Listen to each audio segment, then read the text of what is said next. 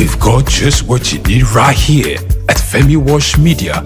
Call it the Midas touch and you wouldn't be wrong.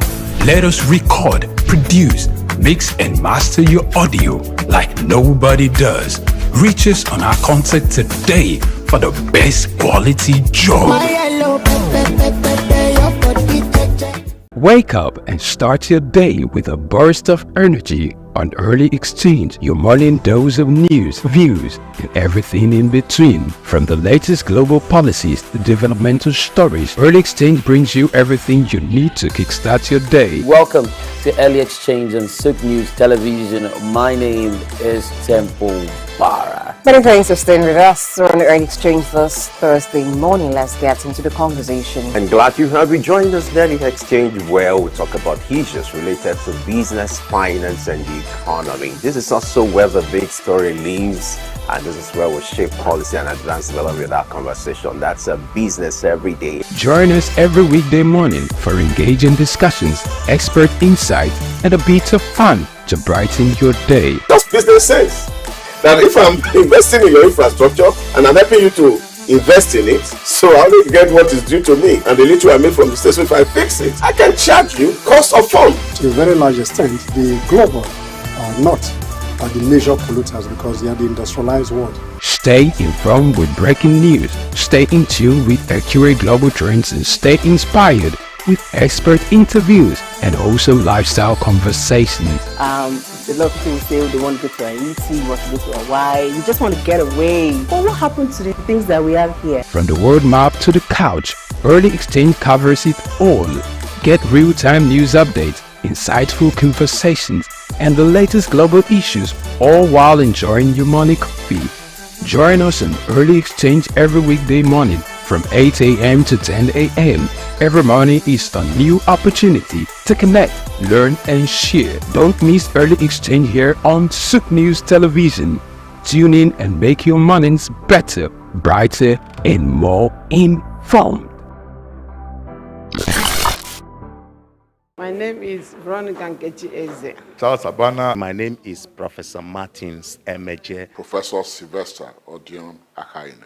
Keep watching SOUQ News TV. The best news channel online. It's elevating, it's enlightening, it's educating. Muhammad Ali found his root in Africa. Rumble in the jungle. I swear the king is humble. Jesse Jackson, O.J. Simpson, this is black history. Andrew Young visit Africa in the late 60s. Legend, Bob Marley make the life different. Martin Luther King and Malcolm X are big names. They fought for black Americans in the old days. We need same revolution in our own ways. Michael Jackson, Janet Jackson, Mr. Jay-Z, Snoop Dogg, Dr. Dre and Eddie Murphy. American prosperity ain't complete with African poverty. It's legendary Idris Abdul Karim, and you are on to SOUQ News. You don't touch that dial. As the federal government prepares to launch a new school curriculum, there is a general concern about the quality and depth of this new curriculum in view of prevailing realities in the society. Stakeholders in education have spoken about the need to incorporate findings of data repository out of school children in education, teacher training and development, as well as skill development and acquisition project to tackle the endemic challenges in the basic education level. An educated society is crucial for economic growth, and in today's news talk, I'll be looking at the contents and expectations from this new school curriculum. I am Bayo Olawi. According to experts, countries with higher literacy rates tend to be in better economic conditions, unlike those countries with low rates. With a more educated population, better behavioral dispositions and more employment are opened as citizens keep learning and researching to constantly stay innovative. It was not therefore out of place when President Bola Ahmed Tinubu, as part of his 8-point agenda, decided to prioritize education by giving approval to the Federal Ministry of Education for a project called DOTS, DOTS, an acronym for Data Repository Out of School Children Education, Teacher Training and Development, and Skills Development and Acquisition. DOTS is aimed at ensuring an overhaul of the sector for improved learning and skill development, increased enrollment, and ensure the academic security of children. DOTS is also designed for creation of data repository to address the paucity of coordinated, veritable, and authentic data on all aspects of education sector in Nigeria. However, as the stakeholders are awaiting the reports of DOTS, the Federal Ministry of Education said it is preparing to launch a new school curriculum. One hopes that DOTS initiative will strengthen the outlines of the new school curriculum. The Minister of Education, Professor Tahir Maman, who announced that a new school curriculum was in the offing, explained that the new curriculum will be aimed at both primary and secondary schools and was designed to address ongoing concerns surrounding the behavior and values of young Nigerians. While in a new curriculum for primary and secondary schools is desirable, it is relevant that the ministry must tackle the rising number of out-of-school children in the country. UNICEF noted that the alarming figure positions Nigeria as a country with the highest number of out-of-school children globally. To address this challenge, UNICEF is collaborating with the Universal Basic Education Commission to develop the national framework for action to reduce the number of out-of-school children in Nigeria and the retention, transition, and completion model. Also, with 6 years remaining before the United Nations Sustainable Development Goal (SDG) target date of 2030, Nigeria is among the many nations grappling with the task of achieving the SDG4, Quality for Education for All. According to the United Nations Education and Scientific Organization (UNICEF), 250 million children worldwide still lack access to good education. The 2022 UNICEF report on the state of global learning poverty offers a grim picture of increasing number of out-of-school children and of declining educational systems, learning content, and teaching methods. The report claims that 56% of children worldwide were suffering from learning poverty before COVID-19 hit a staggering 89% in sub-Saharan Africa, and this figure is predicted to have skyrocketed since the pandemic. The United Kingdom Foreign Commonwealth and Development Office's Partnership for Learning for All in Nigeria project set out in 2021 to tackle some of the causes of learning poverty. PLAN is a comprehensive program that runs through 2028, operates at various levels, engaging with legislators, state and non-state education providers, civil society organizations, teachers unions, community leaders, learners, and parents. The program is active in the federal level in the Southeast and Southwest region and at the state level in 5 northern states: Kaduna, Kano, Jigawa, Yobe, and Borno. PLAN is designed to improve students' foundational skills, standardizing primary education and enhancing the quality of teaching. Critical stakeholders in the education sector have condemned the decision of the federal government to peg the age at which students can write the Senior Secondary Certificate Examination (SSCE) at 18, saying it will simply draw the education back. The Minister, Tahir Maman, has directed that from next year, any candidate who was not up to 18 will not be allowed to write the examinations, and without doing so, such candidates won't be able to seek admission to tertiary institutions. Teachers are central to effective and efficient learning. Despite the federal government's increment of funding to Universal Basic Education and Tertiary Institution Trust Fund, states' contributions have been comatose. A media report indicated that all tiers of government in the country will require at least 345 billion naira monthly to pay the minimum wage for teachers in public primary and secondary schools, if the salary package proposed by government in 2022 is to be fully implemented. The Teachers Registration Council of Nigeria (TRCN) has about 2.3 million licensed teachers in its register, who are mostly government employees, while the minimum wage proposed for teachers is 150,000 naira a month. The truth is that the unfavorable economic situation in the country have left the states and local governments foot dragging on the issues that have financial implications for education. I am Bayo Olaoye.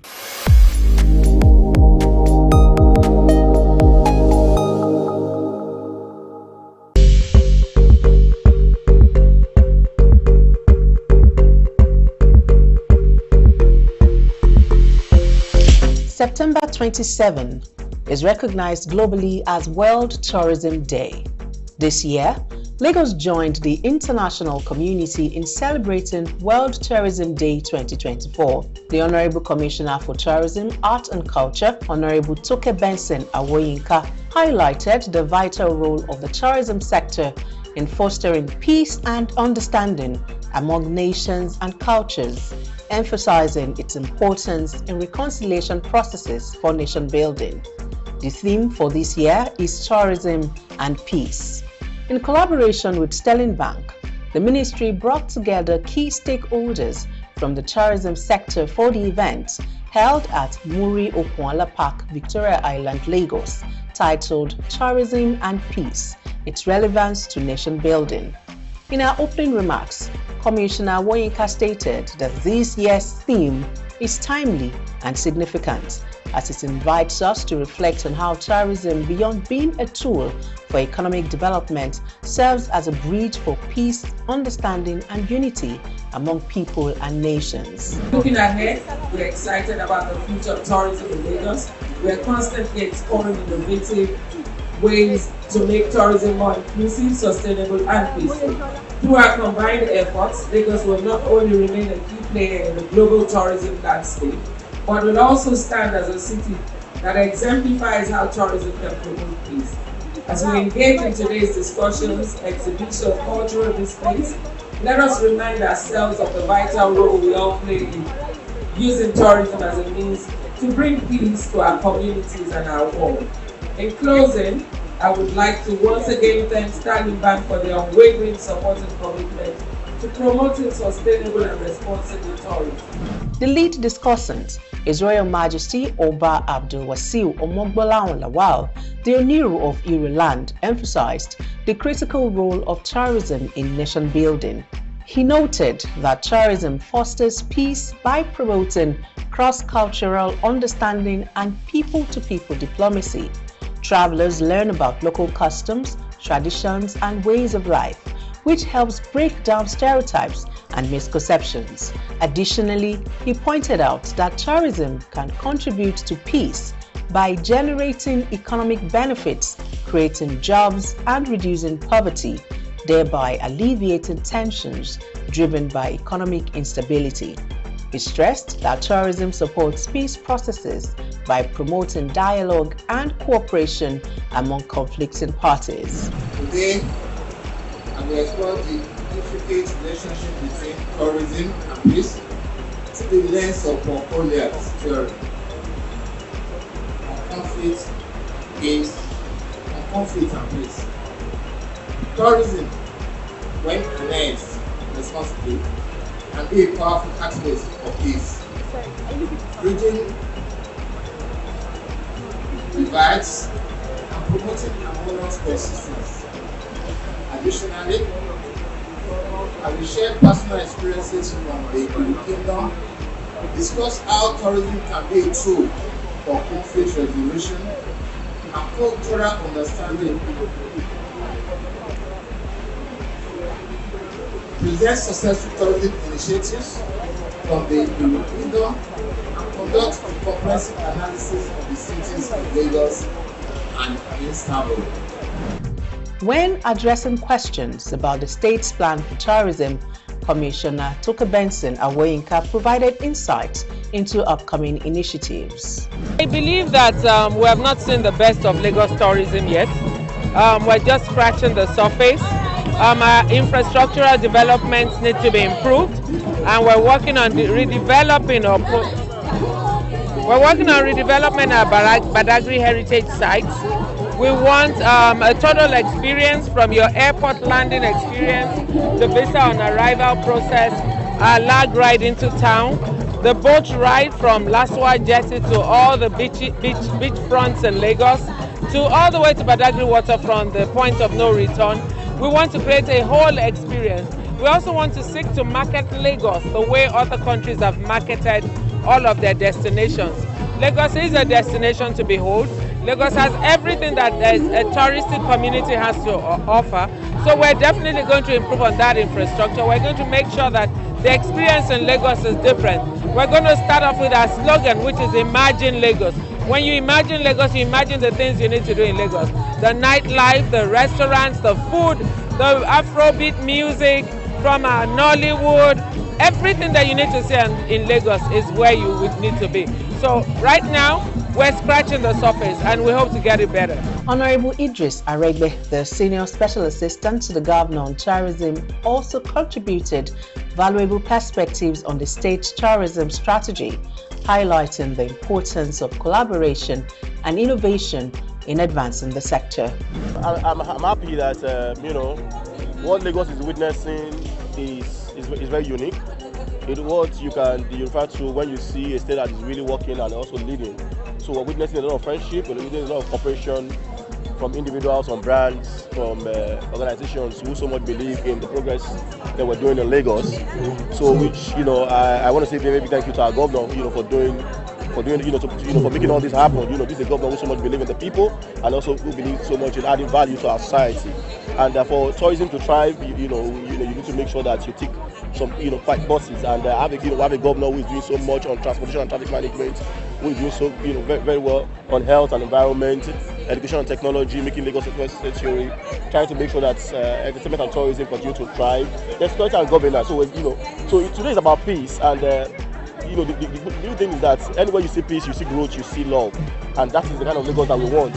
So what we're saying is that we're calling on the world to come and to see Africa, and you can only see Africa through the lens of Lagos, and that is what we're saying. Lagos is working, and Lagos will continue to work, and I'm happy that we have quite a number of stakeholders who so much believe in this journey with us, and so I'm happy. The event underscored the transformative power of tourism in building a more peaceful and united society, reaffirming its role as a crucial pillar for national development.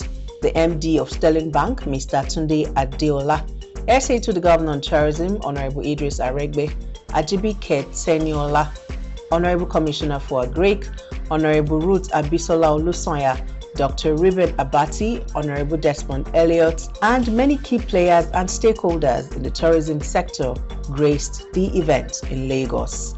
Temitope Omole, SOUQ News Television.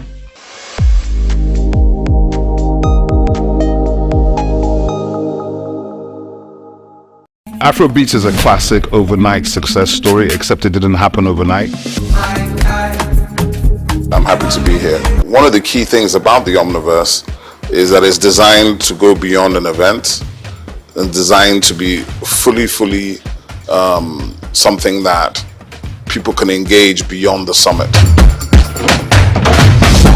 The point being that Nigeria has so much to bring to the world in terms of these things, but we will be bringing fresh energy, fresh ideas, a fresh engagement, and we're obviously open to collaboration. But hip-hop, it never dies. What's the difference between Thor and Shango? Thor is approaching $50 billion in revenue. Shango's broke somewhere outside Lagos. And that's a lack of imagination on our part, Africa, and they're all Nigerian. So to be seen and to be noticed is very hard if you're not in the place where all the noise is being made.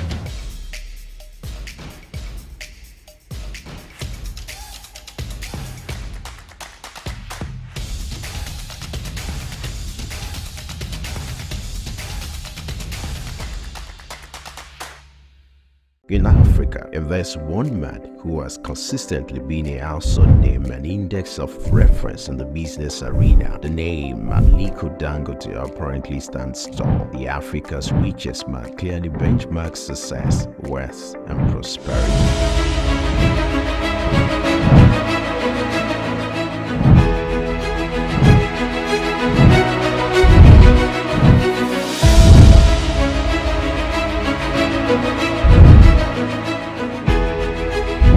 His unofficial love and passion for business are quite phenomenal. These can be traced to his background. Born in April 10, 1957 to Maria Sanusi Dantata and Mohammed Dangote, his maternal ancestors were prosperous caravan traders under British colonial rule, and his grandfather, Alhaji Sanusi Dantata, was a commodity trader. Dangote's grandfather was heavily involved in his upbringing and helped ignite his entrepreneurial spirit. For Dangote, one will ever assume his wealth was handed out or easily channeled, being an offspring of Dantata, for his success didn't come through daydreaming. Dangote complemented inherited fortune with deliberate hard work and innovation to pave his way to the top. Those who knew Dangote while growing up will not be surprised at his outstanding success. At age 8, Dangote uses pocket money to buy sweets, which he and others sell for a profit. Everything big in life starts from little. Taking a clue from this, Dangote, from a seed loan of 500,000 obtained from his uncle, started business, which he traded commodities and business supplies, primarily cement. By 1981, his firm was successful that he had incorporated other businesses and established the Dangote Group. His empire extended to foodstuffs, including sugar, salt, wheat, cement, haulage, and other business concerns. Among his holdings were Dangote Industries, Dangote Bale Nigeria, Dangote Cement PLC, Benue Cement Company PLC, Dangote Sugar Refinery PLC, Dangote Flour Mills, and Nascent Ally Industries PLC. In addition to its holdings in Nigeria, the Dangote Group has operations in several African countries. With these giant strides in the business arena, Dangote will forever be grateful to his grandfather for giving him wings to fly. According to Forbes, an American business magazine, Dangote remains the richest man in Africa with an estimated fortune of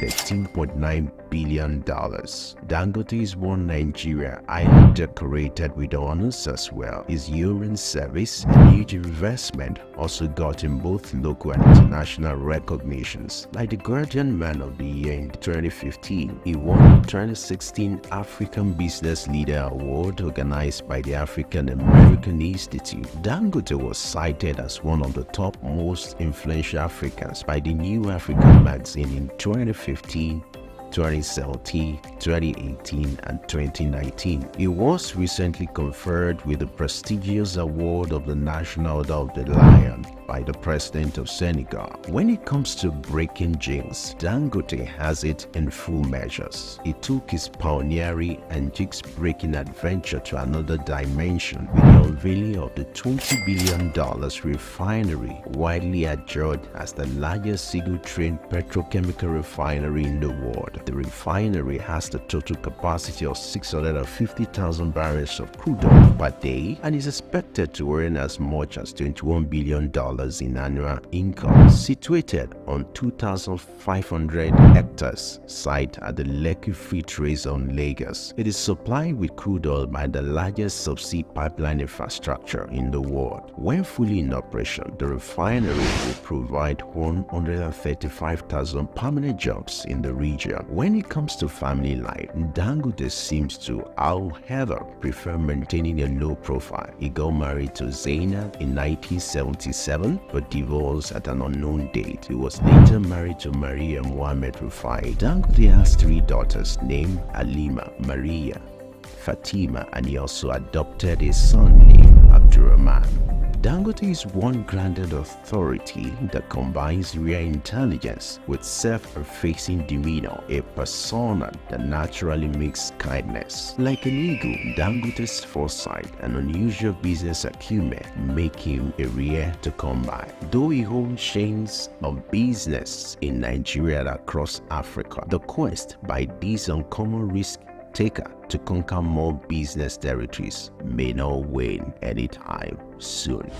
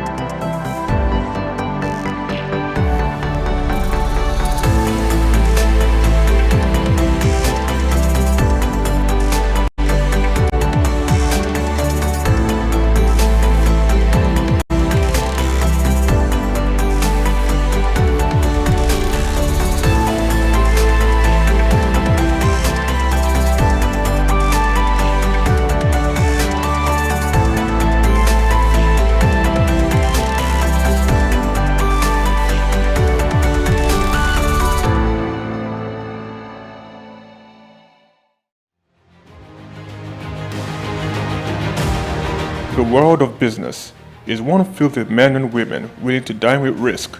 And when we seek African business shapers, we see individuals who have denied self to build conglomerates. From controlling over 90% of diesel trade in Nigeria, to almost throwing in the towel then getting on the Forbes list, we present Olufemi Peter Otedola.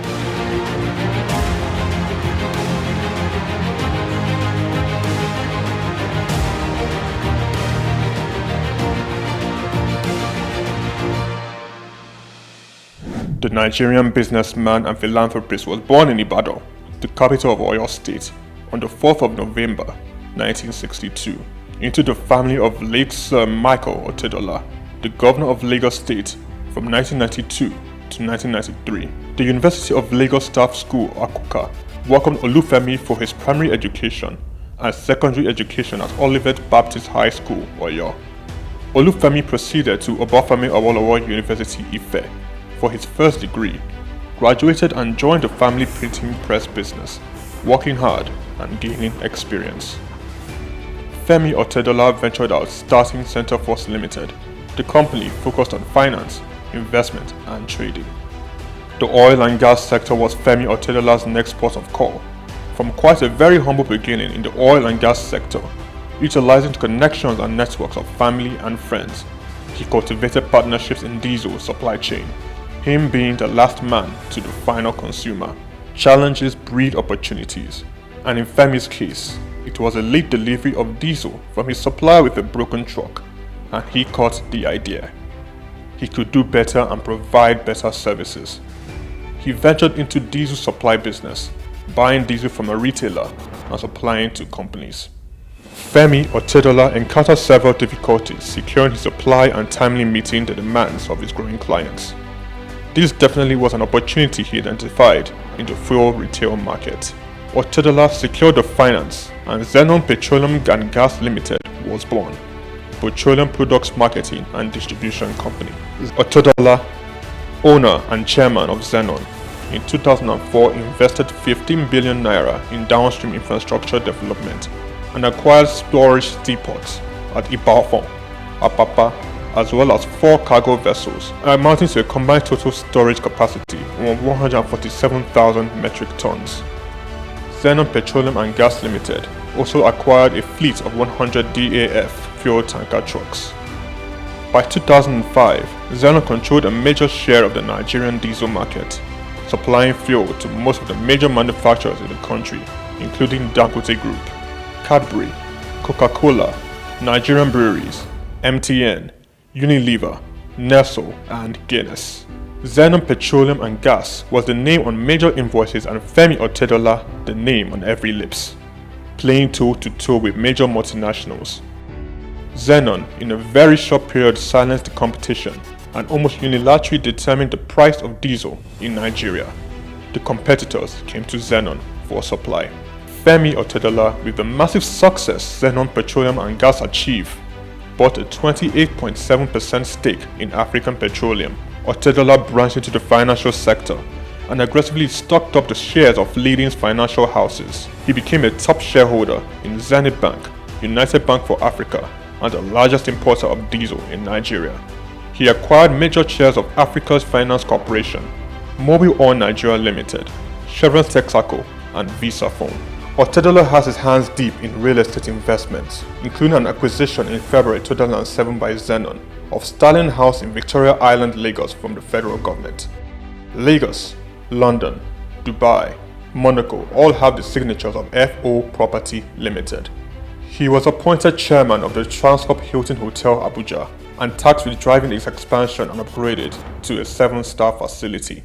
Otedola has served as a member of the Nigerian Investment Promotion Council since 2004, was appointed by President Goodluck Jonathan to Nigeria's National Economic Management Team.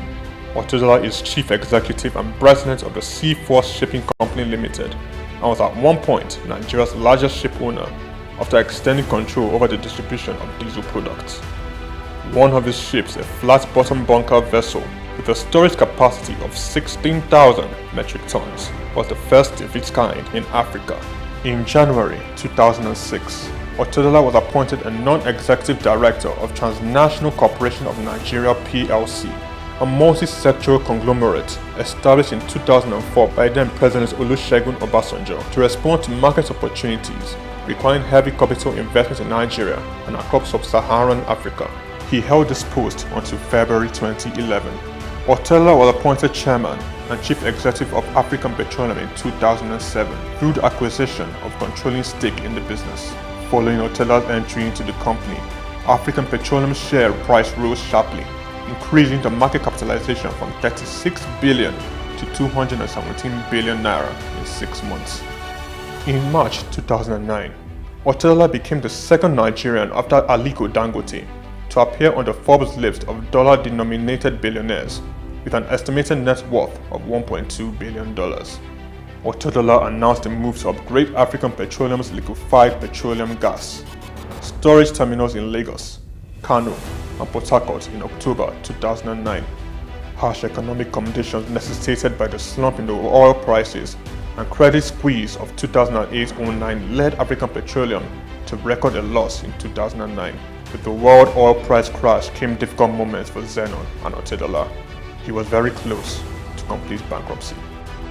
I said to myself, I was not going to have friends and enemies. I was going to have only competitors.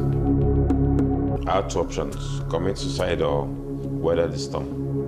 African Petroleum, rebranded in December 2010, changed its name to Fort Oil PLC.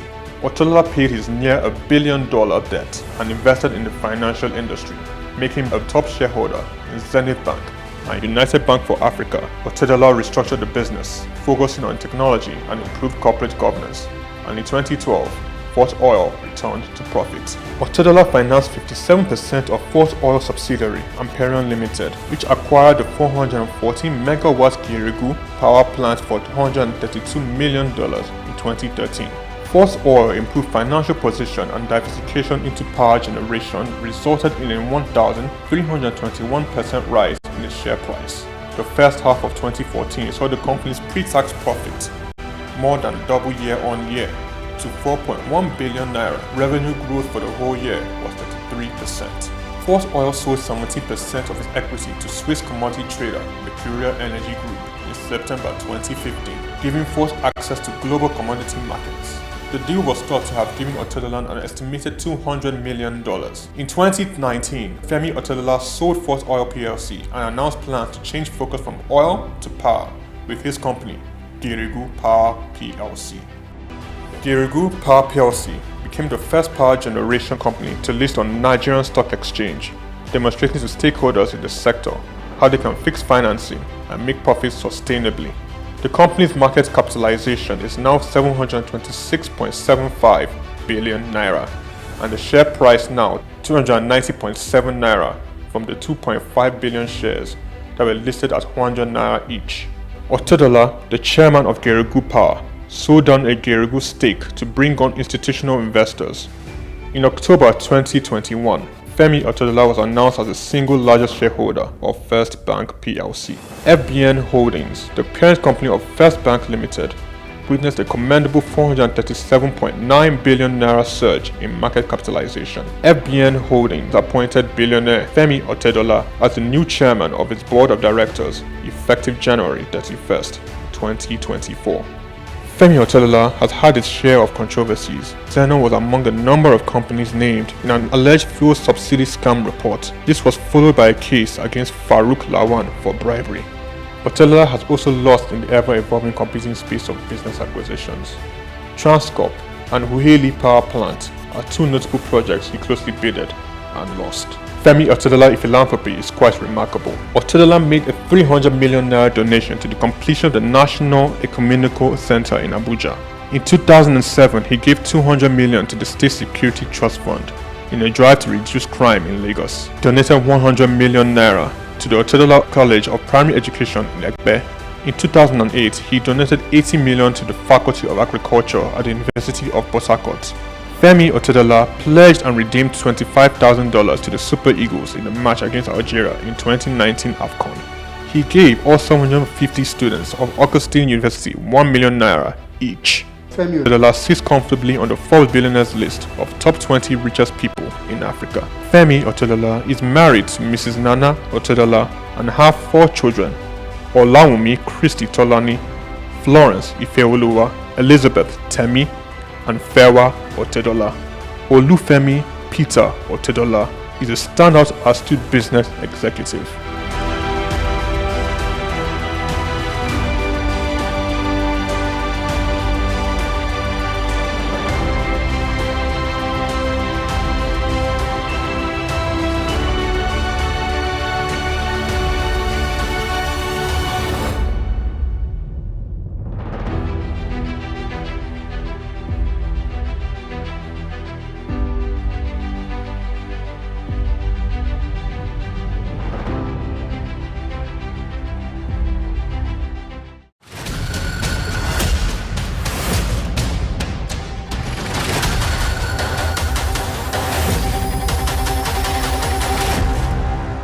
Cashew nuts, ranked among Ivory Coast top cash crops, play a crucial role in the country's economy, generating substantial revenue and supporting livelihoods across the country. As the world's leading exporter of raw cashew nuts, Ivory Coast contributes an estimated $800 million annually to its economy and also serves as a vital source of income for over 410,000 families, particularly in rural areas where few other opportunities exist. Cashew trees flourish in Ivory Coast northern regions, including Bondukau and Savannah, known for its high-quality nuts and extensive plantations, just as Worondogu and Bagwe in the north central and northwest are also emerging as key producers. These regions not only drive Ivory Coast cashew production, but also support local livelihoods and economic growth. However, the country with over 29 million citizens is yet to fully realize the potential of its cashew industry. Despite being the top producer, the country processes only 7% of its cashew domestically, resulting in lost opportunities for value addition and job creation. Specifically, a recent data reveals that only 22% of the country's cashew nut output was processed domestically in 2023, even as the volatility of global cashew prices poses risks to farmers' income and overall economic stability. Concerns also arise regarding labor practices in some cashew farms and the environmental impact of deforestation for new plantations. To address these challenges and maximize the benefit of its cashew industry, Ivory Coast must focus on key strategies moving forward. These include investing in local processing facilities to boost job creation, export value, and farmers' incomes.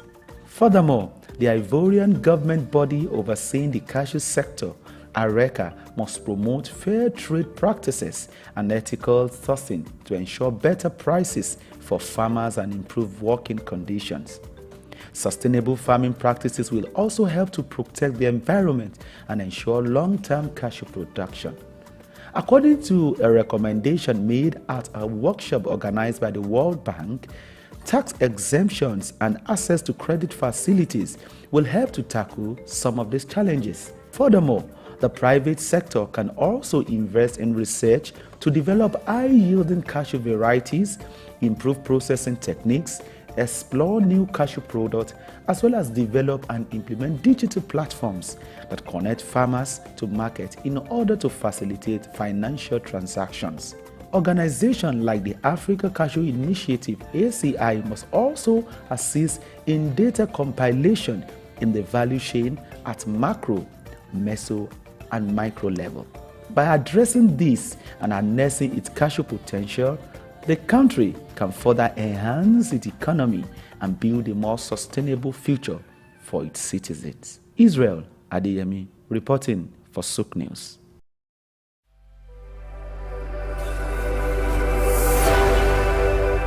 Economy and development insight that drive nations forward. From the vibrant streets of Lagos, Africa's fastest economic hub, SOUQ News takes you on a journey of discovery, analyzing and reporting the facts that lay the foundation for growth and development. We don't just report the news, we create it. SOUQ News is more than a channel. It is a catalyst for change, spotlighting the stories that shape economies, inspire entrepreneurs, and fuel progress. covering business, finance, technology, energy, and many more. SOUQ News provides a daily deep dive into the stories that matter, interviews with industry titans, and analysis that empowers your understanding of economic landscape. Join us daily as we dissect, discuss, and deliver the most relevant and factual news on business and the economy. SOUQ News is your trusted guide, empowering you with the knowledge to make informed decisions.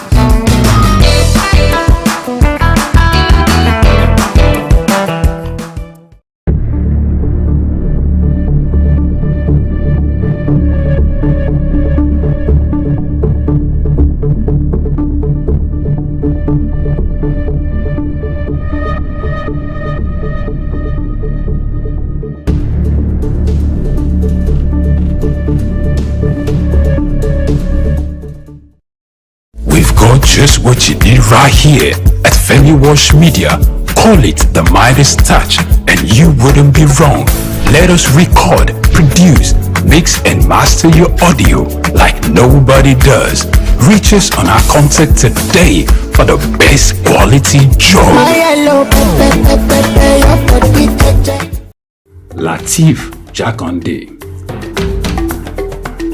Born Lateef Kayode Jakande in the Ekbetedo area of Lagos Island, Lagos State on July 1929. He studied at the Lagos Public School at Enuowa, Lagos Island, then at Bonham Memorial Methodist School, Port Harcourt, King's College, enrolled at Ilesha Grammar School, where he edited a literary paper called The Quarterly Mirror. Jakande began a career in journalism in 1949 with the Daily Service and joined the Nigerian Tribune in 1953. The owner, Chief Obafemi Awolowo, appointed Jakande editor-in-chief of the Tribune in 1956. Jakande established John West Publications in 1975 after leaving Tribune and began to publish the Lagos News. He served as the first president of the Newspaper Proprietors Association of Nigeria, NPAN. Jakande ran for election as executive governor of Lagos State in 1979 on the Unity Party of Nigeria platform. His administration was effective and open and implemented the cardinal policies of his party. He introduced housing and educational programs targeting the poor, building new neighborhood primary and secondary schools, and providing free primary and secondary education. He gave poor people's children education, and many of them are now very prominent in the society today. Jakande established the Lagos State University and constructed over 30,000 housing units. After the military takeover in 1983, Jakande was charged, prosecuted, and convicted of treason and later pardoned. He served as Minister of Works under the Sani Abacha military regime. He died in Lagos on February 11, 2021. Lateef Jakande was the first civilian governor of Lagos State. Lateef Kayode Jakande, SOUQ Enlightenment. We've got just what you need right here at Femi Wash Media. Call it the Midas touch and you wouldn't be wrong. Let us record, produce, mix and master your audio like nobody does. Reach us on our contact today for the best quality job.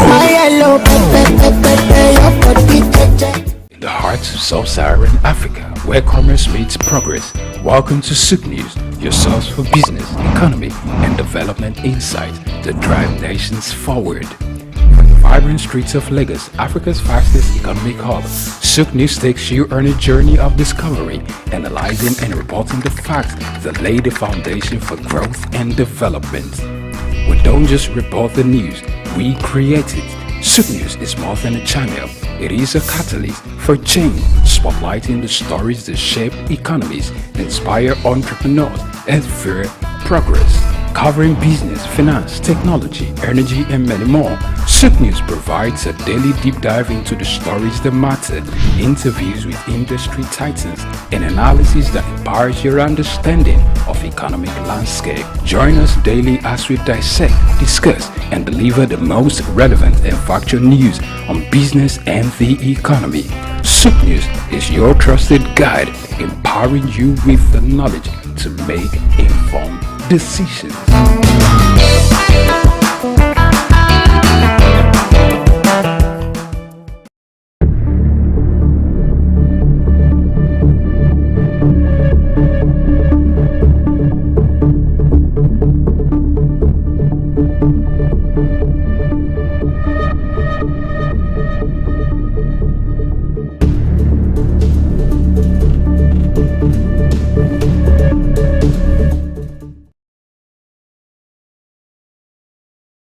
Some people dream of success, while others wake up and work hard for it. At SOUQ News TV, we dream big dreams, we awake, get fresh, and work smart for it.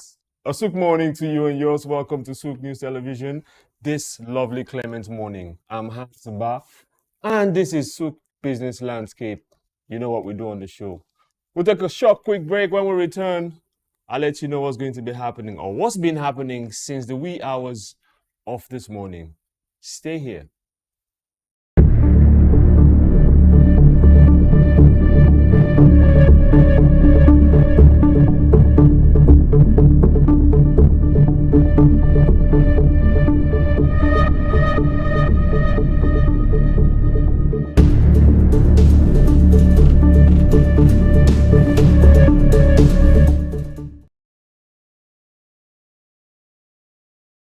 Welcome right back. No coffee this morning, I know, right?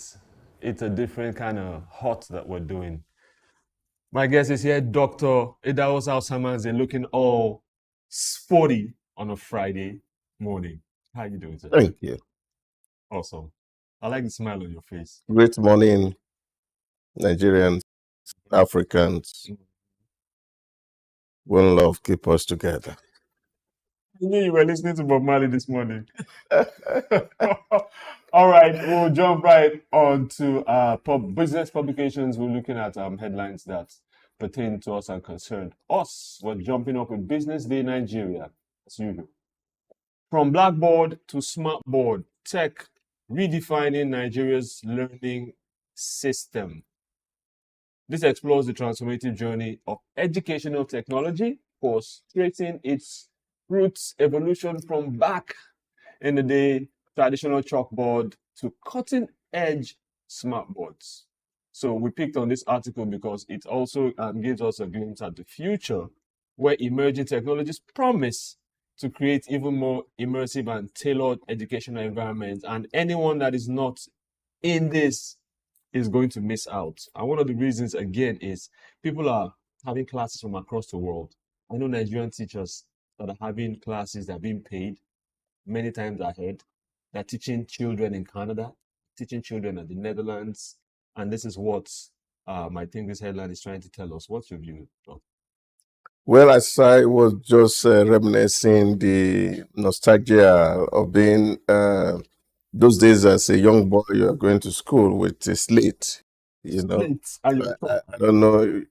Yes. And you have to grind your charcoal to blacken it every morning and stain your white. I remember so clearly. I can imagine how the world has transformed. But I don't know many people, whether Gen Zs, we know what a slate look like. Or even the millennials may not even know what a slate look like. They missed out on it. Yeah, but it is nice to see this transformative journey, learning put at the doorstep of every child. And what we become now is not a function really of whether government or state not doing things right. It's now your failure as an individual yes, to hook on to where a lot of things can be really acquired. I remembered when I was doing my theological education, and I had to rely on professors from Harvard, from Yale, master seminaries, all in the United States of America, Oxford, and to even follow their classes online. Yes. So I didn't need to be in Oxford to learn what the students they were learning, because most of all these things are now right there on the internet. And I think this is one of the beauty that technology has brought to the world, and that is really quite positive. A lot of people have learned coding just by mere staying with YouTube. Yes. And they become Watching those videos. really become successful. And a lot of schools actually online. It's basically what they do. Oh, yeah. Send you materials. Oh yeah. So I think that democratization of the learning space that technology had enabled is a positive. Yes. And I think everyone, old, young, should be able to take advantage of this space to really improve. You see, there are a lot of paid courses out there, but there are also free ones. Yes. That you can actually access and then develop yourself. Once people can have that growth mindset and look out for opportunity, if you can't read, you can hear.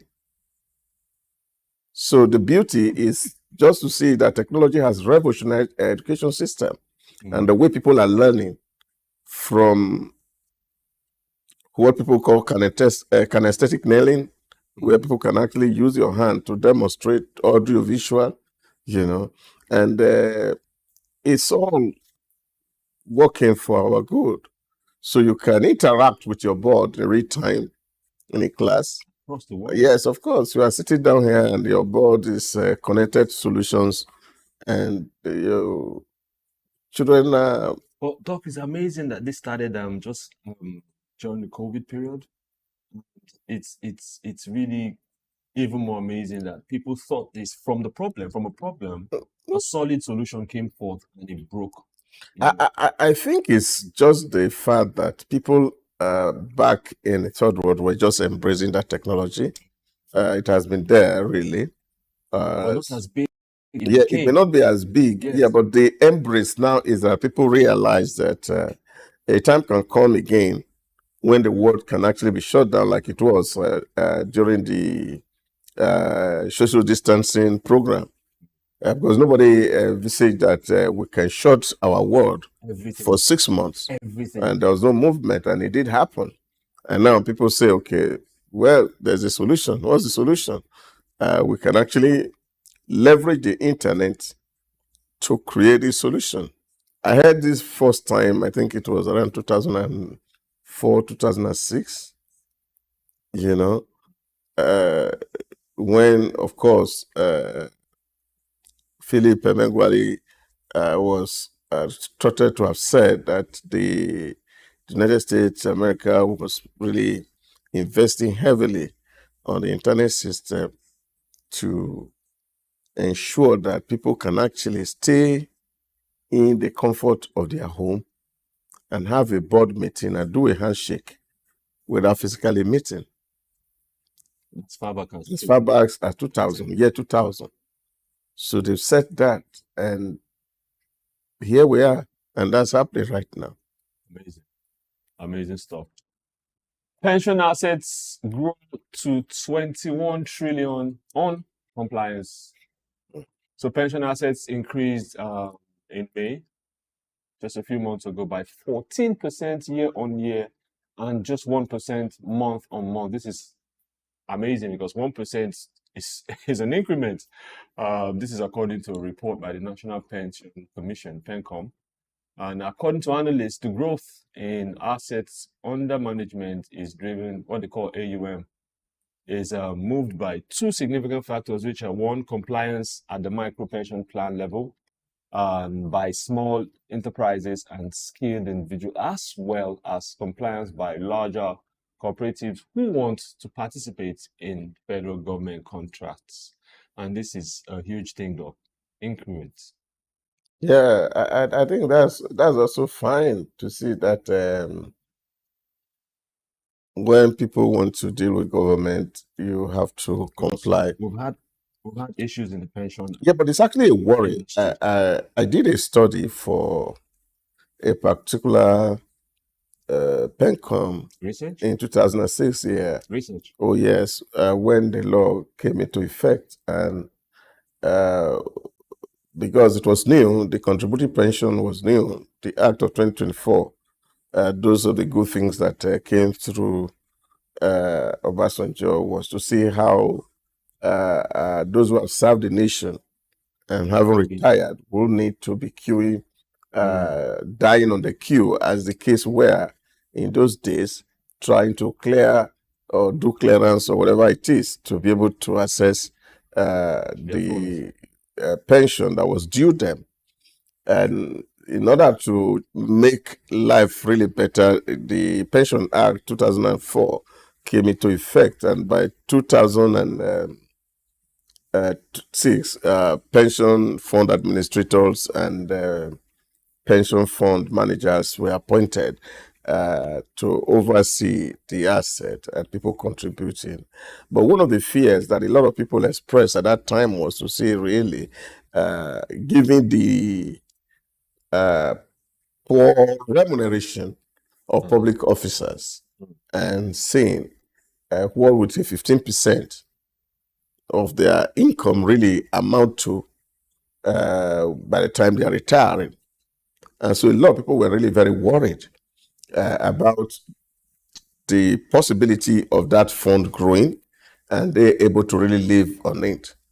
And then there were other people who were also worried that, of course, there'll be issues with compliance, because you find smart people who are also taking advantage of that space to line up their pockets, and because of the corruption that has been in the pension scheme over the years. And this is the real worry, because we're looking at it that somebody who is retiring at 60, for example, if he lives up to 90, he has about 30 years in front of him. And with this spiraling inflation, and you are wondering, what is this money actually put into? And if you take that figure and you redistribute it, you will see that it's paltry compared to the number of people who are working, and especially those who are to really do steps to allow that asset to grow faster and yield better return, so that those who had work can reap where they the popular terms, right? IT upgrade, give customers unexpected headache. This was something. This was a headline that actually touched my heart, because it's something that's been going on for a few months now. One presents information is available. The information technology infrastructure maintenance left many frustrated and unable to access their funds. On October 1st, 2024, the same bank announced that it was undertaking routine maintenance of its IT infrastructure to improve the quality of its services. Now, these services include mobile banking app, the USSD service, the internet banking, and their corporate internet banking platforms. And they said, emphasize, will be only available between the hours of midnight and 2:30 p.m. So we're talking about 15 hours ago, without specifying the exact nature of this maintenance. Well, I decided that I shouldn't mention. And it's not just the bank, there are about 4 of them this past month. Yeah, I think it's important. That's what technology, that is that side of technology, that you are embracing any technology, the interoperability of the technology in terms of integrating the system into the new one. It's always very difficult. And don't also forget that most of the time, this technology too, they are not indigenous to us. And you also have to rely on some people who are the back end, the real back end, because our back end here is like a sub back end, to be able to give you.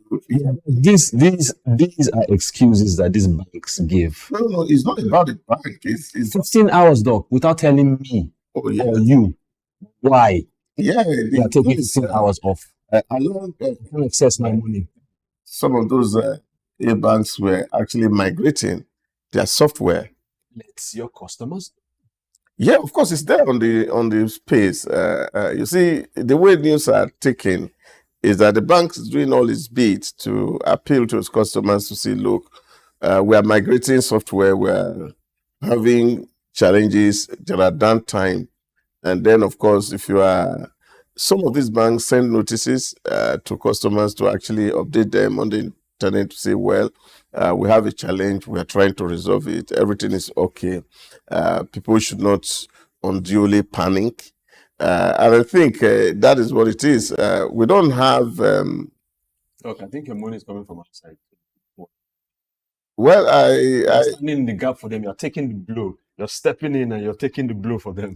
Not really. Because this will not happen in the West. It does happen because there are glitches When everywhere. I say it won't happen, they won't take 15 hours and not tell customers what's going to happen. Why they're taking 15 hours? Yeah, it's not as if they are not telling. That's what I'm saying. If you actually get out there, there are notices, and I can give a few banks that I have received notices that look, well, maintenance things won't. Don't give us stuff, please. Yeah. So I don't want to call banks' name, but what I'm saying is, I have about 3 or 4 banks that have had notices in the past 1 week to say, oh, they have challenges and they're fixing it. And so that's why we come to know that they're changing softwares and it's affecting operation. From Oracle but you see, FlexiCube. But what that is that it's something that is beyond the bank's power to do, because they don't have internal people here operating those softwares. And so they have to also rely on a third party for supply and the rest of it. And this, of course, take time. So it's better to under promise and over deliver than to over promise and under deliver. So if they tell you 15 hours, that's just less than a day.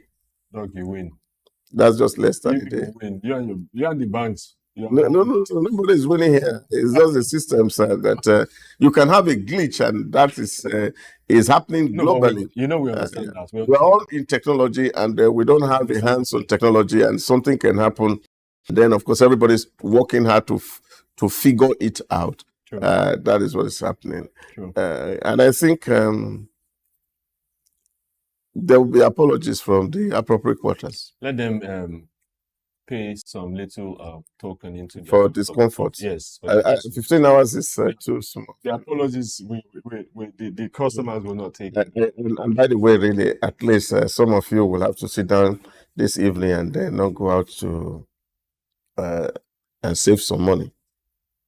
But the sitting down still doesn't change what the activity. It doesn't change the activity. It's just a different location.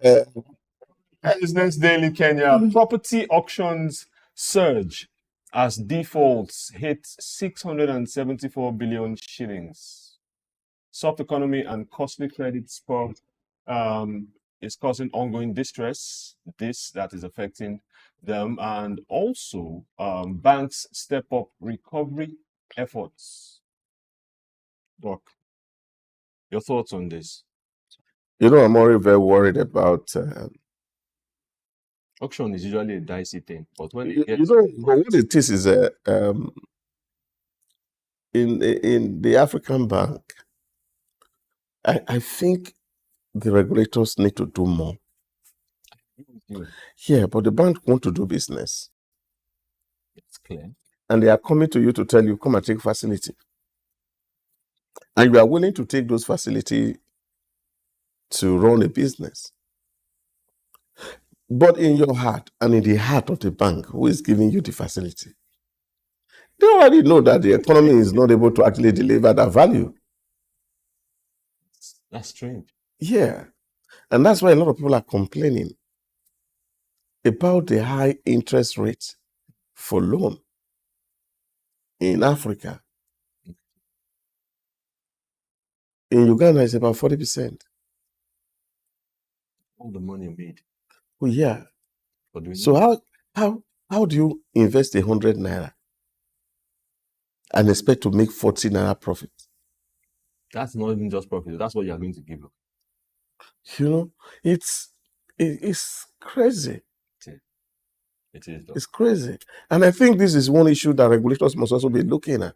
That whatever are the factors that are responsible for these high lending rates, can we drag them down so that we can be in the space of the West, where lending is happening at 2%, happening at 5%, and in worst case, in some places, it's 9%. That's tolerable. But you know, again, what this means is that the bank won't give you without a collateral. So you have securitized your facility. When you are defaulting, they put a lien on it and then give you a for sale value. And they take the property. And they have to auction. And they sell it off as soon as immediately as soon as they get it. Oh, yeah. See, that is what is happening right there. Unfortunately, some of us have no money, would have gone to buy houses in Kenya. Really? Okay. From the intelligence section of the paper, I always like to read the intelligence section, and I quote, it's always a quote, corruption will only begin subsiding as we start graduating from bad politics, end of quote. It is an insightful article. You can find it on page 9. How bold? Yeah, but what is bad politics really? Bad politics is when people put themselves in government. Bad politics is when 10 people came to vote, and when the results come out, the results are for 100 people. Bad politics is what you talk about on the show every day, where people are supposed to do their jobs, but they're not doing their jobs. Instead, they're taking money away from the coffers. I could go on about bad politics, though. Yeah, but you see, the challenge for me is bad politics is having a 40-car convoy when all you need 2 cars. Yeah, I think it is far more than what people do with power. Okay. But also having to realize that the process of getting power here can be very my friend and partner asked me yesterday and said, will you ever consider playing in politics? Yes, I can answer for you straight away. And I told him I got redemption since 2003. What does that mean? That I refused to participate. No. You see. So, Doc, if you're appointed right now as a senior special advisor to the president, you wouldn't take the job to affect the lives of the people. Well, you may be asking to what extent that you are going to touch life of people. I remember there was Doc, is a yes or no answer? No, it can't be yes or no. Otherwise, you just put me on the spot. Yeah, but I have to give a context to the conversation. Okay. Some few months back, a lady who was a special advisor to one of our vice president was lamenting, and I think it was in a church service, and where people, I think it was precisely, I think one church here in the island, that they were asking, and she took the microphone and said, what makes her feel very bad is that for 4 years working with that vice president, that 97% of the people who came to seek audience with the vice president never came to ask anything for their community. They only came to ask for themselves. That is really the bad politics. That's part of it. You see, you elect a legislature to go and make law for the good governance of your state. They are doing wedding in your village. He must attend all of them. He's giving away big monies too. If he must come back to campaign. He must attend all the burials. He must attend all the church and the mosque event. Now, and that's the clause. If he must come back. If he must come back. And therefore, they have to struggle to look for ways and means to be able to excuse themselves. A lady is pregnant. The husband is calling on the member of rep or member of assembly. My wife wants to give birth. Need hospital bill. Of all these issues are what put pressure on the politician. I know of a certain auntie of ours who was going to contest election in Delta State about, I think it was 2019. He took money from everywhere. The one she had, she has finished it, and she was borrowing from anybody who was close. And they say, okay, there's still one more community leader to be settled. They are looking for money. Now, I've done all these settlements with loan. And then you now want the person to go into office and is working, building hospital, building good roads, and then is indebted to the bank, is indebted to private individuals, and he cannot pay back. You can eat your cake and have it. You're right, though. So this is where Africa really find itself. Yeah. And I ask people, really, it's not just about leadership alone.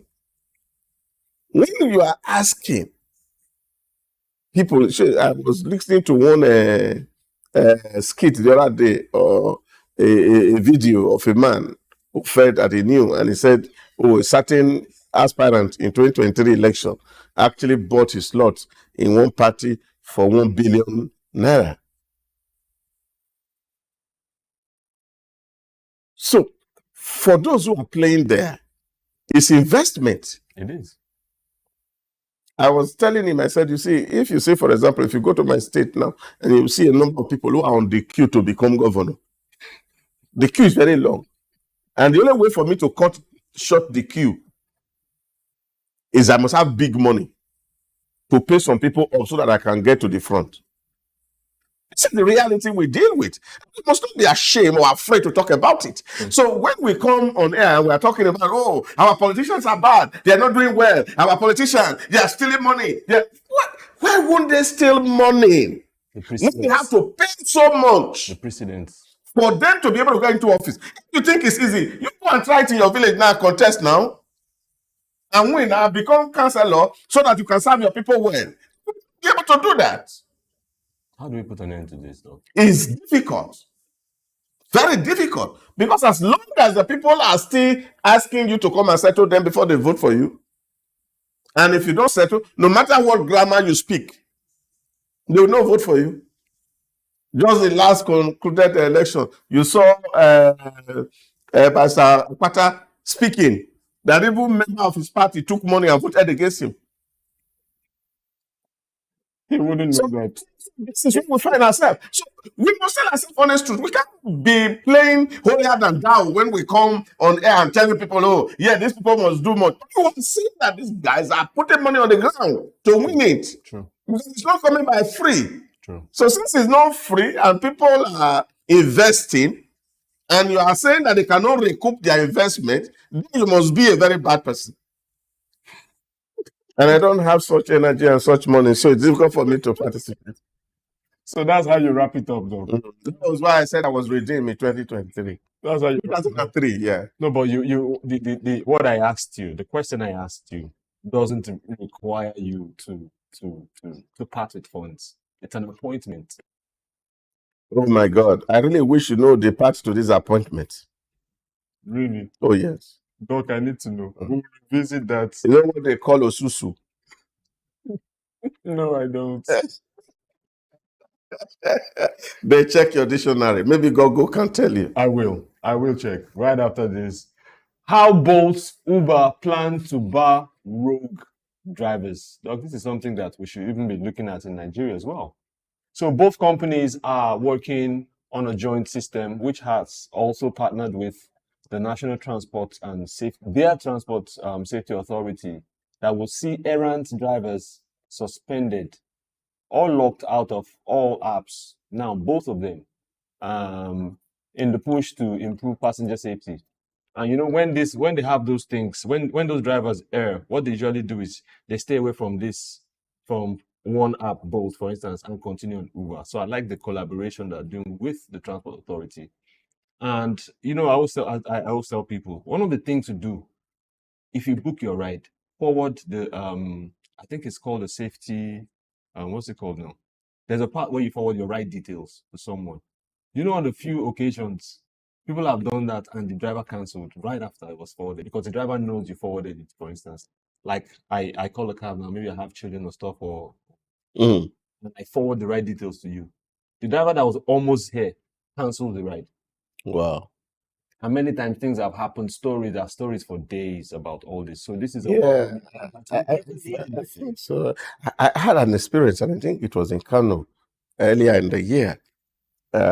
We booked a ride from the hotel to the airport, and we were waiting for a Toyota to come. And it was a Mercedes that came.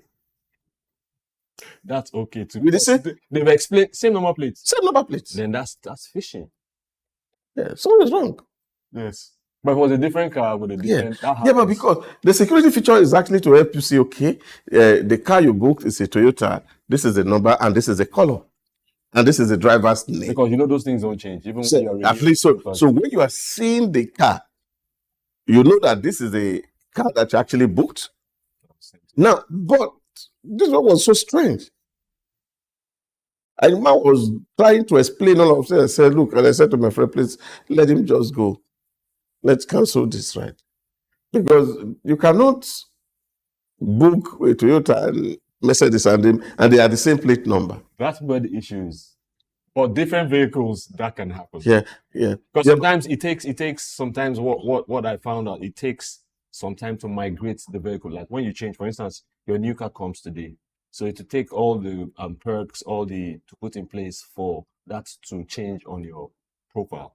But where it's the same number plate, that means someone unscrewed it. Yeah, but if you are changing your car, really, you can't just migrate it into a system. That's what I'm saying. You have to follow the process. That's what I'm saying. So before you start to use it. True. That's what it should be. Yeah, the security. But that's before you start to use it. That's not what it is. So you can't just remove plate number and put a new car and then start driving, because that becomes very suspicious. And I think it's quite difficult to see this happen. It is. From time to time. And, you just have to be really careful. Beaten, people have been kidnapped, you know. I heard a story like that. I think it was in Toronto 2 months ago, when a lady was picked up by a ride, and then eventually the body was found by the waterside and was dead, murdered. So sometimes we just have to understand that the security of people is important, and then the owner of these hailing companies must continue to improve security measures so that people can continue to have confidence in. And one can never really overemphasize on the importance of being cautious. Yeah. You can't, because sometimes when you mention that, they say, no, you're paranoid, you're thinking too much about it. Yeah, it's okay. It's just a different car. No. And by then the damage is done, and it's usually almost irreparable. Yeah. You see happen every other place. So they come down, wind down the glasses and say, Hans, is that you? So you say yes, and then they open the door, and then you can enter, because even you who is booking the ride, your security details also must be integrated. And to that very extent, and I think we might even go to that point where we really need to begin to emphasize car system in Africa, so that even people who are booking ride, their details also are there, because the life of the driver is also very significant. No, but I've also heard a story where the driver was wrong. His car was taken. That's what I'm talking about. Their lives are significant. So we must also make provision for them that whoever is booking a ride that we have their NIN, BVN tied to their card and it's activated. So you cannot book a ride if you don't have your card on the app. So that both way, everybody is secured. True. Have everyone's detail. Find them. All right, security paramount. Let's keep on that. Business Day South Africa. Kianyago highlights SA's positive outlook. So Kianyago is the Reserve Bank governor. What is the central bank for us here? And he told MPs on Thursday yesterday that the country's economy and inflation outlook was showing several positive trends, including the considerable strengthening of the SA rand against the dollar. You know, when they talk and sound like this, it's good to hear, it's good to see, but Doc, what's actually really happening? Because the economy was rebounding and they're promising that inflation is kept in check for both consumers and businesses. And the confidence was improving. It's a lot of talk. You see, it's you hear that from government a lot. And of course, some people must have to keep their job and tell you that they're doing their work. That's important anyway. But my real worry is that somehow the few things we celebrate may not actually be as a result of the effort that anybody is making. It could just be natural. Just I was having a SOUQ Pulse yesterday, and I was saying, see, look at pricing of tomato. For example, it's not having to do with whether a bank is putting good fiscal policy or controlling inflation. It's just in the season. The law of demand and supply. So if goods are in abundant supply, what do you have? You will have reduced cost. Then inflation can be going down. But what if goods and services is not in their season? That's when you know whether your measures are working. To see if you have actually built a lot of silos or you have cold storage facilities to actually regulate price across board. Now, if you have not invested in any of all this and the logistics has been as it is not changed, and then of course you are celebrating that you are seeing some positive outlook, it's just a way to amplify your CV so that at least people see that you are doing some work. But we have to see what are the definite things that are put on the ground that is actually making this rebound. Exactly. Is it we have made more investment now in infrastructure and we are saying that logistics is going to cost cheaper? The same thing I was talking about the bank. Yeah. You give reasons. Oh, yeah. So have we been able to invest in storage facilities right now, such that warehousing and the rest of it that we can actually take from surplus season and keep for the rainy day so that we can stabilize price across the year? Have we done anything in that regard? So if you have not done all of that, and we are just reacting to the forces of market, which means, of course, when you are in surplus season, you are expected that price go down naturally. But when we know whether your policies are working is when you are not in the surplus, and then people are able to see whether you're actually making profit or you are making some headway. The government will continue to talk about because some people have been paid to do that. You see those ideas, you have those fantastic ideas, which is why you will take those the appointment. Well, I have not done Osusu there.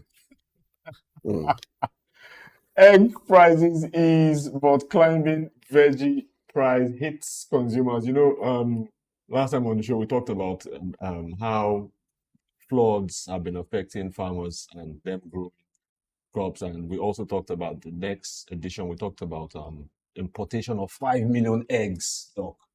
Then now they're talking about this, that egg has eased up, that the problem now is vegetables. So news, egg imports ease the market, but supply shortage based on rain and floods now drive up the price of vegetable. Yeah. I know you love agric. Well, is this rainy season? This is not the... Yeah, it's for and then, of course, these are the effects of global warming that people talk about. Water level is rising, and so it's causing flood all across the globe. And this is as a result of humans who have abused their natural ecosystem by way of development. And we are digging so much, we are taking so much from nature, our habitat that God had given to us. we have so abused and manipulated it, and now nature is fighting back at us, and this is responsible for hunger, and we are paying so much for it. And this is why people are talking about sustainability, that while we are thinking of having a good life today, we must also be conscious of ensuring that our future is preserved, that the life of our children and our children's children are meaningful. So what we have seen today is that the enjoyment of yesterday is putting the generation of today under very terrible circumstances. It's unfortunate. For the building of roads and infrastructure to block and part of what's causing these problems. Oh yeah, it's not just a road. If it were a road, of course you can build bridges and actually allow those things pass on that. But I think it's even people who are building houses to block natural waterways. Yes, the flow is and water must flow. And we are filling the body of water and pushing water. You can't push water. Doc, I know a school in Ikoyi. Let me not be too exact. They have taken, okay, it's beside the waters, you know how it's on the bank, you know. They took behind their property, they took about 400 meters water, and they're filling it. Yeah. And there's nothing legal about that, because the water will find, like they say, water will find level. Yeah, but you can have the certificate from government to do that, but nature will not give you any certificate. Exactly. So that is where the problem is. So you see that nature fight back from time to time, and these are some of the repercussions that we find when nature fights. All right, Doc, thank you so much for being on the show as usual. Your insightful words always bless us on the show and you listening. It's SOUQ Business Landscape. My name is Hans Mba. Stay tuned at 8 o'clock for early exchange. Bye for now.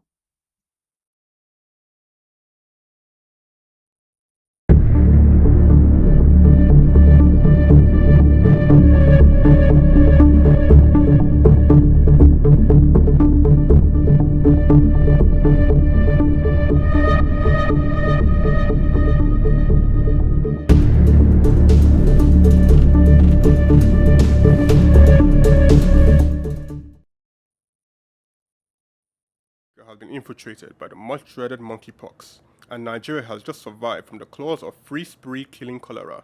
The Lagos state has seen fit to provide a free medical outreach to residents. On August 12, 2024, in the heart of Lagos, the health of mothers and children were catered to by the Lagos state government under a free health program tagged Maternal, Newborn, Child and Adolescent Health. The program, organized by the Lagos Island local government, had in attendance the First Lady of Lagos State, Dr. Mrs. Ibijoke Sanwo-Olu, the Special Advisor to the State Government of Health Matters, Dr. Kemi Ogunyemi, the Local Government Chairman, Muibi Alade Folawiyo, and the Senior Special Assistant to the Chairman of Lagos Island Local Government, Honorable Bola Oloniyi.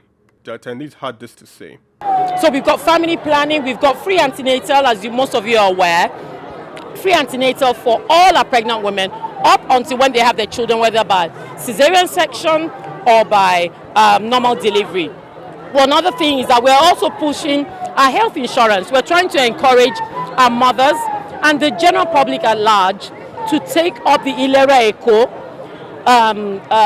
health insurance so that they can actually get access, which is very important, to quality care from our primary health care facilities before they are referred, if need be, to the secondary or tertiary. I'm deeply happy, and you can see the people of this local government was happy. You can see how they troop out in numbers, and at the same time the women and the children are all here. You can see the kind of enthusiasm that people put in. It's a very good thing, and I believe that people sees good in what we are doing today, and by the grace of God, especially the area of vitamin A for the young ones. The MNCAH program provided free medication, food and health care for the children and the mothers of Lagos Island community. Tests were conducted for HIV, tuberculosis, and cholera, among others. The head of nurse at the Lagos Island local government, Oham Antonia, explained the importance of the care for mothers and their babies. It's about nutrition. the kind of food to give to their children, even the kind of food pregnant women take when they are pregnant. And it must be what we have in the community, the food we can afford. So that is why we display all the foods that we have, especially what we can afford in our community. Healthcare generally being expensive and difficult to come by for the average Nigerian was provided for free.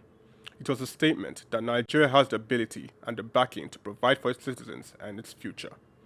The event, hosted by Her Excellency Dr. Mrs. Ibijoke Sanwo-Olu, who later arrived at the event. However, the healthcare of mothers and children wasn't the only consideration, as men were present for x-rays and healthcare products on ground. Chike H. Okolo, reporting for SOUQ News. At the core of what makes us human is our ability to pay attention, be present in our experiences, and channel our thoughts and actions towards meaningful goals. However, for individuals with ADHD, which is considered a neurodevelopmental disorder, a medical condition that affects the brain, this fundamental aspect of human nature is often disrupted, leading to difficulties in maintaining focus, controlling impulses, and regulating behaviors. Hyperactivity disorder is a neurodevelopmental disorder that occurs in children and adolescents.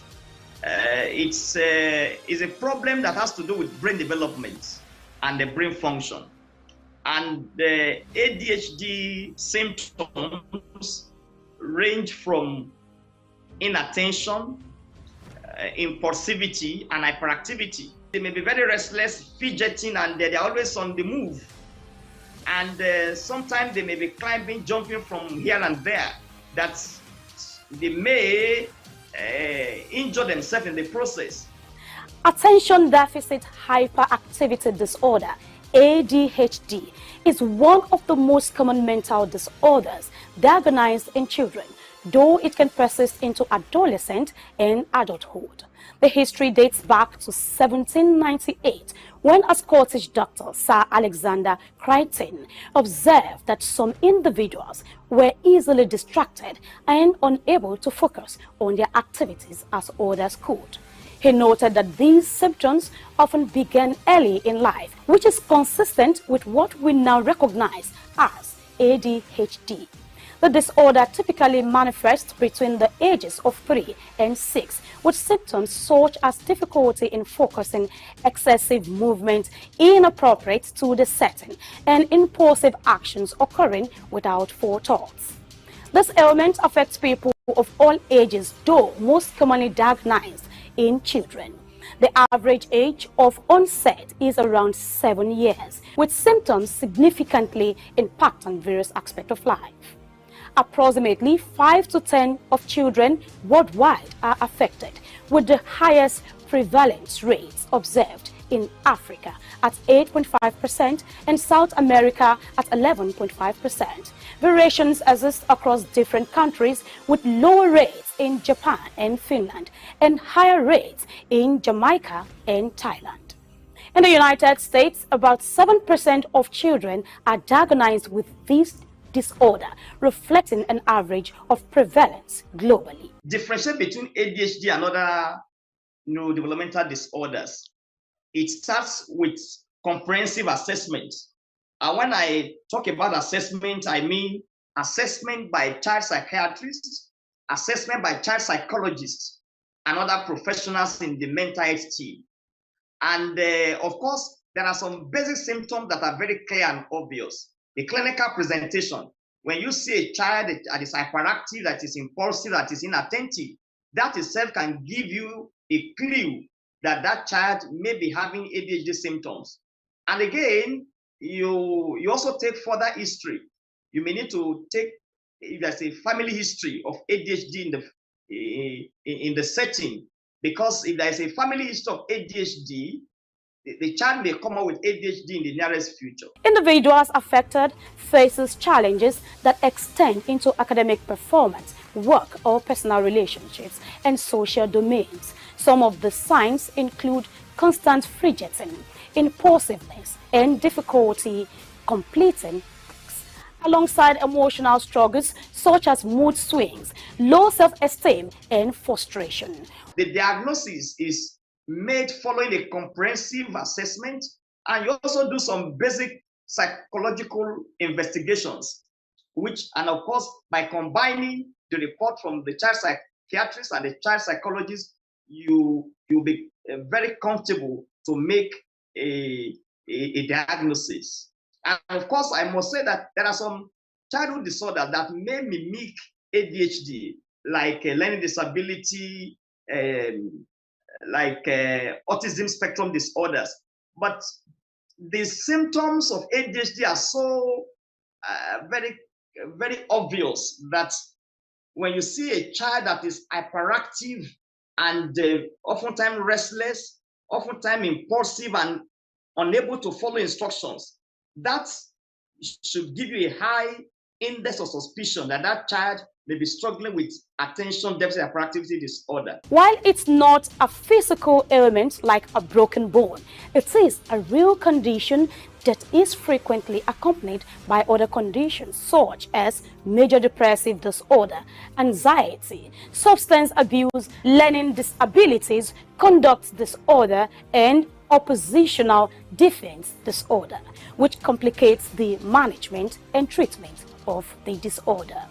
Treatment for ADHD typically involves a combination of medical, therapy, and behavioral interventions. Stimulants are also the most commonly used, with 70 to 80% of children experiencing symptoms relief.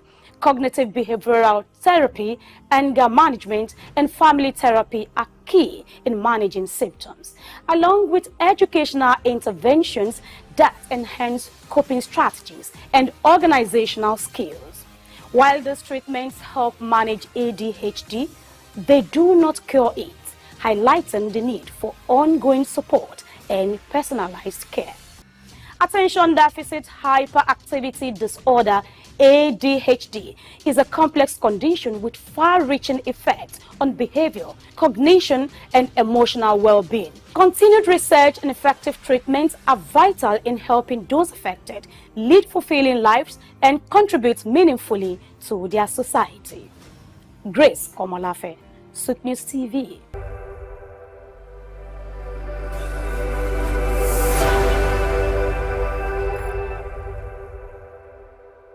Palm oil has long been a vital component of Nigeria's agricultural heritage, with roots tracing back to pre-colonial times.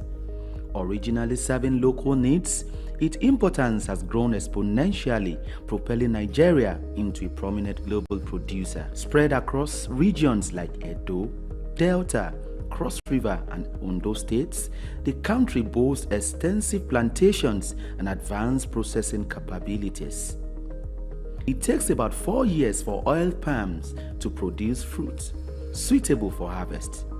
Each tree will then continue to produce fruit for up to 30 years, at which point they will have grown to around 40 feet tall. According to reports, Nigeria's palm oil production increased to 1.4 million metric tons in 2023, witnessing steady growth since 2009, with a big surge in 2010. Despite a surge in domestic consumption, reaching 1.8 million metric tons in the 2021-2022 crop year, Nigeria still imports 350,000 metric tons, primarily from China and Malaysia. Similarly, some of the challenges plaguing the sector include declined production, outdated equipment, and insufficient financing, resulting in a notable production deficit. To address these challenges, government intervention is imperative, necessitating increased funding, favorable policies, and enhanced environmental protection measures. Furthermore, Nigeria and other African countries must move away from the local way of producing palm oil to a more mechanized method for effective and efficient production. Additionally, fostering collaborations among farmers, processors, marketers of consumers, and equipment fabricators is vital for sustainable production and value chain development. Israel Adeyemi, SOUQ News.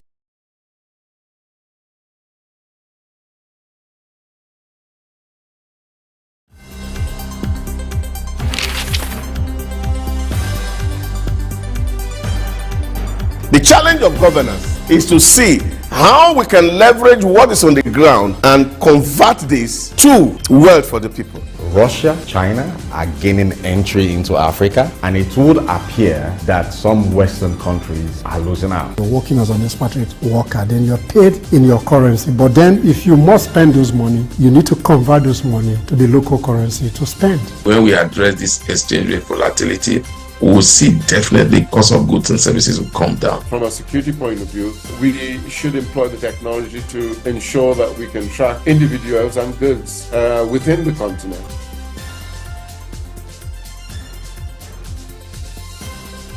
Early exchange, shaping policy, advancing development.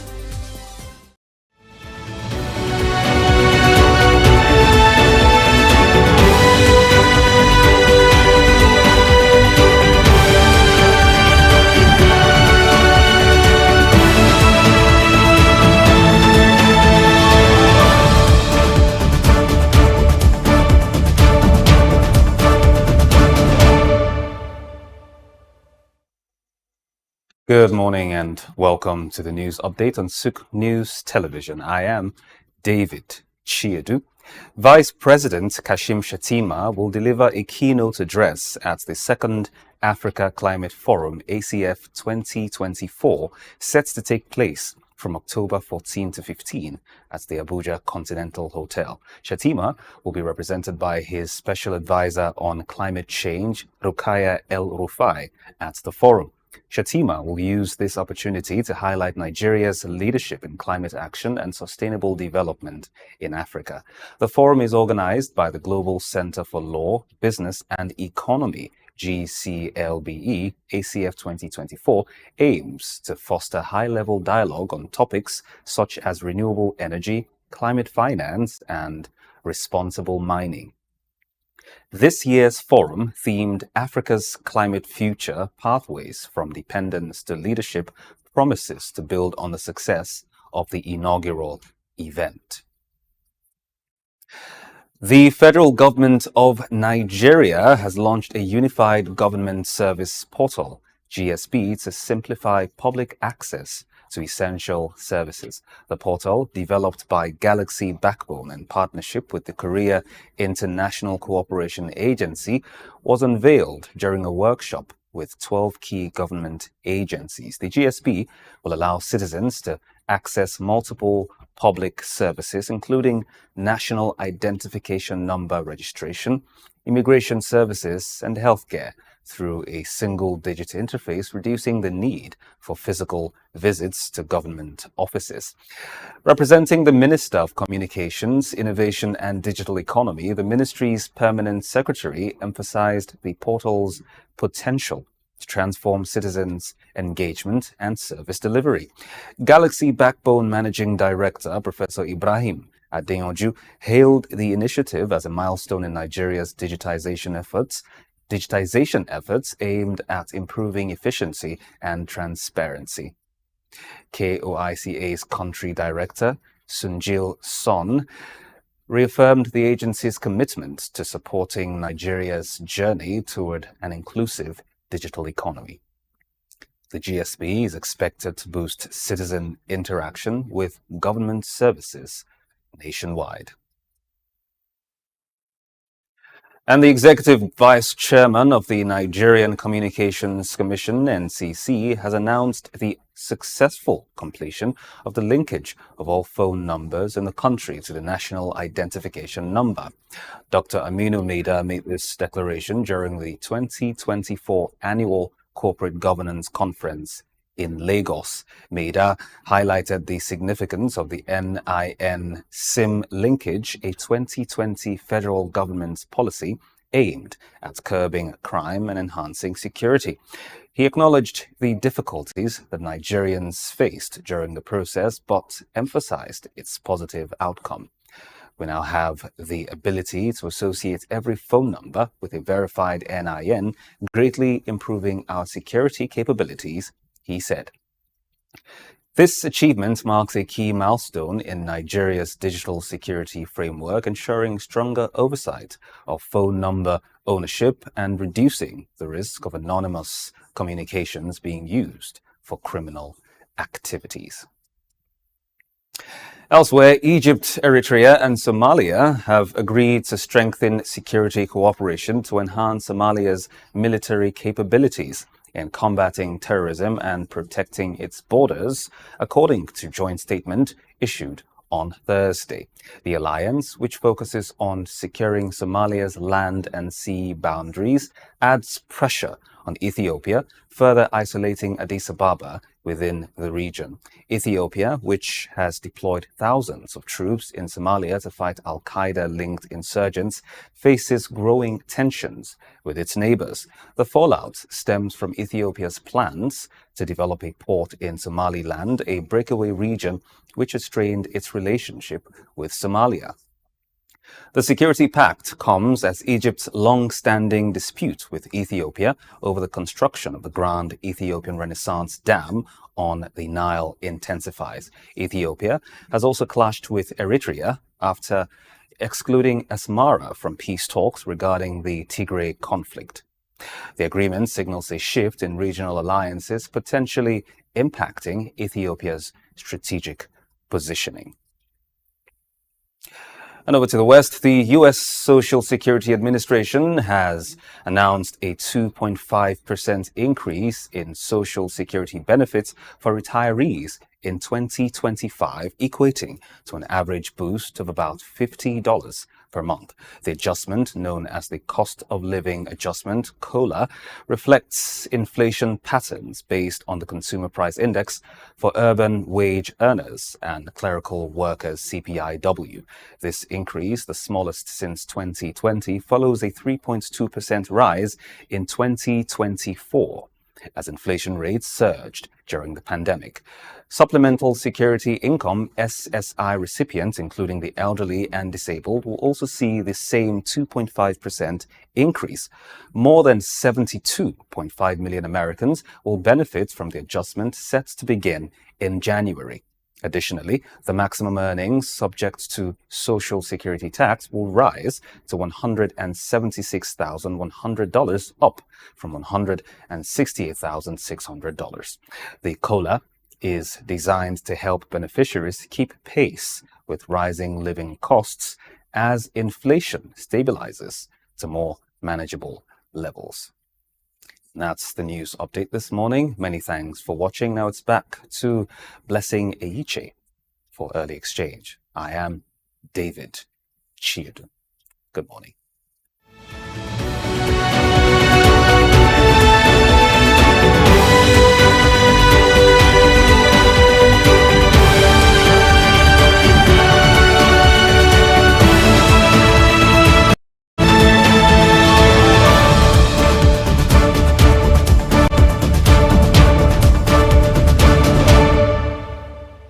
In today's fast-paced world, staying ahead of market trends is crucial. Whether you're an investor, a business owner, or just curious about the economy, you need reliable, up-to-date information to make informed decisions. When we pay our tax, or when participants pay or contribute their tax, there will be development in such an organization or country.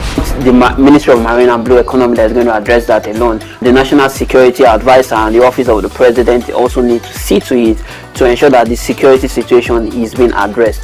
On Market Insights, we provide comprehensive market analysis, expert opinions, and actionable insights that you can trust. Create detention ponds, create facilities where you can manage that water in such a way that you don't destroy the hard work and labor of very diligent farmers. US has taken the step to say, with every innovation that exists within the financial ecosystem, we will be number one. Security of all Nigerians, not only the farmers, are well ensured. The obvious reason why we are experiencing this scarcity is the fact that we are not able to produce tomatoes and other vegetable products throughout there. Our team of seasoned analysts and industry experts enrich the conversation, bringing you the latest updates and in-depth report. With our real-time data, you'll never miss a bit. Urban farming is not a new thing in our society. It has been an old tradition since olden days. There is this clash of interests as against the word cryptocurrency, most especially like Bitcoin, as you mentioned earlier, and the MSAS and all that came up with cryptocurrency. Get instant access to market movements, trends, and forecasts. Our expert analysis helps you understand the bigger picture, while our customized reports are tailored to meet your unique needs. Peri-urban agriculture plays a very, very important role in diversifying urban diets and also providing staple foods for daily consumption. Additionally, fluctuations in the exchange rates and disruptions in the global supply chain have further inflated costs. Join us on Market Insights, Monday through Fridays, 11 a.m. to 12 noon here on SOUQ News Television. We are your premier destination for cutting-edge market insights.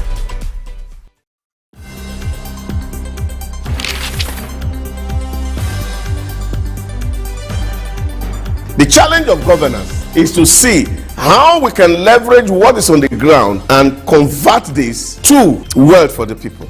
Russia, China are gaining entry into Africa, and it would appear that some Western countries are losing out. You're working as an expatriate worker, then you're paid in your currency. But then if you must spend those money, you need to convert those money to the local currency to spend. When we address this exchange rate volatility, we will see definitely cost of goods and services will come down. From a security point of view, we should employ the technology to ensure that we can track individuals and goods within the continent.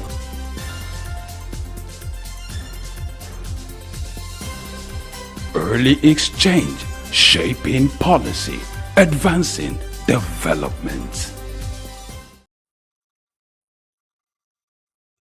We'll have what starts us for the day. For some of us, we have motivational quotes maybe written somewhere in our rooms, in our living room, somewhere that our eyes can easily just see and gets us started for the day. Some others is a cup of coffee. But for you, I do know that your starter for the day is Early Exchange. This is the Friday's edition. I am Blessing AG.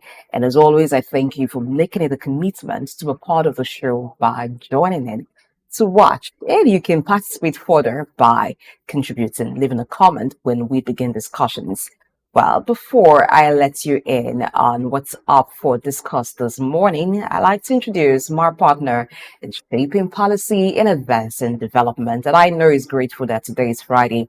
In his mind, I can hear the song, Thank God It's Friday. How do I hear that? Don't worry. That's topic for another day. Good morning, Femi. Good morning. Yes, indeed, it's Friday. What a time, to wrap up your activities for the week and also do a better plan for the next week. It gives you opportunity to do what we call a proper assessment and review of the week.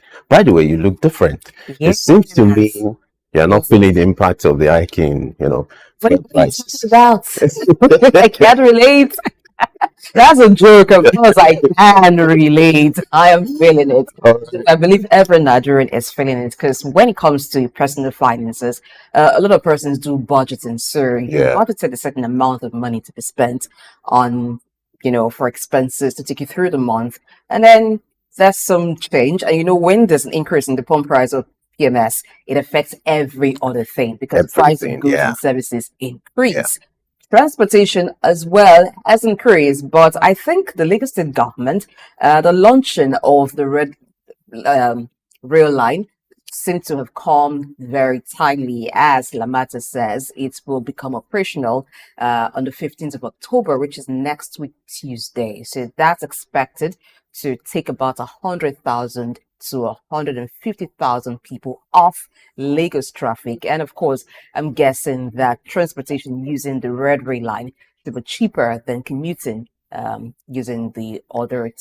Really, I must confess, it's really a trying time for Nigeria and even for Nigerian workers, But I think what some of the state governments are doing is to see how they can reduce the number of time people will be at work, giving them that understanding. So Like you're in going to some look for states, a second stream of income. instead of coming 5 days a week, they've reduced it to like 3 or 2 days a week to ensure that to be able to manage the effect of the hike in the fuel prices and the cost on transportation. But hey, whatever it is, we still hope that Nigeria will get Nigerians are resilient, and so they Nigeria find a is way. really- but that should have been taken to the extreme or taken Okay. for granted. But of course, our admonition to every Nigerian out there is to see how you can manage this crisis and survive this time. All right, let's get back to our discussion for today. We'll be talking about air cargo business, the demand, and the surge when it comes to the African-Asia corridor. As the statistics released by IATA, that is International Air Transport Association, has shown that there is a surge in the demand for air cargo service between the Africa and Asia corridor, and that increased by 21% in the month of August. That will be the thrust of our conversation. Back to you, Blessing. The guest. Oh, yeah. So we have Olumide Onayo, who's General Secretary, Aviation Safety Roundtable Initiative.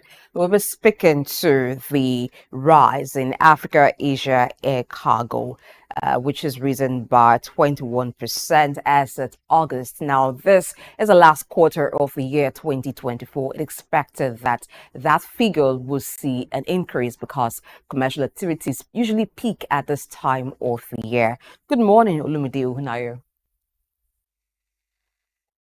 Thank you for having me.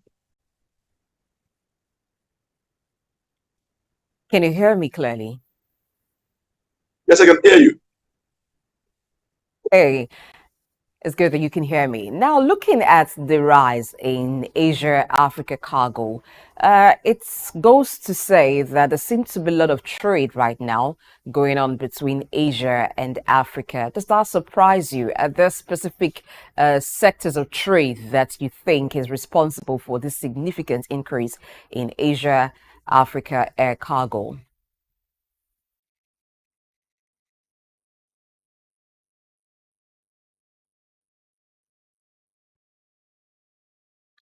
All right, there seems to be connectivity glitch there. When we get that sorted, we'll get back to Olumide. In the meantime, when I saw that report, Femi, I was sort of surprised, Asia, Africa, that the trade has actually increased, trade between Asia and Africa, but that people are now turning to the use of air cargo rather than maritime cargo, suggests that maybe the issues that was once experienced with the Suez Canal and some other supply chains disruption has not totally cleared for a lot of transactions or a lot of supply be done now using air cargo.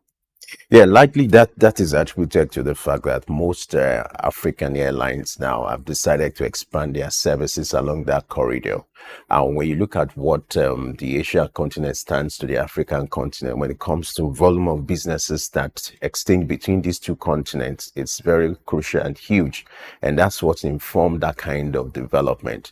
And if you look at what China is doing recently, which is like a key player in that region, you understand that why it's important for that demand to be, to be of the increase. And so for Africa, Asia is quite strategic. And this is also boosted by the fact that you have e-commerce taking place in between this region, so which has also necessitated this kind of demand. So the surge we started around May, April, May, dovetailed to August, which is the figure we are having according to what was released by the International Air Transport Association, which is like 21%. And globally, that's been the trend. If you study the trend in air cargo demand or services in the last 6 months, that's been the trend. There's been that surge. But specifically, we're looking at the role of African airlines here, who have decided in recent time to expand their services to that corridor. You're aware of what one of the prominent airlines in Nigeria did recently, which I don't want to mention. I'm not paid to do that. So, but it's also contributing to it, and that's why this development is something significant to talk about. All right, let's get back to our guest. We are trying to reconnect with our guest now. Lent is ready for us. Glad to have you join us once again on Early Extinct this morning.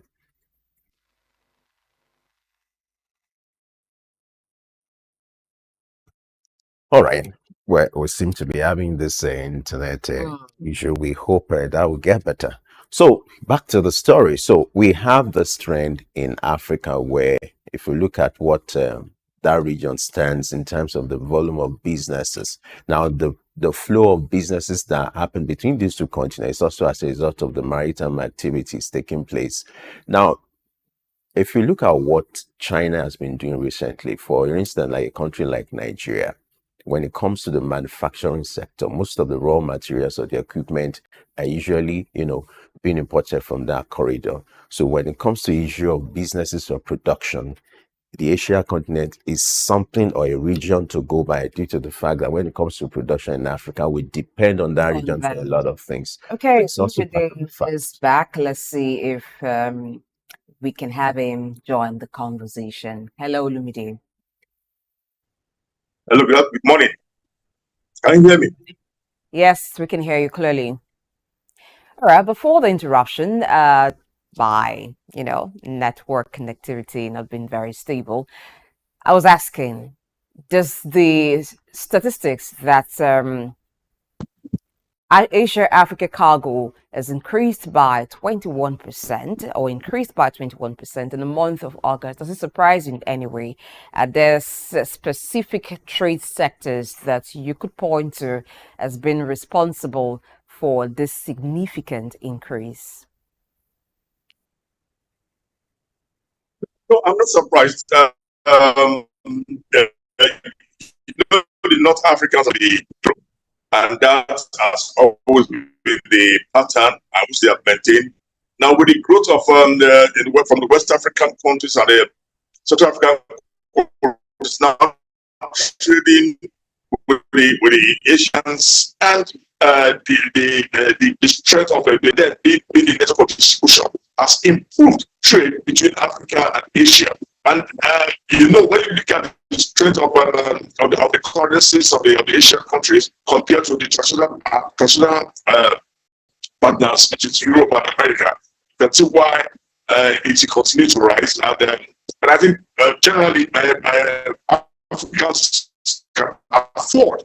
That's necessary to say they have the best products. Africa can afford. Africa has a way of negotiating cost with Asians when it comes to production of goods. Then discussing the Europeans and Americans, and it's a reason why you see that trade growing, and I think it will continue to grow what the economy is doing, and we have improved disposable income. All right, before we go ahead with the conversation, we just need to go on a short break now. When we return, we continue our conversation with our guest. Stay with us. In today's fast-paced world, staying ahead of market trends is crucial. Whether you're an investor, a business owner, or just curious about the economy, you need reliable, up-to-date information to make informed decisions. On Market Insights, we'll provide comprehensive market analysis, expert opinions, and actionable insights that you can trust. Our team of seasoned analysts and industry experts enrich the conversation, bringing you the latest updates and in-depth reports. With our real-time data, you'll never miss a bit. Get instant access to market rulings, trends, and forecasts. Our expert analysis helps you understand the bigger picture, while our customized reports are tailored to meet your unique needs. Peri-urban agriculture plays a very, very important role in diversifying urban diets and also providing staple foods for daily consumption. Additionally, fluctuations in the exchange rates and disruptions in the global supply chain have further inflated costs. Join us on Market Insights, Monday through Fridays, 11 a.m. to 12 noon here on SOUQ News Television. We are your premier destination for cutting-edge market insights.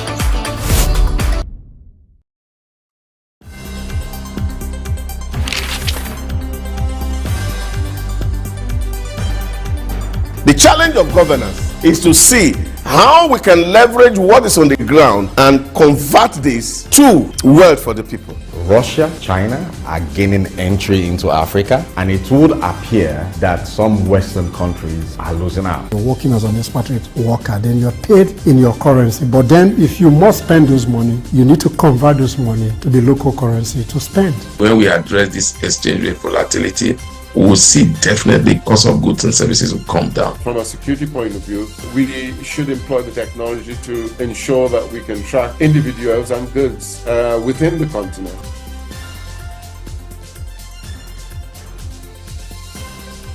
Early exchange, shaping policy, advancing development.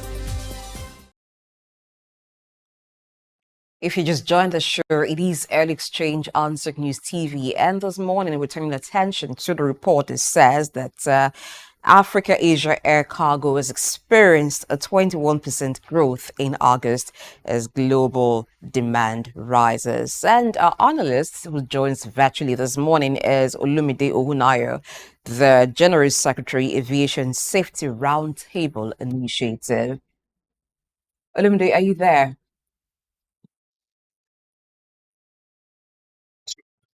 I hope same too. Now, looking at what this increase in Asia-Africa cargo has done for African airlines, which has seen a rise by 7.5%, do we have Nigerian airlines that we could say, oh yes, taking part in this, and air cargo rise is acting as some buffer for them, given the challenge that the Nigerian aviation sector has been having with trying to stay afloat? As of today, Nigeria is not a strong player on international cargo markets. But then it is not only the airline that benefit from the increase in cargo, the airport itself, the general ecosystem, the employers, the handlers, the loaders, trucks that carry those on those goods, customs, the agencies, everybody gets more taxes from with increase in cargo. So it's a general benefit to the ecosystem. But for the Nigerian carriers, we are not a strong player on the international market. We still do not have a cargo carrier that operates fully.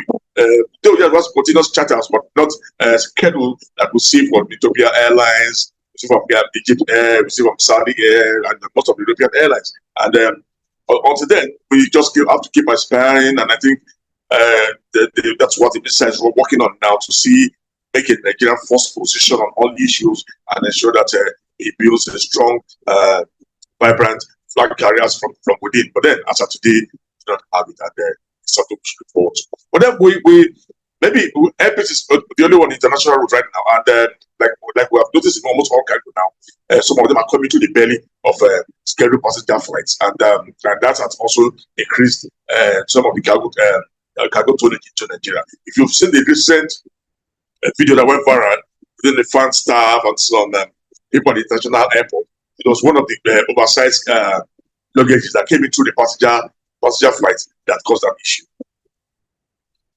All right. Now, according to this report, African airlines have been spotted here as contributing significantly to the growth of air cargo globally.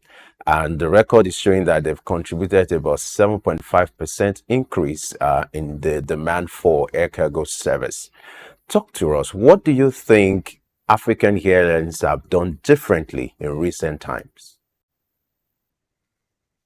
Basically, it's not the airlines alone. I mean, you need to look at the economy of the Africa, because the airlines will not just bring cargo, except there's a demand for it.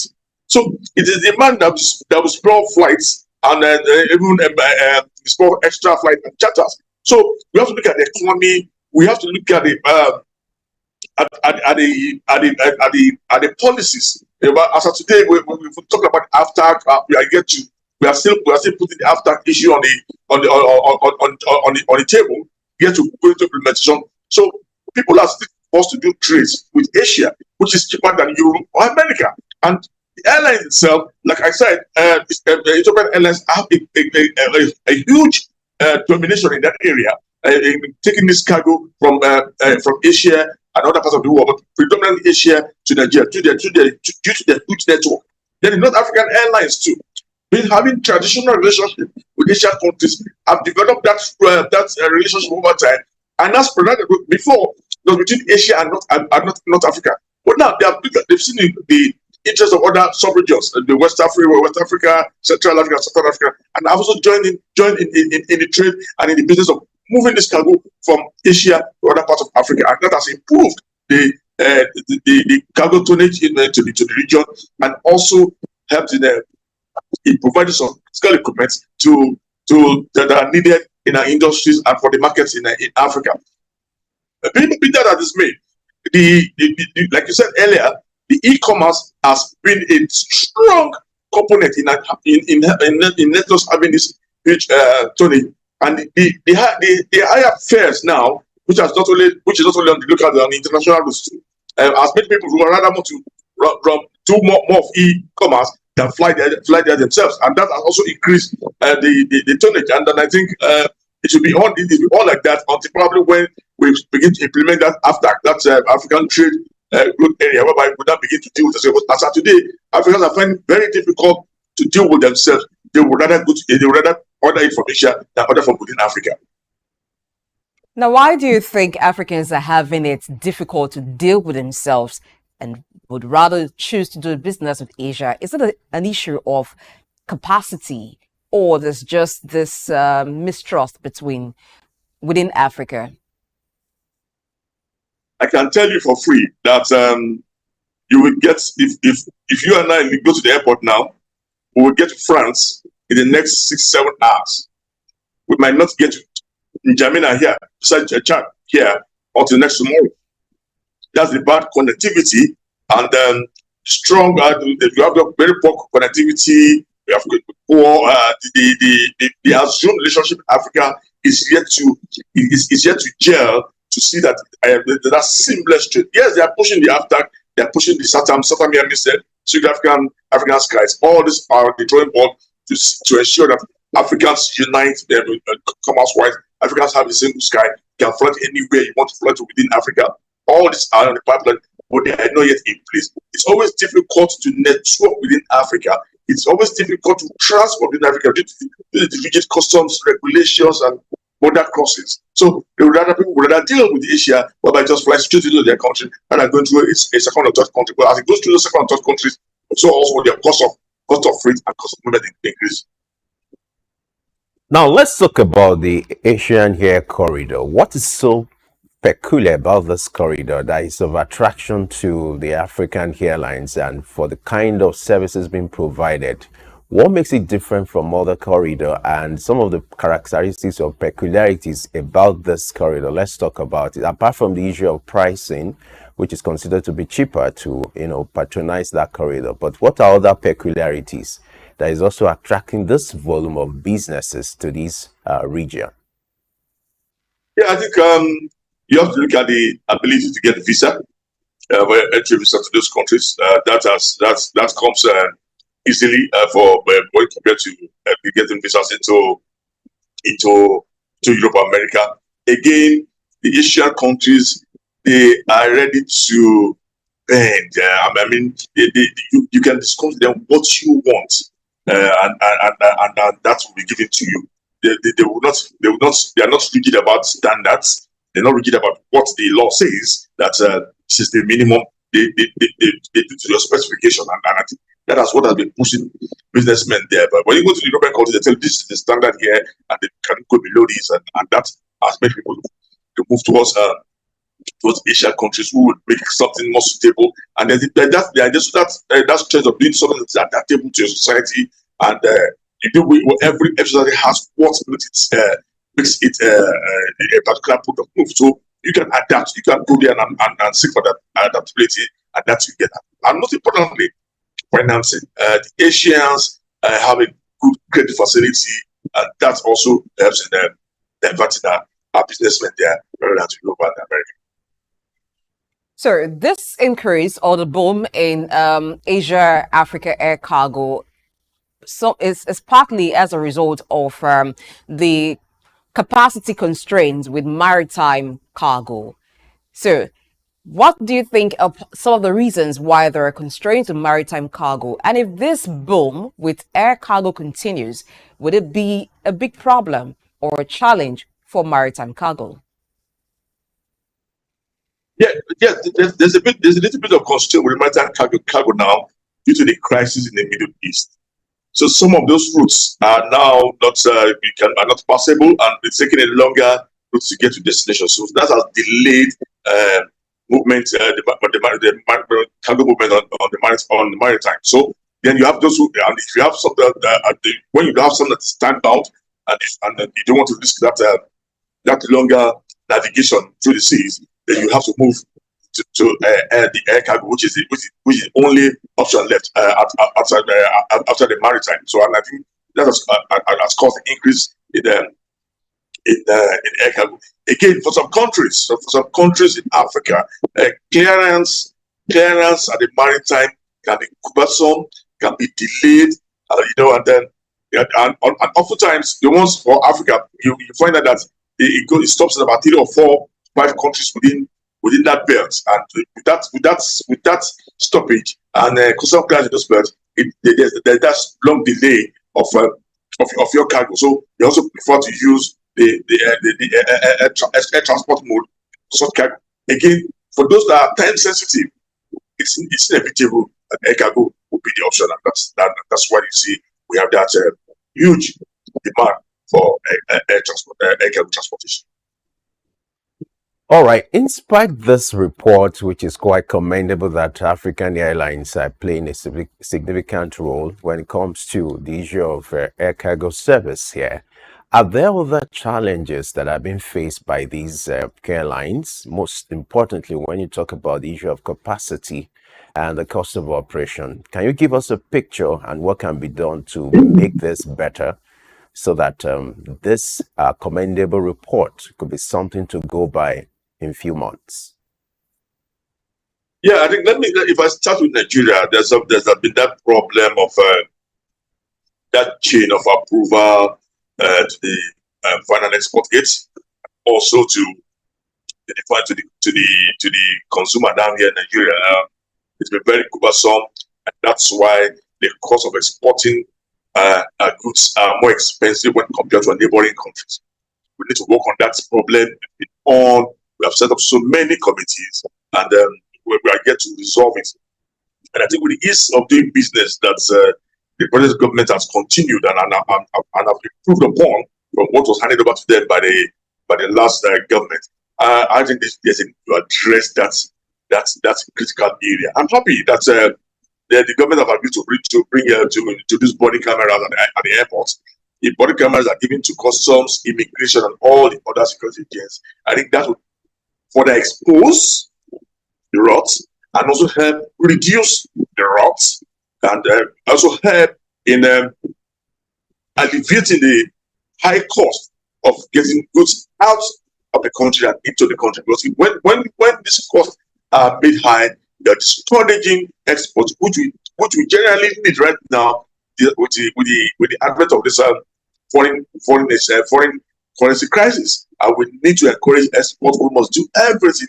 And when you get to the cargo terminal, you see people sweating, you see people pushing each other just to get maybe one bag of this out of the country. But I think they need to improve that eco chain, the cargo export eco chain at the airport.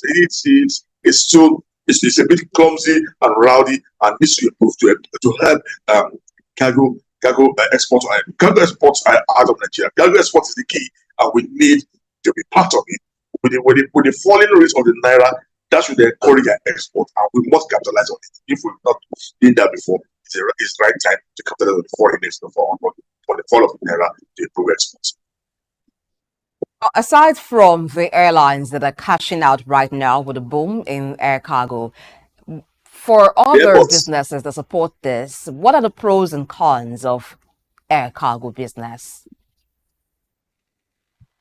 Well, you see, air cargo business is not benefiting the airlines and the airports community alone, but the economy in general.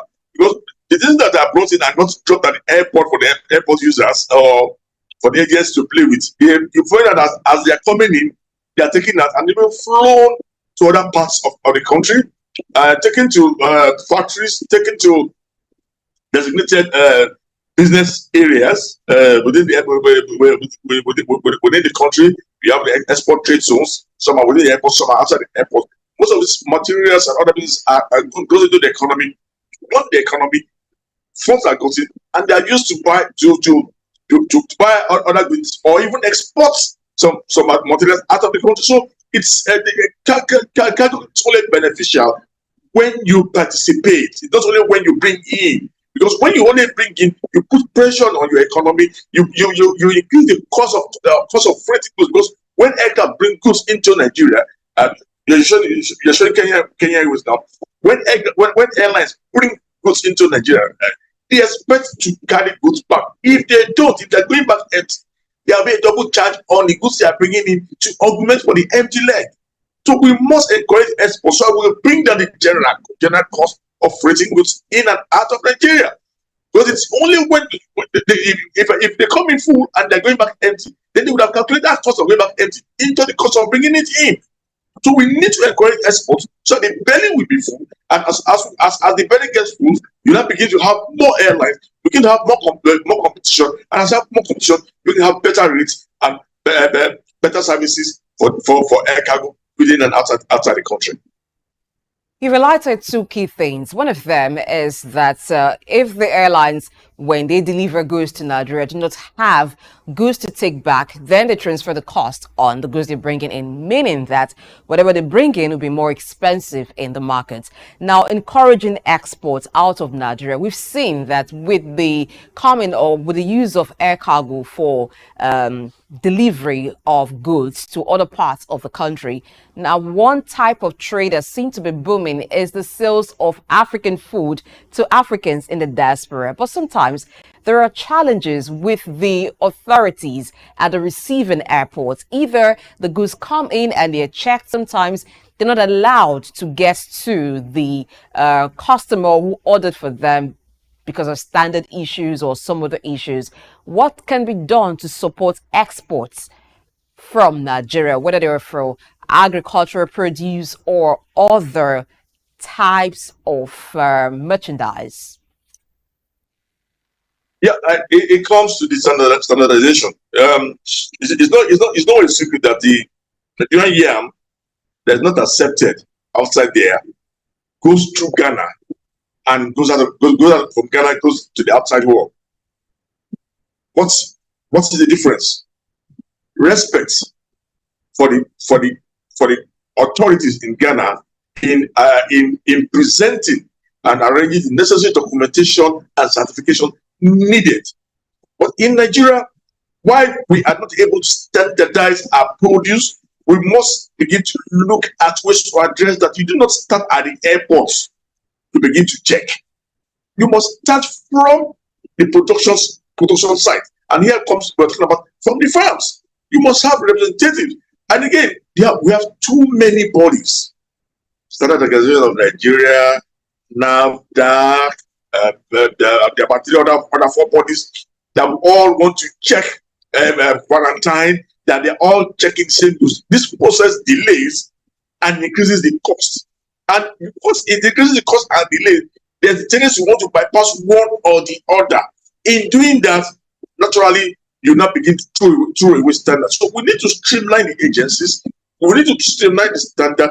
We need to address our colleagues. When I say colleagues, their own colleagues in other countries. You need to attend international organization meetings and conferences, stating your own position and knowing what problem they have with you before your goods can come in.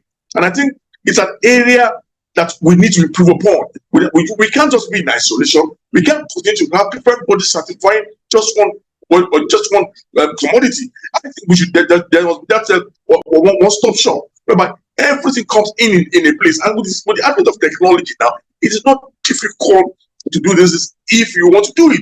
I forgot, I didn't mention FIRO. FIRO is also another body that also gives us standards. So I think there must be that collaboration with all these bodies to come on that to have a joint system of process that will approve this report symmetrically and allow our goods to live on time without much difficulty, and also ensuring they support these exporters by liaising and talking to their counterpart of measures they have put in place and how these have met with the standard asked for in that country. Now, talking about the presence of multiple agencies at the airport or being involved in cargo clearance in Nigeria, this agitation has been on for years, the debate to streamline this number of agencies. But why do you think it's been challenging to achieve this? And then what will be the role of technology here? Having a single window where all these agencies the activities could be plugged in, and it's easier for exporters or importers to access these agencies. So why is it difficult to streamline the number of agencies involved in cargo clearance in Nigeria? And then what will be the role of technology here? You and I are Nigerians, and you know how difficult it is to eradicate corruption, bringing standards in. But once there's a will, there's a way. I'm happy to see the ease of doing business. The ease of doing business of government is on now. And I think it's time to look at that export area. There was a committee set up to look at the multiple agencies and SOUQ, the unnecessary committee, and that report has never been implemented till today.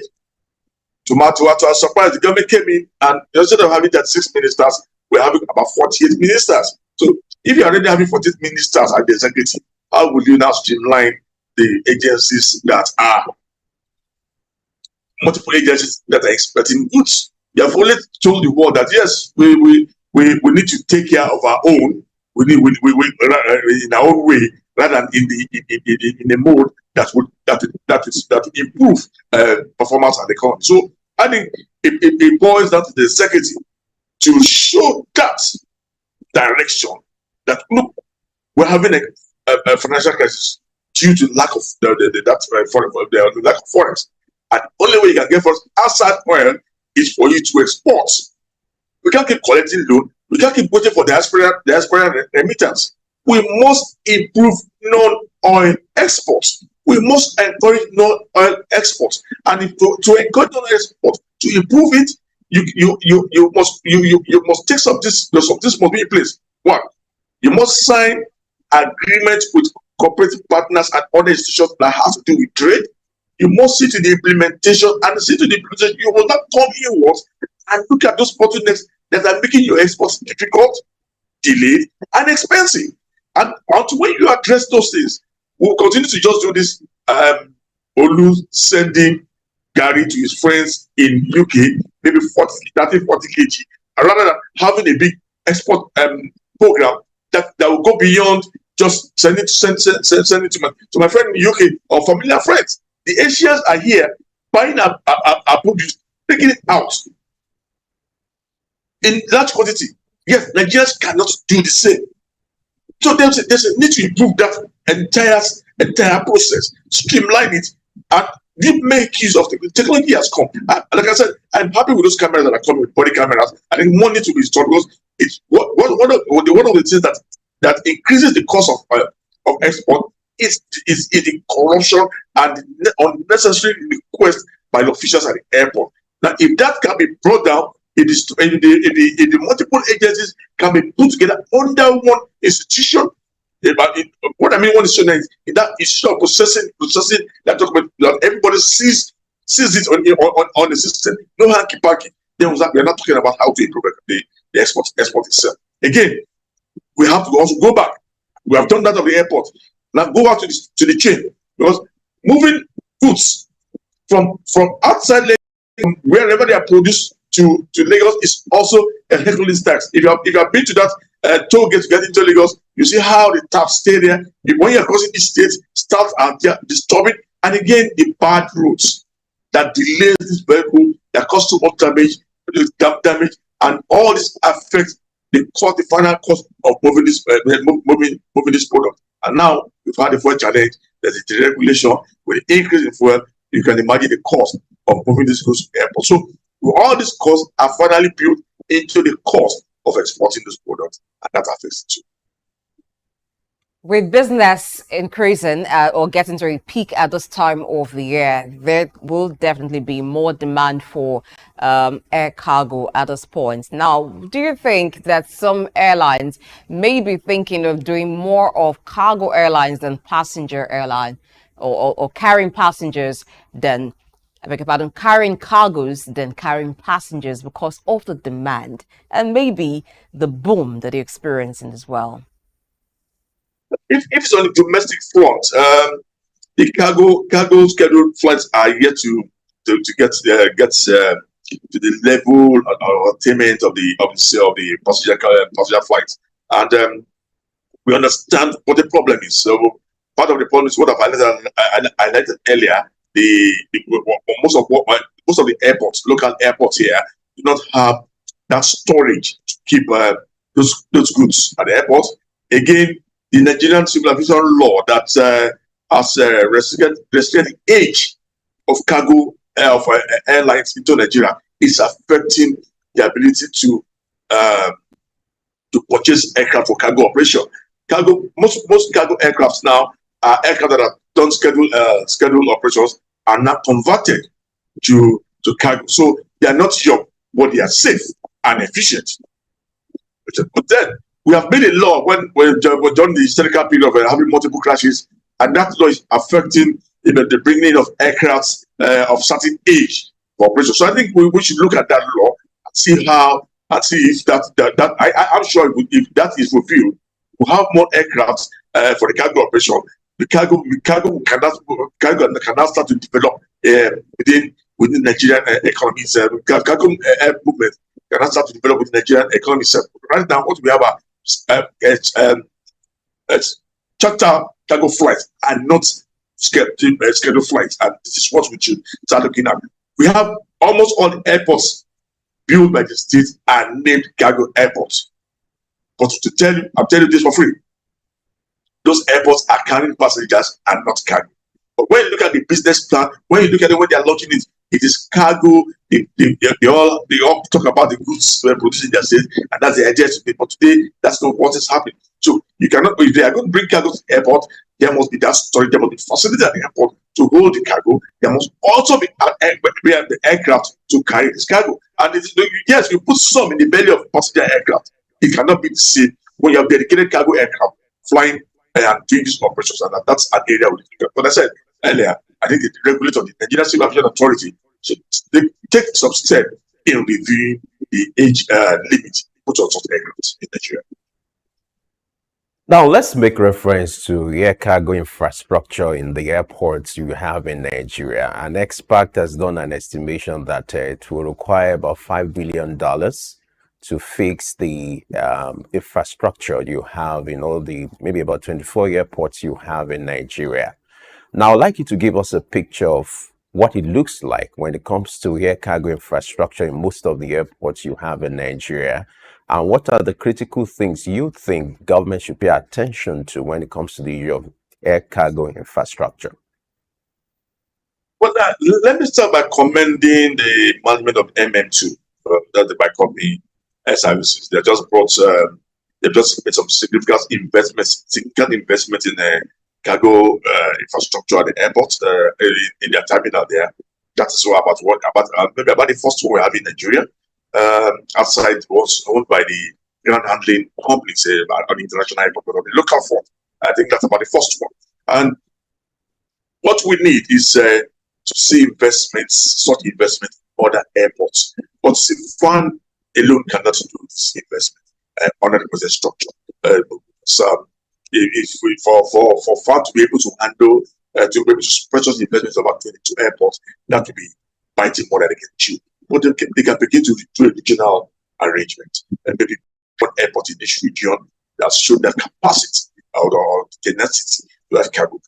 There's the facilities, the cargo facility, apart from the warehousing is the least of it. But then there are other things that you need that coolant, the cooling system, the temperature compliant warehouse for some other perishable goods. Some of these things would some of this equipment and infrastructure are something that they need to invest on. And at times they can even partner with the organizations or states that this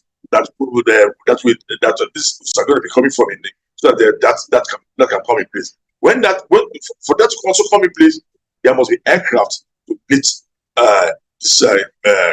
goods. Because you taking goods to the airport and there's no aircraft to lift it, would destroy the goods, and all the expenses put on it would have been wasted. So they will also need to work on those and work on cargo airlines. Yeah, I know about 1 or 2 cargo airlines that have just registered in Nigeria, and they're going through that process of getting their aircraft in. And that's why I'm pleading with the regulator to look at that review of the age, so that some of these aircraft can come in and begin to have scheduled cargo operations to different parts of the country, rather than only when on charter flight. When you have more scheduled flights, you have brought more employment into the country. You have brought an increase in the use of Nigerian airspace. You have brought increased training for our professionals in that field, and you have also increased revenue for the agencies and all those involved in the value chain of moving those goods. The truckers, the cargo agents, the loaders, everybody would benefit from the system. And also, most importantly, that increases their vision contribution to the nation's GDP. All right. In that report as well, the IATA report highlighted the performance of different regions in the global air cargo market. So in the lead, we have Asia Pacific Airlines leading the global cargo market, followed by European carriers, North American Airlines, and then Latin American carriers. But what this is revealing is the rebound of the air cargo markets globally after the COVID-19 pandemic. Is this sustainable? Yes. Once we have peace worldwide and the economy keep booming and people, big organizations and companies are functioning, definitely the cargo will boom. Peace is paramount to the growing of the economy. And once there's peace and we are able to encourage small-scale industries, encourage companies with appropriate economic policies and monetary policies too, which would give access to credit, then definitely cargo will boom. And for cargo to also boom, then you have the people itself. It's not like the airline say, okay, we need the middle class to fly. For cargo to boom, every sector of the economy, whether it is high, middle, or low, must have that income, that disposable income to buy, to use. And once that is there for people, for the citizens, then they're looking about increase in cargo and increase in cargo movement. So it's not within the sphere of the airlines alone to see to the improvement of the cargo, but it's generally the global economy. How it moves, how it diversifies, and that helps FCA or us through this improved cargo movement. Well, for most of the West African countries, we take in more of finished products and export raw materials and until when that can be improved or turned around, we just need to continue to develop our raw materials to quality, so that we can also start working and using those materials to make those producers which can also export. You can see what's happened over the years. We've been taking out food and importing the finished products. But now, Dangote is here now. He has started exporting. So other refiners that have always been on ground but were not used are now also ready, asking for crude to be given to them so that they can also export. And when these companies do export their products, you find that when they get paid, they look at what they can bring in back with. They just turn through the market. They see what they can bring in into the country with the sales of those products. And once we begin to sell and they make money, you can show that cargo will definitely continue to be, they'll be on that increased line. But again, I look forward to the African after that implementation will be fast and furious, if I would use that word now, because we spent so much time in preparing, drawing the lines and doing the graph for that to be implemented, so that Africa can start benefiting. We can start that trade within us, because when the trade within us is encouraged and moves smoothly, you're sure getting better products. I'm not in terms of quality, but it might be cheaper. It definitely be cheaper, and that will encourage improvement and also increase the movement within the sub-region and also in Nigeria in particular. All right. Before now, there's been so much talk about the issue of 24 hours cargo clearance, having 48 hours cargo clearance. Give us a picture of what is playing out. And of course, what you've painted earlier is a far cry from this reality. Now, if this is going to become something to go by, 24 hours cargo clearance, 48 hours cargo clearance, what are the steps to be taken to ensure that this become a reality as we wrap up this conversation? Well, I highlighted some of the things that they can make that work, and that's it must come from the top. When you have different agencies under different ministries and leadership, you cannot push that to the airport authorities. You cannot push that to a particular ministry to lead that process, to make it more efficient, to bring all agencies, both security, regulatory, monitoring agencies, to bring them together under an umbrella. That directive must come from the presidency.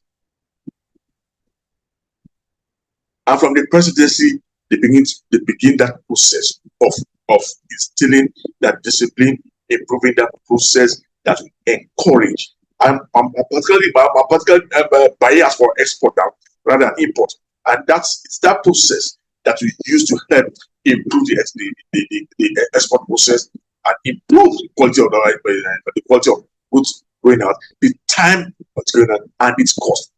For us to get those cost, time, quality in place, we need the ease of doing business. You not just focus on the passengers alone.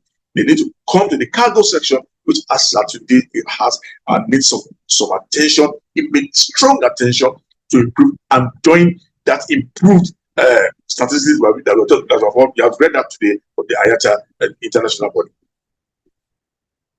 Thank you so much, Olumide Hunaya, for your time with us on Air Exchange this morning. Let's hope that Nigeria, particularly Nigerian Airlines, will position rightly to take their share from the burgeoning Africa-Asia air cargo market, and so the economy can thrive better.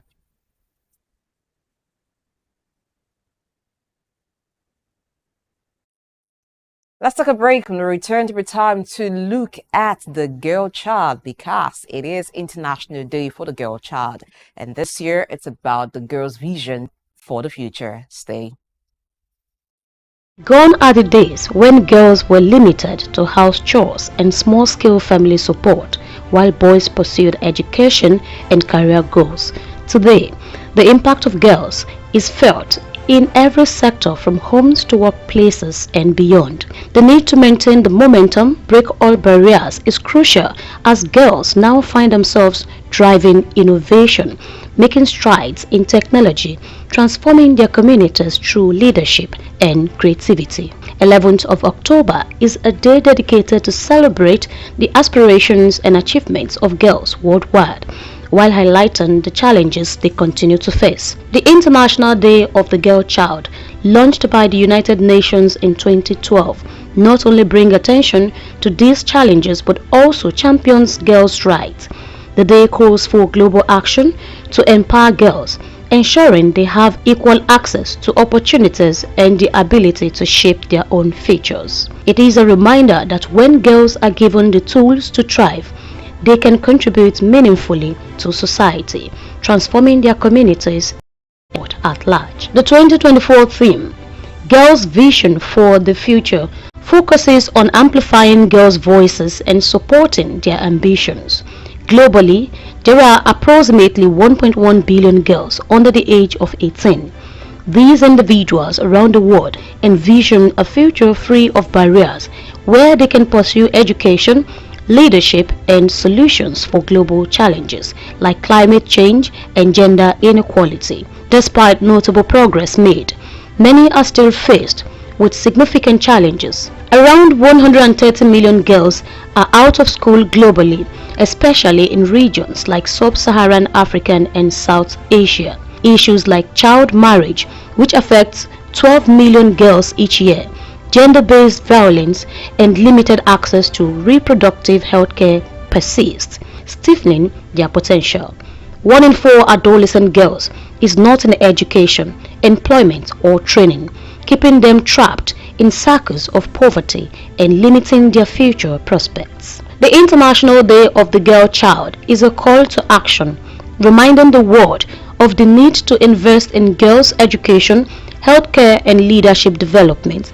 It urges global leaders, communities, and individuals to create spaces where girls can thrive and realize their full potential. Campaigns addressing harmful practices like female genital mutilation, which affect over 200 million girls and women worldwide, and promoting better sanitation, especially for girls in low-income countries, have made progress, but more remains to be done.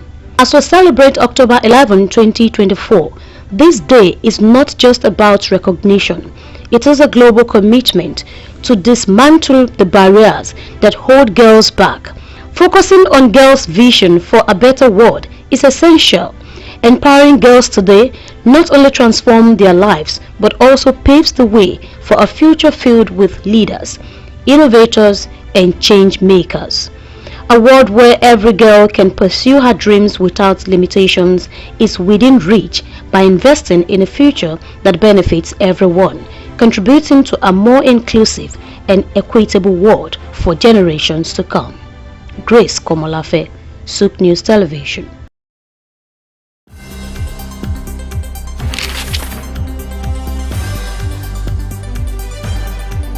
The challenge of governance is to see how we can leverage what is on the ground and convert this to wealth for the people. Russia, China are gaining entry into Africa, and it would appear that some Western countries are losing out. You're working as an expatriate worker, then you're paid in your currency. But then if you must spend those money, you need to convert those money to the local currency to spend. When we address this exchange rate volatility, we will see definitely cost of goods and services will come down. From a security point of view, we should employ the technology to ensure that we can track individuals and goods within the continent.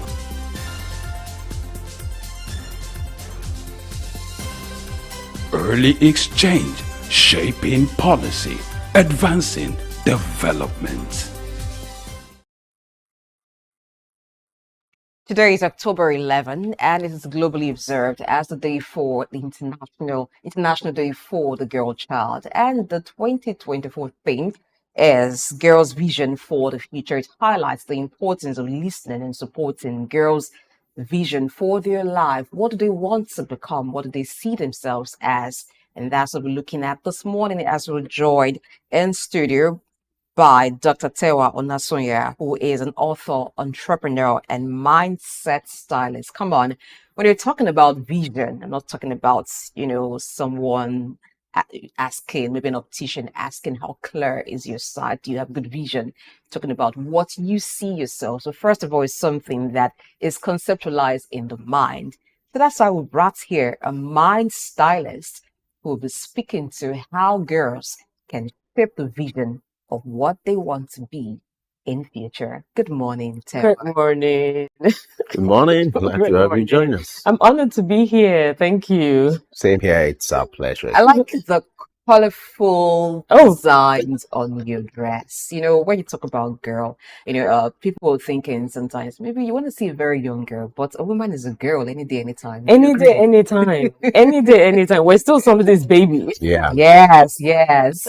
You're right about that.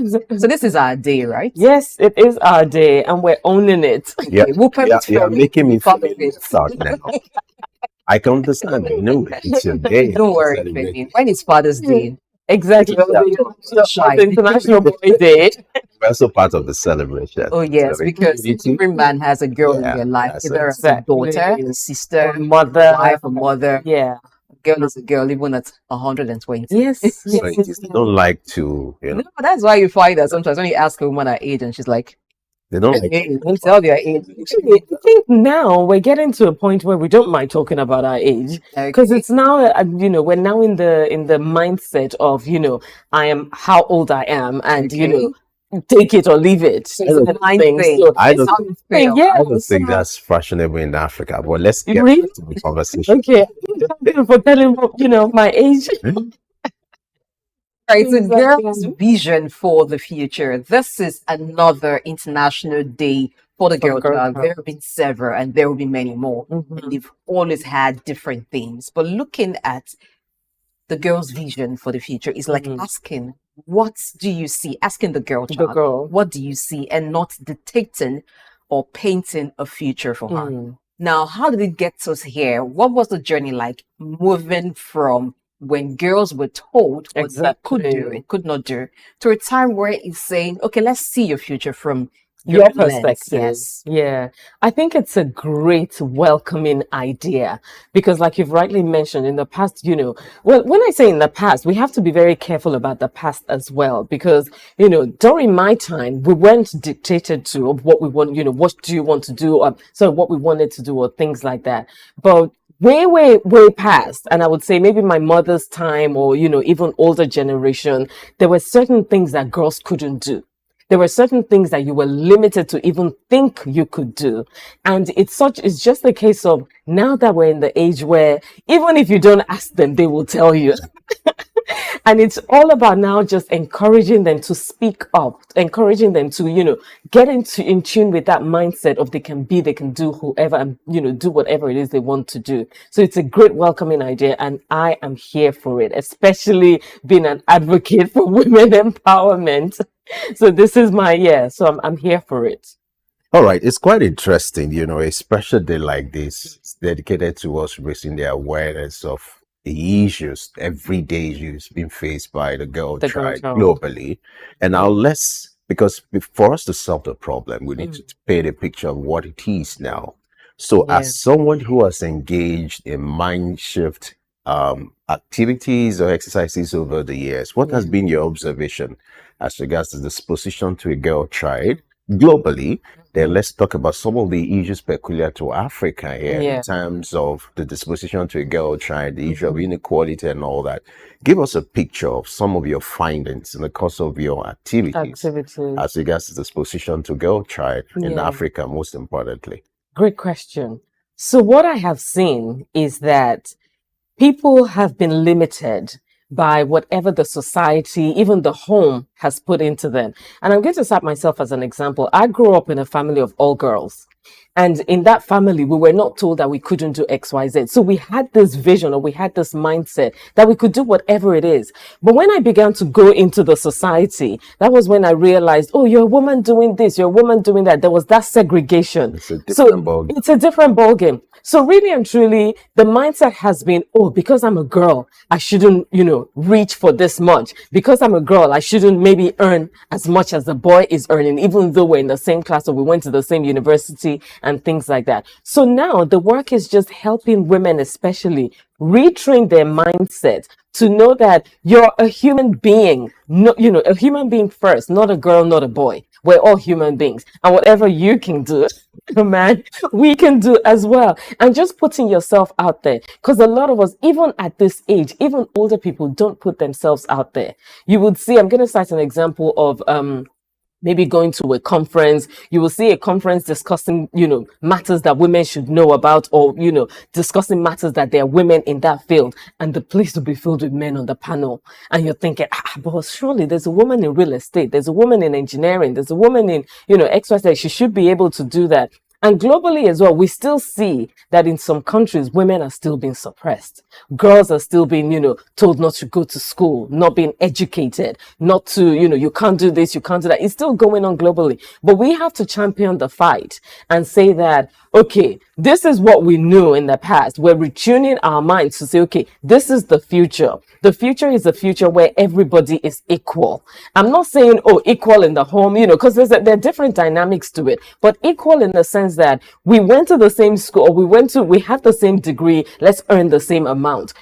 I can do whatever I want to do. I can be at a meeting at 2 a.m. if I need to be. It's not just because he's a man, he can do that. So it's just retuning that mind and making women, understand the fact that you are enough and believing in yourself as well. That is a big thing, because over the years we've been suppressed, we've been told pulled down and things like that. So it takes I always say this, that it took a while for that mindset to be placed on women or girls. So it's going to take a while for it to be retrained. So it's something that has to be intentionally done as often as possible.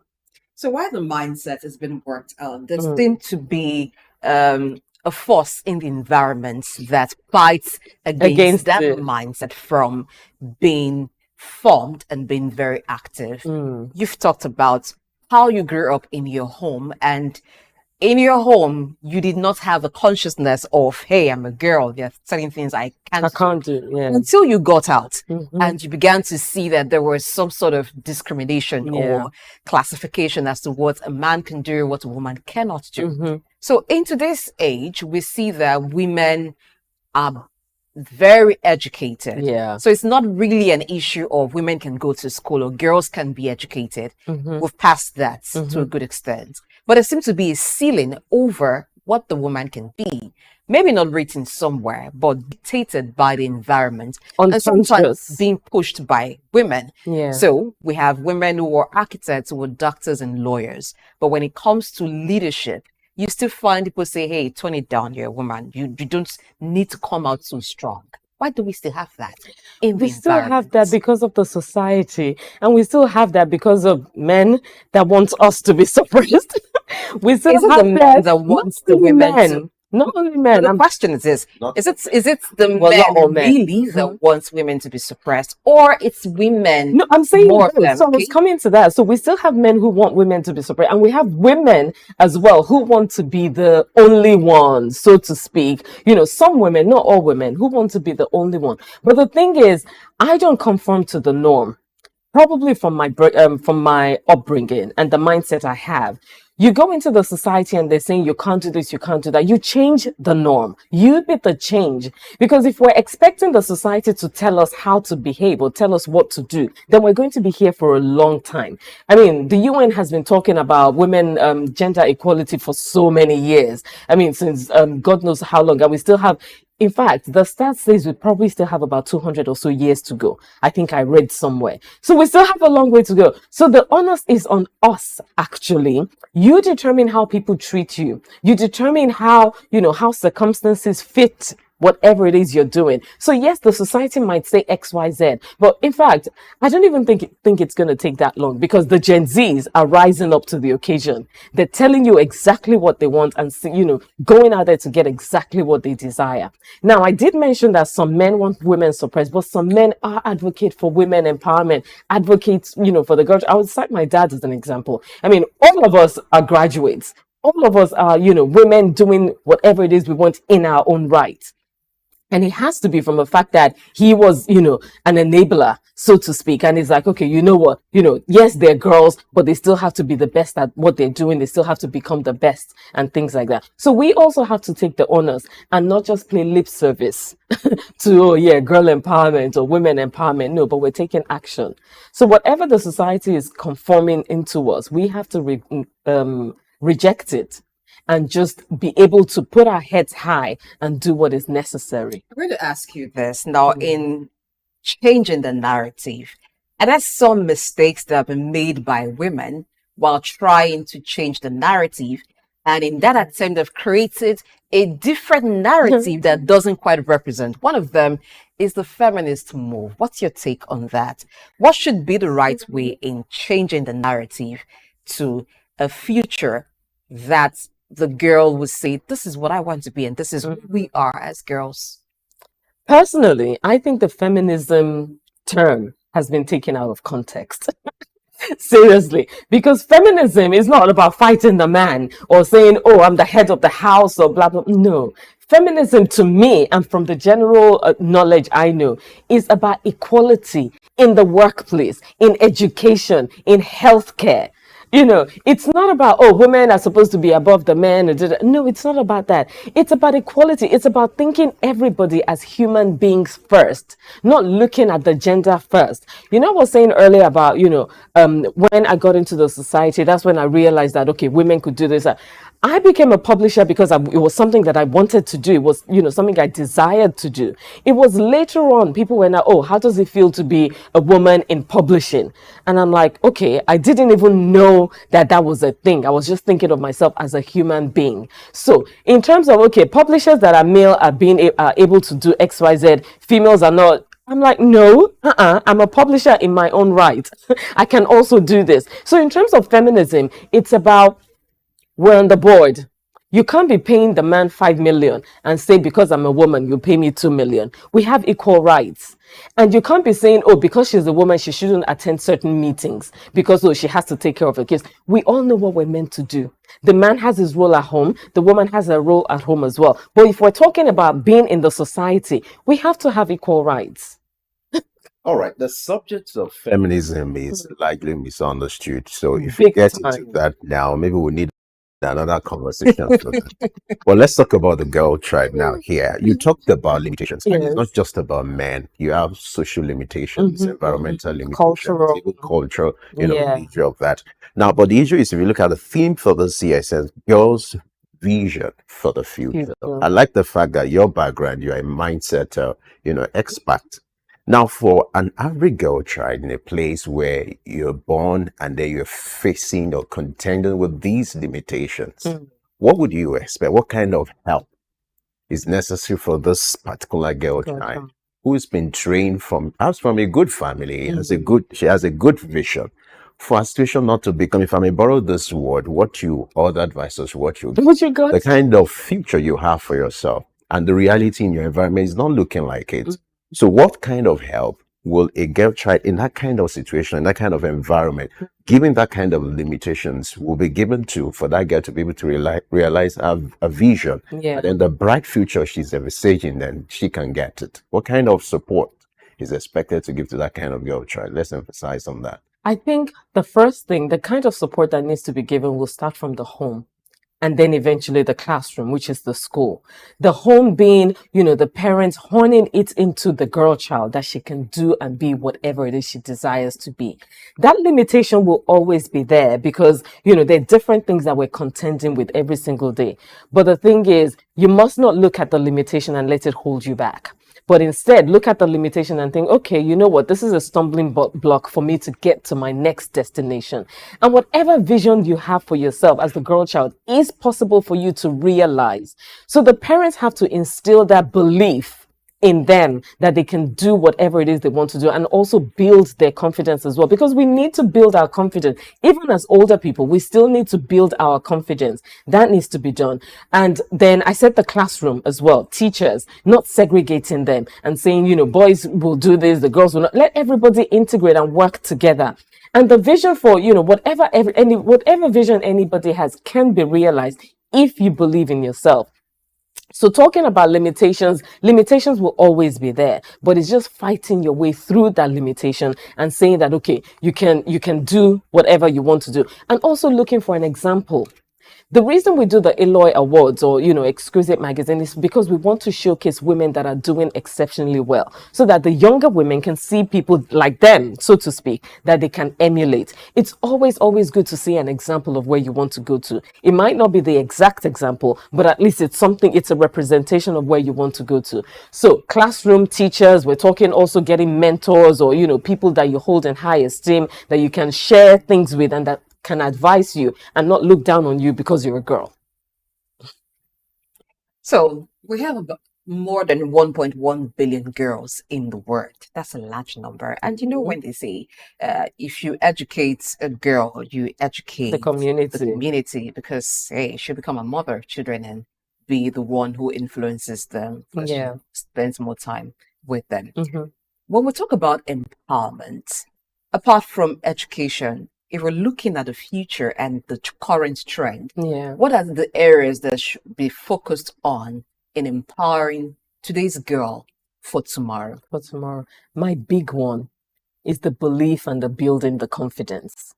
Because that needs to be, you can get, you can be as confident as you think you're confident. You get to a place and somebody says something and everything comes shattering down. So it's building that confidence. That is empowerment. Being able to hold your head high anywhere you go to, knowing that you're not always right. But then again, leaving that room to learn, but you're confident in yourself. You have that belief in yourself that you can, that you can hold your ground. So I think that is very, very important. And that is the start of empowerment. And it's a mindset thing as well. If you're confident and you're continuing to build your confidence, how do you build your confidence? By doing something that ordinarily you don't know how to do. And then you get better at it, going to different places that ordinarily you probably will be scared of going into. But you're building your confidence by, putting yourself in those situations. So in terms of empowerment, is building that confidence and then building resilience as well. Fall down 9 times, rise up 10, because life will always throw something at you. So you must make sure that you're building that resilience as well. So those for me are the important things, and obviously doing the work, taking action, not saying, because I'm a girl or because I'm beautiful, I can walk into any door. Yes, you can walk into any door, but when you get to the table, what do you bring to the table? What is your intellectual, for the lack of a better word, intellectual property? What is it like? My mom always says something to us when we were younger, that your education is your property. Nobody can take it away from you. And that's been instilled in me. And I still hold on to that belief till today. So even though I'm a beautiful, very beautiful woman, what do I bring to the table in terms of my intellect? And that intellect can only be built over time by being confident. And for you to be confident, you need to be learning. You need to be, educating yourself every single time, knowing what's going on. All right. When you're having this kind of conversation, I always love to talk about the African feel, So let's talk about the plight of an African girl child. I'm an African and I'm passionate about that, because you must acknowledge the peculiarity of a girl child. What they go through here could be different from other climes. So let's talk about the African continent, where you have the issue of out of school children. Yeah. And if you look at the statistics, most of these out of school children are girls. Now, what kind of attention should be given to this trend? Most importantly, in the North, it's becoming, an issue to deal with, and girls are largely affected. Yeah, let's talk about this issue. What should be done to address it? Should there be a special bill, a special attention to ensure that this is kicked out for the society to be better for it? I like the idea of a special bill, because I think that, a bill does need to be created where you ensure that every child is in school. Make sure every child is in school. But for us to for the bill to be understood, the parents needs to be educated as well, because we're mentioning the North and some other parts of Nigeria or parts of Africa. Some of the men or some of the fathers still have this notion in their heads that there's no point in training a girl child because she's going to be married off someday anyway. So her husband will take care of her. So the parents need to be educated. Every single thing that happens to every single one of us in this life starts from the home.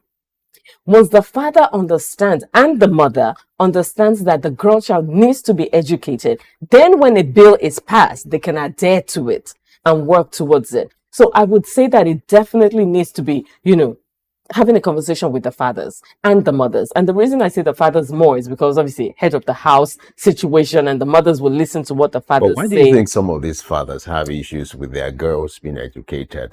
I think it's a case of, it might be a little bit biased. I think it's, culture, in the sense that they believe if a girl child is educated, then she's enlightened and then can fight for herself. That's what I believe. Because if you look at the olden days, actually not even the olden days, even it happens in recent times where the women are not that educated, they're suppressed more. And they can't do or say anything because they're being suppressed. So I feel like, fathers probably think, maybe not out of their doing, but the cultural thing that has been instilled in them that, oh, if this girl is trained to an extent, then she won't be marryable, so to speak, because she will get to her husband's house and be saying XYZ to the people there. So I think, it's largely a case of awareness and education.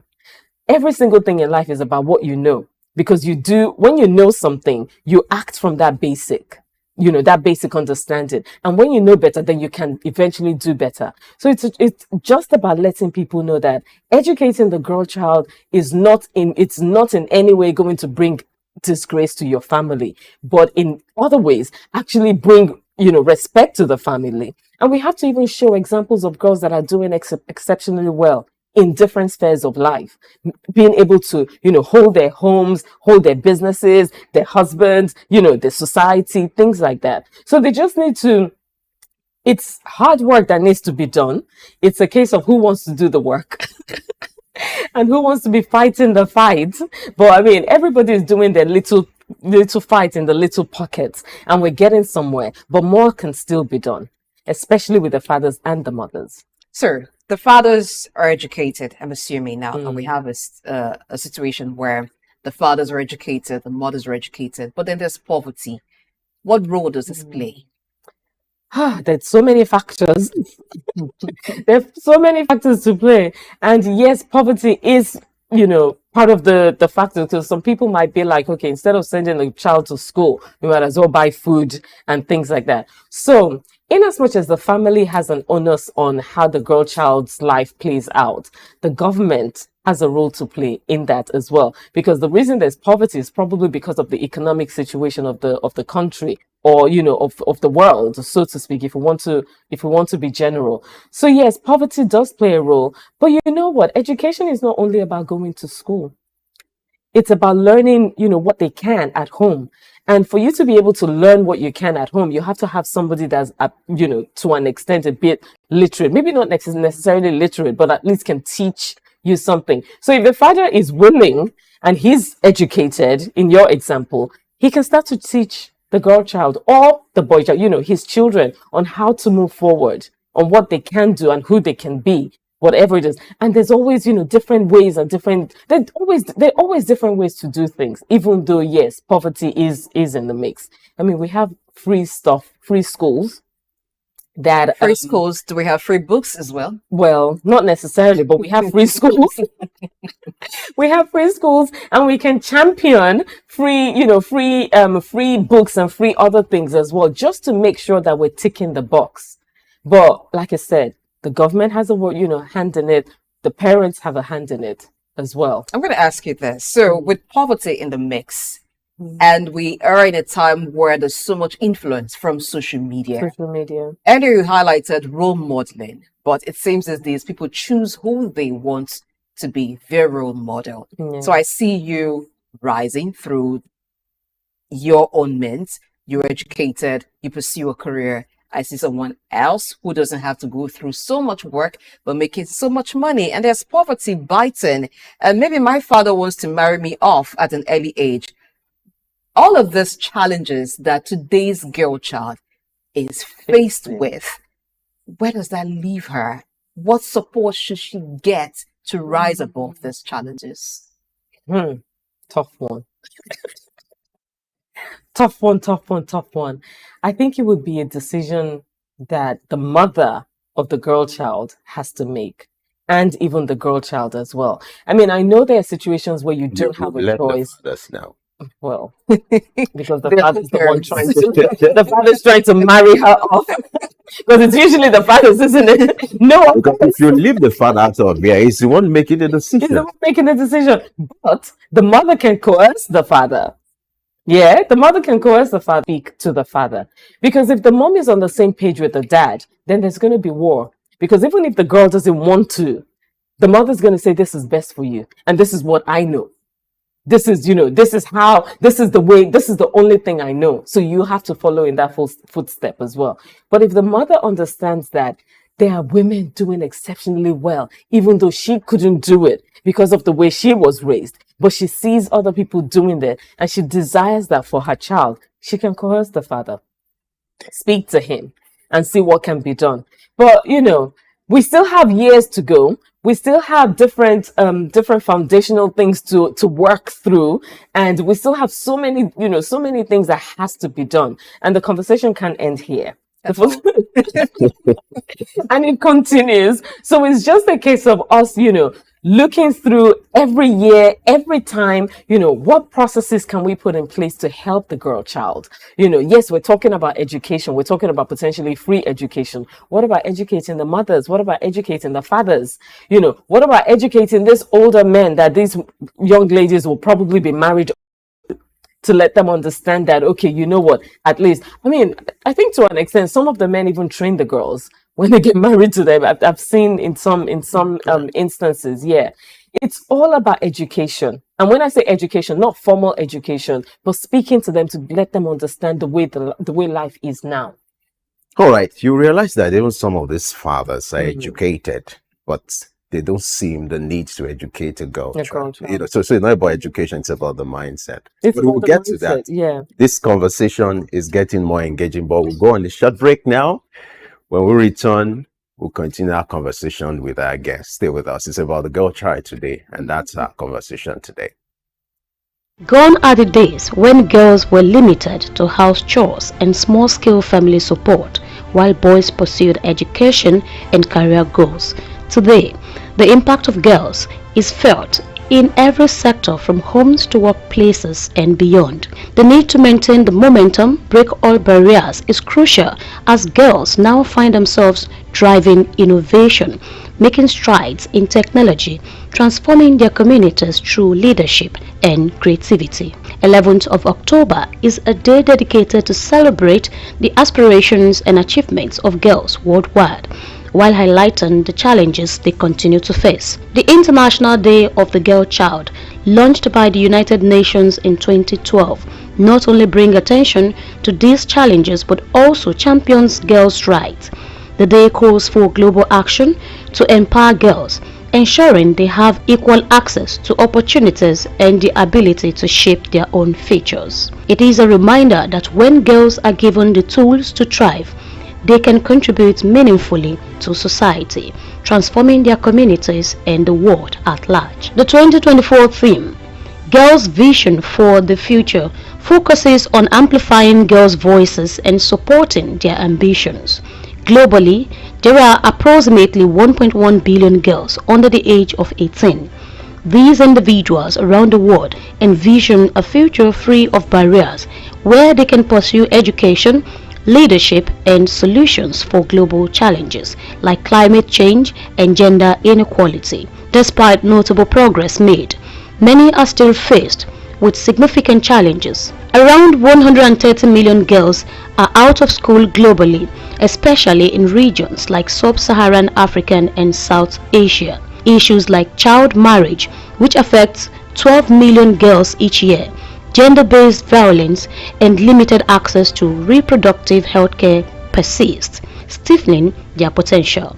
1 in 4 adolescent girls is not in education, employment, or training, keeping them trapped in circles of poverty and limiting their future prospects. The International Day of the Girl Child is a call to action, reminding the world of the need to invest in girls' education, healthcare, and leadership development. It urges global leaders, communities, and individuals to create spaces where girls can thrive and realize their full potential. Campaigns addressing harmful practices like female genital mutilation, which affects over 200 million girls and women worldwide, and promoting better sanitation, especially for girls in low-income countries, have made progress, but more remains to be done. As we celebrate October 11, 2024, this day is not just about recognition. It is a global commitment to dismantle the barriers that hold girls back. Focusing on girls' vision for a better world is essential. Empowering girls today not only transforms their lives, but also paves the way for a future filled with leaders, innovators, and change makers. A world where every girl can pursue her dreams without limitations is within reach by investing in a future that benefits everyone, contributing to a more inclusive and equitable world for generations to come. Grace Komolafe, SOUQ News Television.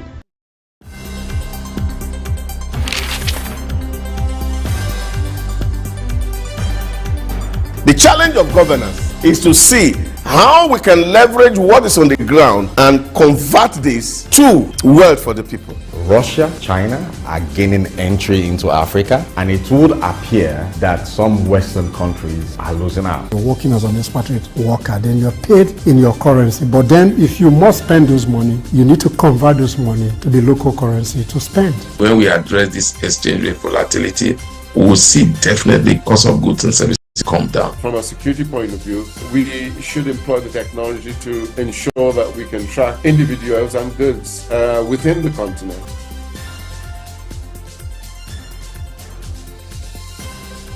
Early exchange, shaping policy, advancing development.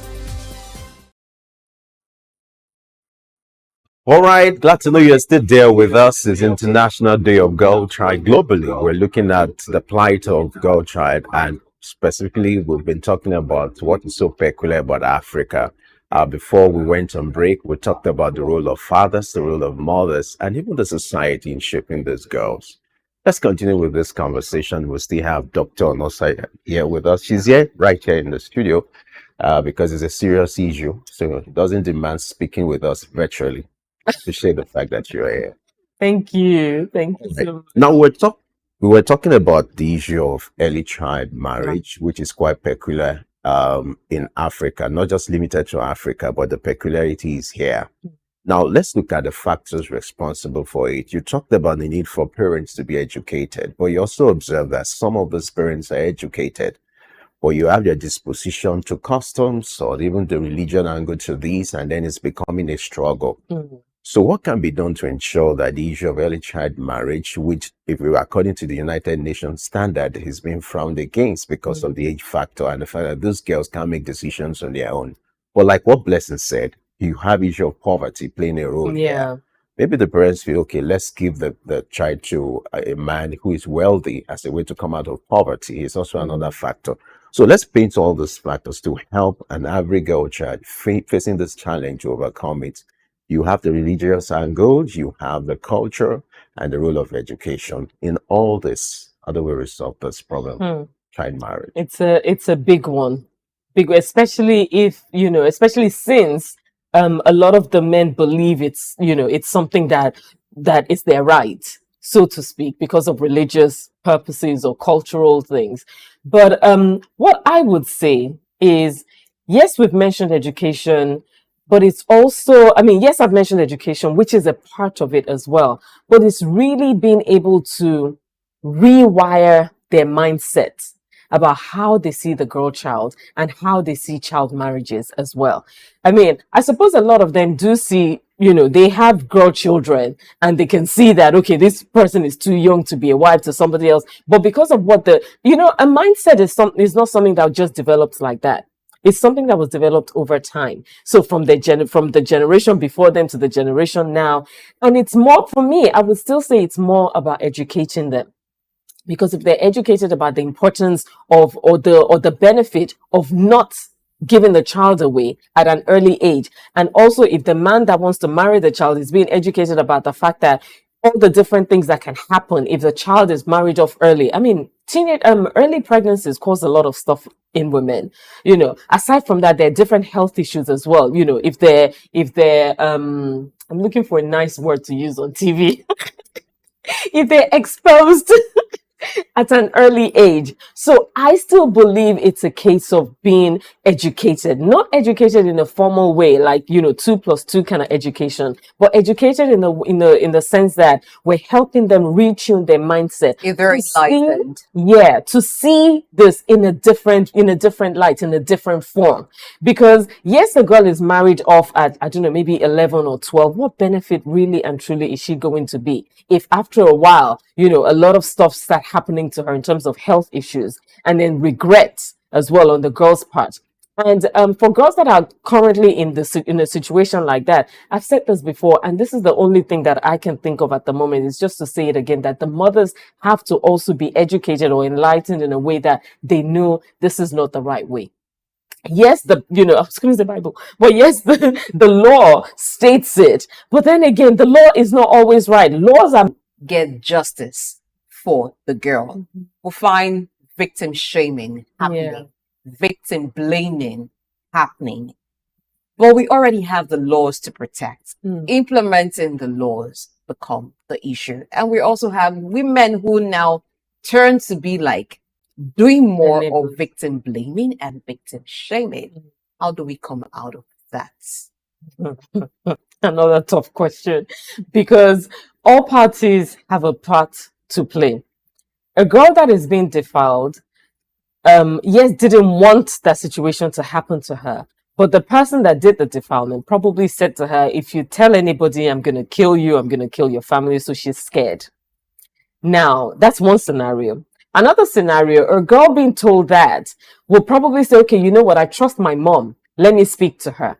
And then the mom wants to quieten everything and doesn't go out there to speak. So implementation of the law doesn't necessarily only, stands with the government, but with the family as well. Everything starts with the family. Because if the mother makes a lot of noise about what's happened, then she can fight for the child. Do you understand what I'm saying? But if she is also saying, oh, we don't want people to know, or okay, we know that person, we don't want to talk about it. If the perpetrator is a family member. Could be a family member or not. But the thing is, my big thing is, the girl that told her mom, is the mother doing anything about it? And then the girl that didn't even tell her mom, how is anything going to be done when nobody knows about what's going on? So it's a, two-way thing, or even more than two ways. Because mothers, I believe mothers have a right, even fathers have a right to fight for their child. But we're in a cultural situation where nobody wants to, victim shaming, nobody wants to say it outside. So they won't look at their daughter in a kind of way or in a certain way. And then nobody will even want to go out there. So they won't think, why is your own this much kind of thing. So the law is there, but implementing the law still lies in the family and the government as well. Because the government can put the laws everywhere. But if the people are not, harnessing their rights, so to speak, it would just be a law that's sitting there on paper. All right. What a good time and a good conversation. We're at a time where women are breaking barriers. If you look at what the crop of female CEOs we have in the banking industry are doing now. So it's enough to believe that women can also do it. An average girl child will grow up to be a lady or a woman, whichever you want to put it. So let's talk about the corporate world, the kind of challenges that are being faced by women, which eventually those girls, when they grow up, they tend to also meet the same kind of challenge. It's getting better.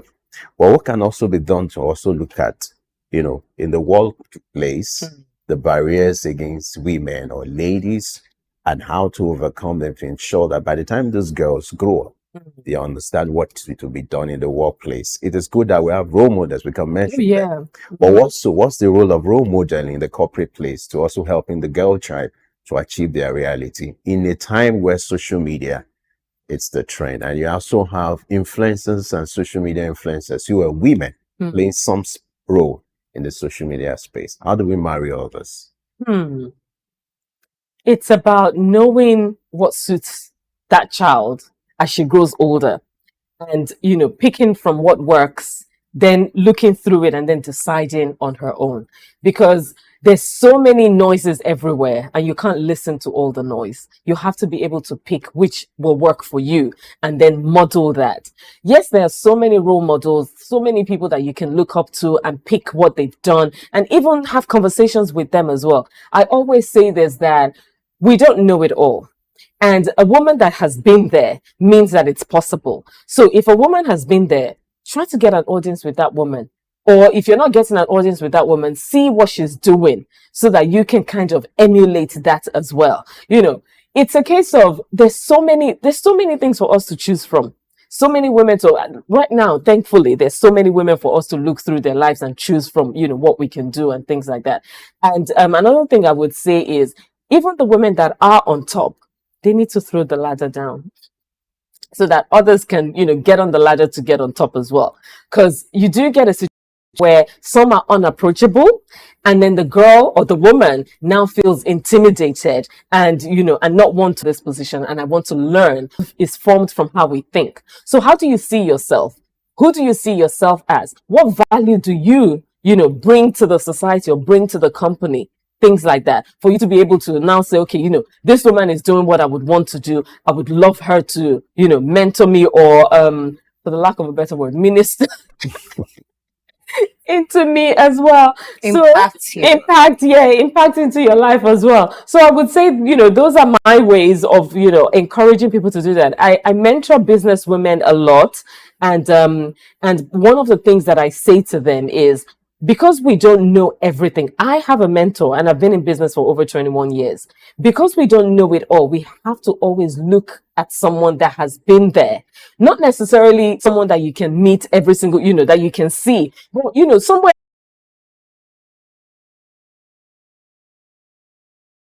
Move for the future. You have an organization. What is your organization doing in this aspect of molding, shaping the mindset, not just of the young girl, but of the woman to be able to work with a young girl for the future? Yeah.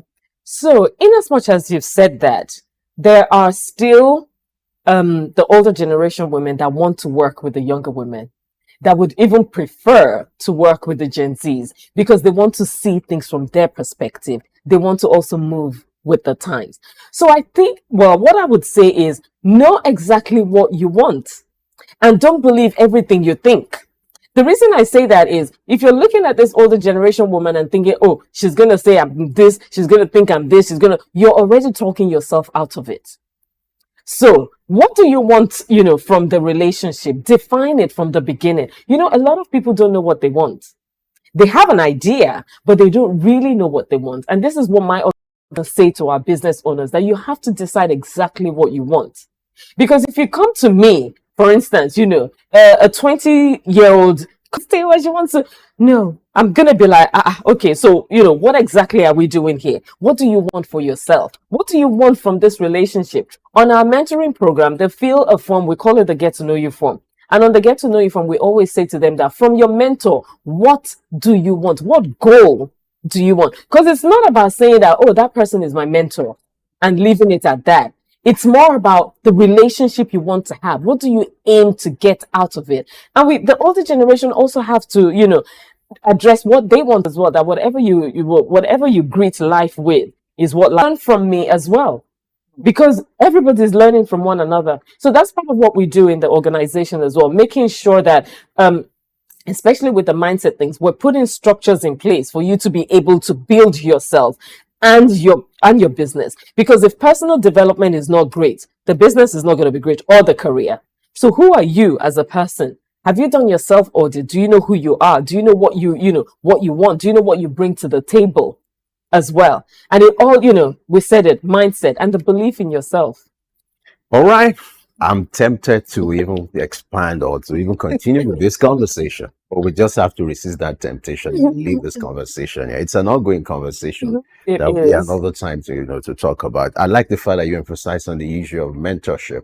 There should be that synergy between what I call the old school and the new school, for you to learn and then for the society to get better. Variety is the spice of life. Right, exactly. The old one must learn to relate with the Gen Zs, which is what you've also emphasized. I mean, just to cite an example with the magazine, if we are not moving with the times and learning with the Gen Z, we'll still be printing the magazine that everybody reads on their phones. And the interesting thing is, we are not deliberate about their mentorship. There are mentors on social media. Exactly. Social media, but they don't have They could get the bad and the ugly if they're not careful. Very true. So you have to be careful as well. And I say this as well, that not everybody is your mentor, because you might see the surface and think, oh, I want to learn from, but not everybody is your mentor. You just have to decide. I said it before, I'm going to say it again. A lot of people are not exactly sure of what they want. So that self-audit still needs to be done. What do I want and who do I think can help me to get here? All right. Many takeaways from what you said. Self-audit is a mind thing. Well, those are critical. Thank you. Thank you. All right, Dr. Nosoya. She's a woman of many parts, author, entrepreneur, mindset, stylist, all in one. Thank you so much for your time Thank you for having and me. for your thoughts on this development. All right, it's still International Day for the Girl Child, and let me seize this opportunity to appeal to all the men, all the fathers that are out there. It's our responsibility to still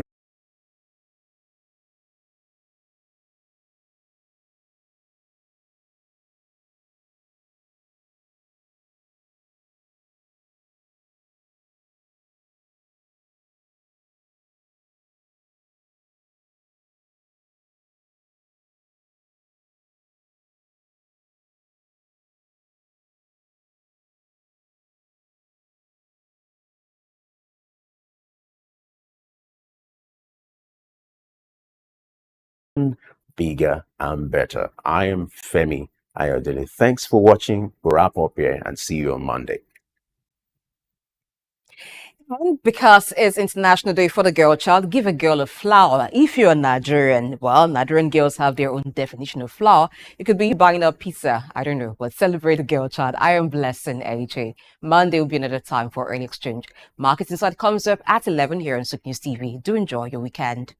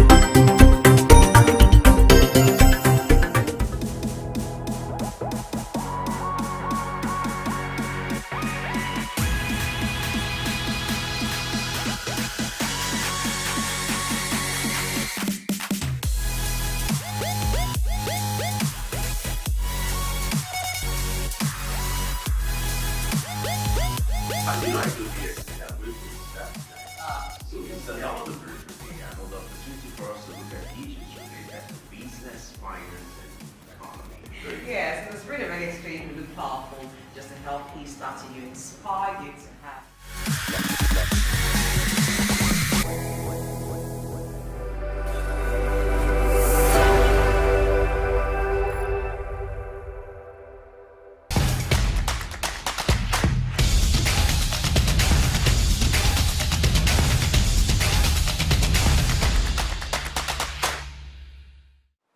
Welcome to another edition of Inside Life, where we have exclusive communications and discussions and every other thing about special people from across.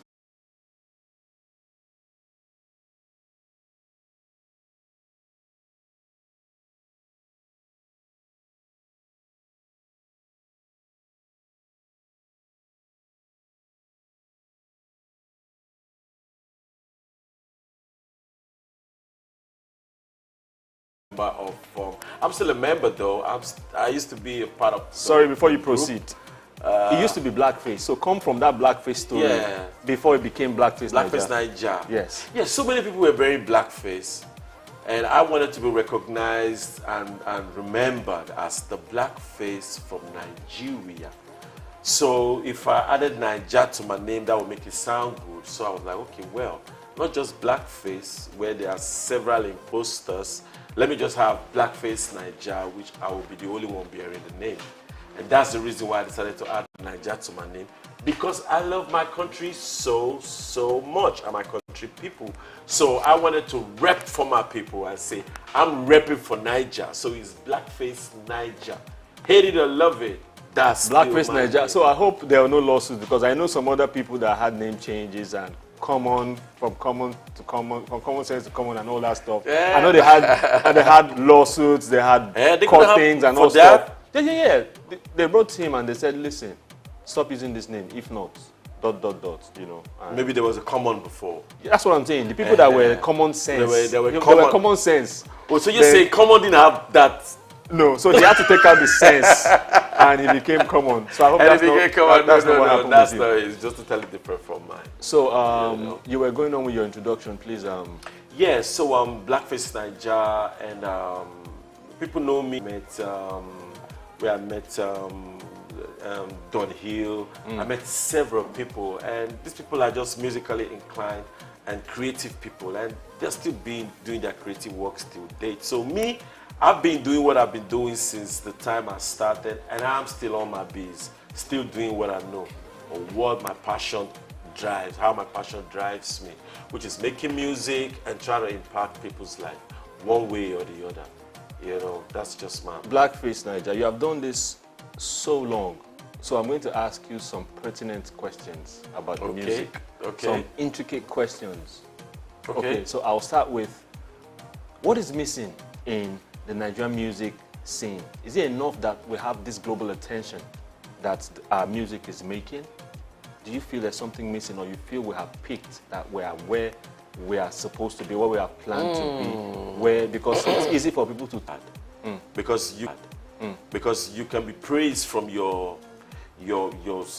vicinity, and when they compare your works with people's outside, they find out that either you're jacking off them and you're not being creative, or you are still way below par from how the level and the standard of music making, music writing, music production should be.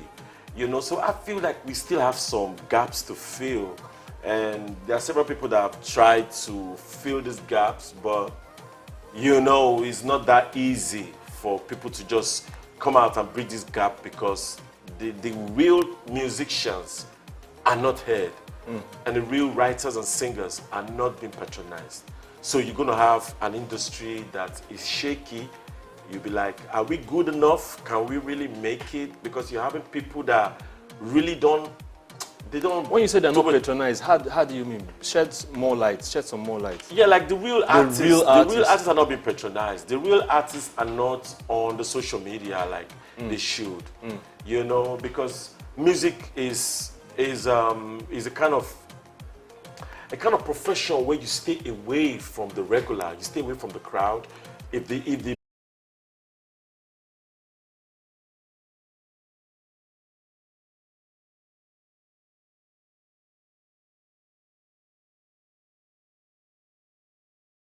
stuff out, I think I got what the industry is missing.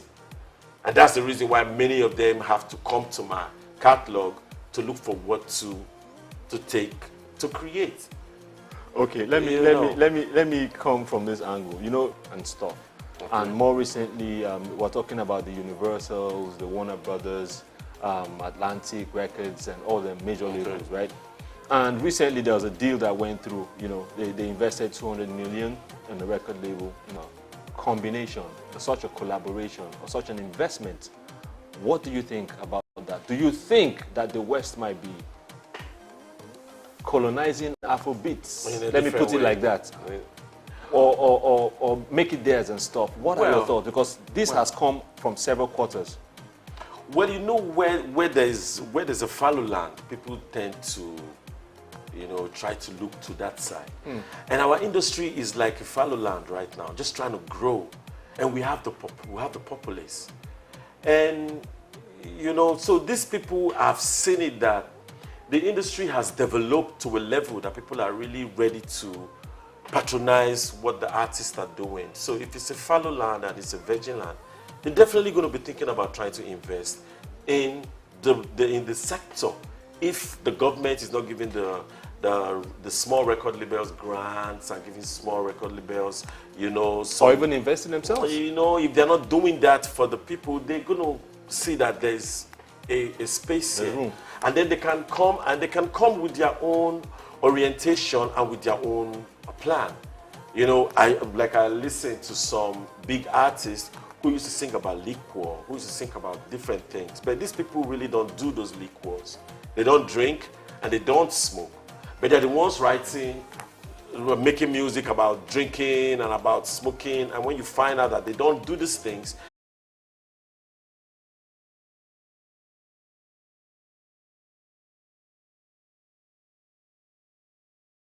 so there's a conversation, ongoing conversation about what Nigerian music,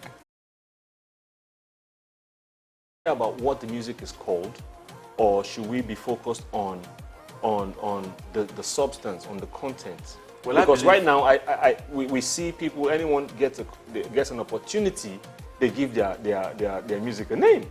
You know, they fuse all sorts of things. So in a week, you would hear 10, 15 different genres of music. But in the long scheme of things outside were called Afrobeats. Wow. What do you think about that? Well, I said this before when I went to one interview and they were talking about Afrobeat. And I was like, the music that people are making these days is not Afrobeat. Like most of the people are making these days is not Afrobeat. But they're using the name Afrobeat to sell it. They're just trying to sell the music by using the name Afrobeat. And then when you go back to how far Afrobeat has come, you get to realize how authentic these guys that have been doing Afrobeat before, these legends like Fela Kuti, Kola Ogunkoya, you have all those people that are Afrobeat artists. You know, you will now see their originality and how they've come. Now, since the new guys didn't come with no originality, they had to take the name Afrobeat and put it as their own for people to... Let's remember to separate it. There's Afrobeat and there's Afrobeats with the S. Okay, if we no, I'm trying to clear on what you're breaking down, Yeah. so our people that are listening will understand that there's a line. Yeah, of course there's a line. And the music itself separates it. The sound of the music separates the genre aside. You cannot be singing a song and what song will I use? And you're telling it Afrobeat. You don't just integrate and water down their music. No, painful. We have to. That has to be some Watergate case or something. So when you came in, what was the music called at the time, and what was the music on the scene?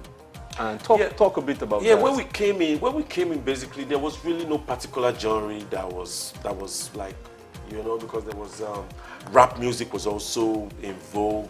There was reggae music, rap music because of Felix Amozis and Junior Pretty and all those people. Mode 9 at the time. Mode 9, yeah, Mode 9. You yourself. Really, yeah, but I'm talking before we came. Okay, before we came. So we had those. You know, there were different genre. There was Raskimono, which is reggae.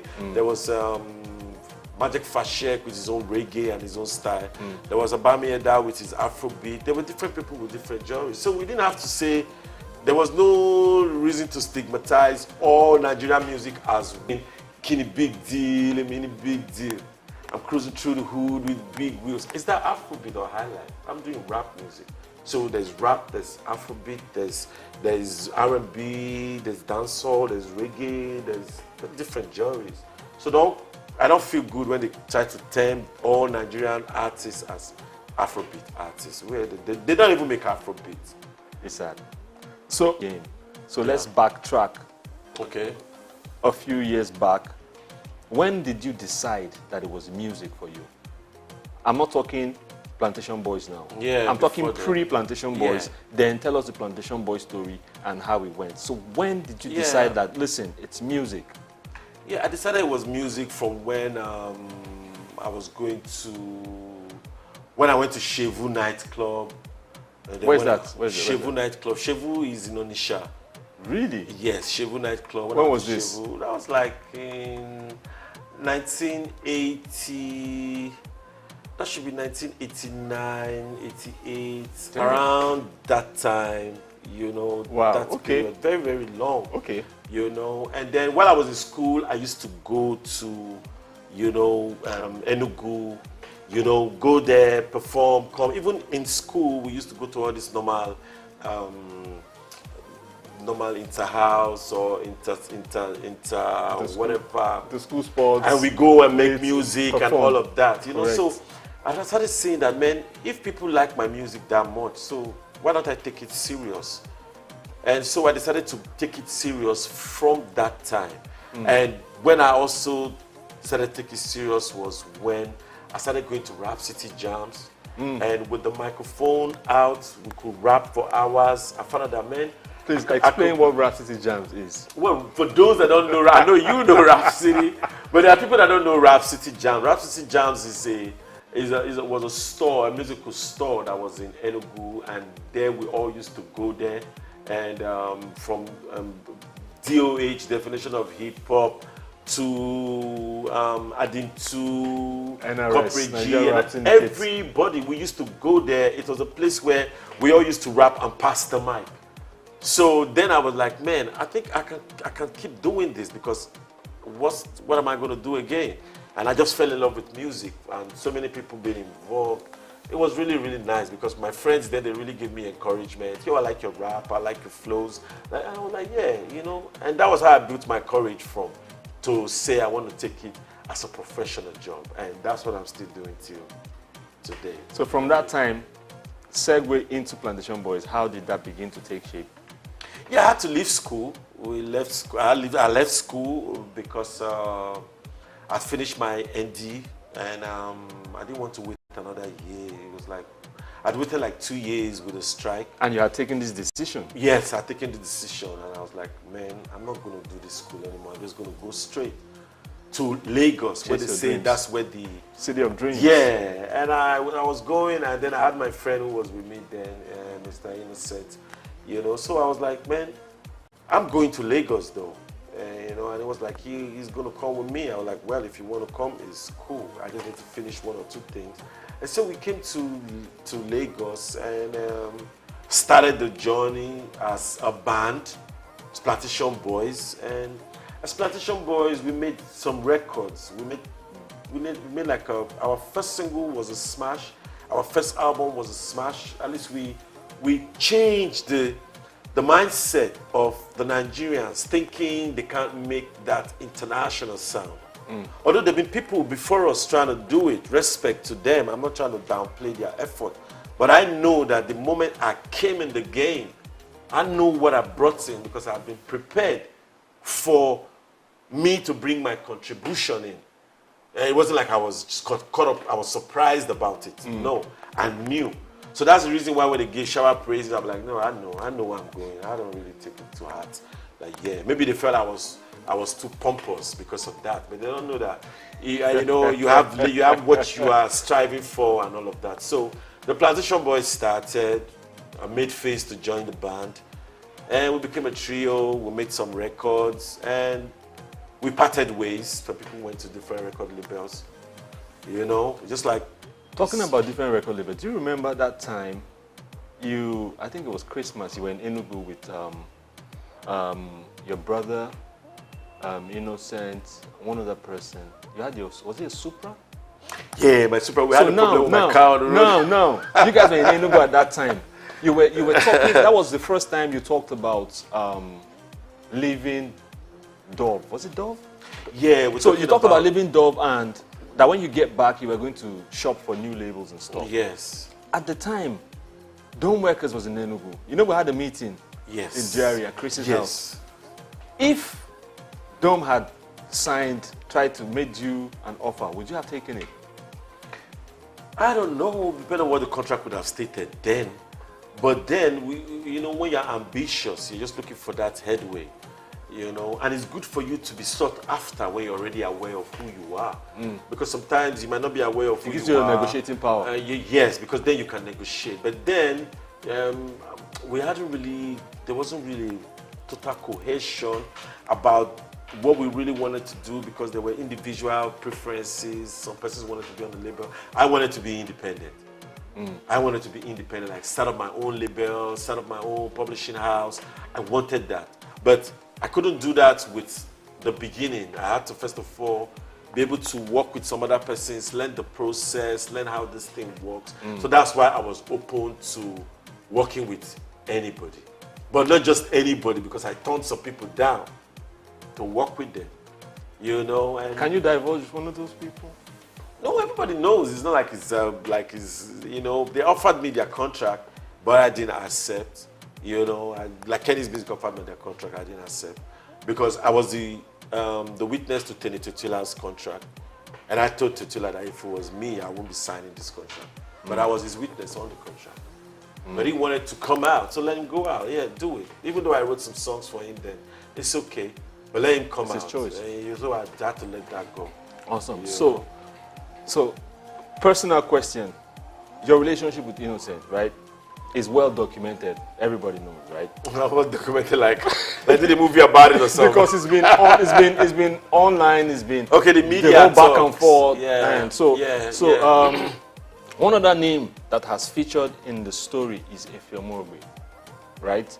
So it was recently said that they split up. Efe used to manage Innocent, right? Yeah, I heard they split so. up. Do you have any thoughts on their working relationship and how it concerns you? Well, I made my views very, very open and clear the moment I heard that news. I said, I hope he left my Let Somebody Love You behind. Really? Yeah, because he put his name on my song as a writer. No, but I thought that had been squashed. Nothing been when squashed. there was we had that, but they didn't go all the way to finish what the mediators said they should do. They left it, they abandoned it. So what are you doing about that? I have not done anything yet. I'm still waiting for them to get their senses together. And I'm still waiting. Because I know you both were in courts, you had your lawyer. Yeah, they decided to settle out of court. Then, yes, I know about that meeting. Yeah. So what, are you able to speak about that meeting? Because I know NDAs were passed. Are you able to speak about it?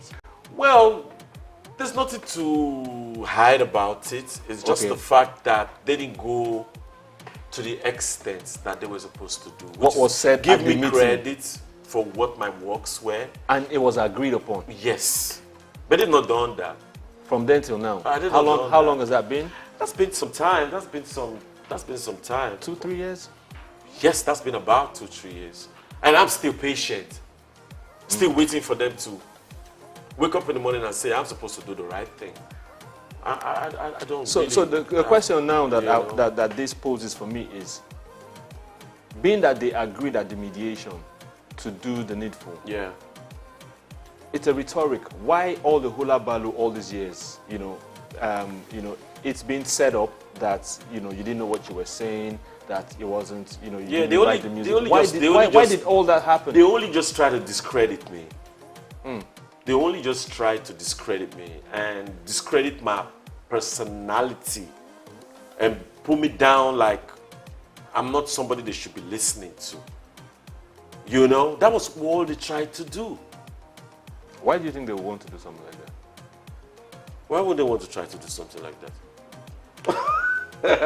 They should try to do something like that because it's like taking out competition, quote and unquote, right? Of course. Says most of the niggas don't want no competition.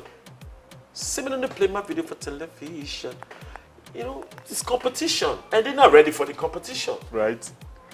Okay, so do you feel misunderstood by sections of the audience? Because I'm asking this coming from Hard Life, smash hit. Yeah. I'm coming from Ahead of the Game, smash hit. Yeah. So how does the things that happened around that period differ from now? Do you feel the audience, let me ask it again, do you feel the audience misunderstands you? And if so, why? Well, I don't think it's the audience that misunderstands me. I don't think it's the audience. I think it's a set of people with their agenda trying to make it seem like the audience don't like my music. So that they can have a reason to downplay me when they are on the table with entrepreneurs and investors. That's just the reason. It's not because I'm a bad guy. It's not because I'm You look like a bad guy, though. No, I may look like a bad guy, Yeah. But inside, I'm that guy to make it happen. Like Eclairs, right? I'm that guy. Just say, what's the issue? That's the reason why you can see me doing the Plantation Boys project on my own. Because I'm that guy to make it still happen. I was going to regardless of whether there's sponsorship or there's no sponsorship. When I came to the game, there was no money for Plantation Boys. We didn't have any money. I kept on the program. I kept on the process. I believed in the process. And I kept telling them, believe the process. Until the process paid out when we went to the Rothmans Groove and we were able to have money to record our debut album. If I didn't believe in the process, I won't be here today. I won't be here today. I remember Rothmans Groove. Yes. 97, 98? Yes. You guys were big at the time. We were big because the sound was big. We were nobody. Oh my goodness. We were nobody. The Nobody music knew was us. But massive. the moment you heard us on stage, we were sounding like Drew Hill or like New International. Edition. Yeah, because the standard was not all about where we were, but what was upstairs. It wasn't ever about the music. But the music. So that's the reason why people see us that way. We didn't have an album out, but we were big. We didn't have a private house of our own. We were squatting with people, but we were big. We were having people come to our house to come and visit us, plenty people. We didn't have our own personal car or bus to convey all of us, but we were big. Why were we big? It was because of the work we put in. And the people loved the work.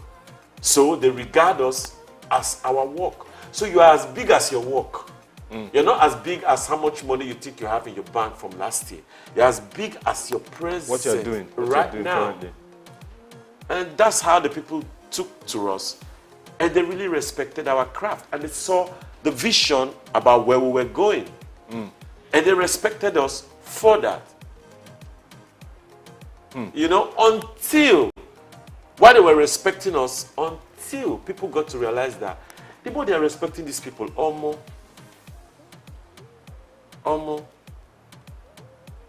that guy, we have to make sure he doesn't, nobody talks anything about him. And that was how they started targeting me. Again, I'll ask why. As then, yeah, because they don't want no competition, bros. They don't want no competition. You were actually ahead of the game at the time. I told them I was ahead of the game in 2005. I told them I was ahead of the game in 2005. And I was even asked to take that song down, and I refused to take it. I'm hip hop world, me to check my profiles, and me better than the old, then me got myself signed.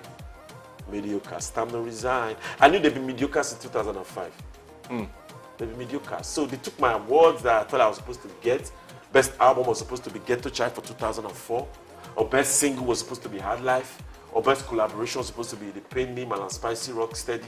Those were supposed to be the awards given to us for the work we put in. Because those songs were big at the time. They were the But biggest they songs gave that it year. to other people because we were not part of the people that they want to promote. That's what I feel.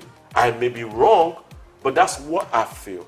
And that's the reason why it propelled me into being, I know you people have your plans about me, but no problem.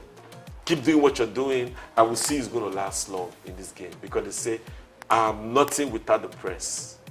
The beginning will be the press and the ending will be the press. I said it's a lie. The press can't press me. I like the sound of that. That's what I told them. I said the press can't press me. And this is me 2023, 24. I'm still here, bros. The press have tried to press me for how long? Go to my Facebook page. They're there with envy and hate. They are there just looking at you like you can't be more than them. You shouldn't go further than where they go. You shouldn't set a standard more than what they have done. The moment you're setting a standard that is more than anything they've achieved or tried to do in their life, you are a problem for them. They're going to always get at you to tell you to stop what you're doing. I can relate, totally. So I tell them they shouldn't play that. I can relate. I'm not going to listen. So talk to me about Chibuzo. I love Chibuzo. Chibuzo, how did he get? How did he get onto the Plantation Boys? How did he get in? And just tell me the Chibuzo story. Chibuzo, I virtually I heard him. You know, we actually went for. Why did you feel you needed a third member? Harmonies. Harmonies. The more the merrier, right? The more the merrier, bros. Correct. And we had gone to Ray Power.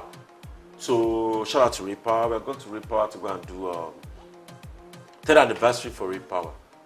So when we got there, we met Kenny Ogungbe. And Kenny was like, you guys should do a jingle. It's Ray Power's 10th anniversary. I was like, okay.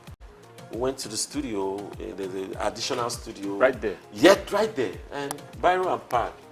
So Ray Power history is a 3rd anniversary. Ray Power history and it's going down in the history. Ray Power history. It's a 3rd anniversary. And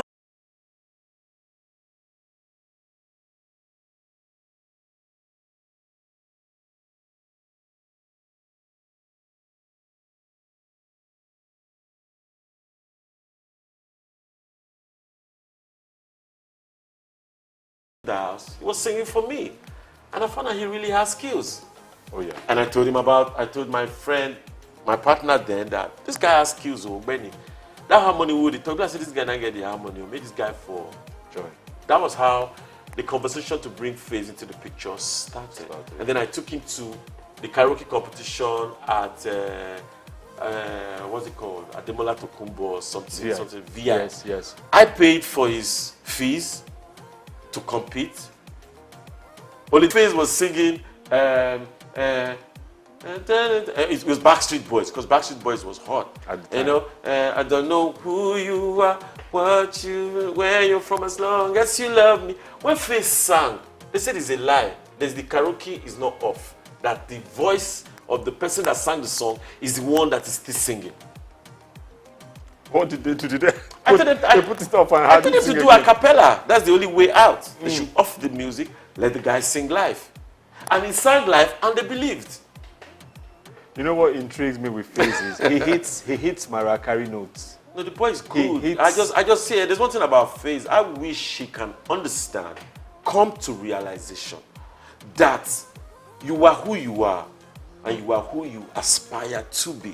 You're not who people tell you to be, but you are who you want to be. So you have the skills, you have the talent, you have the looks. I'm one of them. Trust me. I'm like Alonso. See, Alonso went undefeated in his whole league. That's the kind of coach I like to be. Or maybe train a boxer. I'm that guy. I can't do it. Like, I know it's at the back of my head. All I have to do is what is our obstacle? What are we up against? And how do we beat that? Then we go. We plan it. We discuss it for hours, days. We come to a solution. We move towards the... Where's Faze right now? I wouldn't know. Maybe he's in Abuja or he's in Lagos. Does he have new music? I don't think he has any single out yet. Maybe he's working on some. You know, he should be working on some because his fans are really... even me, I'm waiting to hear from him. And, you know, just like I'm waiting to hear from Two-Face as well. I'm waiting to hear from them. New music, because they should keep stirring up the industry and not have to feel like they've given... No, but you said you're waiting for Two-Face as well. I hear he's not too healthy right now, so you can't be expecting too much from him. Well, I don't know about his health, but I believe that as long as you can talk, as long as you can talk. It's not that easy as you say. Yeah, but I believe, because that's the reason why I went into this music. First of all, I closed my eyes. I said, let me see, how far can I go? I thought to the back of my head, how far can I go? If I can sing, can I talk? Like, let me take full responsibility for it not happening. Because I believe if I'd made some other moves, maybe look for some other investors, or maybe I would have made it happen myself without waiting for an investor. But as be that as it may, some people can decide to sponsor. Don't forget that there was a Take It Tom that wanted to sponsor the project from the beginning. It was before I Take It Tom. Yeah, talking about Donald Duke. They thought about Donald Duke one time. Before Duke. So I can't remember. The marketer. The marketer that was Tijo. Tijo actually did the Plan B album. Tijo was the person that sponsored the Plan B album. Yes, but the Plan B album was 30 million, but they paid us 15 million. Tijo is on the run. He has about 15 million. He should bring it. Since then, he hasn't given us our money. That's like since that album came out, he still has our money. And so Tijo was the only person that invested that kind of money on the band. And we're able to go to the studio and all of that. But then, you know, you can have a kind of investment. With investment comes commitment. Correct. If there's no commitment to an investment, it's a total waste for the investor. And no investor wants to go through that. And I think that's what Tijo went through, and that's the reason why he didn't worry. He just straight up went to P-Square straight, and he went to get us, they do me. Abroad, he shot the video, bam, history. I know he made more money to cover. I know he made more money from P-Square to cover for the Plantation Boys' loss or anything that happened during that period. Yes, because he invested, bro. So where was the non-committance coming from? Was it from you, the artist, or was it from him after? It was from we, the artists. It was from the artists who were not committed to going to the studio. Some wanted to be in the comfort of their hotel room, making music. Some wanted to lie down and have microphone brought down. They'd be sleeping and they'd be singing. You know, say now they run the show. You know, those kind of things. But you got to go where the game is. You can't just You know, so they didn't want that, and TJ felt like that's why the album, the Plantation Boys' last album, Plan B, was released when it was not yet totally finally mixed and finished. But the investor has the right, but the right reversed to us after some time. Right now, Plantation Boys have the right, and I am the plantation, so I have the right. So is that a good thing or a bad thing? Because the 15 million is not coming. I hope you know that. It's not coming. Because it's not coming. Because the project didn't finish. The project didn't finish, and the person might have his reasons to say. But then since he released the album, he's still indebted to the band. He released it, it was not finished. Correct. Exactly. But he had his way, he has his own way of why he did what he did. So why didn't you follow through? Why didn't the group, and when I say you, I mean the group, why didn't you follow through with the people that wanted to invest? You know, the Duke, the Ateke Tom. How did that play out? Ateke couldn't go continue because the band was not together. Some persons didn't want the project to happen. So we're giving excuses. They don't want to be around. Some were like they want to travel. So we're just giving unnecessary excuses. That was not necessary. So the people that were trying to invest had to be discouraged. Like Ochacho was discouraged. Together. But then the plantation is working regardless. And I'm going to put the album out. So what's happening with the plantation right now? Because I know there's new music out. New music been out for a while. Yes, some new music coming again. What's the plan for the Plantation Boys? Well, the plan for the Plantation Boys is the name is going to stay, but there'll be features. Different people will come and feature for the band and go. If you write for the band, you get your royalties. If you feature on the song with the band, you know how that pans out. You get the shows, you get paid, you go to Sound Exchange, you register, you get all those things, you register, you get your money to yourself. So, but if you don't want to participate, you can stay in the comfort of your zone. Then let the people that want to take the name to the next level, take it to the next level. Buhari was president last dispensation. He's not president this dispensation. There have to be continuity. So it doesn't mean that the members of the band must stay in the band. If they don't want to stay in the band, they can't go. You know, you remind me of my brother, my friend's speech from Arrested Development. I always like to use him as an example. You know, remember Arrested Development from back in the day? Yeah. Mr. Wendo. Mr. Wendo. Everyday People. I wrote a song one of their beats. So Arrested Development are still here. So Baba OJ died, 2 other members left, Speech added new members, and the group continues. Exactly. But Nigerians are finding it difficult to understand that I can add new members. If the other members of the Western world come to us late. When did we get cell phones, for God's sake? Came to us late. Don't forget that our GSM is ahead of theirs. They still use flip phones. They still use black and white. No, screen. They still use all those old phones. The phones are were ahead of them. But I'm talking about the network. The network. We got it late. People were using Turaya in Nigeria here.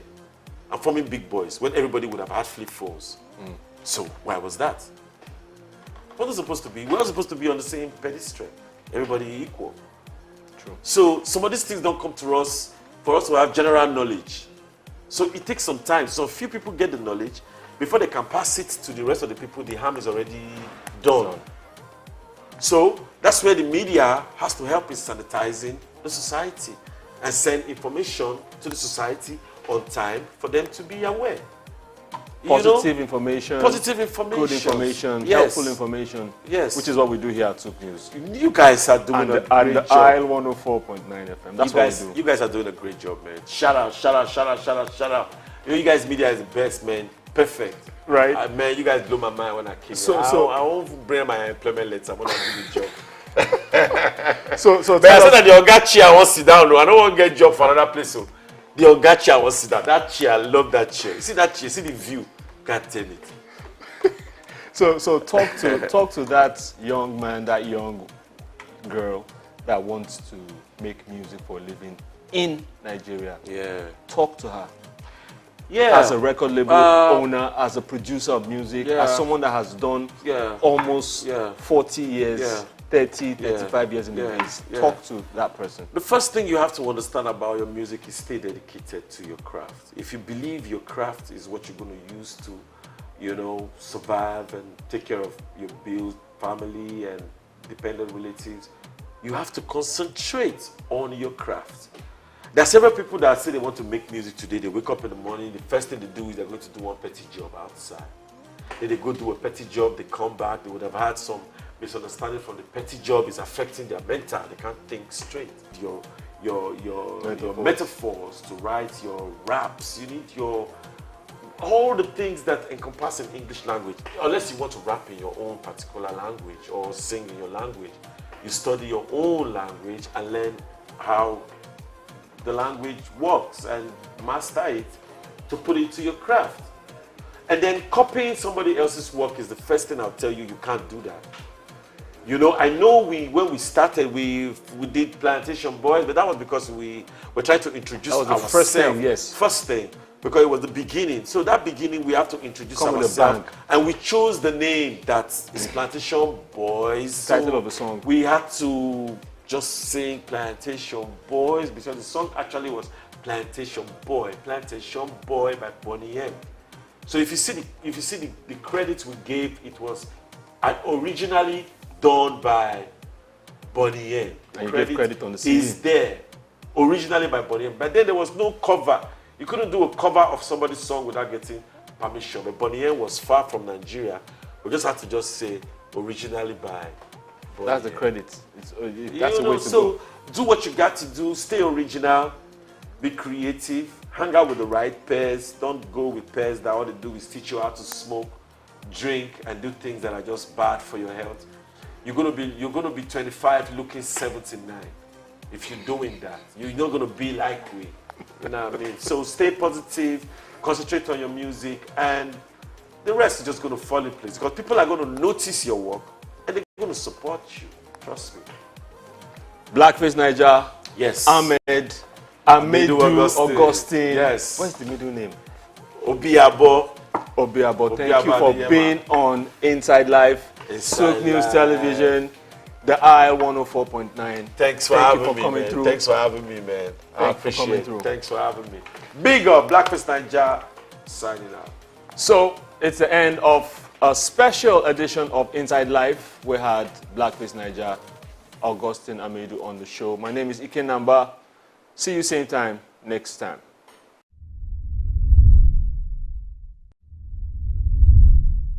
You are unable to understand why the Imo woman, Bayelsa woman will blow egg to chicken and chicken will cry. What is, you are the one that don't understand it. You can't understand the science behind it. So what you should do is go and study how to understand it. That was why China closed their border for 25 years. Today, the Europeans and Americans are trooping to China to study TCM. They are in droves.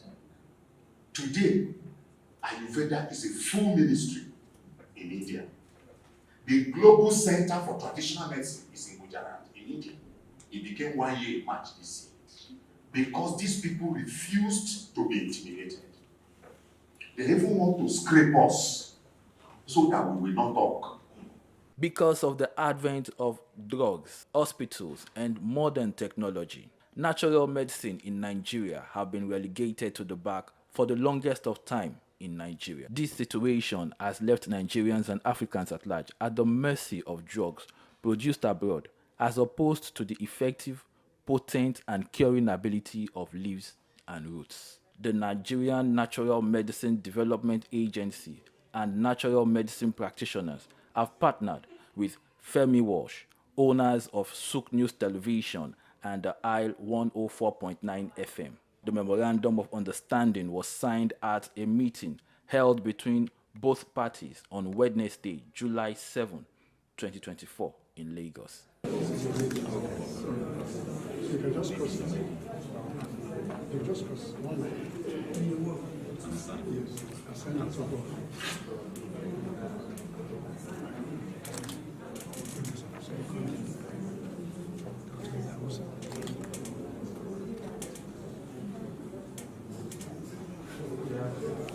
At the meeting, the Director General of the NNMDA, Professor Martins Emeje, welcomed the guests, saying that there is need to positively change the narrative of natural medicine in Nigeria, and by extension, Africa.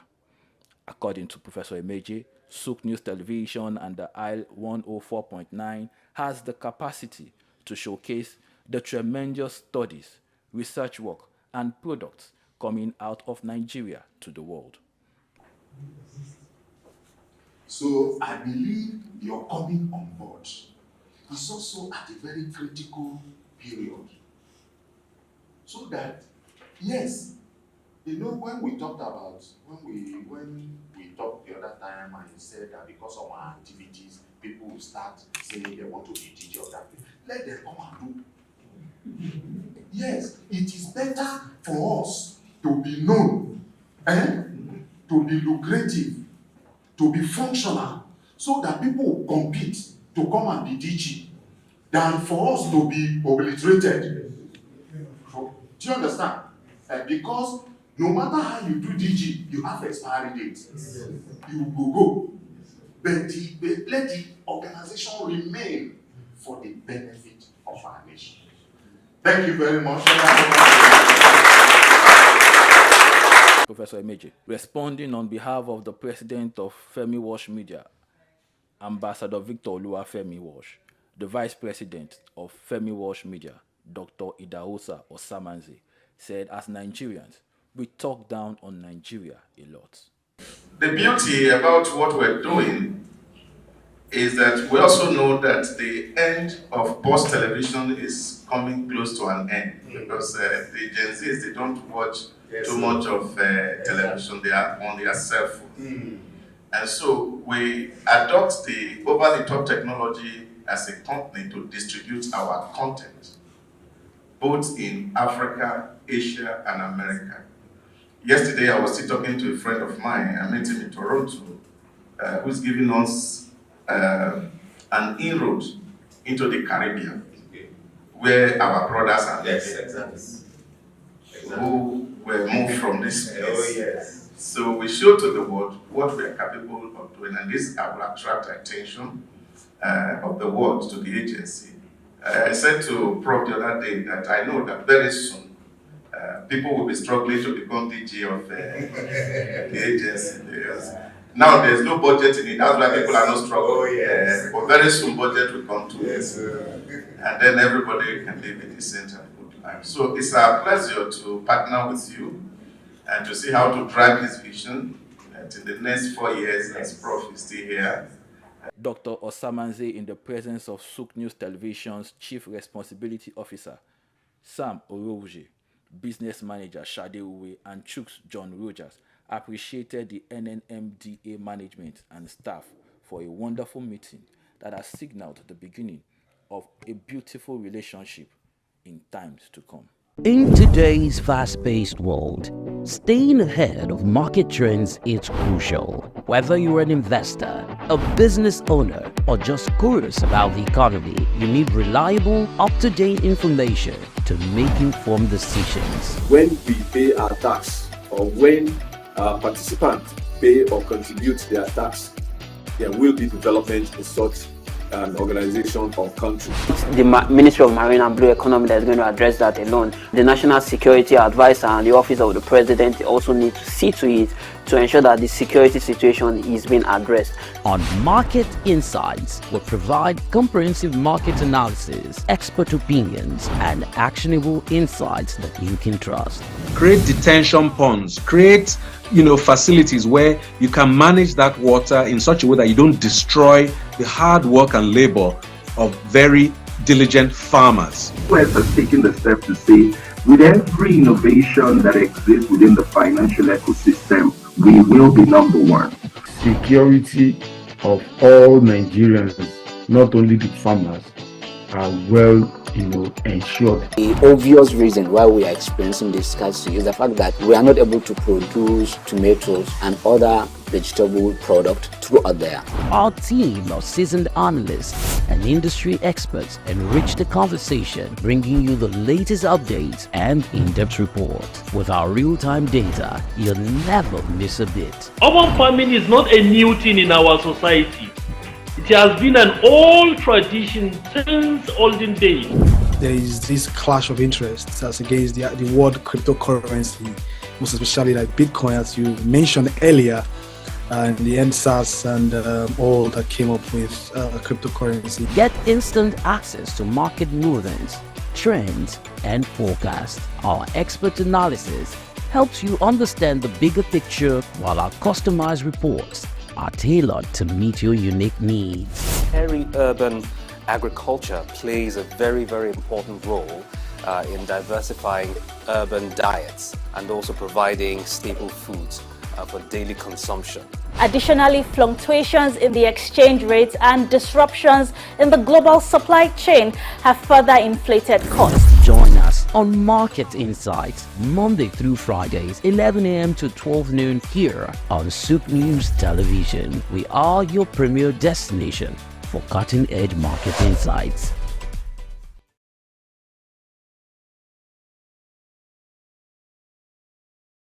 Commerce meets progress. Welcome to SOUQ News, your source for business, economy, and development insight to drive nations forward. From the vibrant streets of Lagos, Africa's fastest economic hub, SOUQ News takes you on a journey of discovery, analyzing and reporting the facts that lay the foundation for growth and development. We don't just report the news, we create it. SOUQ News is more than a channel. It is a catalyst for change, spotlighting the stories that shape economies, inspire entrepreneurs, and fuel progress. Covering business, finance, technology, energy, and many more, SOUQ News provides a daily deep dive into the stories that matter, interviews with industry titans, and analysis that empowers your understanding of economic landscape. Join us daily as we dissect, discuss, and deliver the most relevant and factual news on business and the economy. SOUQ News is your trusted guide, empowering you with the knowledge to make informed decisions.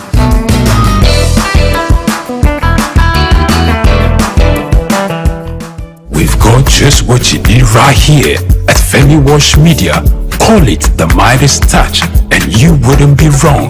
Let us record, produce, mix and master your audio like nobody does. Reach us on our contact today for the best quality job.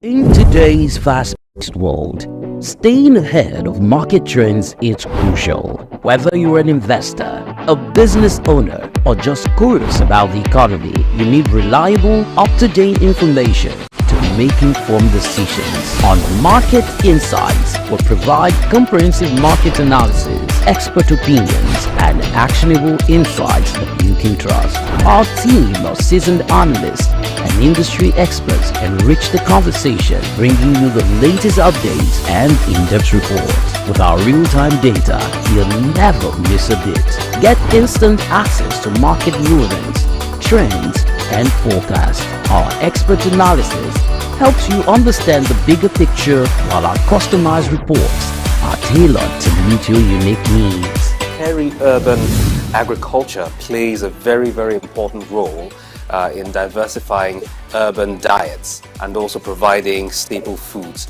for daily consumption. Additionally, fluctuations in the exchange rates and disruptions in the global supply chain have further inflated costs. Join us on Market Insights, Monday through Fridays, 11 a.m. to 12 noon here on SOUQ News Television. We are your premier destination for cutting-edge market insights.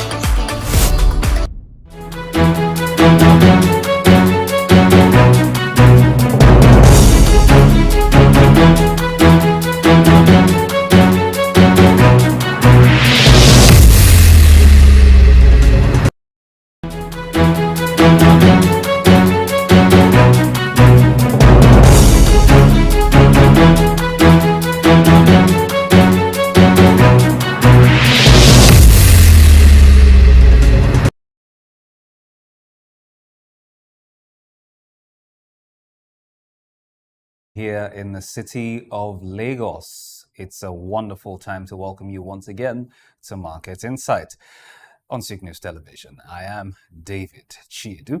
Look around you, you'd see that Nigerians are concerned about the obvious at this very point in time. We're talking about prices of fuel, and that's been the rave of the moment since the beginning of the week. So we're talking about the impact on the Nigerian economy and Nigerian households today on Market Insight. As usual, on Market Insight, we talk about how it does affect your pocket, the naira and kobo of it all. Goods, services, commodities, you name it. Here's where you find all the answers you need in a granular form. Stay very close to your TV set to go straight to the conversation, but not before we take a look at trading activities on the floor of the NGX after the break. Join us.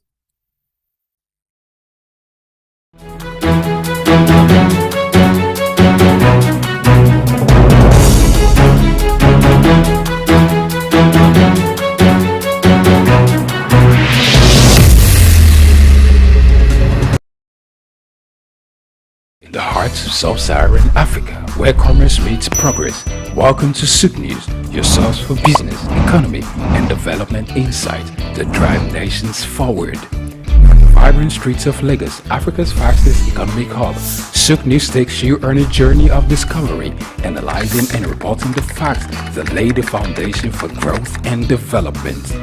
We don't just report the news, we create it. SOUQ News is more than a channel. It is a catalyst for change, spotlighting the stories that shape economies, inspire entrepreneurs, and fuel progress. Covering business, finance, technology, energy, and many more, SOUQ News provides a daily deep dive into the stories that matter, interviews with industry titans, and analysis that empowers your understanding of economic landscape. Join us daily as we dissect, discuss, and deliver the most relevant and factual news on business and the economy. SOUQ News is your trusted guide, empowering you with the knowledge to make informed decisions.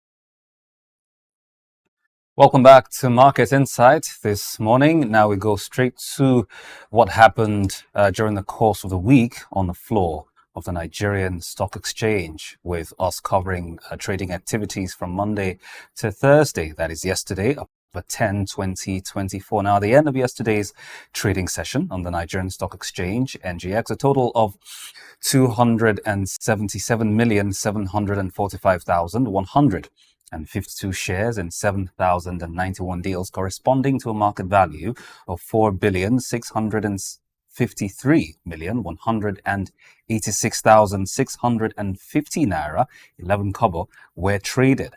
Compared with the previous NGX trading day, talking about Wednesday, October 9, Thursday's data showed a 22% decline in volume, 33% decline in turnover, and 17% decline in deals. The current market capitalization of the Nigerian Stock Exchange is 56 trillion naira.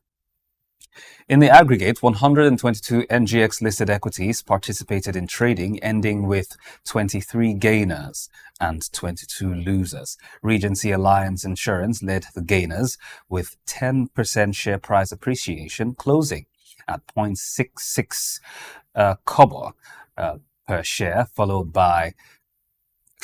closing at 66 kobo per share, followed by Caverton Offshore Support Group that went up 9.73%, Royal Exchange going up 8.7%, and Associated Bus Company going up 8.2%. On the losing side, Dar Communications came out last with an end-of-day price depreciation of 10% at 63 kobo per share, followed by Livestock Feed going down 9.88%, Fitsin Healthcare going down 9.71%, and Sunu Assurances Nigeria going down 9.71%. Fidelity Bank recorded the highest volume of 43.3 million traded shares, followed by United Bank for Africa at 30.7 million shares, Zenith Bank at 25.6 million shares, and SOUQ Assurance at 22.1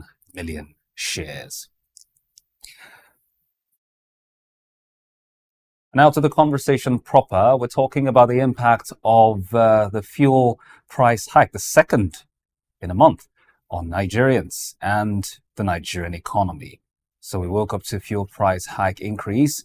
I did so earlier this week as the NNPC raised the price to 1,030 naira in Abuja and 998 naira. That's approximately 1,000 naira here in Lagos. Other locations witnessed similar price hikes, with millions of Nigerians lamenting that they have been pushed deeper into difficulties, and what signals the full deregulation of the downstream sector, which has been a long time coming. Now, this marks the second price increase by the NNPCL in less than 2 months, and this latest hike follows the NNPCL's withdrawal as an intermediary, or if you like, the off-taker in the Dangote refinery purchase deal, raising more concerns about potential future price increases. Now, where do we go from here? That is the question on the minds of very many Nigerians. We'll discuss this and more on Market Insights this morning as we're joined by two gentlemen. We're joined first by Owe Lakemfa. He is a human rights activist, a journalist, and an author, former Secretary General of African Workers. Mr. Lakemfa, good morning. Thank you for joining us. Can you hear me? Morning. And also joining us is a professor of the Department of Economics, University of Lagos, a development, monetary, and international economics expert, talking about Professor Emmanuel Dele Balogun. Good morning, Professor. Thank you for joining us. Can you hear me? Yes, good morning, and thank you for inviting me. Right, I'm going to start with you, Mr. Lakemfa, to get your thoughts on all that's been happening during the course of the week and where Nigerians are at the moment. And the question they are asking, which obviously is what is in it for them? What's going to happen to them? How are they going to get by on a day-to-day basis? Let's get your thoughts, Mr. Owe. Well, the interest is tough. And Nigerians are, of course, very unhappy. We are quite hungry, and we know an increase in the price of PMS or fuel will automatically lead to increases in the prices of foodstuffs and other commodities. So we'll push more people into the unemployment market. And unfortunately, also, our industries cannot cope because, there's no way you can plan as an employer or as an industrialist. If prices change overnight, before you wake up, another fuel price increase. And for those who say this is deregulation, I think it's an insult. There's nothing you are deregulating in there. This is pure monopoly, state monopoly, NNPC, handing over to an individual monopolist, Dangote. And unfortunately, as individual Nigerians, we cannot import our own fuel. Although we can refine our own fuel even as individuals, as is done in the Niger Delta, but they say this is illegal. And so we are caught in a trap. We are being used and dumped. And I must say that, you see, this thing that is called democracy has to provide dividends for the people. Otherwise, the people who are hungry will be unable to defend it. So what we are doing, that we are not just endangering ourselves, we are also endangering democracy, and we are endangering the very security of this country. We must start putting on our thinking cap. The problem we have in Nigeria is about vision and a government that has a mission and can carry out the dictates of the Constitution, which says that the essence why we have government is for the welfare of the people and their security. Security is already impaired, and the welfare every day is being challenged or damaged. All this because we do not refine a single drop of fuel. We have 4 refineries, They have made sure for 30 years they don't work. We can build new refineries. A new refinery, to Google it, can be built within 15, 18 months. I don't need more than $5 billion. It can be built, but we refuse to build it. And so we push our people deeper into poverty. And the people who are hungry will, of course, be very angry. So we need to save our country. We need to save ourselves. We need to save the government. We need to save democracy. And the way we can save democracy and government and our people and ourselves is by ensuring that the welfare of the people is given some priority. All these treatments Mr. Lakemfa, if you can hear me, I wanted to ask, if you can pardon my interrupting your thoughts for a second, I wanted to ask you've asserted that what is going on is, in your words, an insult and not full deregulation as is being, indicated, as you were.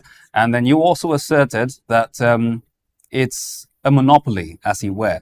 And I'm going to ask you now, that isn't that a unidirectional way of looking at things? Because this gentleman made an investment, $20 billion, to see that Nigerians get a new lease of life, for want of a better term, as you were, because we have refineries over the years that have been moribund with promises of, them coming on stream year after year after year, and it's all falling through even till this very moment. The last was a couple of weeks ago, and the NNPCL aren't particularly saying more with regards to that, as it were. So, again, as I ask, you say that this is an attempt at monopoly. Some would look at that as a unidirectional way of thinking. What can you elaborate on that? You see, capitalism is the practice. It's some competition.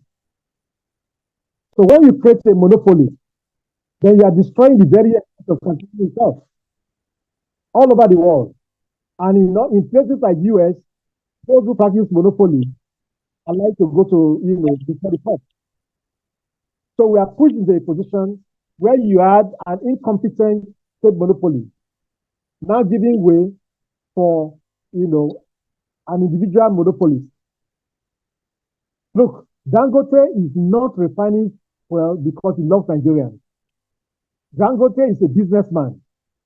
And what we need to do is protect the Nigerians, not the monopolist. All these long stories about he spent 20 billion. How do you know that?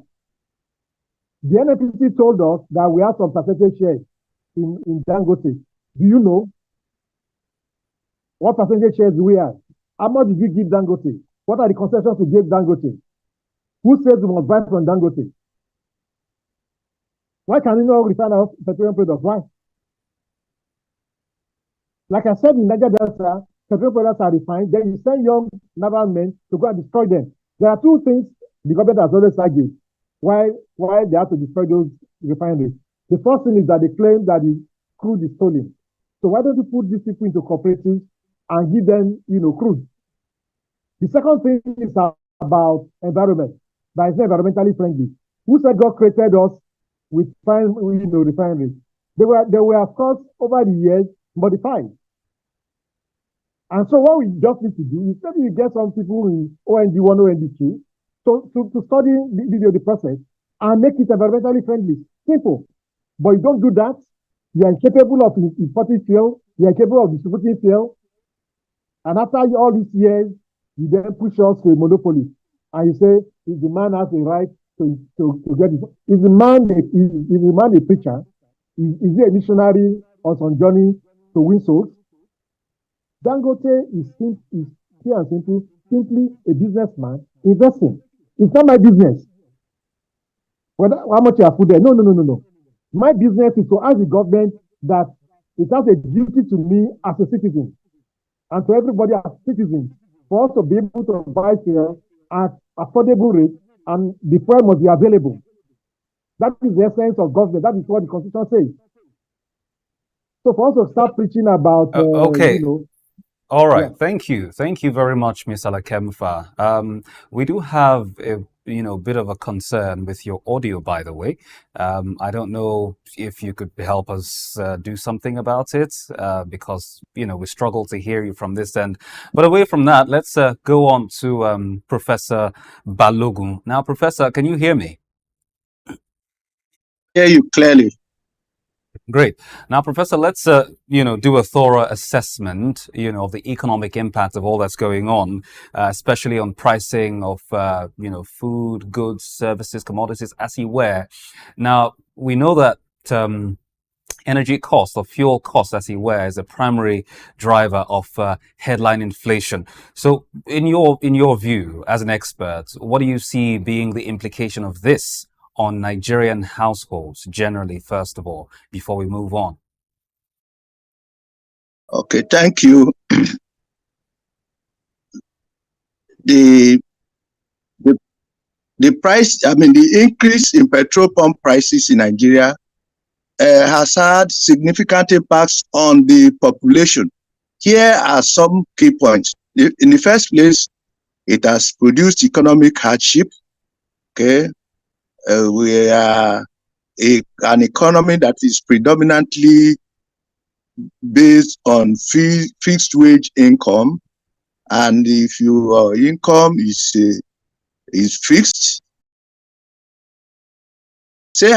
critics argue that the economy is not yet ready for full deregulation, and that the decision will worsen the cost of living. And that's the reality we live with today. That's the reality we live with today. My thoughts, yes, my thoughts on this is that it's a tough spot. For many Nigerians, the rising petrol prices are more than just an economic inconvenience. They spell real hardship. It's disappointing to see inflation go up without wages keeping pace, and small businesses suffering from higher costs. In my view, the government needs to find a balance. That is, phasing out subsidies makes sense economically, but the transition could be managed more carefully to avoid such a steep impact on people's daily lives. The discontent is real and valid. That's my initial view on. All right, now let's talk about it from the standpoint of some stakeholders, Professor, talking about NASIMA. That's the Nigerian Association of Chambers of Commerce, Industry, Mines and Agriculture. They're one of the few stakeholders who've, recently spoken about it. In fact, just about a day or two after we saw what happened with the hikes and all of that. So they're concerned particularly about the impact on small and medium scale enterprises, especially when it comes to the survival of said enterprises. And let's not even talk about the thriving of it or the growing of it, just the survival alone. We've seen a lot of businesses go down under in recent months, and in recent years, especially in the last year and a half. And then, they're also concerned about what this would mean for employment, not just the survival of the business. Employment. We have quite the alarming rate, as it were, right now. Where does this take us? What are the implications, especially for SMEs? Their concerns are real. And it also shows that we need to do just more than correcting for macroeconomic distortions in the economy. Because at the root cause of this fuel crisis is the attempt by government to eliminate fuel subsidy. I have often argued in several fora that did we actually enjoy fuel subsidy, or is it an attempt at speculative attack on our domestic economy by those who have access first to foreign exchange through import licenses to import petrol, and secondly, to those in the financial markets that seek to make gains from trading and speculating in the domestic foreign exchange market. These are the key issues, actually. And coming back to the impact on the hue and cry of the business community, their concern is valid. If you are to attempt to address the issue from their perspective, what we should be looking at is how do we eliminate this rent-seeking behavior in the foreign exchange market that has led us to this quagmire. That's the first place to be. And the second place to be is that, look, the other private sector, except from the petroleum industry sector, they could have been doing well. But if indeed we have an industrial or manufacturing base that is dependent on foreign input, that is the foreign resource content of the domestic economic activity is very high.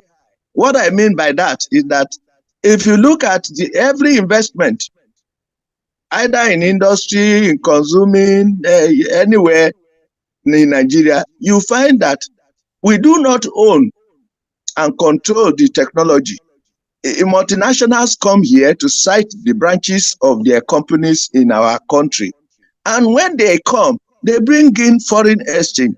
I have often told people that the issue is not that we lack foreign exchange or foreign exchange is not coming in.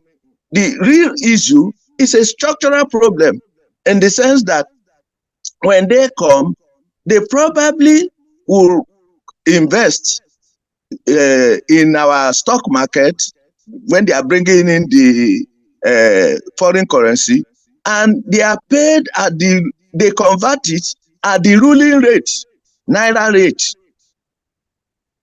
They convert it at the ruling rate, Naira rate, at that time to Naira. For instance, if you are bringing in $1 million to the capital market, of course, when you get listed, the dollar is not a foreign currency.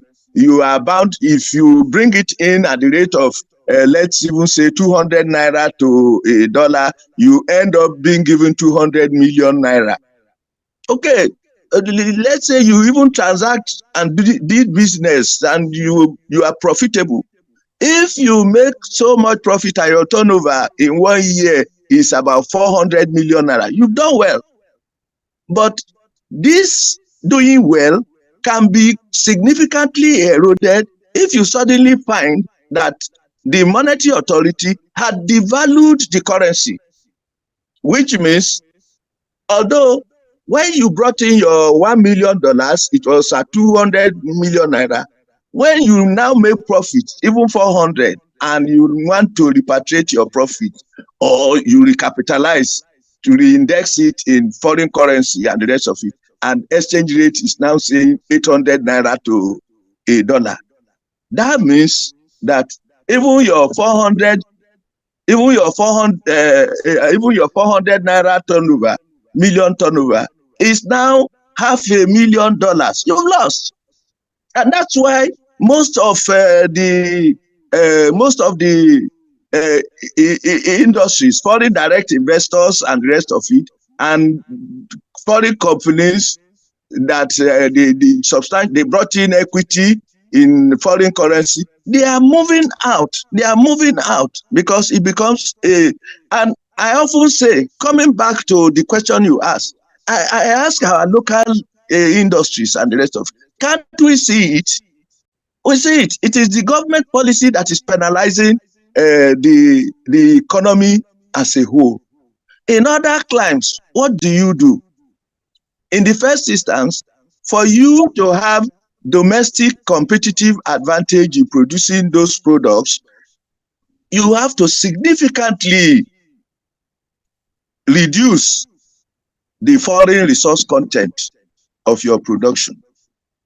Then secondly, you have to Fight consistently to shield your domestic market, especially the domestic market, from foreign influences.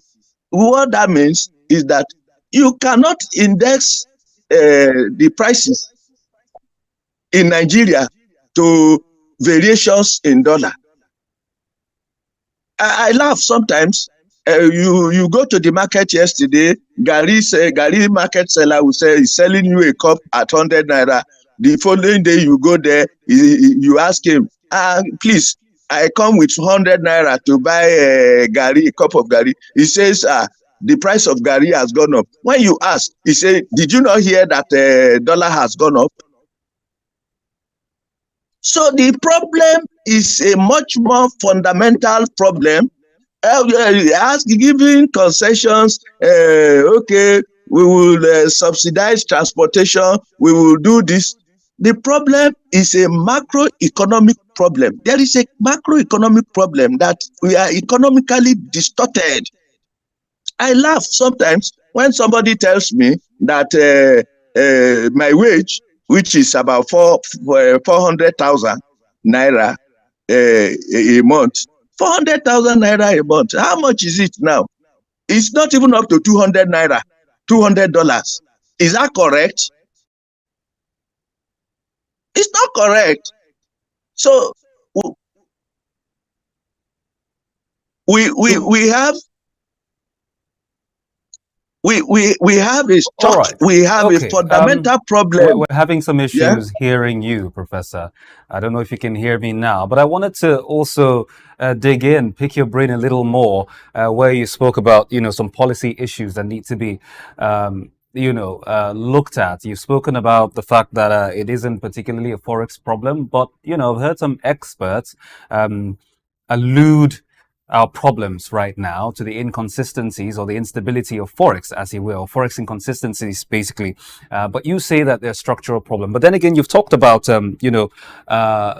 policy decisions, as you were, or excuse me, policy implications on, what we see going on. And I just wanted to ask you, if you can hear me, Professor, what exactly at this point in time needs to be done, whether from the physical side or if we're talking about it on the monetary side? We saw about a fortnight ago the CBN, in their decision raising MPR by 50 basis points. So the question that followed that particular decision, 2 weeks and counting right now, is has the CBN done well enough to go that route?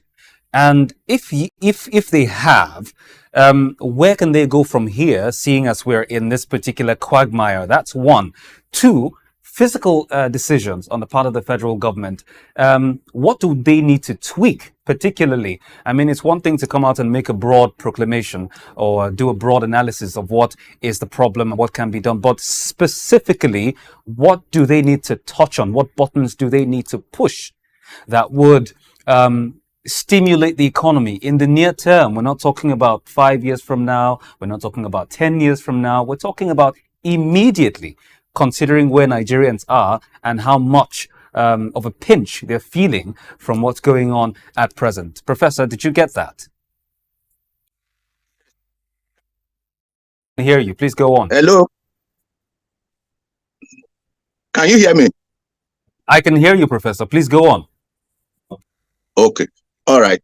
With regard to the first, a lot of things, with regard to CBN, I'm sorry to say, we have my colleagues there and friends there, and they are approaching the problem from a very, very wrong perspective. Well, I say this with due respect to my colleagues and those who are at the helm of affairs there.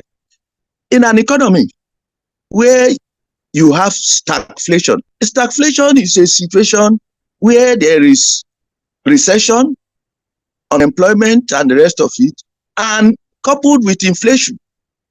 Therefore, you cannot use a monetary policy tool to say, oh, you are going to control the inflation.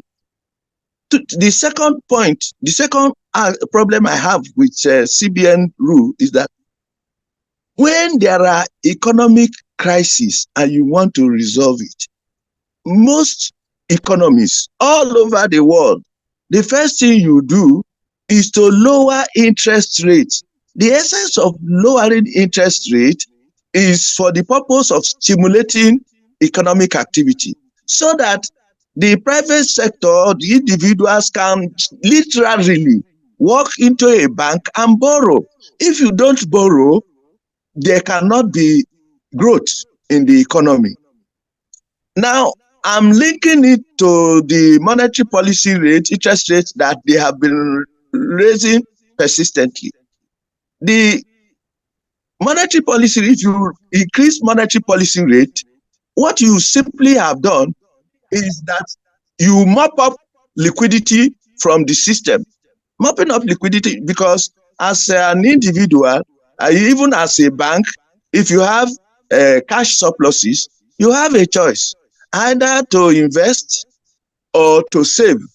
And if the return on saving is better than what you are likely going to get from investment, what do? You save. If the savings were in the commercial bank system, it is productive. But if that saving is as a result of monetary policy rule, which actually sweeps the liquidity from both the private sector, the banking sector, to the central, it becomes a sterile liquidity. In fact, we are in an era of serious liquidity squeeze as we are now, because nobody really has the money. And the example of the one for the example of the 200 million naira investment that I talked about initially. If you have 200 million naira now, all you simply need to do is buy treasury bills. The money goes straight to the central bank, and you make a profit of 26 million. So why would you bother to invest? Because what type of investment, magical investment, are you going to make that with that money that will even earn you 10%? So that is on the part of the central bank. The policy approach is wrong. It's totally wrong. You cannot be mopping up liquidity from the system. You cannot make return on financial assets more important than return on real domestic investments. So nobody will invest. And in fact, that has heightened the speculative attack in the economy, because even small people, we even added to it payment system. You discover that somebody operating a POS, all this local money, this thing, is richer than you, who keeps money there. Because from your own money, you want to withdraw it, it will charge you 200 on 500 naira or 5,000 naira, almost 1,000 on 20,000 naira. You ask yourself, what has this man sold to you that is charging you that kind of money? So you can see the distortion. In fact, central bank is at the heart of all this problem. They are there. Coming back to the second point, the fiscal authority. The fiscal authority kept quiet, because each time currency devalues and the rest of it, what that means is that the federal government is actually benefiting, because when they go for revenue sharing, hello? Yes, Professor, we're here. We can hear you. When they go for revenue sharing, they don't have enough money from internally generated revenue. So this 3 billion, you people here, they are touting every day. What they collectively do is they say, okay, since we have reserve, let us monetize part of our reserve. So monetizing that part of reserve means that central bank will now say, this 3 billion, we are going to convert it to naira. If you convert at the ruling exchange rate, there's plenty of money. That's why when the new regime came up and said they removed subsidy, and suddenly we started seeing that foreign exchange gains, they were reporting 3 billion, 3 trillion. People didn't understand the economics of it. And that's why when you hear exchange rate is devaluing and government has plenty of money, unbudgeted for money, because perhaps before the sharp devaluation, when they drew up the budget, if they drew up a budget of, let's say, based on that 3 billion monetization, and the monetization was at 400 naira, it comes to 12 billion.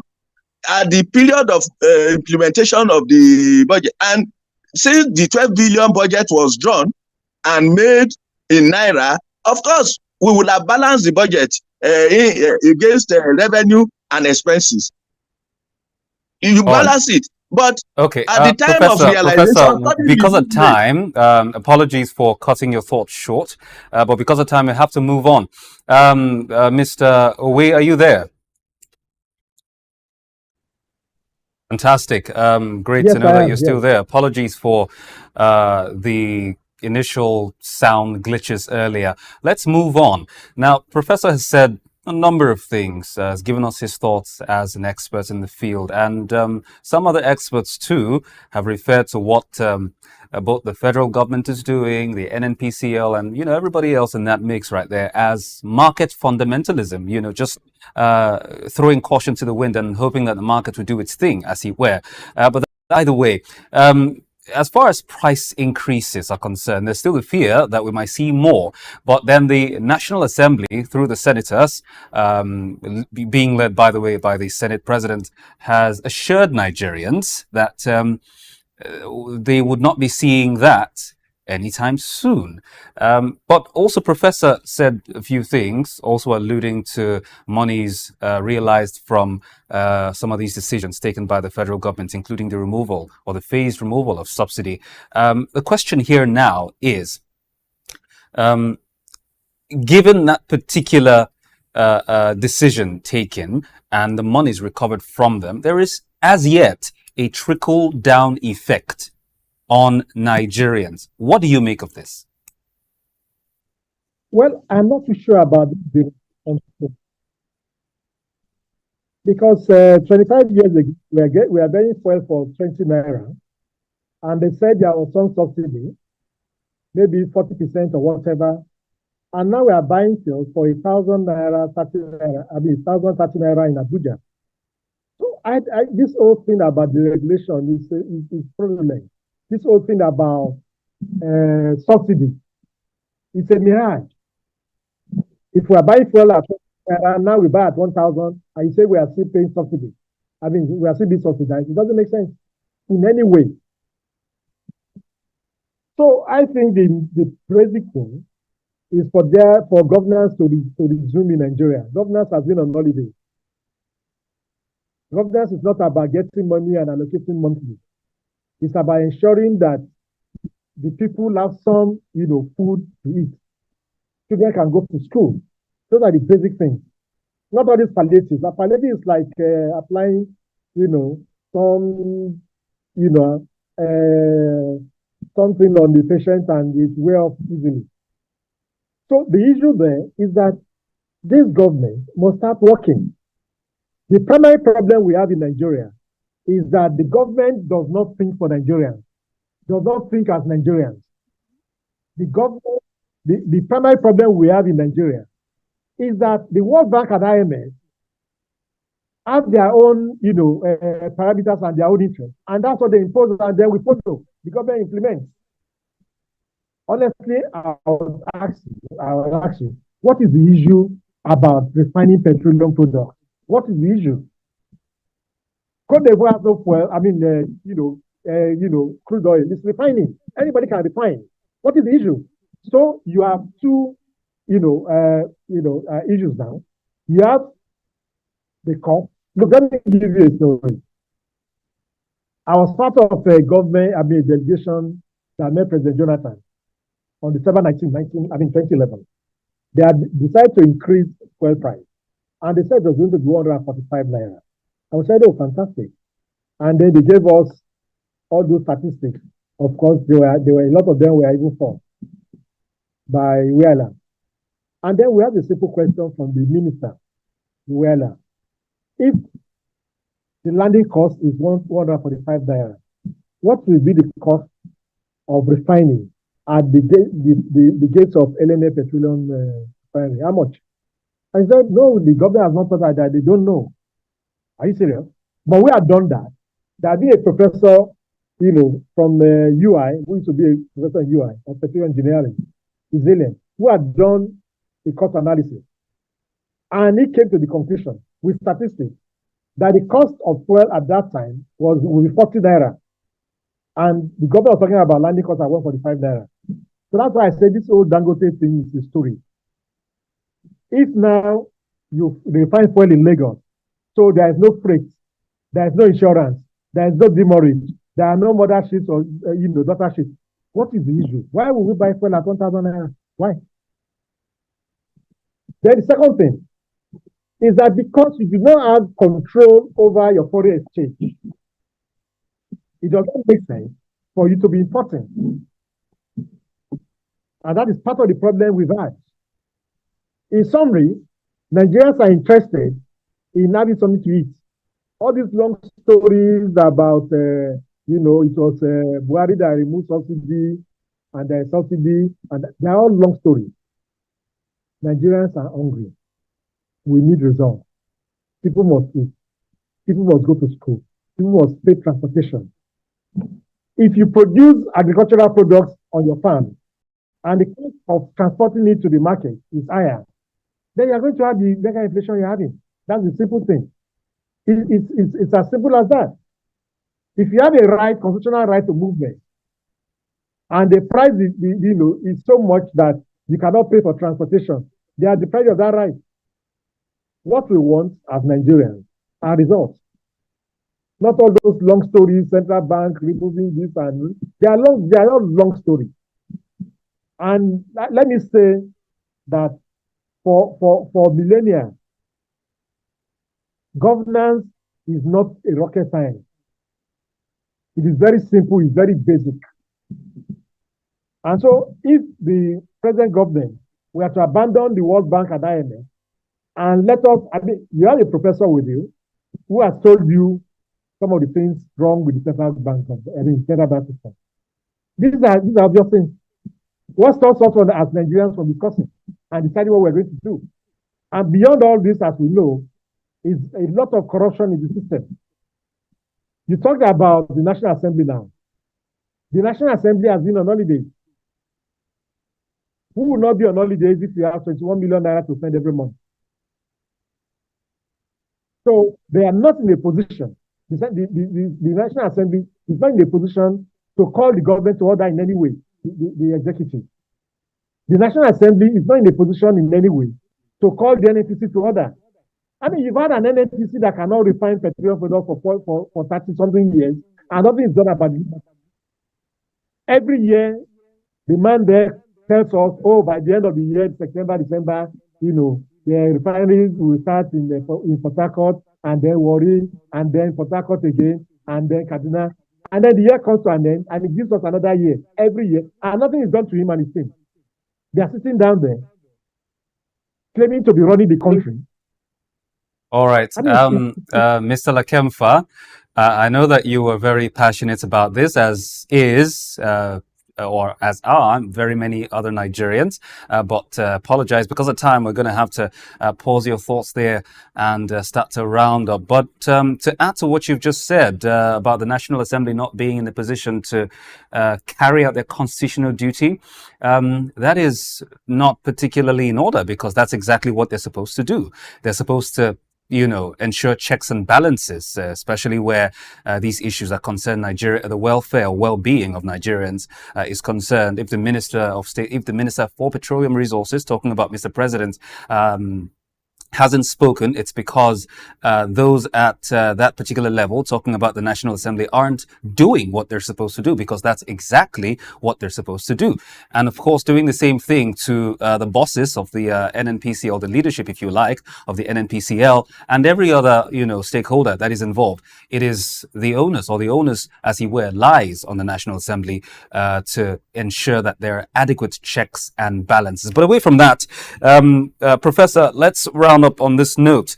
Mr. Aliko Dangote has approached the government of Grenada, talking about the Prime Minister, to be exact. They had a meeting yesterday for trade relationships, where we're going to buy crude from them, and we're going to sell products in return.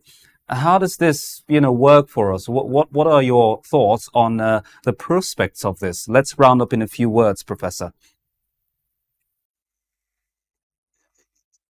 It's very disappointing to note that we cannot even meet the basic needs of a so-called domestic refinery.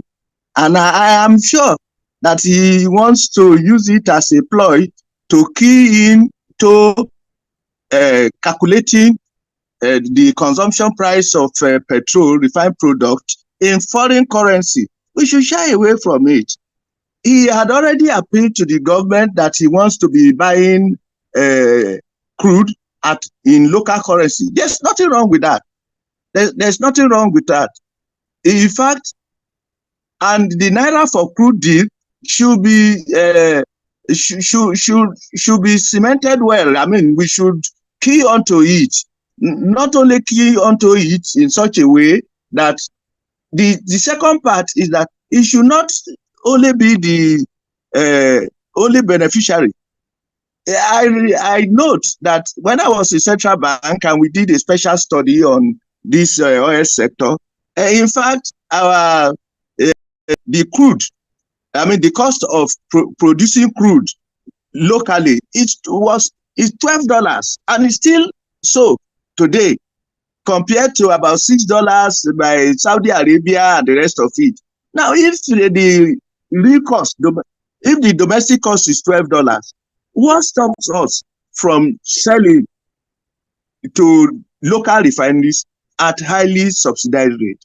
People will say, okay, after refining export, look, we will sell local currency to domestic refinery. We will also grant export rights to those refineries. And I know that in the international market, the petroleum products is priced in international dollar. So that's what we do. And if we want to forestall abuse, go and site several filling stations at the border. And when you are coming there, you buy it. If you are from Republic of Benin, when you get it, please pay us in dollar. And you put paid to rest all this. So we also need to eliminate unnecessary costs. All right. Okay. Transparent pricing. Thank you very much, Professor. Apologies. Support. I wish we could have some more thoughts from both you and Mr. Lakemfa, but we are racing against time. So hopefully we're going to get you both back on another episode for perhaps similar conversations or more.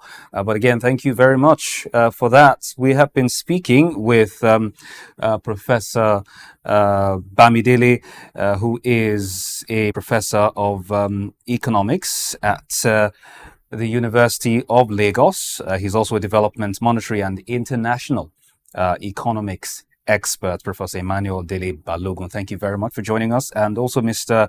Uwela Kemfa, who is a human rights activist, journalist and author, and also a former Secretary General of African Workers. Many thanks for joining us. A lot's been said between the two gentlemen today on the program, including citing structural issues, sundry policy decisions across the board, whether it's, the central authority or the monetary authority, as it were. Of course, one of the recommendations was to reduce foreign resource content, domesticating that as well.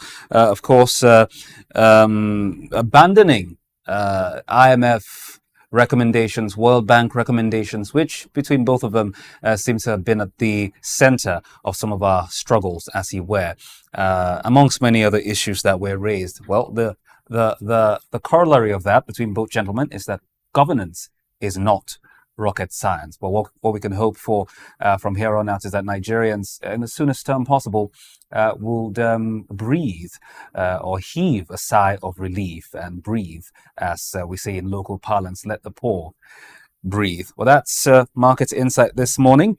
Let's take a quick look at what has happened so far on the FX market.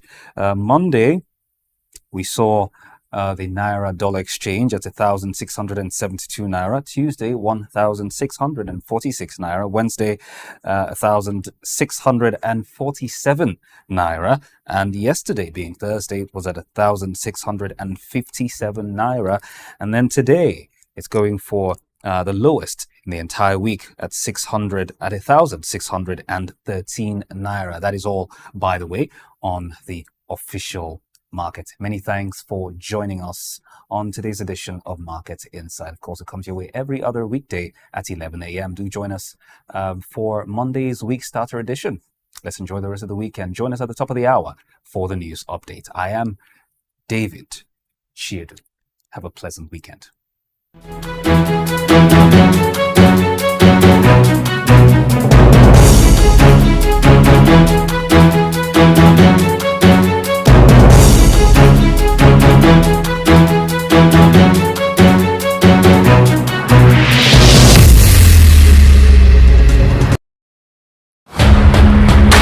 Hello sports fans, enthusiasts and pundits, welcome to SOUQ Sports.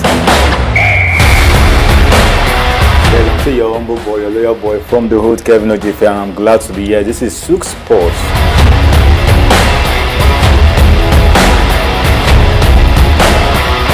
To do the business, the money that makes the wheel go round. Barcelona and Napoli. Napoli is out and Barcelona has qualified for the quarterfinals of Champions League.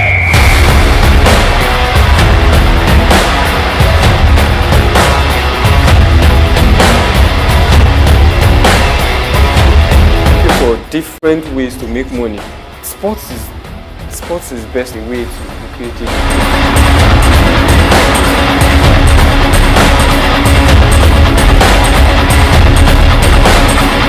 Now, the next 45 minutes are going to be very exhilarating.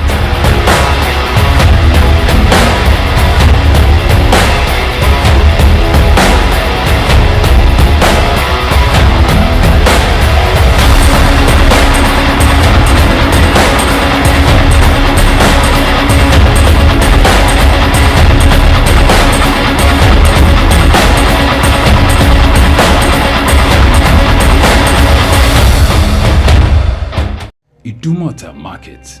Eko Idumota, once a residential neighborhood, is home to Idumota Market located on Lagos Island. It is one of the oldest and arguably one of the largest markets in West Africa. Idumota is a historic neighborhood adjacent to the Lagos port that facilitated the slave trade and later, under the British indirect rule, it surrounded to exports that fueled the colonial enterprise. Idumota was also the location of an armed forces remembrance cenotaph called Soja Idumota, built as a monument to Nigerian soldiers who served with the West African Frontier Force. An Eyo Masquerade statue and a clock tower are also some monuments at Idumota.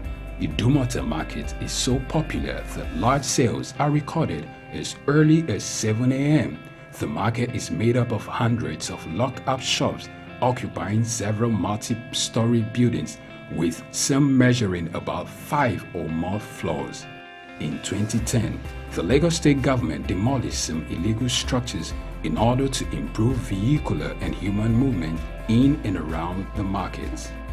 During weekdays, the neighborhood of Idumota is densely populated by shoppers, traders and bus passengers. From the Carter Bridge, ascending into Lagos Island, passengers can see the neighborhood before disembarking at their final destination. Idumota Market accommodates the substantial inflow of imported goods. The bulk of import from abroad are routed first through Idumota and then on to other markets through Nigeria and other West and Central African countries. The energy of private Idumota traders and wholesalers facilitate this activity, where millions of US dollars worth of wholesale is exchanged daily. Idumota Markets, SOUQ Enlightenment. Broad Street. Broad Street, situated in Lagos Island, is steeped in Nigerian history. Once the biggest financial hub of the country, it housed the headquarters of major banks, linked to CBN, the stock exchange, and the loads of lender companies. Broad Street is a historically significant street. It has played a central role in the development of Lagos and history, an important commercial and administrative center for the British colonial authorities. It was also a home to some of the city's earliest modern buildings. Broad Street was a residential area in the pre-colonial era. With the British came the Methodist Boys High School in 1878 and the Broad Street Prison in 1882, renamed Freedom Park. The General Hospital, which was a British military hospital, was built in 1893, being the first general hospital in Nigeria. The old British Secretariat building, which is now the Federal Ministry of Justice, was built in 1906. Broad Street has seen a full turn into modern commercial office blocks, complexes, skyscrapers, and markets from the outer marina through Akpombo early into the Adeniji Adele Road. Broad Street is one of the busiest streets in Nigeria on weekdays, where commercial activities take place day and night. From modern buildings to ancient structures, this street gives one a raw dose of life in Lagos. Broad Street is often referred to as Lagos Financial District. It boasts a mix of architectural styles, reflecting its long history, colonial-era buildings, Victorian and Edwardian architectural features, alongside more modern skyscrapers and structures. Broad Street remains a vital, vibrant part of the Nigerian economy. Broad Street, SOUQ Enlightenment.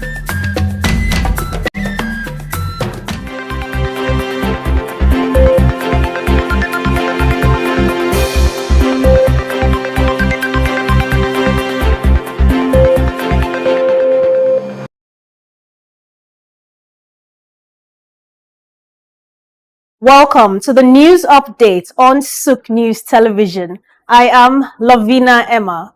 Vice President Kashim Shettima will deliver the keynote address at this year's Zuma International Film Festival, ZUFF, organized by the Nigerian Film Corporation NFC, titled Digital Ecosystem, Redefining African Cinema. The lecture will explore how digital technologies are transforming the African film industry, driving job creation, wealth generation, and regional trade.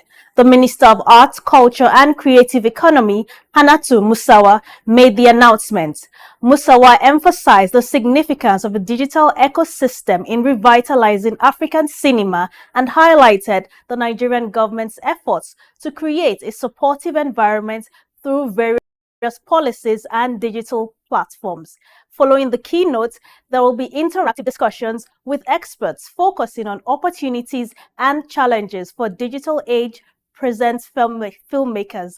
The minister also praised key collaborators, including Minister of the FCT, Nyesom Wike, for their contributions to the festival's success. In her remarks, the Minister of Tourism, Lola Adejon, highlighted the connection between storytelling and tourism, expressing pride in Nigeria's growing global recognition.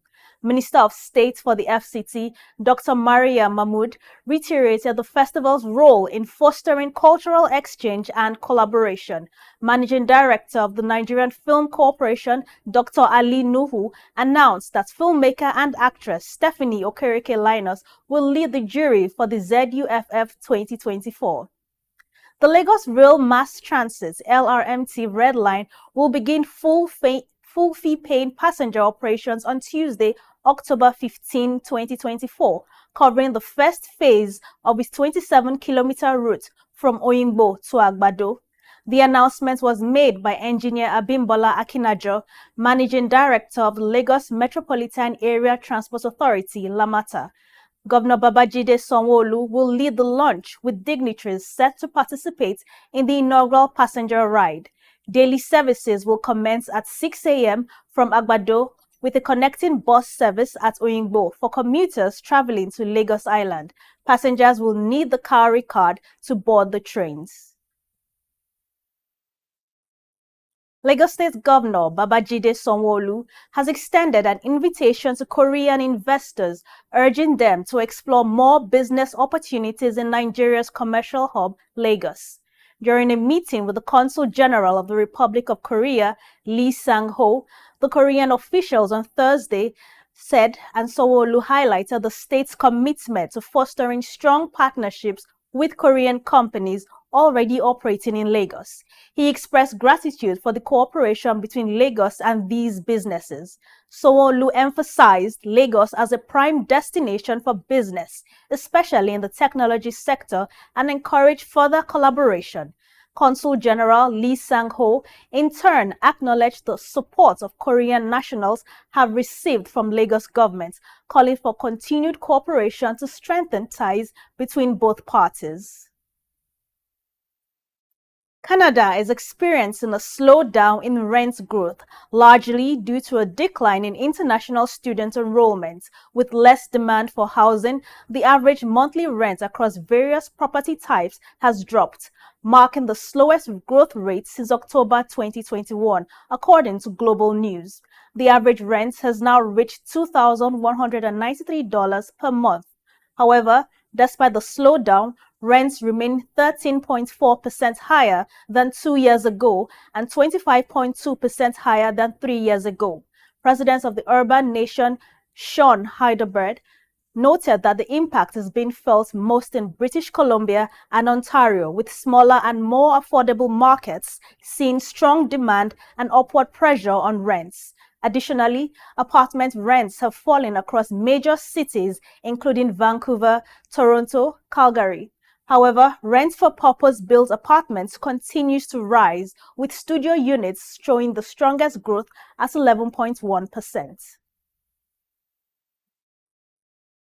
The United States and France have emphasized the need to bolster Lebanon's military to uphold the crucial United Nations Security Council resolution aimed at maintaining peace along the Lebanon-Israel border.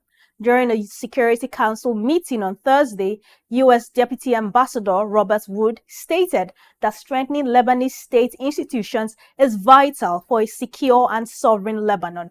Led by a legitimate security force, Lebanese officials have stressed that only diplomatic solutions and adherence to international law can resolve the escalating violence. Both the U.S. and French representatives call for the increased support for the Lebanese armed forces, aiming to ensure they can effectively manage security in the southern border region and fulfill UN mandates. Many thanks for watching. I am Lovina Emma.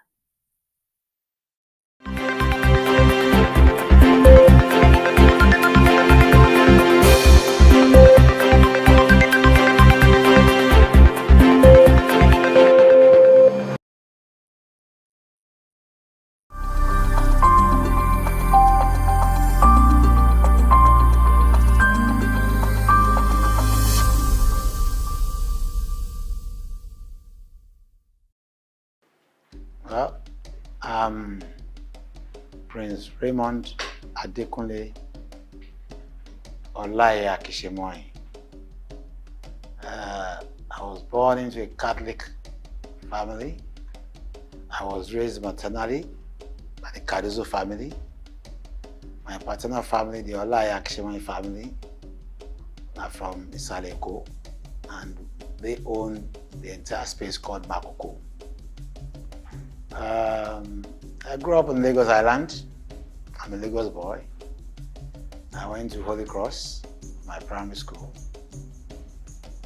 Got into St. Finbar's, but because of my interest in going to Greg's, I had to leave Finbar's and I went to Greg's to complete my secondary school.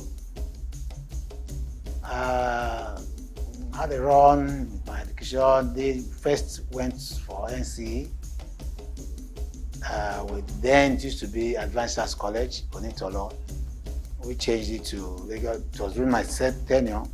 We changed it to Lagos State College of Education, Otto Ejaniki. I was a school student in PRO then. Then after that, during that period, I was a journalist too. During the period of the Second Republic, I was the Lagos State correspondent for Radio YO. When I went for NYC in 1982, I was made a press secretary to 2 commissioners in Ogun State. That's Chief Yemi Adefulu and Chief Isiaka Abiodun Adekunle. I was the press secretary to the 2 commissioners there. After that, I went back. I did a short period of teaching for 1 year at Agaway Secondary School. Then I left for one school to a very interior part of Ogun State, Okiri Ojule. The full meaning is Okiri Ojule Mobi of Egbedu. Secondary school there then. Then I went back to my journalism. I was with Community Concord. Then I joined Guardian. I was working in Abeokuta with Tayo O2C, who later left for this one newspaper. Then he went to Liberia and he died in Liberia. You know. Then after Guardian, I started Republic with them. I was the first Ogun State editor of Republic newspapers. Then going back to Guardian, Concord. But within that period, I was the NUJ. I started the general in Ogun State during the period of media, you know. Demola Badejo was the secretary. I was the assistant secretary. And after that stint, I was the national financial secretary of our SWAN, Sports Travel Association, during the time of Ndubuisi. Politics, I contested several elections on Lagos Island, chairmanship, House of Assembly, House of Reps. I didn't make it, but I was given the essay to Governor Tinubu when he became the governor. That's it. And really, I don't feel like joining politics any longer, because the way I sit now, may God help Nigeria. With the kind of politicians who are around now, there's nothing to write home about them. There are still some honest ones among them, but a lot of them are there for what they just want, not for what Nigeria will take to develop. So much. You can't count them. The resources are there. We have everything that God can use to bless people. But we as a people, we are not ready to take advantage of all these things. And that's why we are here where we are today.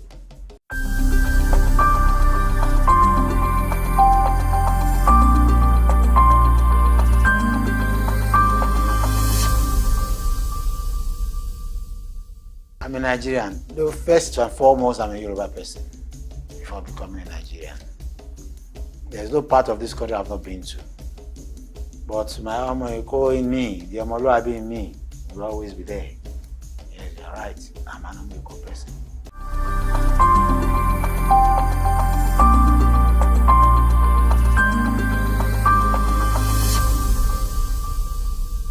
Let's take the length and breadth of Nigeria.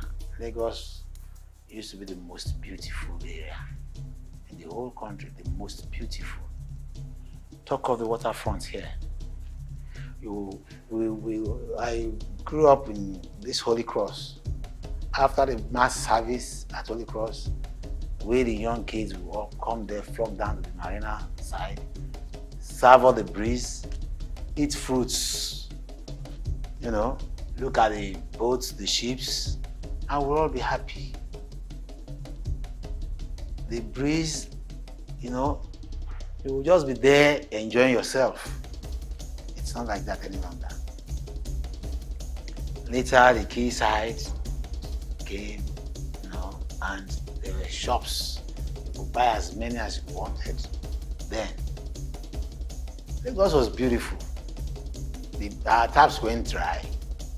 We would do these small paper boats and we'll put them in our gutter in the house and we'll follow it to the flow. Where are those ones now? The drains are now just there. They are not moving. You see? They are like ponds. In those days, I could remember if you have thieves, there were not so many. Even the issue of stealing started becoming rampant, I think, after the Civil War, if I could remember. We were all sleeping outside our houses. We have our houses. Comfortable houses. Small as they were comfortable. But we were all sleeping outside, getting the breeze and everything. It used to be ECN then. Electricity Corporation of Nigeria. ECN, yes. And these days, you see armed robbers everywhere. You see armed robbers everywhere. So, that is, you see, it's a pity that things like that are happening now. It was shortly after the war that we started seeing the case of armed robbery. And Babatunde Foronsho got himself in the history book as being the first set to be shot. You know? I could remember when my mom came back from England, 1967, and she got the house, I think number 6 or number 8, I'm not sure again, at Lawani Street. She was working at Lutz as a nurse then. And this man went to, she fought good enough for her, she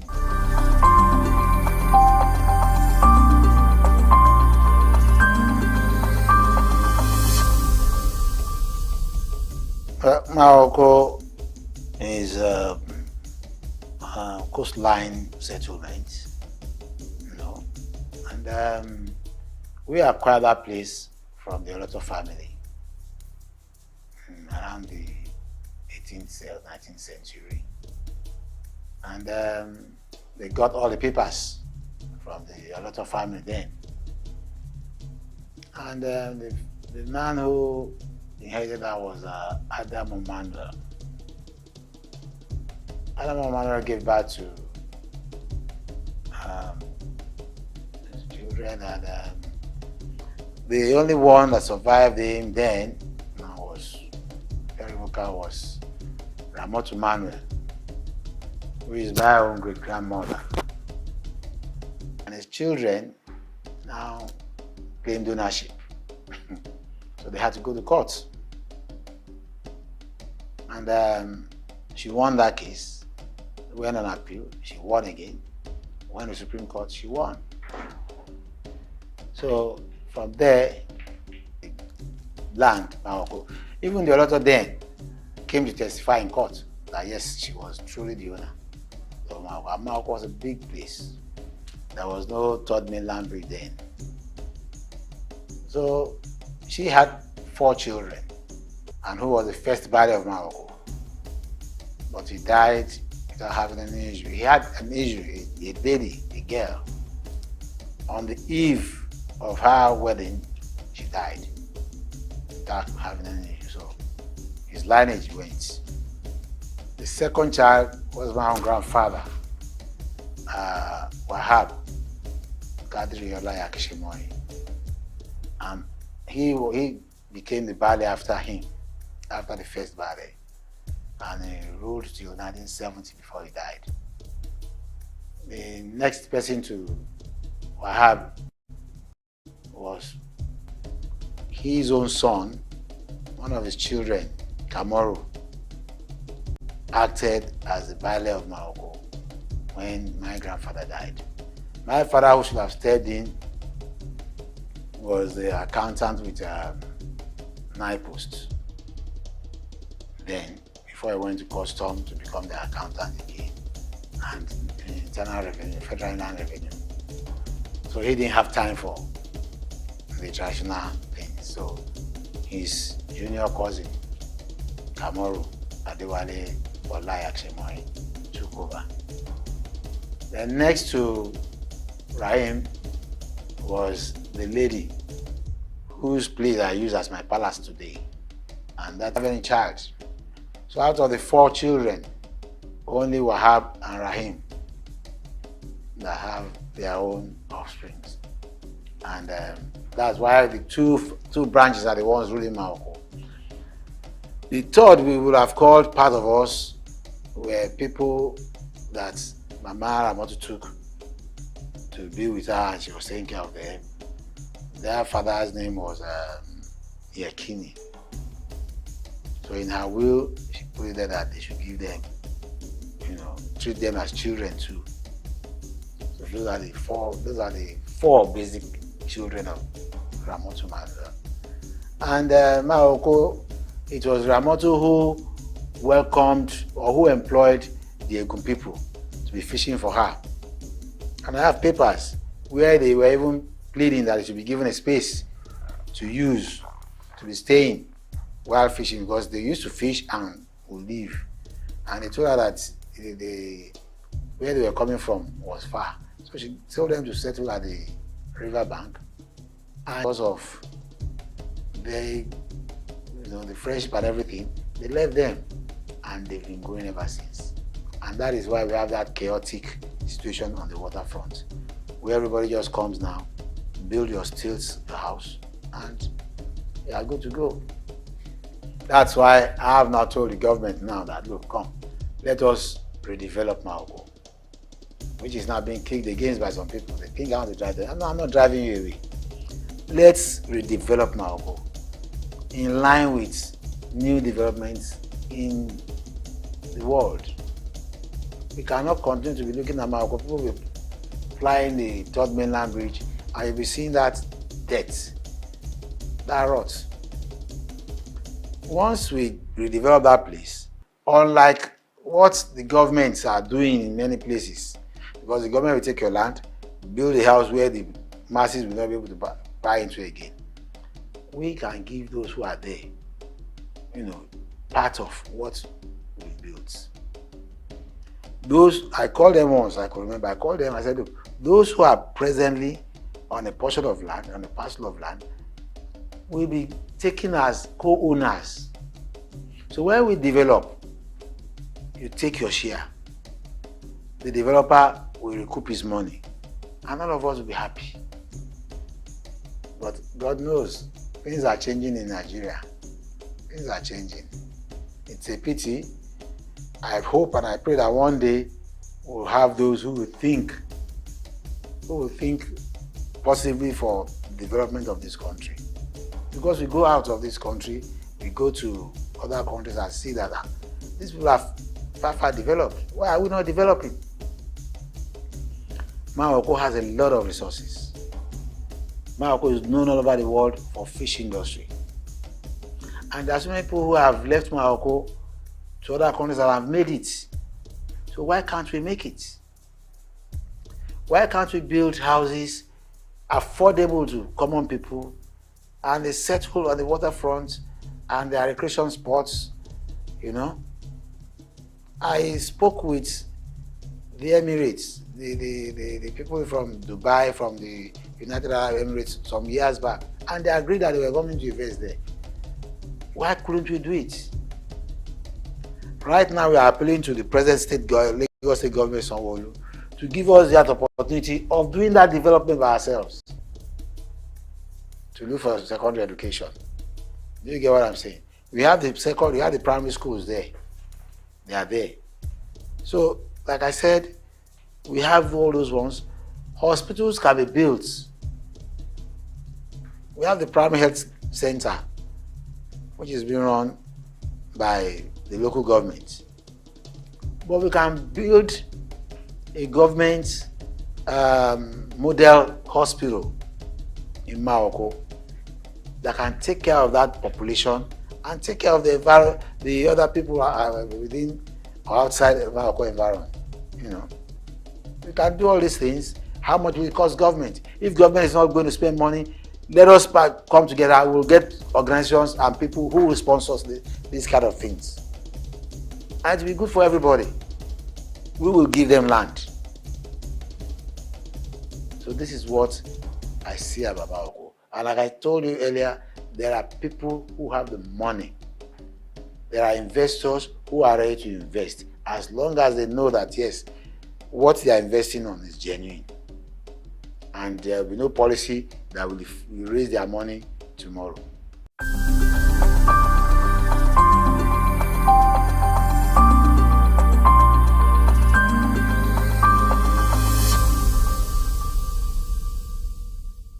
That's what I said, that the waterfront alone, we can have service industries, hotels, recreation sports. When I called these United Arab Emirates people, they were ready to put in a whopping $15 billion. That was a long time ago. Even, I think that was shortly after Fashola left office. Shortly after, because it was somebody who came in. And they were ready to sign that time. They said they had the money, they were ready to sign. But where are we now? Before them, some group of people came. I will not mention the governor then. There was a particular governor that came and said, look, I have $3 billion to invest. I told them I wasn't going to be the only person to listen to that. I called members of the family and we all had a meeting with his representatives. And they said, look, we are not going to borrow this money. They were having $3 billion. We could not take off from the ground. We could not advance. We could not put our plans into, fruition. We could not do anything. Why are we being frustrated? And as I'm talking to you now, I am saying that the Lagos State government can still be made to sit with us and do this. But the next thing you hear is that they are talking to some stakeholders. Who are stakeholders? You are talking to my tenant as my stakeholder? I will go to court. Yes, the courts are there. You may own the court, you may build the court, but the law will always be the law. You can't talk to my tenants as somebody who is a stakeholder over my property. No, he's my tenant. Let him stay there. If I'm not doing anything bad to him, let him enjoy his stay there quietly. Anything you want to talk about my property, it's my property. SOUQ is not government land. SOUQ is a private family property. You get what I'm saying? I belong to the Olaya family and not to any other family.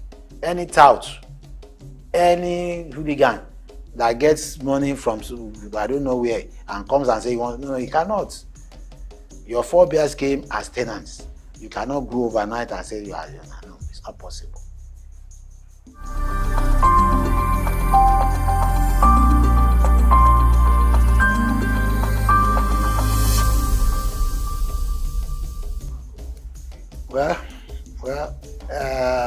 The initial joy to me was that when I got there, at least I minimized criminal activities. I brought in the police, I brought in the security agencies to assist me in apprehending those hoodlums and bringing sanity into that, because before I got there, on monthly basis, they were killing themselves. They were raping openly. But I brought some senses into them. Unfortunately, the present scenario in Nigeria now has erased all those ones, because only hooligans these days in Nigeria make mouth. You even pray to God that God save my life. Because when you talk and you say police should go and arrest them, they won't. I have lists of a lot of people they can arrest now. Those who are doing arbitrary things in SOUQ, that they should be arrested and prosecuted. But if you arrest them today, in fact, the police will arrest them. They will tell them they are still searching for them. And if you arrest them today, I'm telling you the next day, they are out. I could remember there was a time I brought in police. I was called that they were robbing. I brought in the police and we saw those boys robbing. I have lists of a lot of people they can arrest now. Those who are doing arbitrary things in Morocco, that they should be arrested and prosecuted. But if you arrest them today, in fact, the police would arrest them. They will tell them they are still searching for them. And if you arrest them today, I'm telling you the next day, they are out. I could remember there was a time I brought in police. I was called that they were robbing. I brought in the police and we saw those boys robbing. And we chased them. We chased them to a hotel and they disappeared. Went just inside and disappeared. So I told the police to arrest the hotel manager. Because for them to have run into that hotel meant that they knew about that hotel and they were being harbored there. Before the next morning, the manager had been released. Apart from that, the police came back in the night around 2 a.m. and met those boys again robbing. So they fired them. I was told they killed about 5 of them who jumped into the canal and died there. Before 8 o'clock the next morning, they had buried all of them. Then they called me to a security meeting at the council. And I told the chairman, I said, you should be arrested. I told him, I said, you should be arrested. He said, why? I said, who owns the government cemetery? Who owns the cemetery? Aton Cemetery. He said it belonged to the government. I said, who controls it? He said, government. Fine. This incident happened on a Saturday night, stroke Sunday. Sunday morning, before 8 o'clock, all these girls had been buried in government cemetery. How did they get in? Who authorized it, their burial? He saw where I was going. He now turned to the people. He said he didn't know anything. He now said he should go and call the people in charge of the cemetery. He put in charge of the cemetery. They called the boy. When they called him, as soon as the boy saw me, he started raining abuses and invectives on me. This is the head of ram robbers and that. The man said, keep quiet. That's not what I brought you here for. Answer this question. What happened with those boys the police killed overnight? So and so. He said, I don't know. He said, you don't know. Were you not the one in charge of the cemetery? Were you not buried in the cemetery? He said, yeah, my guy will see you there. Don't see me in front of everybody. You know what the boy did? He now turned and looked at, there were 2 DPOs sitting with us, and looked at one of them and said, okay, but you 2, you were there when they were burying them now. While we were discussing, the DPO didn't say he was there. So the boy now told the DPO that, DPO, but you led them to us to be buried. Now you gave them cover now. So why are you not talking? Why is it me alone you want to put it on top of me? How do you now solve that problem? Are you getting what I'm saying?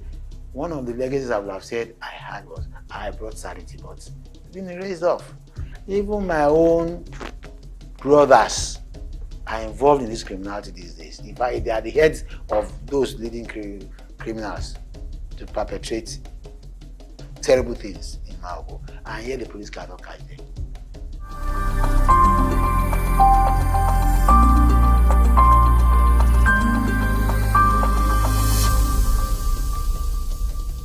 If we want Nigeria to move ahead, there must be the willpower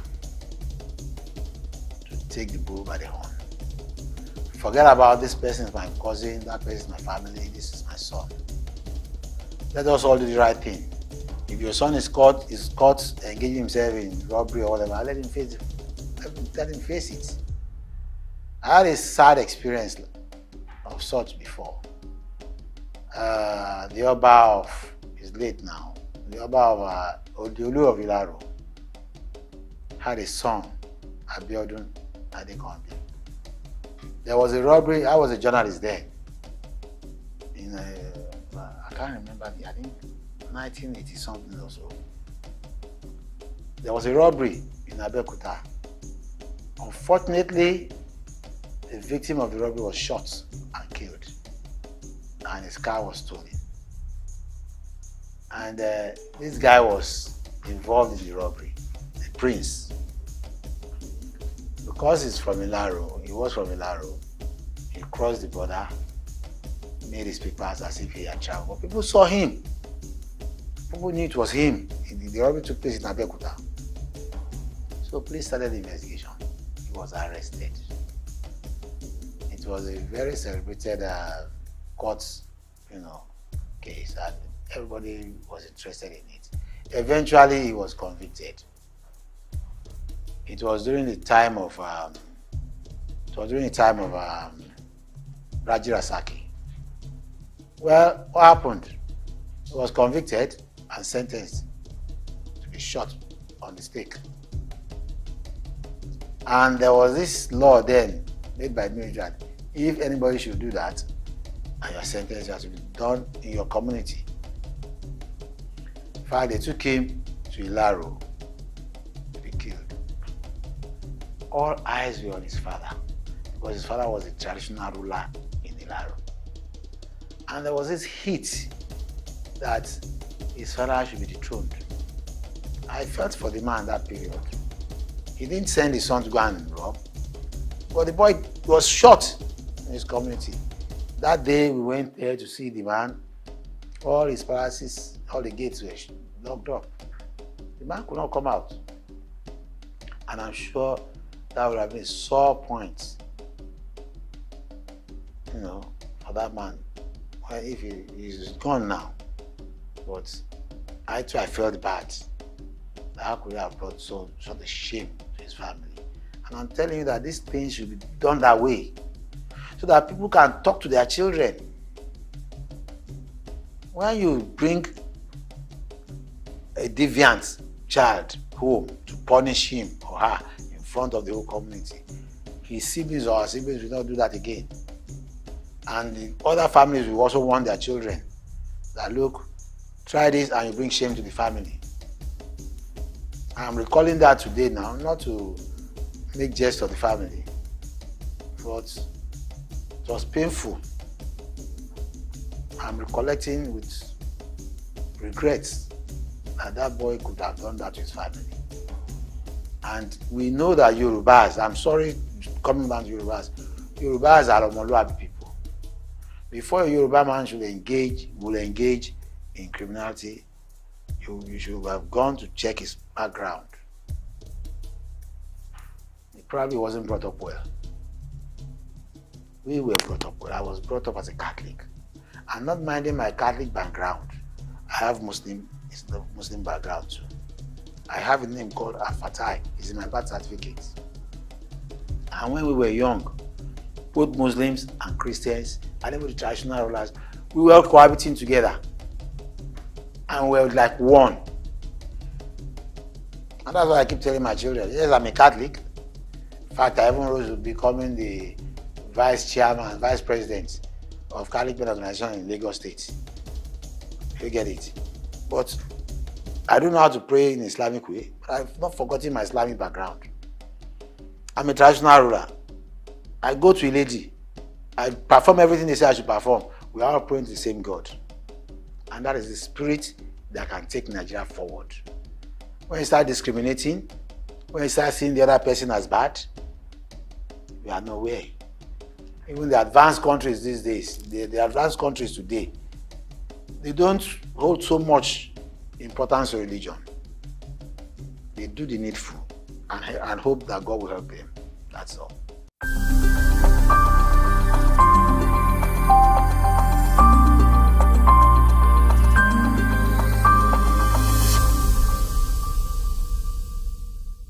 I fully support. At the local government level, I don't see why somebody, all in the name of the constitution, saying if you stay in a place, you should be taken as part and parcel of that. No. There are people today that don't know anything about where they are ruling. They don't know anything about where they are ruling. You call that local government chairman, the chairman of a local government, where he cannot even tell you the history of the local government. What kind of nonsense is that? The traditional ruler who is there must have been somebody from that area, must have grown from a family in that area, and should be held responsible for the minuses or the positive things in that area. Are you getting what I'm saying? If the local government chairmanship position is given to an educated traditional ruler, Obi Anoba, Obi Bale, do you get it? Let that person administer the affairs of that area and know that if he fails, he's going back to that community. And they'll deal with him. They will deal with him. But if you allow them to come in, okay, let's say for instance now, if there are crises in this country, look at the trend of things. Where do they normally run to? They call the traditional rulers, come and speak to your people. Why are you calling them in a time of crisis? Why not call them when you are sitting down together, having a summit of how this place will be developed? Why are you not calling them during the implementation period? Are you getting what I'm saying? I know that a lot of bad eggs have entered into traditional institutions too now.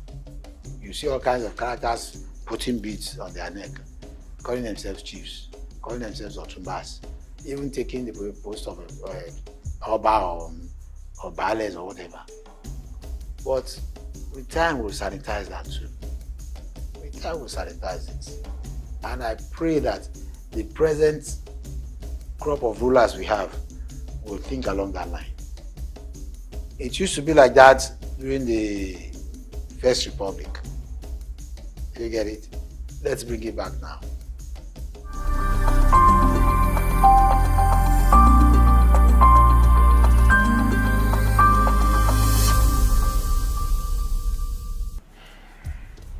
Yeah, I said I'm optimistic. I say I'm prayerful. I will pray for him that he succeeds. That's what I'm going to say. I'll say he succeeds. I wish he succeeds. I hope he succeeds. Because let me tell you something. A lot of damages have been done. They finished this country. Our currency is nowhere to be talked about. It cannot buy you anything. It's painful. Hold ₦1 million this morning.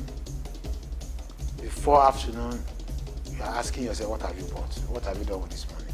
In fact, ₦1 million cannot do anything again. It can't buy you a ticket from here to London any longer. You have to have more than that. Any foreign company operating in this country today would prefer to collect their money in hard currency, not our own local currency. So where is Tinubu going to start from?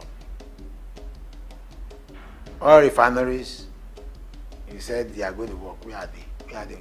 Now, this same Dangote is a person we said has built this. Is the same person you are now giving permission to go and export from abroad. He has his own refinery. He's going to refine. He's going to do, but yet you are still giving him licenses to go and import from abroad. There are other people too. You know, I can't understand. I don't really understand what is going on. I have to tell you that I don't understand how they are going to do it. Our agriculture, we should be focused upon. Nobody's talking about it. Encourage all our youths to engage in exports. All our banks are not interested in giving loans to encourage our youth to work. Whereas the Chinese, the Indians, have the backing of their governments, and they are giving them billions to come and invest in Africa. And they'll come within months, within years. They've established seriously, and we are now rushing to their so-called companies to work for them. Cheap labor. They take all the money you should have gained, they take it back to their country, because that's where the money they are using they came from. Our own banks here, I don't know what they are doing. They cannot give a young graduate money to start himself off. I was in England some time ago, and a friend of mine was telling me if I need about £600,000, that he would get it for me. I was stunned. He said he even showed me letters written to him by his bank that he should come and collect loan. In Nigeria, they don't do that here. If they try to entice you to come and collect loan in Nigeria, look behind their terms and conditions. Right. What would you consider to be the secret of your success? Well, determination, doggedness. I'm one of those who will not take no for answer. I don't take no for answer. If I want something, I go after it. And once I focus, but I have series of experiences over that. But don't let me waste your time, because I could remember there was a time when I was a journalist. I got fed up working in Abeokuta, and I came to Lagos. And I told my editors, I said, look, I'm no longer working in Abeokuta. Have they sacked you? I said, no, nobody has sacked me. Funny enough, my friend Tokubolo Ontoba was the one covering the Don Barracks. And any time I came to Lagos, I was staying in his house.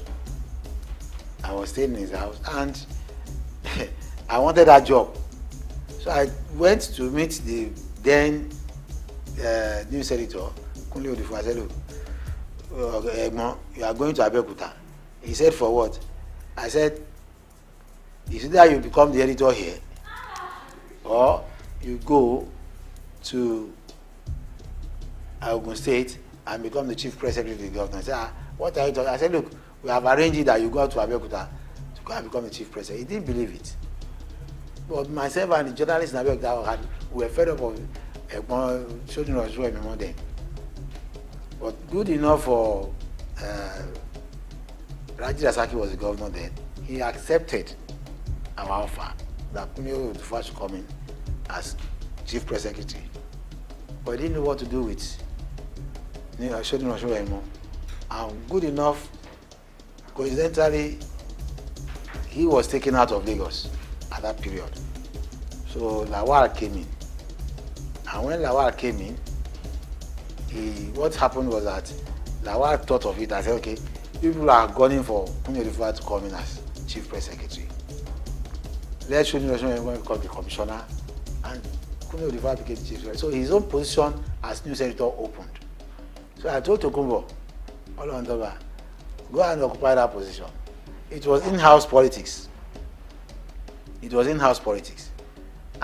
Tokumbo became the news editor. So I went to meet double chief, Drew Onobuli. I said, look, I'm reporting here as the next Lagos State House correspondent. The man looked at me and said, where are you coming from? I said, I've come to tell you that I'm resuming. Nobody posted me. But I went to meet him. He said, go back to your office and collect the letter. I said, my letter will come tomorrow morning. He said, what about Tokumbo? What has become of Tokumbo? I said, they have not started Tokumbo. Tokumbo is now in the office as the news editor. And I went back to the office, brought a letter, and I gave it to you. And I started my work in the Don Barracks then. That's one of those things. If I set myself for a goal or a target, I get it.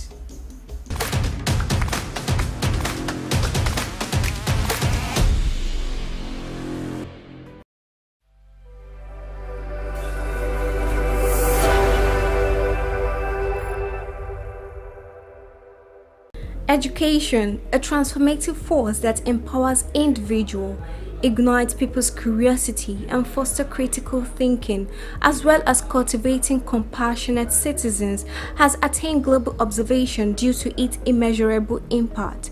Education opens doors to opportunities, inspire dreams, and help shape a better world. Yet, in conflict zone, education is under attack, depriving vulnerable groups such as girls, migrants, refugees, and people with disability of their fundamental right to learn. The United Nations recognized these critical issues, declaring September 9th as the International Day for the Protection of Education under Attack, highlighting the devastating impact of war on students and teachers. From 2013 to 2017, over 12,700 attacks on schools were recorded globally, endangering more than 21,000 students and educators. Countries like the Democratic Republic of Congo, Israel, Palestine, Nigeria, and Yemen have seen their educational institutions become targets, with over 1,000 attacks on schools during this period. This attack disrupts learning, causes physical and psychological harm, and creates opportunities for recruitment into armed forces, sexual violence, and displacement. The damage is not only to the immediate victims but also to the future of the entire generations who may lose the opportunity to build skills necessary for sustainable development.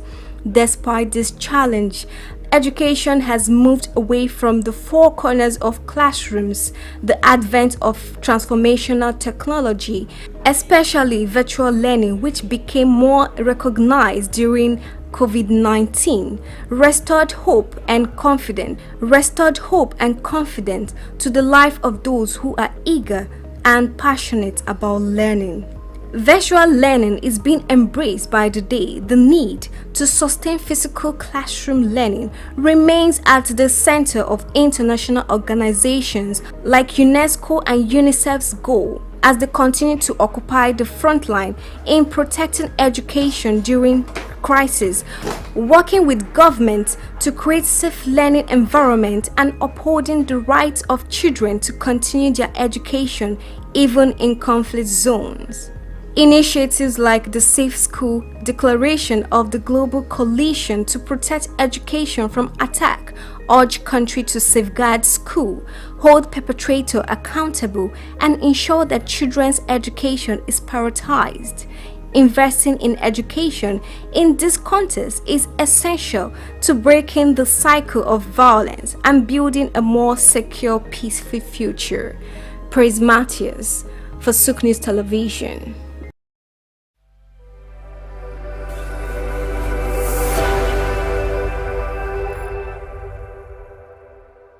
You are unable to understand why the Imo man, Imo woman, Bayelsa man, Bayelsa woman will blow egg to chicken and chicken will cry. What is, you are the one that don't understand it.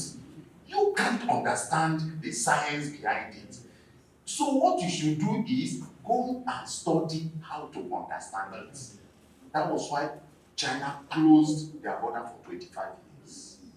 Today, the Europeans and Americans that are trooping to China to study TCM, they are in droves. Today, Ayurveda is a full ministry in India. The Global Center for Traditional Medicine is in Gujarat, in India. It became 1 year in March this year. Because these people refused to be intimidated. They even want to scrape us so that we will not talk. Because of the advent of drugs, hospitals, and modern technology, natural medicine in Nigeria have been relegated to the back for the longest of time in Nigeria. This situation has left Nigerians and Africans at large at the mercy of drugs produced abroad, as opposed to the effective, potent, and curing ability of leaves and roots. The Nigerian Natural Medicine Development Agency and natural medicine practitioners have partnered with Femi Walsh, owners of SOUQ News Television and the Isle 104.9 FM. The Memorandum of Understanding was signed at a meeting held between both parties on Wednesday, July 7, 2024 in Lagos.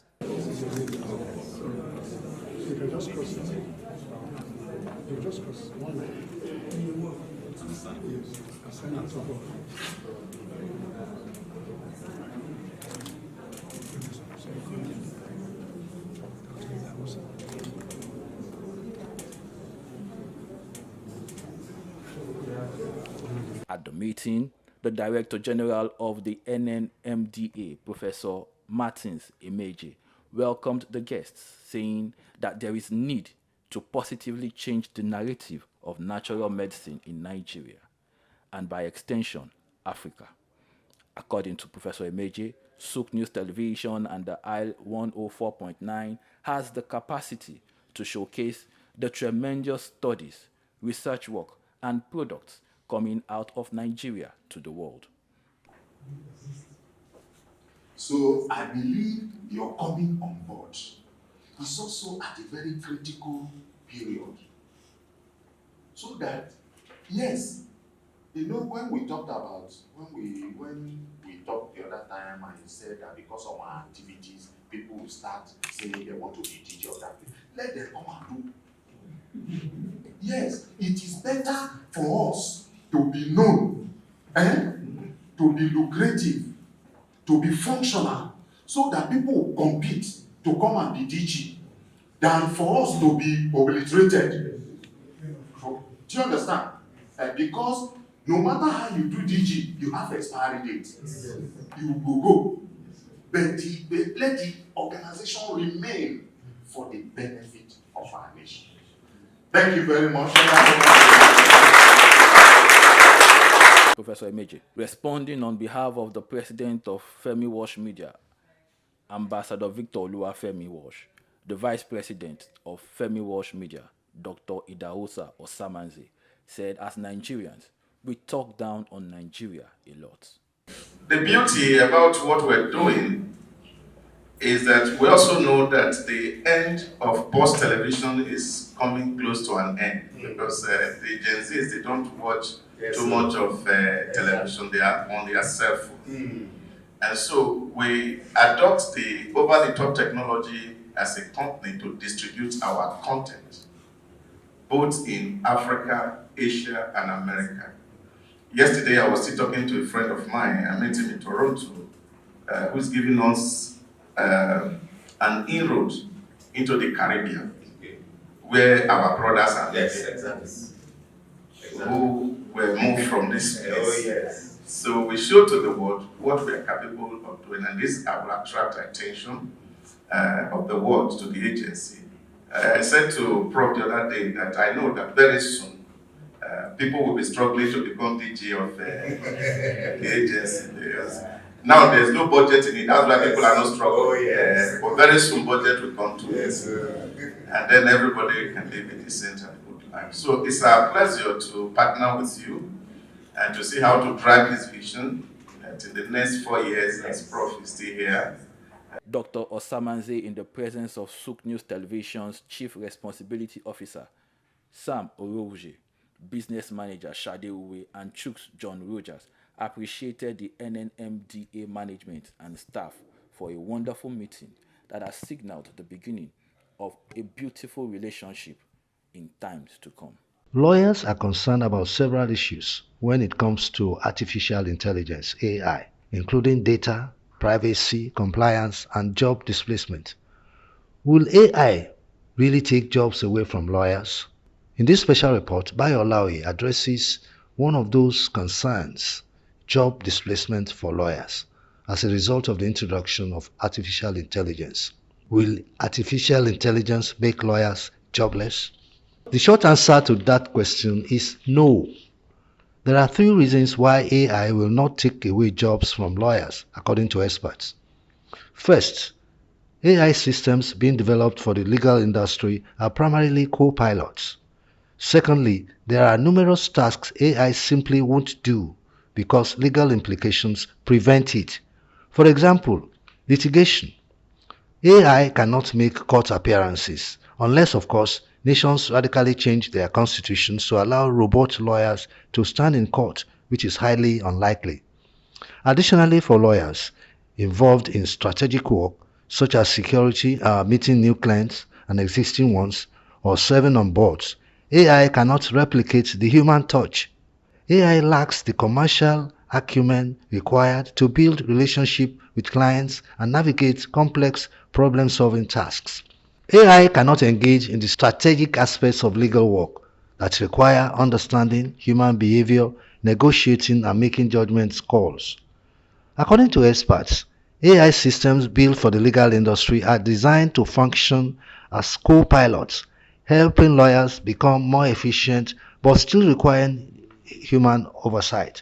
For instance, AI can draft a clause for you, but as a lawyer, you must ensure that the clause makes sense.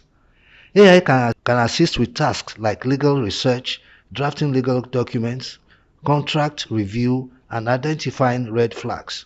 However, human involvement and judgment remain essential, as all systems, particularly large language models, can sometimes be confidently wrong. Despite its potential to assist in many areas, there are numerous tasks AI will not do for lawyers, either because it lacks the necessary capabilities or because it is unnecessary. Some might argue that AI makes lawyers more efficient. A law firm that would typically hire, say, 8 legal associates annually might now only need 5, using AI to assist those remaining associates. While that may be true in some cases, it does not necessarily mean lawyers are losing jobs, as AI will create new roles and open up career paths for lawyers, according to AI industry experts. For instance, AI companies build products for lawyers, require legal professionals just as much as they need AI researchers and engineers. Lawyers are domain experts who know the pinpoints and can guide the development of legal AI tools.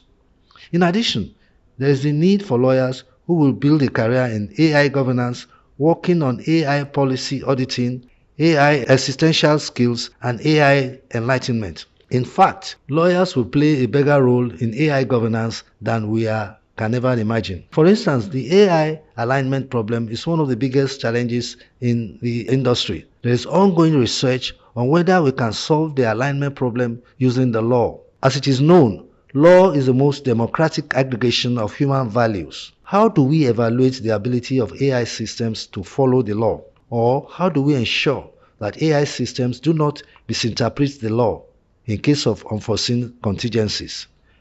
Humans have the Supreme Court to interpret laws when faced with complex scenarios.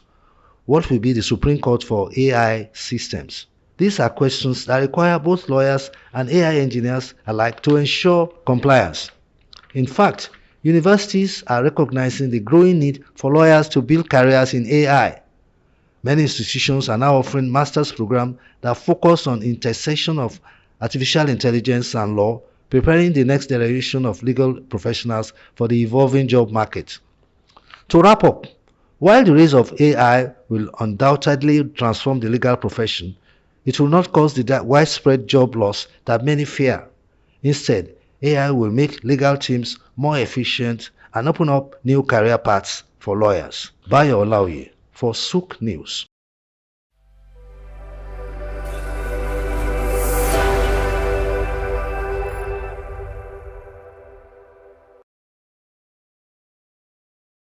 In the heart of sub-Saharan Africa, where commerce meets progress. Welcome to SOUQ News, your source for business, economy, and development insight that drive nations forward. From the vibrant streets of Lagos, Africa's fastest economic hub, SOUQ News takes you on a journey of discovery, analyzing and reporting the facts that lay the foundation for growth and development. We don't just report the news, we create it. SOUQ News is more than a channel. It is a catalyst for change, spotlighting the stories that shape economies, inspire entrepreneurs, and fuel progress. Covering business, finance, technology, energy, and many more, SOUQ News provides a daily deep dive into the stories that matter, interviews with industry titans, and analysis that empowers your understanding of economic landscape. Join us daily as we dissect, discuss, and deliver the most relevant and factual news on business and the economy.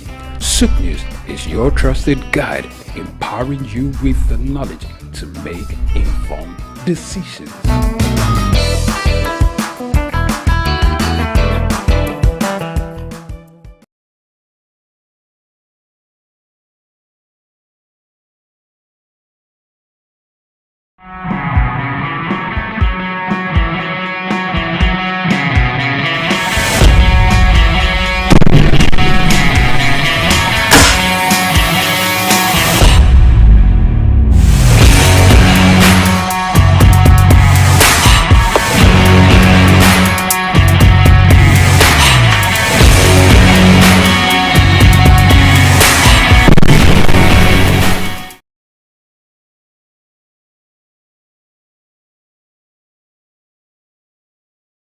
In the heart of sub-Saharan Africa, where commerce meets progress. Welcome to SOUQ News, your source for business, economy, and development insight that drive nations forward. From the vibrant streets of Lagos, Africa's fastest economic hub, SOUQ News takes you on a journey of discovery, analyzing and reporting the facts that lay the foundation for growth and development.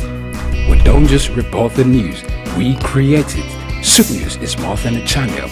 It is a catalyst for change, spotlighting the stories that shape economies, inspire entrepreneurs, and fuel progress, covering business, finance, technology.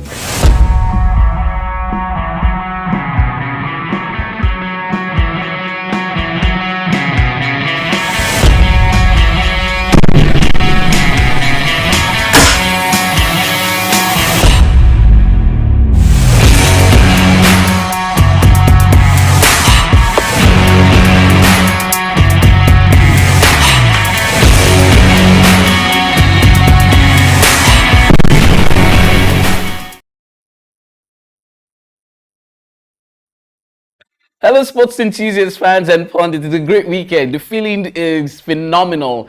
It's good to be back here with you. And this time around, I'm not going to be here alone, just like the last episode of the show. But then let me welcome you to the next 45 minutes of non-stop sports update from around the globe. I am the top cat. I've got two other cats with me. I don't know where they're going to fall in, but yes, give me wide. Cat number one. Sorry that You're a cool cat, though. you're a cool cat, yeah. Sorry that I had to let you fly alone on Wednesday. I was Yes, with a big accent. So it's good to be here back Friday. Weekend games, always the top story. And we have a retirement saga. But let's see how it goes. Charlie Montero, and I'm glad to be here. All right, we've got another card. This one is Odum Agune Chamber. Akata the attacker. It's great to be here once again. Yes, indeed. Our coach Gladys I decided to play an defensive formation. Yeah, So there will be three strikers. Yes, firing on indeed. all cylinders today. Blessed to be here. Indeed, Gladys gets the credit for that. Anyway, let's start off and get to the teak of the matter. Today, Nigeria takes on Libya at the Godswill at Babio Stadium. The Godswill at Babio Stadium is dubbed the Nest of Champions. Would it be the X factor when Nigeria Super Eagles play host to the Mediterranean Knights at 5 p.m.? We do have a prediction post on our social media platform, just in case you're not following us on social media. It's going to be on the screen. SOUQ News TV across board, the social media platforms. You could go there, make your predictions. The time lapse is going to be 5 p.m. just at the before the blast of the whistle tonight. When that game will commence, you should have turned in your predictions, and you just can't be getting urgent 2K. We'll be selecting randomly a number of winners who we will credit after the game is up, just after 90 minutes. But let me also start off the show today by saying that Nottingham Forest striker Taiwo Awoniyi is looking towards a straight win over Libya in the 2025 African Cup of Nations qualifiers. They, talking about the Super Eagles, currently lead Group D with 4 points after just 2 games.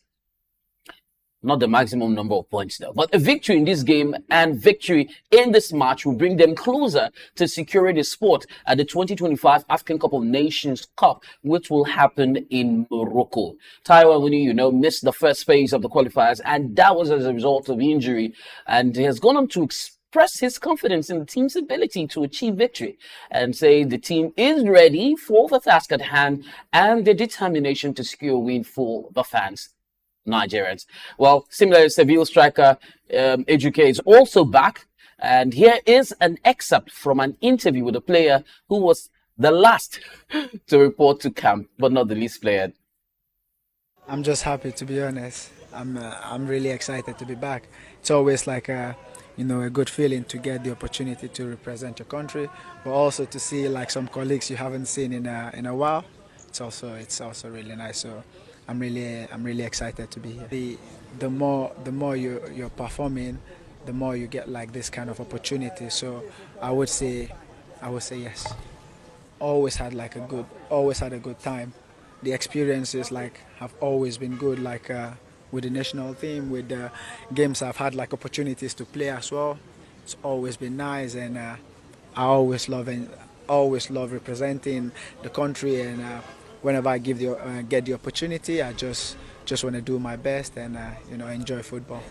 I mean, we're just gonna go out there and give our best, and hopefully get the 3 points at the end, and Also, we urge the fans as well to be behind us and support us in every situation. Chidera Ejuke. Let's start from Chidera Ejuke, guys. I'd like to get cat number one, Charlie Montero, into the fray.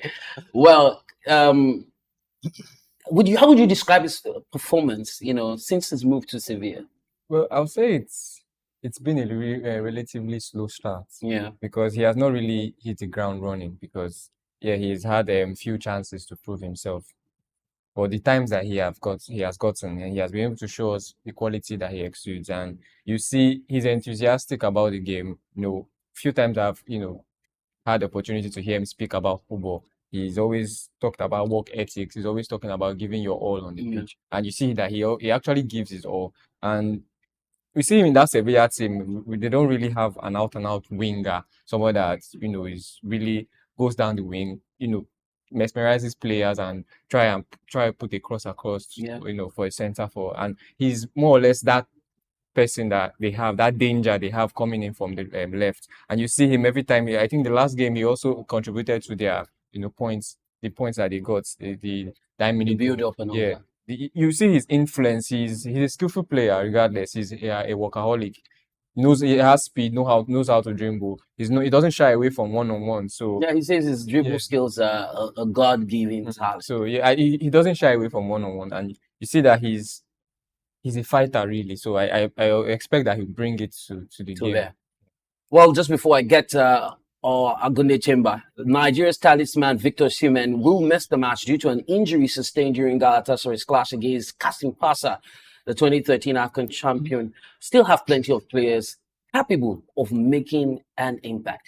Just before I do, probably just run down some of the players that we currently have in the squad who are fantastic in the various clubs. Ademola Lookman will easily come to your head. He has been in outstanding form for both Atlanta and Nigeria in the 2024 season of year. The year under review. He scored a hat-trick in the Europa's League final and delivered very standard performances in the 2023 African tournament. And in the last games Nigeria has played, he's also come through. He's emerged as a strong contender in this year's African Player of the Year award. And we've seen him make his mark for Nigeria, severally. In the game against the Republic of Benin, netting 2 goals. We also saw him impress at his club, scoring 2 goals and providing 2 assists for Gian Piero Gasperini's side. His recent form makes him a very key and integral player in Nigeria's quest for victory. Likewise, Ademola Lookman, Victor Boniface, who a lot of people don't know if he's a comedian, a TikToker, or a footballer. He seems to just be great at all of them. He has struggled to find the back of the net for Nigeria, but his club form has been remarkable. I mean, he's just been great. The Bayer Leverkusen striker has scored 5 goals and provided 1 assist since returning to, his club football. And then you have a Nwabali who seems to have put the beautiful Madiko Okoye on the stands for a long time since he, got between the sticks for the Super Eagles. He's become very reliable, and the Chippa United goalkeeper has made quite a number of saves that have kept the Super Eagles competitive in matches, and he will be a very crucial member of the team, when they take on the Mediterranean Knights. William Chustekong, the former Watford defender, will also look to continue his excellent form. He has also scored goals for Nigeria, when we did not have hope. I'm talking as a Nigerian now. So a combination of he alongside Semi Ajayi and Calvin Bassey has just proven, very reliable. I miss Leon Balogun, but then having 2 Igbos at the back line there would have been beautiful to watch. But Chustekong has provided leadership and some form of stability to maintaining the structure of a rock-solid defense for the Super Eagles. And then you have Leicester City's midfielder, who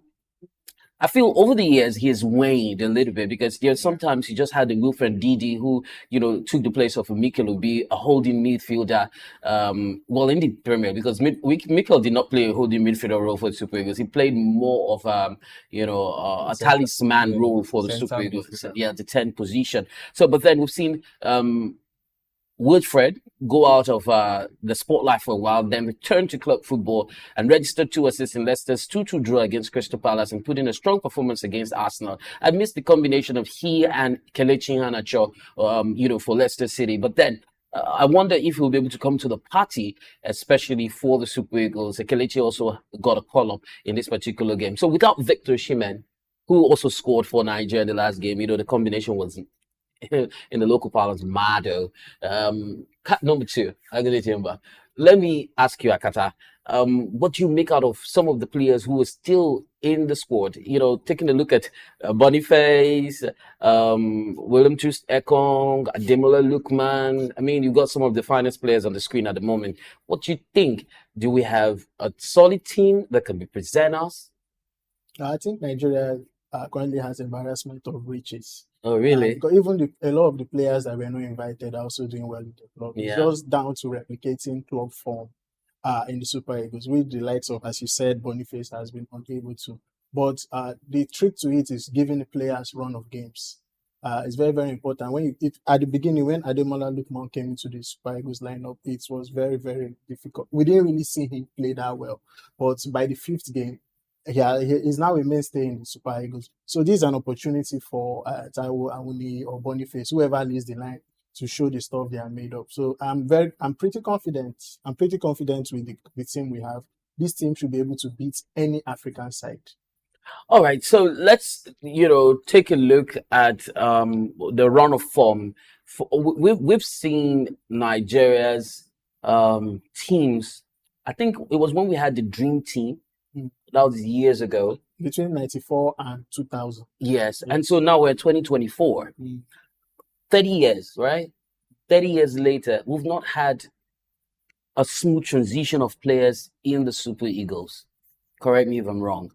It feels like we did not capitalize on the achievements of that 1994 team, because what I think would have happened is, as players gradually get to retirement, you pick that pawn out, or you pick that particular person out and replace. And so you're having people integrated to the team one after, not like, I mean, with what we have now, it just feels like 3 or 4 new or 5 new faces that just comes into the team at the same time, and you try to blend all of them together. So let's say we have a solid team of our first 11. Of, let's say, the 20, we're setting up 20 or 23 man squad. Yeah, these are the standards, or this is the standard Nigerian team. And then someone shines a bright light. It's very good. What you do is you just take that position, see if that person can fit into the playing style and culture of the Super Eagles. That consistency can only be born out of the right structure from the NFF, the right organization with the Super Eagles, the right leadership in terms of form of management or coach. And so that will translate, to the players who are being led in terms of ideology, style, tactics, formation. Of course, yes, there's room for dynamism and all that. But then it's like you have a community or a league of extraordinary gentlemen who have, over the years, developed a certain style. And then you want to join LXG. We're now giving you rules and regulations. For you to join, you have to respect your seniors. You have to play to instruction. You have to report to camp on time. Anything where you be.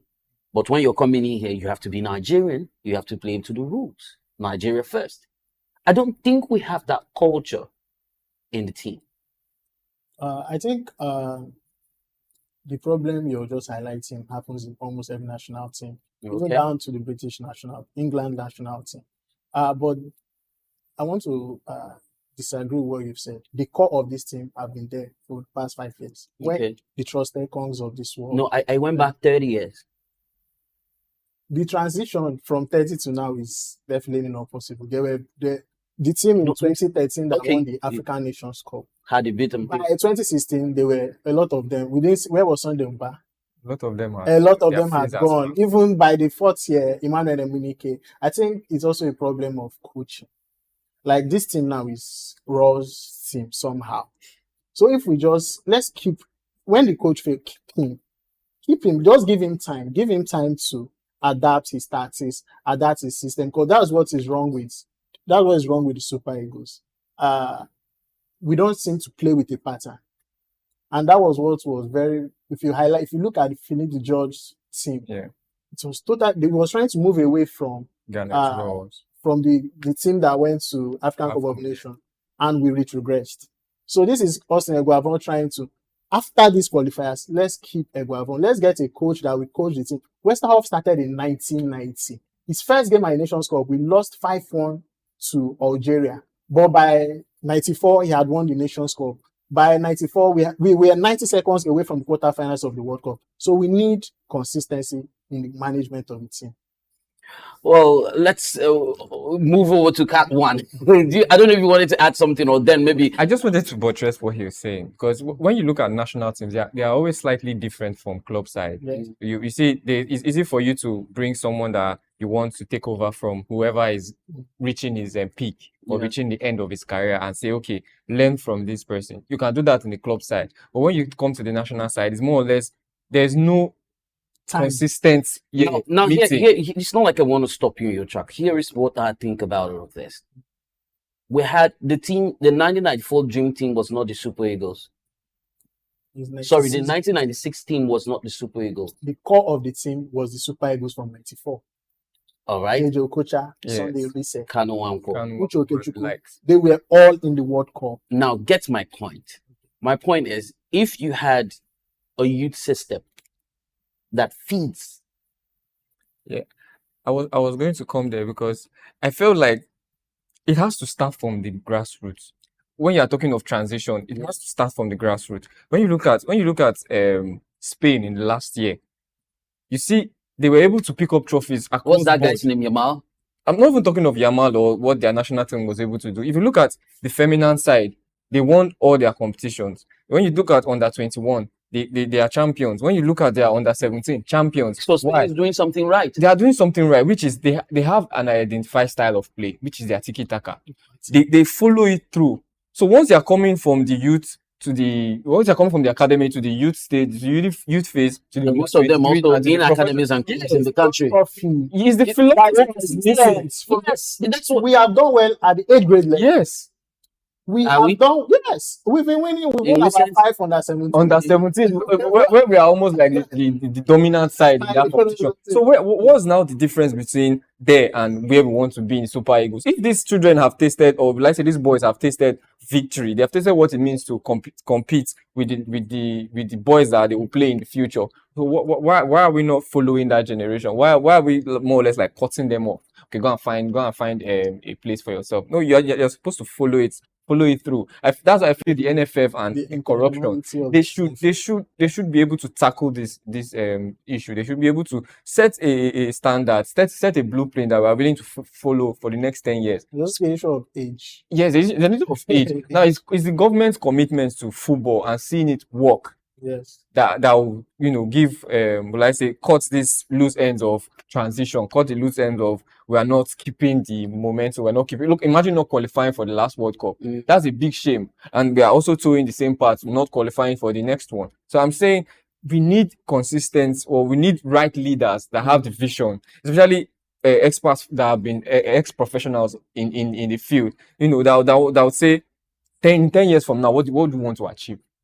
That's what we need. That's when you say chopping and changing or bringing someone to slot in, you can't get a like-for-like player. Here's what I think about this personally. It feels like I'm running analysis on the show, but then I mean, okay, so let's talk about this. You know what I'm saying?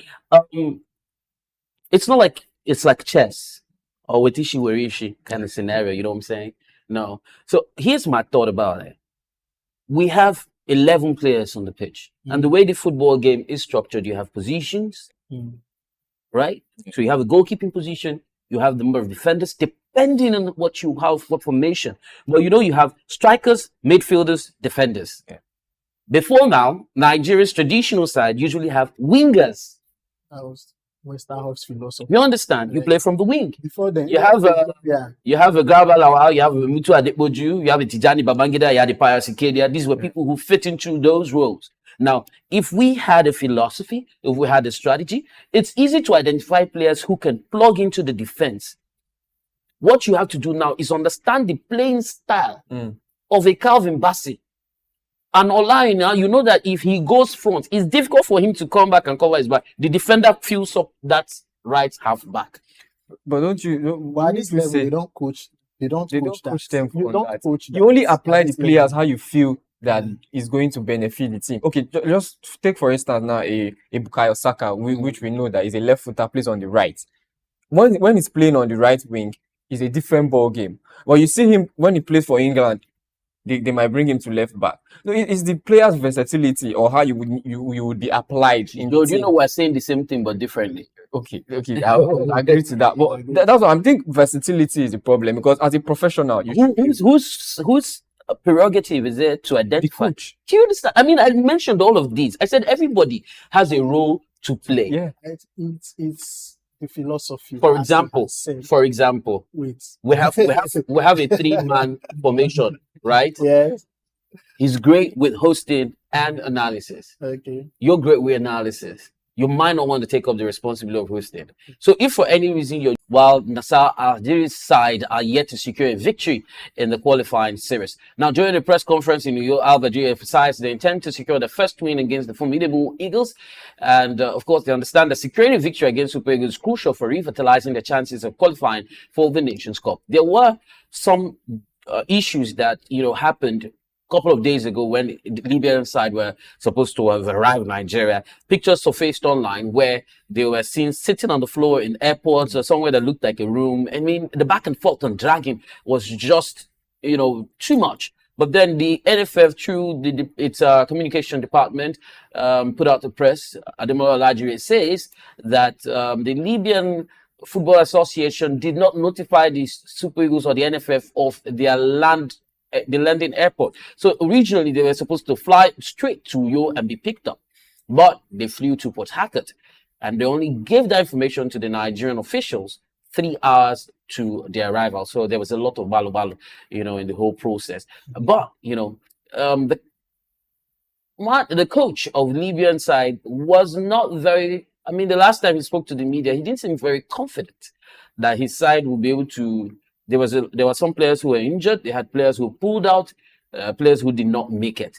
So now, what is giving the captain the confidence?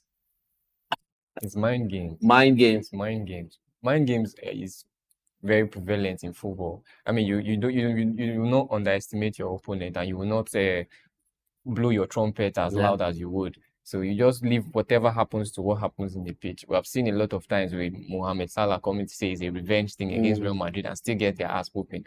So I just feel it's mind games. A lot of coaches play mind games. So mind games is prevalent in football. We shouldn't be surprised to see this thing.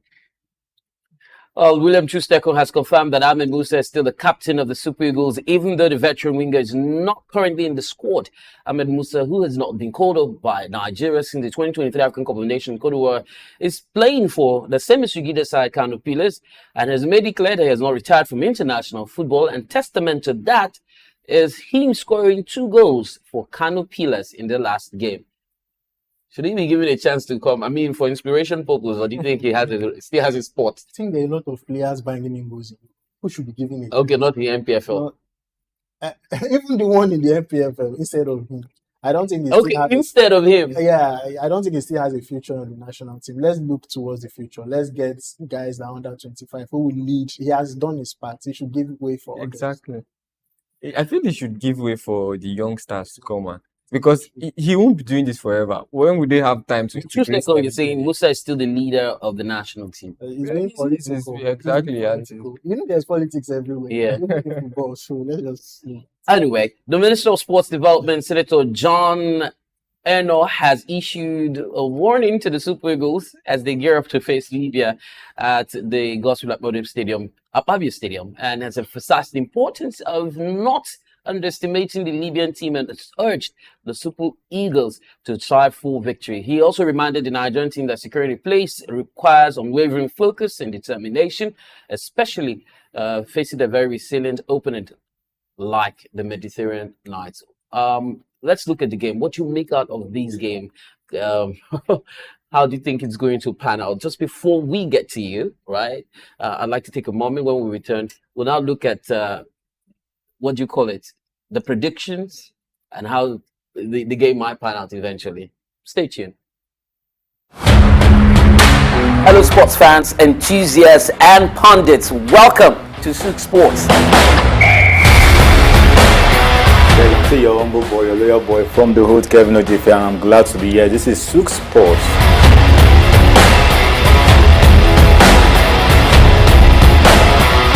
To do the business, the money that makes the wheel go round.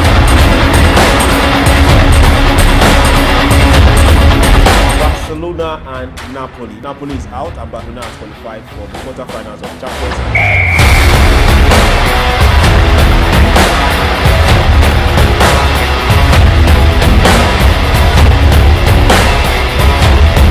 For different ways to make money. Sports is best a way to be creative.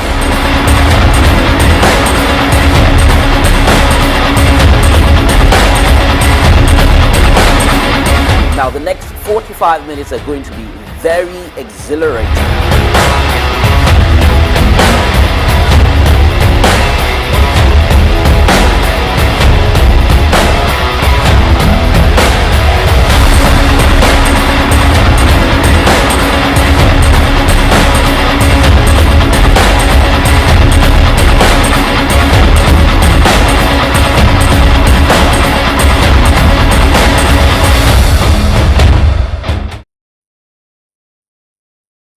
We've got just what you need right here at Femi Wash Media.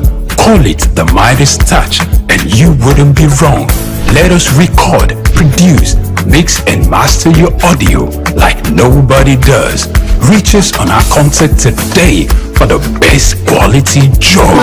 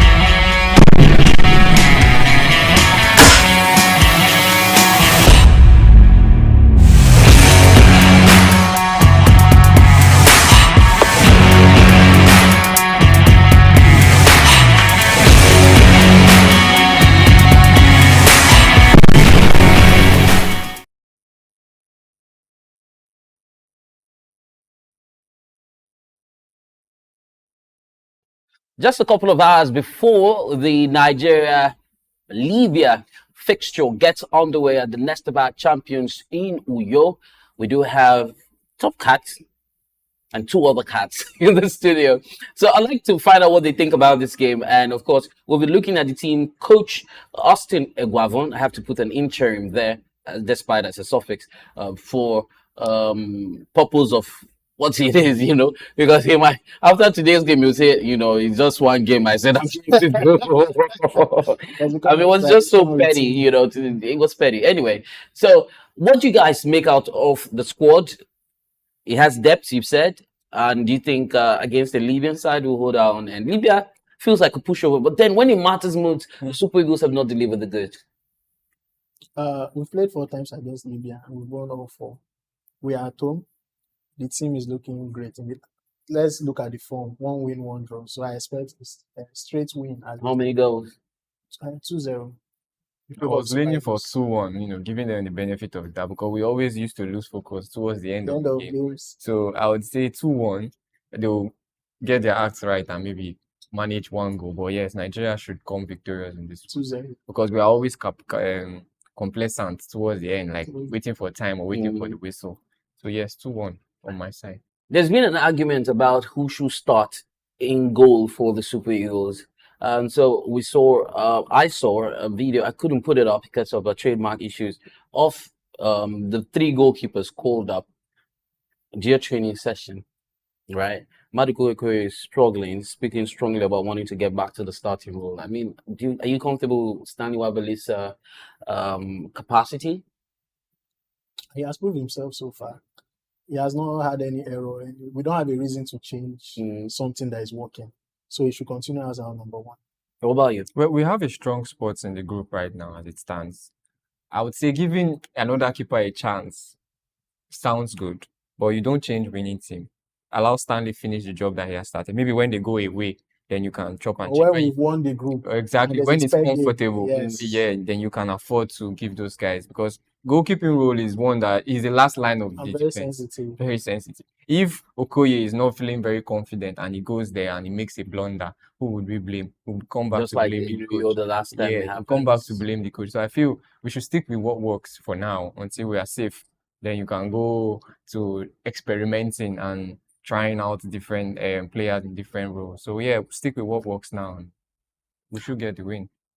All right. So the Nigerian Super Eagles have gone on to international engagements, but then surprisingly, we still have NPFL fixtures when you have international break. Well, one can say probably that's why I'm sporting an Abia Warriors jersey, one team I love so much.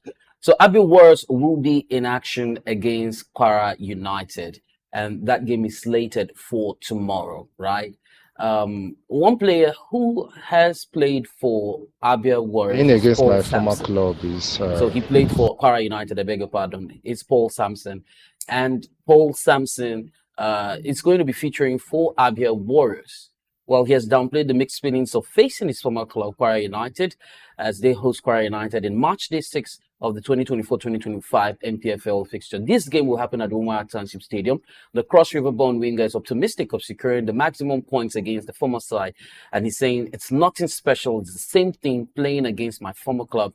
It's just what you have to look upon. So we'll take a listen to what he has to say ahead of that game against Kwara United.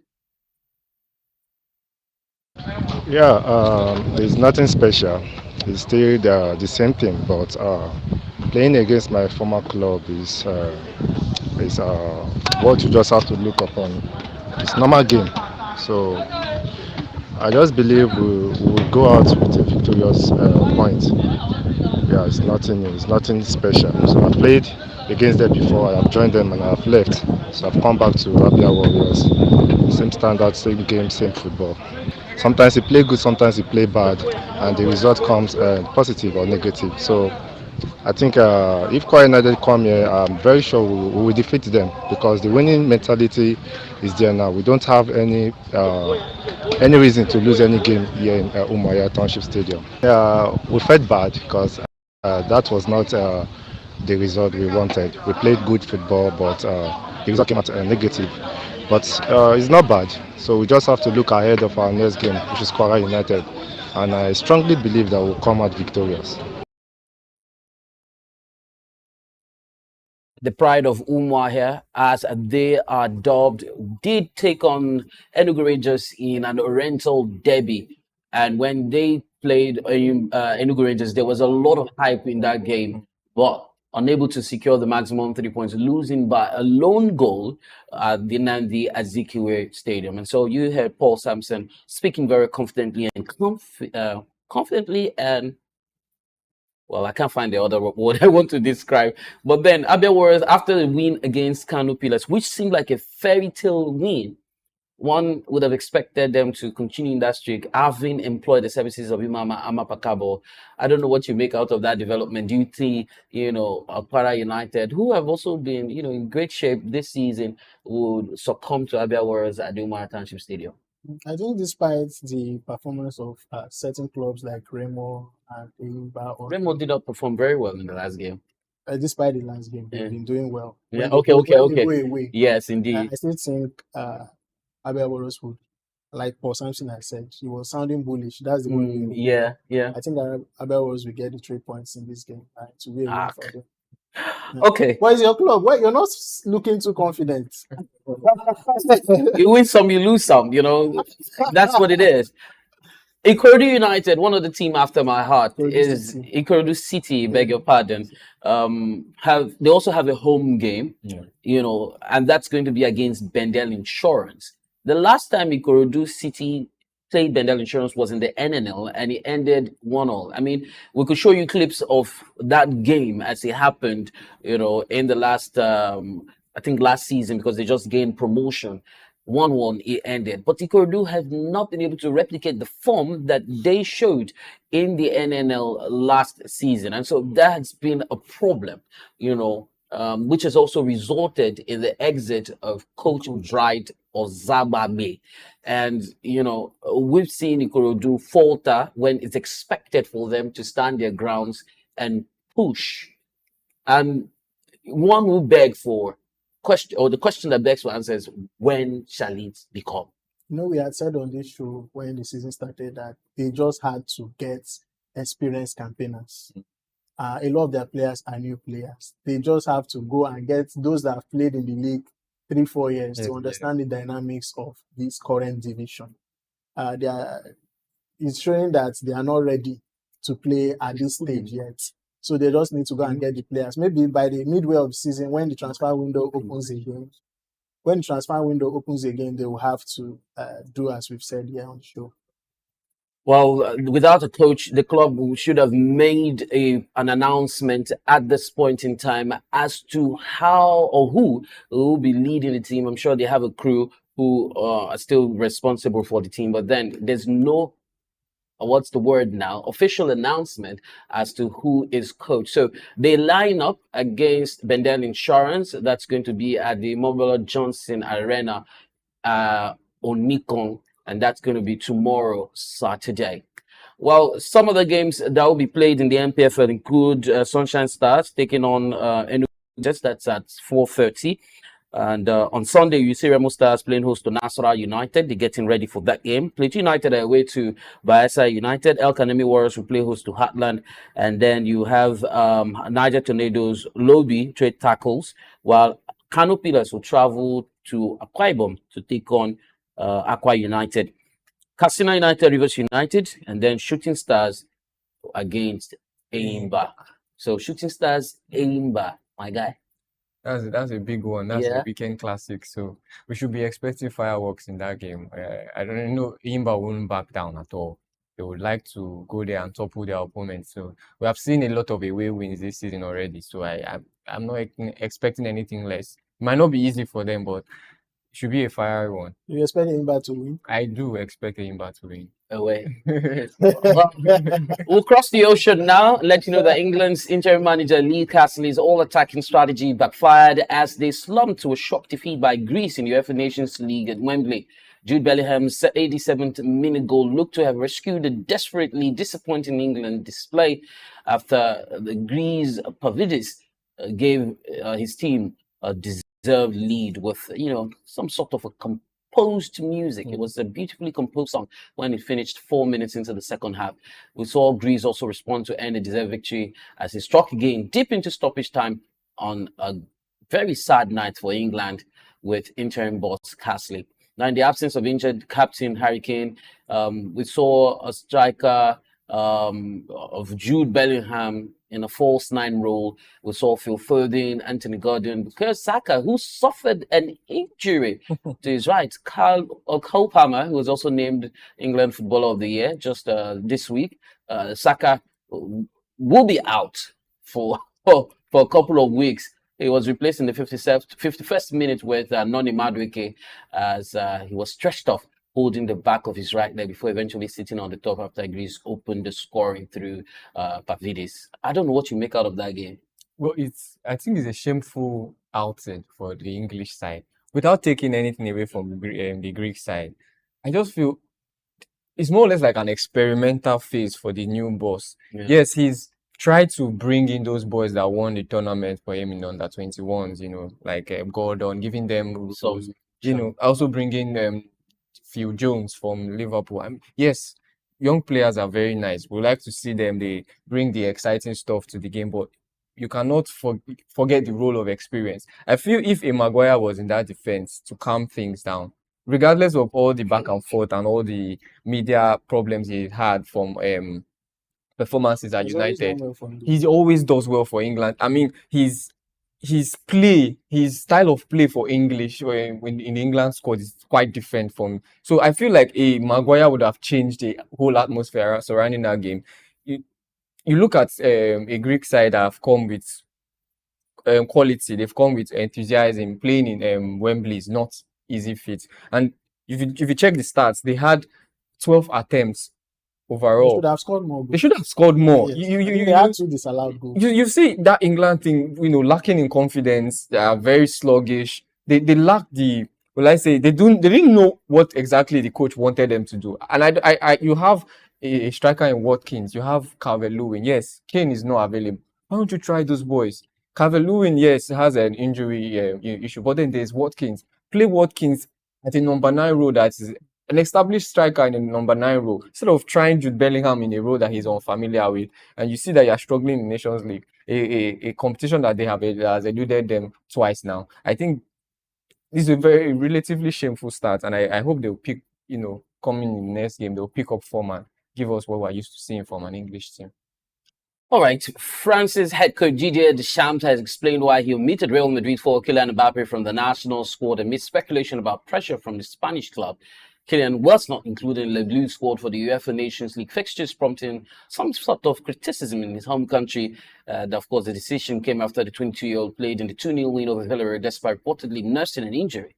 Deschamps went on to clarify that the choice to exclude Mbappe was solely his own. Kind of issues that we have between Victor Osimhen and Finidi George. A little bit. Like reports from Europe said, are also saying that Mbappe was the one that asked for. He just came back from injury. Yeah. So we don't have to overwork these players. They are playing games every 3 days. So if France won 4-1, they won 4-1. So they can always alternate. I think that was also for England.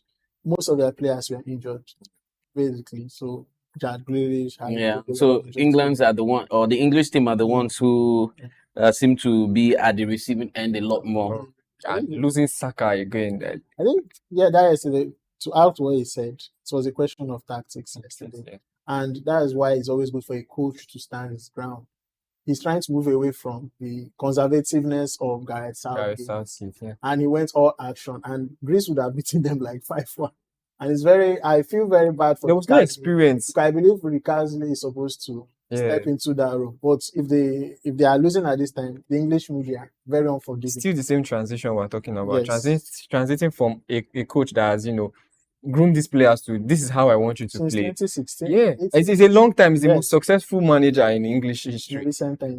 And you would see that it will be difficult, yes. And constantly trying to change the whole tactics at once it's not going to work. Still allow them enjoy their concerted. We're talking about philosophy, consistency. Yes. So a different manager comes with his own ideas, and he expect the players to pick it immediately. And the fans don't have that patience. No. So why don't you say and we're unforgiving? Very unforgiving. I mean, look at what Southgate went through, even having being the most successful. I just you can't please the fans, but you know the philosophy that you bring, you know the idea you want. Then make the players interpret this in their football, because Jude was all over the place, a workaholic as usual, but they were lacking that center forward finish, an established target man that will alert the likes of Foden, the likes of Saka, see the space. And yes, I would say I'm not a coach, but allowing Cole Palmer sit deep, that should be where Jude should thrive, sitting deep, winning the duels, winning one-on-one, retrieving the balls. Palmer is very. The guy watches too much England match. So I feel like Palmer would have played the number. It's true, because if there was a target man, he occupies the centre backs. He gives the defenders final third. He gives the defenders a lot to worry about, because the defenders are. For me, what I'm more concerned about is the fact that you have more interest in English games than Nigerian games. But you can't take away that these are players who watch weekends and out of even in Champions League. So you follow them to over 15 minutes discussing Super Eagles. So okay. Anyway, so we did see Finland lose to Ireland. 1-2 ended. Austria and Kazakhstan 4-0 in favor of Austria. Norway beat Slovenia 3-0. But then Italy and Belgium shared the spoils 2-2 in that 4-goal thriller. Latvia lost to North Macedonia 3-0, and Faroe Island and Armenia 2-2 it ended. Also, some of the games that we might not be able to bring you up to speed, but then let's move our attention to tennis real quick, where American Coco Gauff secured the 50th WTA win of the year. 6-love, 6-4 victory over Magdalena Nets in the Wuhan Open quarterfinals. The world number 4 will face top seed Arina Sabalenka in the semifinals tomorrow after the US Open champion beat Magdalena French 6-2, 6-2. Gauff, who is only 20, made 8 double faults against Poland's Lynette, but was dominant on her opening serve, winning 14 of 21 return points in the opening sets. Lynette is 32. She recovered slightly in the second set before one of her 22 unforced errors gave Gauff the only break of serve in the set, and that wrapped up the Americans' win. Meanwhile, two-time defending champion Sabalenka extended her beating record in Wuhan to 15 matches. The Belarusian hit 42 winners in 16 games against French of Poland, securing victory in 1 hour and 23 minutes. Today, China's Wang Xinyu overcame Russian Ekaterina Alexandrova 4-6, 7-5, 7-6 in their last 8 tie. In the other quarterfinal, China's Paris 2024 gold medalist Zheng Qinwen faces Wimbledon finalist Jasmine Paolini. The game is on the way right now. One of the biggest tennis stories that's making the round is the 22 Grand Slam champion who has announced that he'll be retiring from the professional tennis circuit at the end of this season. 38-year-old tennis legend. He will be making his final appearance representing Spain at the upcoming Davis Cup finals in Malaga. Rafael Nadal. His playing time has been limited over the past 2 seasons due to reoccurring injuries, and he has hinted at the possibility of the retirement or possibility of retirement by the end of 2024. Let's take a look at the video which he released announcing his retirement. Hola a todos, estoy aquí para comunicaros que me retiro del tenis profesional. Y la realidad es que han sido unos años difíciles, estos 2 últimos especialmente. Creo que no he sido capaz de jugar sin limitaciones. Es una decisión que evidentemente es difícil, que me ha llevado tiempo tomarla, pero en esta vida pues todo tiene un principio y un final, y creo que es el momento adecuado para poner punto y final a lo que ha sido una carrera larga y mucho más exitosa de lo que jamás me hubiera podido imaginar. Pero me hace muchísima ilusión que mi último torneo sea la final de la Copa Davis y representando a mi país. Rafael Nadal, he leaves the sport as the second most successful men's single player of all time, surpassed only by his longtime rival Novak Djokovic, known for his dominance on clay court. I mean, your final words on this show should be about Rafael Nadal. An illustrious career, really. 14 in total Grand Slam on the clay courts. I mean, anybody that will be able to topple that would be considered the best, the absolute best. But kudos to him. You know, they say always live when the ovation is loud, and he's had a little here and there with injuries, and he's been able to come back, you know, still fight for his place. And we've seen that over the years, he has been able to go toe-to-toe with, you know, these other two, and he's one of the big three. And we say kudos to him, and congratulations on the next phase of his journey and his career. And that will be my final, you know, thoughts today. Akata the attacker. A great career, illustrious career. I just want to wish him the best in the next phase. Maybe he's going to become a coach or head into other businesses. But he's still a young man at 38. He still has about 60 more years to live. So those congratulations, Nadal. We wish you all the best. Well, just to wrap up the show here, because we're practically out of time, we might not be able to bring you rumors, has it, and sports business. But of course, today, the Super Eagles are taking on the Mediterranean Knights of Libya, the Godswill Akpabio Stadium at 5 o'clock. We do have a prediction post on our social media platform. You need to check it out. It is SOUQ News TV. But our heart goes out to all of the journalists who were kidnapped on their way to bring live coverage of that Super Eagles match in New York. But then kudos to the Nigerian police for doubling their efforts and ensuring that every journalist, the last person, even according to the reports, the one who was shot has been secured, and we're hoping that they can keep up with that good work. Thank you so much to the Nigerian police, and of course, more grease to your elbows if you're out there ensuring that you're bringing live coverage, in the area of sports development, and what have you. My name is TC Barr. I'm the top cat. On behalf of everyone here and everyone who has ensured that you can receive us loud and clear, do have yourself a wonderful day, and hopefully the Super Eagles get to win. But don't forget, urgent TK is in the offing, so go to our social media handles and predict. Until I come your way again, bye for now and have a great weekend.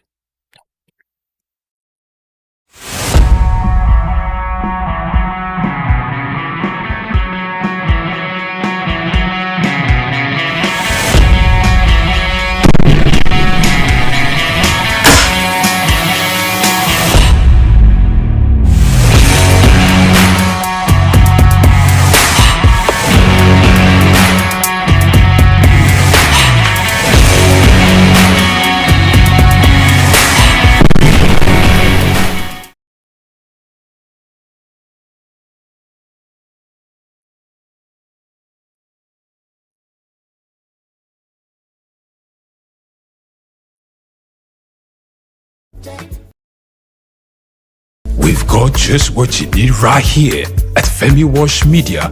Call it the Midas touch and you wouldn't be wrong. Let us record, produce, mix and master your audio like nobody does. Reach us on our contact today for the best quality job.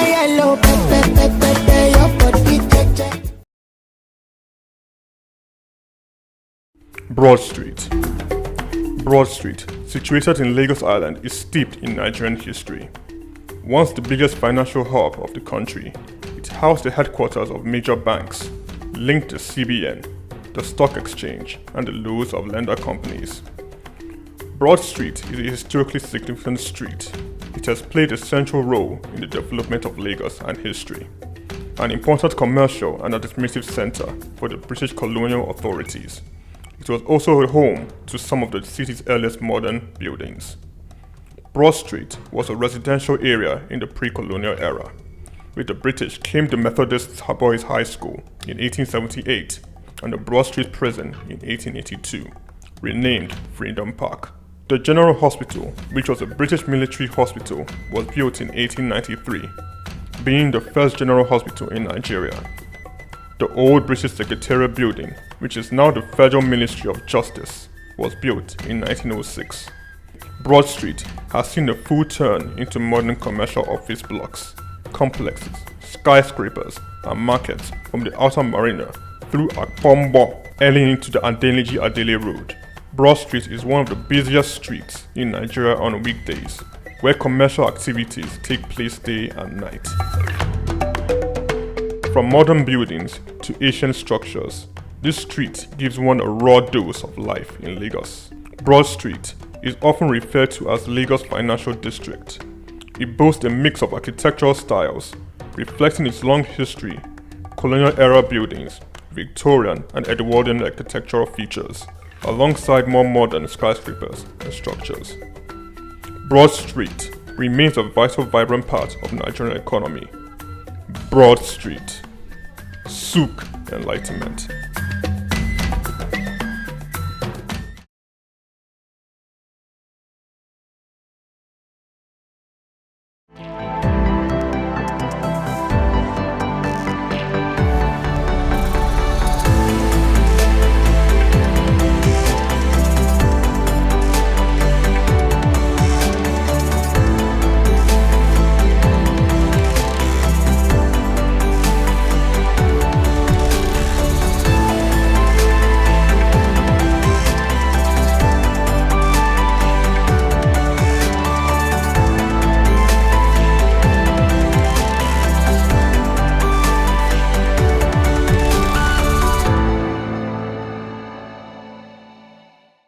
Oyeyimika Adeboye is one who comes from a lineage of entrepreneurs. Her father, Chief Timothy Adeola Odutola, was a pioneer in Nigerian manufacturing and a role model for her business ambitions. This daughter of a trailblazer began a career with Nigerian Bottling Company and broke barriers at Cadbury, an organization she joined as Finance and Strategy Director and rose to become the first female Managing Director. Let's explore the word of this amazing African business leader who's built a legacy of excellence, inspiring future generation of female leaders.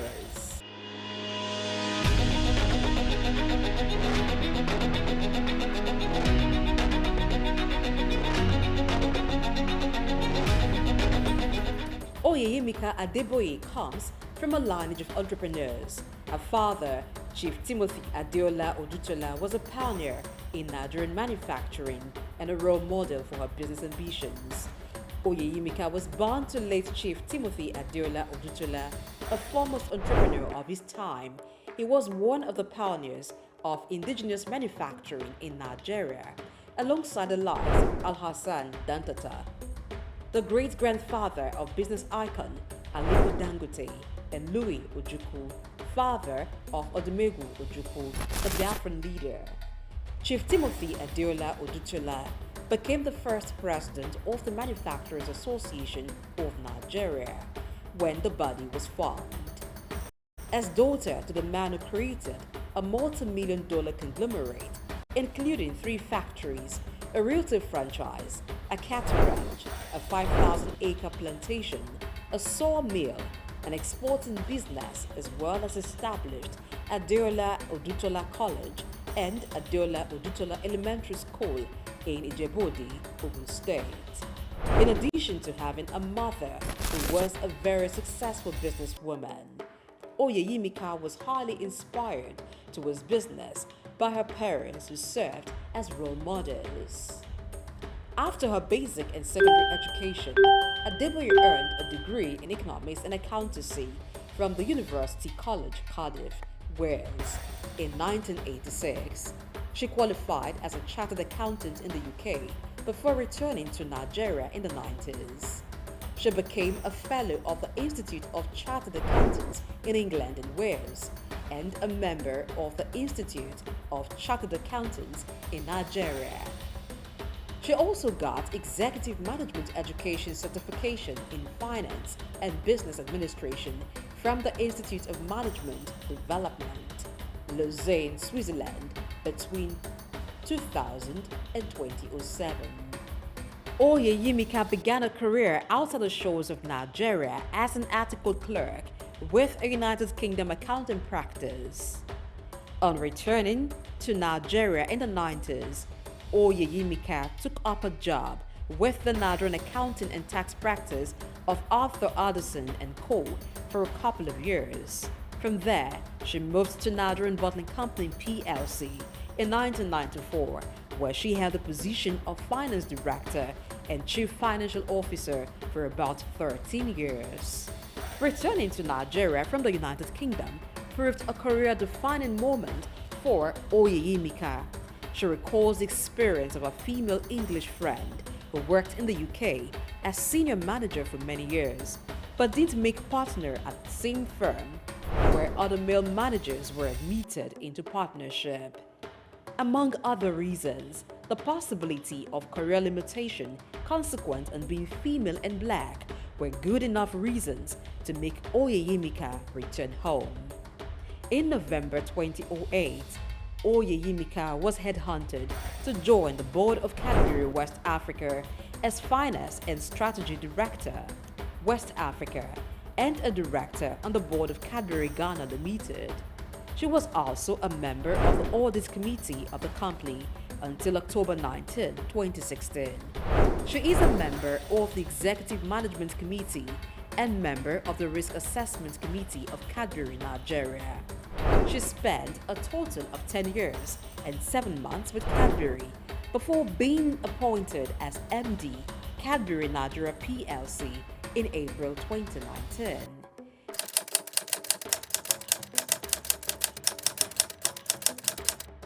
She also became MD, Mondelez Cadbury West Africa. 2 months later, Mondelez International is the parent company of Cadbury Nigeria PLC. After consciously building a career in finance, strategy, and business administration, both in Nigeria and the United Kingdom, for over 2 decades, One can almost say that Oyeyimika had spent all the years preparing for the top. Her appointment as the MD CEO of Cadbury Nigeria PLC is a testament to the company's acknowledgement of fine talents. Position as the Managing Director of Cadbury Nigeria PLC. In April 2019, she was announced as the successor to Amir Shamsi. By this development, she became the first female MD of the company in its over 50 years of existence. It's very important as you're growing your careers. You come here, you learn a lot, and this is a fantastic initiative, by the way. You come here, you learn a lot, and then you go out there and you're wondering what next. What I always say to people is don't limit yourself. You must never limit yourself. I gave you a statement. I said I'm a finance person. Today I'm a general manager. I did not learn general management in school. So whatever you're learning here, I'll call it a drop in your learning pool. Okay? You spend a year here, you learn something. Whatever you learn from here is a drop in your learning pool. Some things you will learn in life. You know where HR people, she's gone, I wish she was here. They always tell us that your development, 80% is in your hands, 20% is in your employer's hands. Your employer can do a lot for you, but all they do for you is really 20%. If you don't get up and do something for yourself, you cannot promote yourself and you will not grow your career. Oyeyimika Adeboye sits on the board of trustees of the Timothy Adeola Odutola Foundation, named after her father. The foundation targets its philanthropic works towards providing educational, industrial, and technological development for Nigerian youths that may be unable to gain admission into tertiary institutions for their higher education. Adeboye is a member of the board of Odutola Holdings Limited, a family-owned group of companies. Oyeyimika also serves as the chairperson of the advisory board of Genesis House, a home for disadvantaged young women, which was set up by Freedom Foundation. She's a member of the board of the Parity in Income and Education Foundation. Just like Oyeyimika Adeboye was able to break the corporate glass ceiling as the first female MD of Cadbury Nigeria PLC, today, women are given the visibility and exposure that was probably not a priority in the past. While there is still a huge gap in the recognition and appointment of highly performing women into CEO roles, the trend is fast improving as organizations are intentionally taking steps to ensure that women get the opportunity to take on very senior roles. As part of her philanthropic work, Adeboye is a member of the board of trustees of YEO Foundation, which provides various initiatives to empower less privileged women. She also contributes her time to partner with Handmaidens WRLS, a Christian NGO which seeks to mentor and empower professional women along an ethical career path. Oyeyimika is a member of the board of trustees of the Timothy Adeola Odutola Foundation, a family-owned philanthropic foundation set up for the purpose of providing educational, industrial, and technological development of Nigerian youths who may be unable to gain access to higher education. For these accomplished women, only God comes before her family in the scale of priority. She enjoys running and spending time with her family over a sumptuous meal. Oyeyimika Adeboye's values are shaped by faith as a Christian.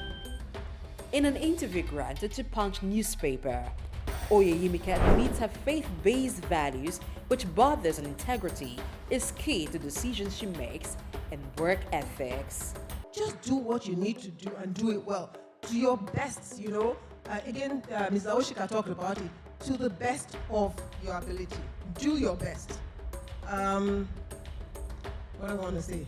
Yes, I talked about it. I said be ready to make sacrifices, but mindful of your priorities. I want to talk about priorities. As a Christian, and as a mother, as a wife, there's some things in my own life that I know are important. When you're talking about work-life balance, so many things So I try to tear you apart. You know, you have to have your priorities. So I took my priorities right. I said, in any decision, in any situation I face, I stick my finger out and I say three things. The first thing is my faith, my God. So if anything at work is going to take that away from me, I'm really willing to give up that work. You know, and I say it boldly that as a Christian, if I have to compromise my faith, then it's not worth it. Growing up in a home with strict moral upbringing, she recounts her disciplinary father never failing to apply the rod when it was necessary, as well as her mom. These values have shaped Oyeyemika's character and decision making. The journey of Oyeyemika exemplifies dedication, talent, and importance of breaking barriers. She continues to inspire future generations of female leaders. There's never telling where this wonderful, amazing woman is going next as she continues to break corporate ceilings.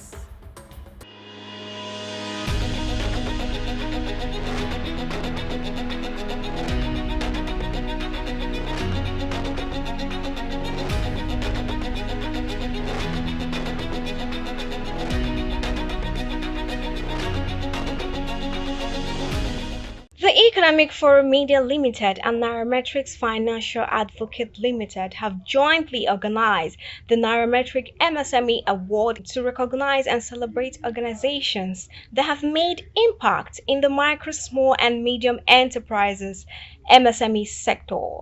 The event, which was held on September 27, 2024 at Civic Center, Victoria Island, Lagos, also received sponsorship from MasterCard and 15 other established partners to make the event colorful. The award ceremony was essential to the continued growth and sustainability of the MSME sector in the country. The CEO of Economic Forum Media Limited, Jude Ndo, and CEO Nairametrics Financial Advocate Limited, Ugodri Obichukwu, described MSMEs as the backbone of Nigeria's economy, highlighting their importance to the nation's GDP. The technical advisor on enterprise development, Dr. Babangida Kabir, represented the governor of Katsina State at the event. Other dignitaries include the executive chairman of Federal Inland Revenue Service, FIRS, SOUQ Adedeji, Banks, Group Head, Brand Management and Corporate Communication, Rashid Bolariwaju, among others. There were representatives from banks, fintech companies, job creation organizations, and Samansad, and many more stakeholders. This award, we strongly believe that the opportunity to create a platform to promote MSME ecosystem is just at the right time.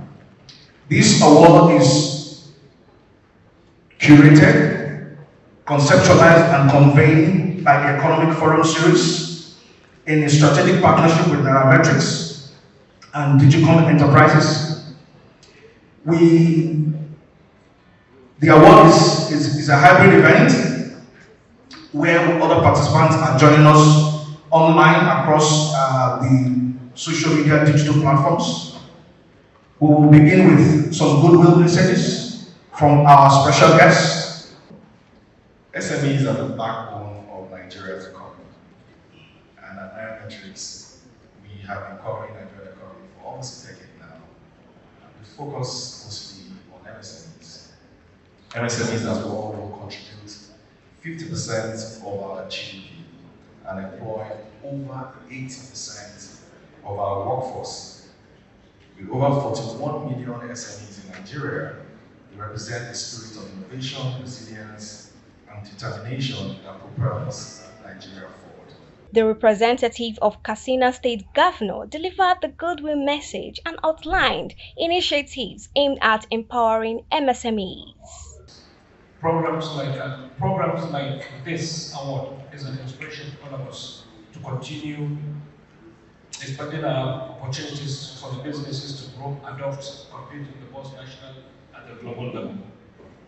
I want to commend all the nominees and award respect for their remarkable contribution to the development of our economy. You represent the spirit of enterprise that depends on challenges of significance, but you are wearing determination and creativity to ensure that the future of the SMEs are brighter in Nigeria. The Vice President Customer Solutions Center and West African at MasterCard, Carrie Tuko, during the fireside chat outlined the impact made by MasterCard in driving equitable access to financial challenges. She explained the MasterCard is out to make the MSME's transaction seamless. MADE, mobilizing access to digital economy. It's a global initiative that pulls NGOs, government agencies, pulls a lot of global assets together to solve for pain points that SMEs have in the local market. We have jointly committed to including 100 million SMEs into the digital economy by the year 2030. This commitment is not good enough for that, ladies and gentlemen. Did you hear that?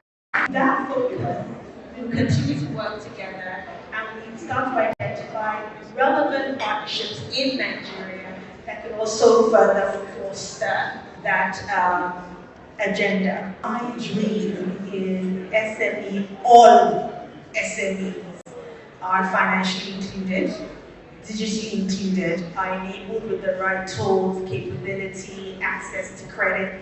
I remember that the gentleman who spoke on behalf of the FIRS mentioned tax, right? Part of the reason why a lot of the SMEs don't want to be digitized is because they don't want the cost of tax burden. So we need to find a way to ensure that we are collectively helping the SME run their business in the most efficient and profitable manner. And that is the commitment that MasterCard is making in the way that we continue to develop solutions and innovate for the SMEs in Nigeria and across Africa. And then it was time to give out the awards. First on the list was the Senior Special Assistant to the Office of the Vice President on MSMEs and Job Creation, Timitola Adekunle Johnson, who received the honorary award for excellence in government policy and intervention programs for MSMEs. While the Executive Governor of Katsina State, Malam Dikko Umaru, received the Best MSMEs Governor of the Year. The United Bank of Africa, EcoBank, and Zenith Bank shared the award for Best MSMEs Trade Finance, while MasterCard, Visa, and Verve shared the award for the Best MSMEs in FinTech Card. Remita, Paystack, and eTransact claimed the award for Best in Payment Security, Data Protection, and Fraud Prevention, and many other recipients expressed gratitude to the organizers for the recognition. SOUQ News caught up with the SSA to the President on MSMEs and job creation in a short conversation. It's fulfilling when you get recognized not by the norm, not by those that when you get recognized outside your space, it means that whatever it is, whatever efforts you're putting in is yielding results.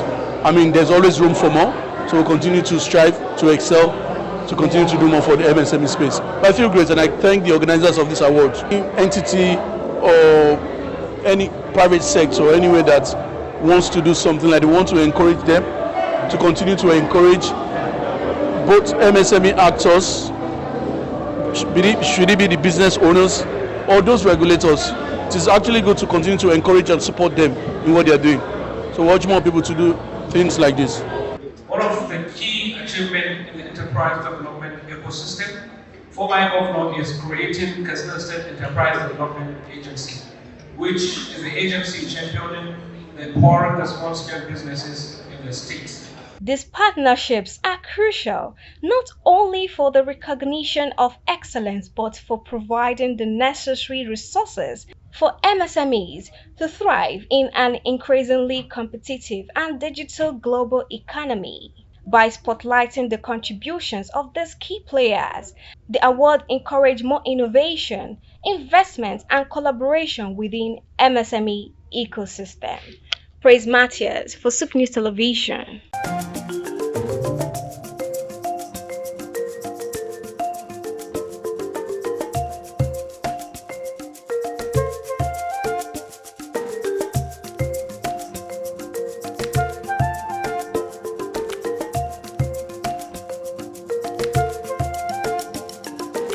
On October 1st, 1960, Nigeria emerged as an independent nation after nearly 60 years of British colonial rule. Today we take you back to that historic day, a moment of pride, joy, and hope for a new future. Nigeria, we hail thee, our own dear native land. Though tribe and tongue may differ, in brotherhood we stand. Nigerians old and proud to serve our sovereign motherland. The celebration began at dawn with the ceremonial raising of the Nigerian flag, symbolizing the birth of a nation. Citizens from all walks of life gathered to witness this pivotal moment in history. Nigeria's independence was a culmination of years of struggle and negotiation by nationalists such as Michael Obara, Nnamdi Azikiwe, Ahmadu Bello, Obafemi Awolowo, Tafawa Balewa, Margaret Akpo, Bola Ige, Aminu Kano, among others. The demand for self-governance has been growing since the early 20th century, fueled by nationalistic movements across the country.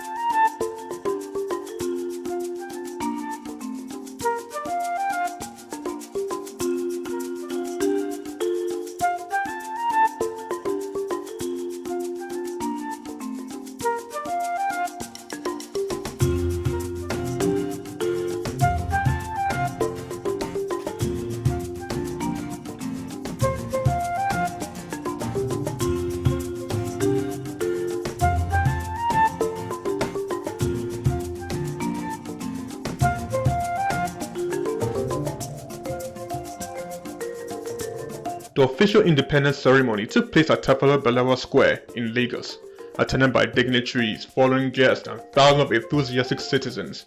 The Queen of England, Queen Elizabeth, could not attend, but her presence was felt as Sir James Robertson, the last British Governor General of Nigeria, was on ground to formally hand over power to Nigerian leaders during the independence ceremony. Prime Minister Tafawa Balewa afterwards delivered a powerful speech reflecting on the sacrifices made for freedom and the responsibilities that independence entails. Those who have struggled and worked to achieve independence will share with you and the great country which you represent a special meaning of liberty, of freedom from outside control, and opportunities for the fulfillment of one's national desires and cultural heritage. No one who visits the United States of America will fail to notice the effects of a free society and of a democratic system of government in which the rulers are the embodiments of the will of the people, and where the activity of those who rule are reviewed frankly from time to time by the entire population. Emotions ran high as people celebrated their newfound freedom. Many expressed their hopes for a prosperous and united Nigeria, while others remembered the struggles of the past. It was a day of joy and hope. We felt a sense of ownership of our country and we're determined to build a better future for our children.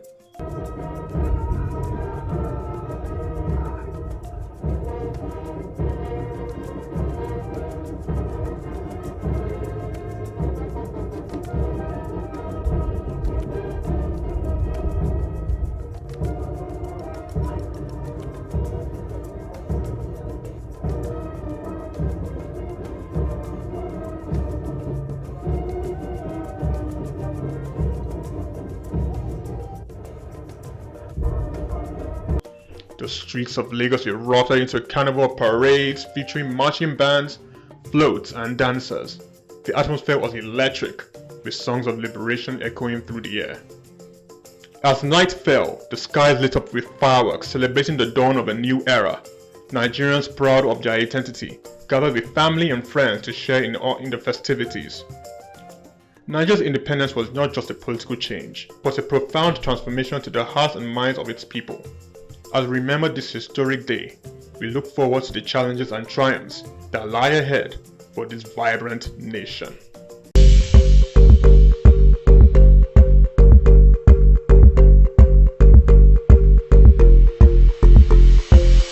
September 27 is recognized globally as World Tourism Day. This year, Lagos joined the international community in celebrating World Tourism Day 2024. The Honorable Commissioner for Tourism, Art and Culture, Honorable Toke Benson Awoyinka, highlighted the vital role of the tourism sector in fostering peace and understanding among nations and cultures, emphasizing its importance in reconciliation processes for nation building. The theme for this year is Tourism and Peace. In collaboration with Sterling Bank, the ministry brought together key stakeholders from the tourism sector for the event held at Muri Okwala Park, Victoria Island, Lagos, titled Tourism and Peace, Its Relevance to Nation Building. In her opening remarks, Commissioner Woyinka stated that this year's theme is timely and significant, as it invites us to reflect on how tourism, beyond being a tool for economic development, serves as a bridge for peace, understanding, and unity among people and nations. Looking ahead, we're excited about the future of tourism in Lagos. We're constantly exploring innovative ways to make tourism more inclusive, sustainable, and peaceful. Through our combined efforts, Lagos will not only remain a key player in the global tourism landscape, but will also stand as a city that exemplifies how tourism can promote peace. As we engage in today's discussions, exhibitions, cultural displays, let us remind ourselves of the vital role we all play in using tourism as a means to bring peace to our communities and our world.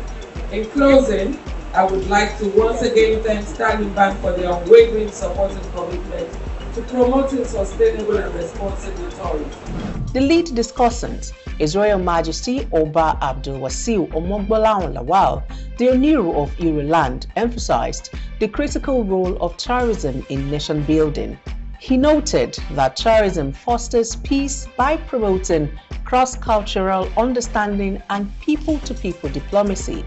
Travelers learn about local customs, traditions, and ways of life, which helps break down stereotypes and misconceptions. Additionally, he pointed out that tourism can contribute to peace by generating economic benefits, creating jobs, and reducing poverty, thereby alleviating tensions driven by economic instability.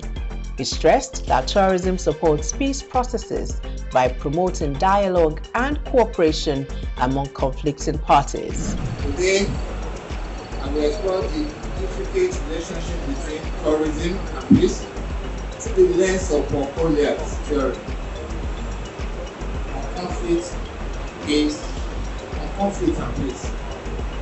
Tourism, when managed responsibly, can be a powerful catalyst for peace, bridging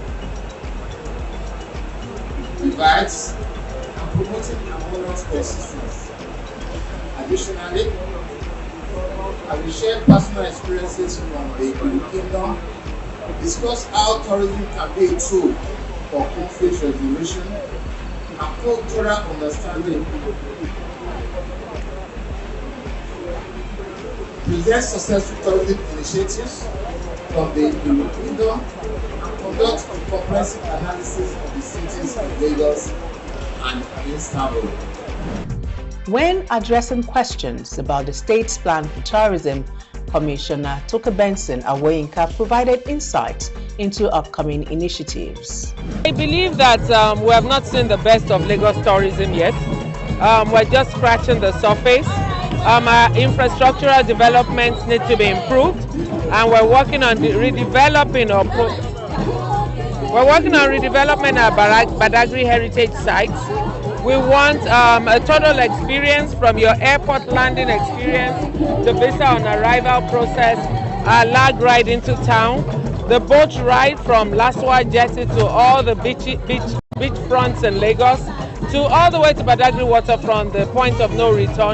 We want to create a whole experience. We also want to seek to market Lagos the way other countries have marketed all of their destinations. Lagos is a destination to behold. Lagos has everything that a touristic community has to offer. So we're definitely going to improve on that infrastructure. We're going to make sure that the experience in Lagos is different. We're going to start off with our slogan, which is Imagine Lagos. When you imagine Lagos, you imagine the things you need to do in Lagos. The nightlife, the restaurants, the food, the Afrobeat music, from our Nollywood, everything that you need to see in Lagos is where you would need to be. So right now, we're scratching the surface and we hope to get it better. Honorable Idris Aregbe, the Senior Special Assistant to the Governor on Tourism, also contributed valuable perspectives on the state's tourism strategy, highlighting the importance of collaboration and innovation in advancing the sector. I'm happy that, what Lagos is witnessing is very unique. It's what you can refer to when you see a state that is really working and also leading. So we're witnessing a lot of friendship, we're witnessing a lot of cooperation from individuals, from brands, from organizations who so much believe in the progress that we're doing in Lagos. So which, I want to say a very big thank you to our governor, for making all this happen. This is a governor who so much believes in the people and also who believes so much in adding value to our society. And for tourism to thrive, you need to make sure that you tick some quite boxes and have a governor who is doing so much on transportation and traffic management, who is doing so very, very well on health and environment, education and technology, making Lagos a theory, trying to make sure that entertainment and tourism continue to thrive. There's security and governance. So so today is about peace and. The new thing is that anywhere you see peace, you see growth, you see love, and that is the kind of Lagos that we want. So what we're saying is that we're calling on the world to come and to see Africa, and you can only see Africa through the lens of Lagos, and that is what we're seeing. Lagos is working, and Lagos will continue to work, and I'm happy that we have quite a number of stakeholders who so much believe in this journey with us, and so I'm happy. The event underscored the transformative power of tourism in building a more peaceful and united society, reaffirming its role as a crucial pillar for national development. The MD of Sterling Bank, Mr. Tunde Adeola, SA to the Governor on Tourism, Honorable Idris Aregbe, Ajibike Teniola, Honorable Commissioner for Agric, Honorable Ruth Abisola Olusanya, Dr. Rivet Abati, Honorable Desmond Elliott, and many key players and stakeholders in the tourism sector graced the event in Lagos. Temitope Omole, SOUQ News Television.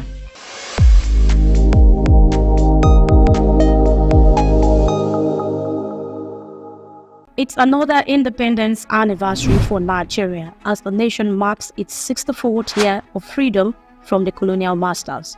Since 1960, the nation has experienced a mix of military rule and civilian democracy, both of which have shaped its political, social, and economic landscape. Nigeria's governance began under a parliamentary system but was soon disrupted by a 1966 military coup, followed by the Nigerian Civil War, 1967 to 1970.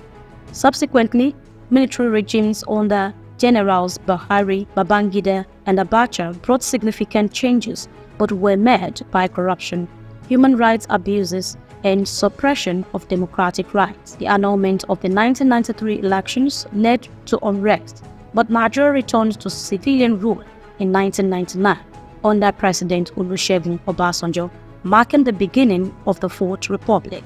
Obasanjo should be credited with reforming the civil service. He did his lot to improve the civil service. He did a little bit about infrastructure. And this issue of technology, Obasanjo blazed the trail. Telecommunications emanated from him. The advent, the pioneering efforts of telecommunications agencies can be traced to him. But he did a foundation. He tried to put the country together, tried to detribalize Nigerians. And he stressed the issue of leadership. He may have his own faults, but he emphasized the need for leadership to be accountable. The military government did not have to annul the election because it was the freest election in the history of Nigeria. It was a disappointment and a disaster for that election to be annulled. And all the challenges and problems that we have now, political problems, emanate from that annulment. In other words, people did not trust government anymore. People did not trust the electoral process anymore. And people looked on politics as a dirty game. Outside Nigeria, it portrayed us in bad light as a government of that was trending towards military dictatorship. Journalists, scholars, intellectuals, the labor, the academia, the diplomatic corps, everybody talked about this annulment. That it was unnecessary, it was uncalled for, and it was unconstitutional. We changed from a military regime to democracy, for the democracy which they say that is for the people and by the people. But what we are seeing now is not for the people. It's for those that have muscle. It's not for a common man in Nigeria. So I think even when we were under the military regime, we enjoy few things. Though under military regime, no, let me say, it's not like a democracy, because military regime, those people, they have their own laws that if you are no politicians, then everybody is under military. So if you are a corrupt leader, they know how to deal with you. That was even when Abacha was the president. We knew how everything went on. Those people that they will kill because of their dubious way. So now, and even when we said that, okay, we don't want that to happen again, we want democracy so that we can make life better for our people. But now we are living very difficult, very, very difficult. So for even a common man to put food on his table is very, very difficult. Since 1999, Nigeria has held 6 general elections, contributing to political stability. However, weak institutions and poor governance have hindered development. While reforms were initiated under Presidents Obasanjo, Yar'Adua, Jonathan, and Buhari, systemic corruption drained resources and stalled growth. Anti-corruption efforts, although crucial, were often tainted by selective prosecution. Despite reforms, economic challenges persist. Between 2015 and 2017, Nigeria's GDP declined, reflecting minimal improvement in living standards. High youth unemployment remains a pressing issue, leading to frustration and social unrest. The Buhari administration focused on combating corruption and improving infrastructure, but inflation and joblessness continue to worsen. From Obasanjo till now, I think there's no continuity. There was a breach somehow. Corruption came in, and there were not enough institutions, there were not enough instrumentality of government to curb corruption. Corruption came into government itself. I said there was no continuity because you have some projects that are still existing. The Lagos-Ibadan Expressway, for instance, it's has been on and off almost 15 years or 16 years since it has been on. There have been other projects like that. In other words, there was no blueprint for the development of Nigeria. Despite Nigeria's natural wealth, widespread corruption has resulted in uneven development. Sectors like education and healthcare have suffered, especially in rural areas. Although some gains have been made, in democratic consolidation with improved electoral processes, substantial challenges remain. Nigeria is not working for its citizens. There's a difference between intention and outcome. The government says it has good intentions, that is doing all it can. You are throwing everything at the economy. You are saying, you are doing this. But what is the reality of the common man on the street? That's what needs to be fixed. Where the common man is suffering, it is the government's responsibility to ensure that things become better. So if government is giving itself kudos and saying, yes, we're doing the work, we're doing this and that, that's the intention you have. But that's not the outcome. That's not what the common man is feeling. So more work needs to be done. It's as simple as that. I was still arguing with someone a couple of minutes ago when he said, well, maybe military is better. And I said, no, military is not better. Most countries that develop, that have good human development indexes are governed in a democracy. It's not the best form of governance, but I don't know of a better form of governance than democracy. I mean, to me, it's best that, the country remains a democracy. But the point is, how do we elect the leaders? The leaders, even our electoral system needs to improve. Many times, a lot of rigging goes on, a lot of, election malpractices and things like that. These things need to improve so that people can truly elect who they want. If people elect who they want, maybe they can have a better say in the governance. But when you are not part of the recruitment of your leaders, then you have little or nothing to say. So these are some of the issues. But by and large, we find ourselves with the leaders that we have now. They themselves should do better. The perception out there by everybody, without any exception, is that the leaders are only, taking care of themselves, leaving the citizens to fend for themselves. It shouldn't be so. Looking at the many challenges being faced by Nigeria, the question is, what brought us here? Where did we start? Where did these challenges begin from? Could creating multiple states, the addition of states, could it be one of the problems that we have today? Let's find out. What we have seen is that most of Nigerian states are not viable. So that's why some people will clamor that let's return to parliamentary system of governance where you have the parliament and you have provinces and things like that. The argument is neither here nor there. But statistically and from data, states in Nigeria as it is today, they are not viable. If you remove federal allocation from many of the states, most of them will collapse in terms of financial collapse. They are not viable. So trying to create more states, I don't know who is clamoring for it. If the present ones are not viable, why do you want to create more states? Since 1985, Babangida was ruling. What the problem you have for us there is that he created many states and it's too much. That's more, our population is too high. Until now, and it gives us problem.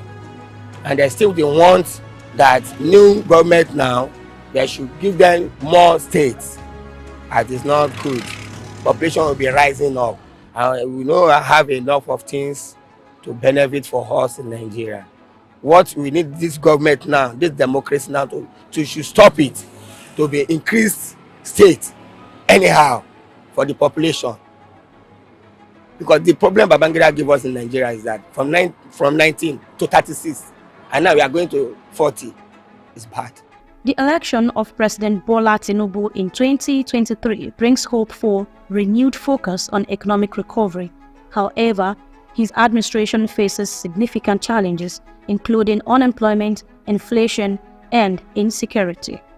The removal of fuel subsidies and fluctuating currency values have compounded the difficulties faced by ordinary Nigerians, with rising costs for transportation, food, and healthcare. Now we are living very difficult, very, very difficult. So for even a common man to put food on his table is very, very difficult. And if you look at, like me now, I'm living in Songo, a place that I will pay from there to Oshodi. Before I was paying like 500 naira, 700 naira, but today I pay 1,000 naira to get to Oshodi. I was in Edo State. Fuel in Edo State is sold at the price of 1,300 and 1,400 naira per liter. So I don't even enjoy anything called democracy, because even common man now, you cannot put food on the table. Under military regime, we eat fine, we live fine. Even most of the things that we are enjoying was being built up by military. Even the roads, major roads that we could not repair them, major bridges that we could not repair them, name them. So we enjoy it. Even the refinery that 4 refineries that this democracy cannot bring it up. And then it was built under military regime. And now all 200 Nigerian people depending on Dangote's refinery to make life better. I don't think that is right.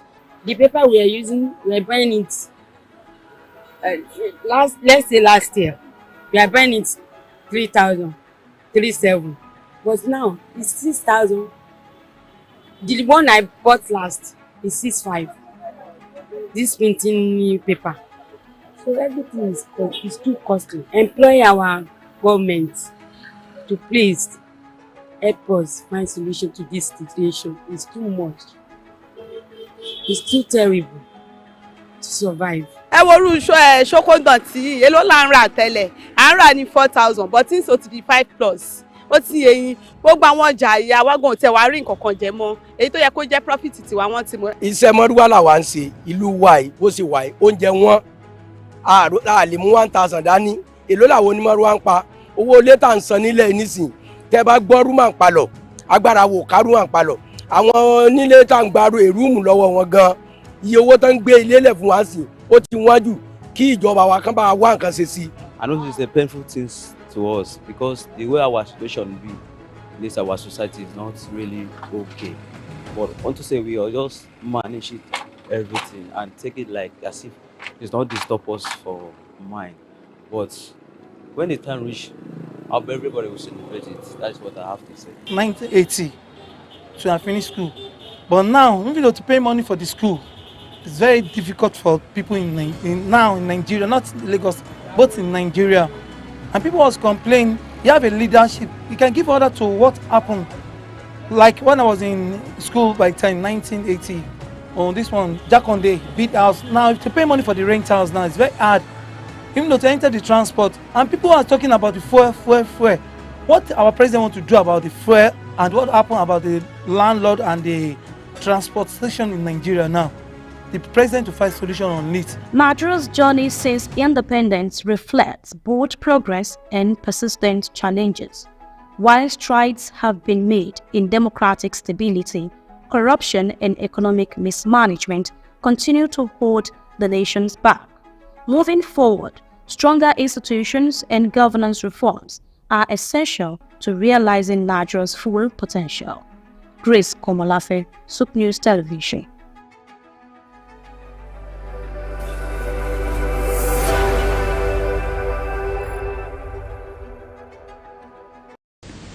I wish to make our position plain beyond any matter of doubt as regards the African continent. We in Nigeria appreciate the advantages which the size of our country and of its population give us, but we have absolutely no aggressive intentions. We shall never impose ourselves upon any other country and shall treat every African territory, big or small, as our equal, because we honestly feel that it is only on that basis of equality that peace can be maintained in our continent.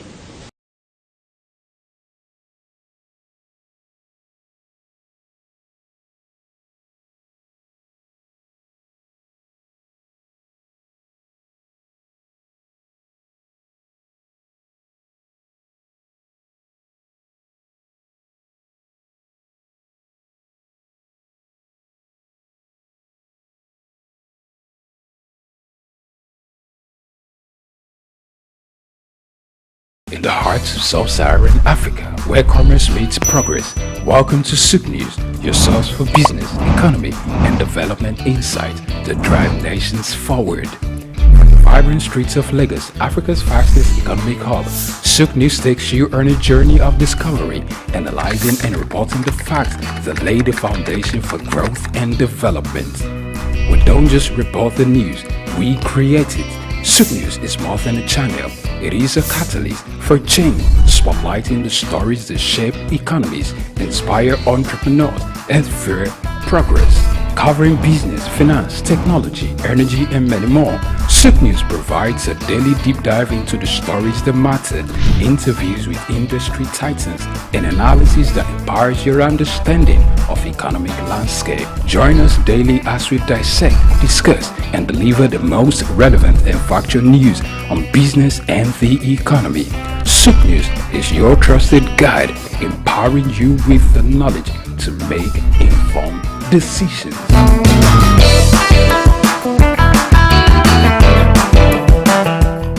Historical significance, value of kola nuts. There are many customs and traditions that have effectively given the Igbos in the southern part of Nigeria a group identity and social cohesion. Kola nut is one of such cultural elements. In this special report, Bayo Olaoye says that it is not only the Igbos that cherishes and gives respect to kola nuts, as the use and applications spreads across the West African sub-region.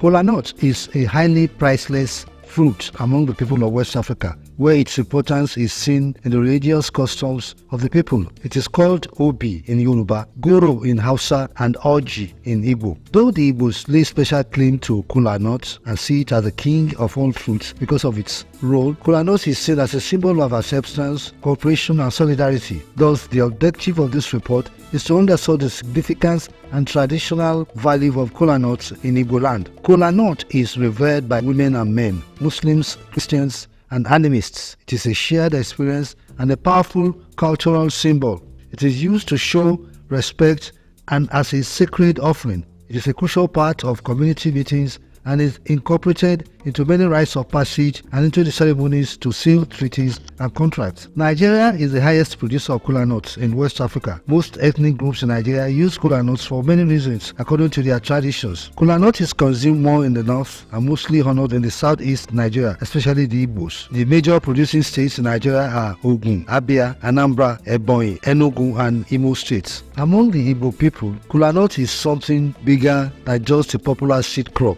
The strange seed crop tree grown in the central and western parts of Africa. The traditional oral history of Igbo people claims that the kola nut was the first tree on earth and therefore its fruits the first on earth. This explains why kola nut is ritualized among the Igbo people and mostly a men's affair. It is a highly prized cultural symbol that is celebrated in every significant gathering among the Igbos. Among the Igbos, there's a proverb, "He who brings kola nut brings life." It is a cultural cornerstone. The emotional and cultural attachment to kola nut in Igbo land makes it religiously infectious. In Igbo cosmology and philosophy, kola nut is regarded and described as king. This is because it always comes first in every social gathering. It is used to welcome guests during meetings or public gatherings, marriage ceremonies, conferment of titles, oath-taking, sacrifices, and others. Kola nut is often presented to guests and is viewed as an unavailable gesture expected from a host. In Igbo cultural setting, Oji in Igbo plays an important role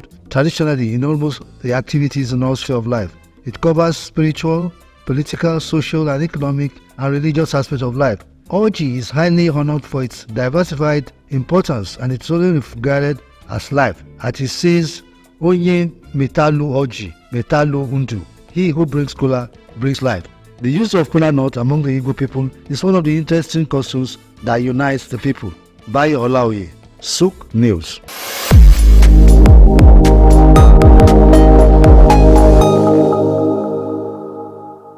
Get ready to feel the pulse of the world around you. Welcome to SOUQ Pulse, your insert track on the stories that matter most. From the heart of breaking news to the forefront of culture and innovation, SOUQ Pulse brings you the stories shaping our world every week. On SOUQ Pulse, we'll deep dive into the topics that drive our lives, from the latest in technology and science to politics, culture, and investment, courage, and that commitment in spite of the challenges that entrepreneurship presents in Nigeria in particular. Perception is propaganda, malinformation, misinformation can be created for you to perceive a certain thing that is false. Sometimes it's true, but many times it's false. There's no state you go to in the world where you don't see construction that is consistently ongoing. No matter how developed Dubai is, they still construct roads on a daily basis. We are no longer enjoying the light we normally enjoy. And the university vice chancellor say, it now costs me about 300 million, some 250 million to between 250 million to 300 million a month. Governments should develop a particular product that will be of national value and, if possible, exportable to other countries from their own local government. Whether it's the next big innovation, a political shakeup, or cultural phenomenon, SOUQ Pulse is there, bringing you the story with clarity and context. You're not just only getting informed, you also become a solution. Then the business part of it. Then we talk productivity. Then you know you're on SOUQ Pulse. It's that time of the day where we'll tell you, go get your friends, your neighbors, those you quarreling with, those you have issues with. This is time to talk. We'll tell you, here we don't keep quiet. It doesn't matter what policies are affecting you. It doesn't matter what the papers, the prints are telling you in your own side or the neck of the wood or your nation, or what business are pushing, profits, losses, what the stock market is talking about right now, what the Asian market is talking about right now. A whole lot of people are running down to their portfolios and trying to grab, sell off, or get some hedge. But in all this, we just say, let's talk. Your talking can make somebody better. Give someone an idea.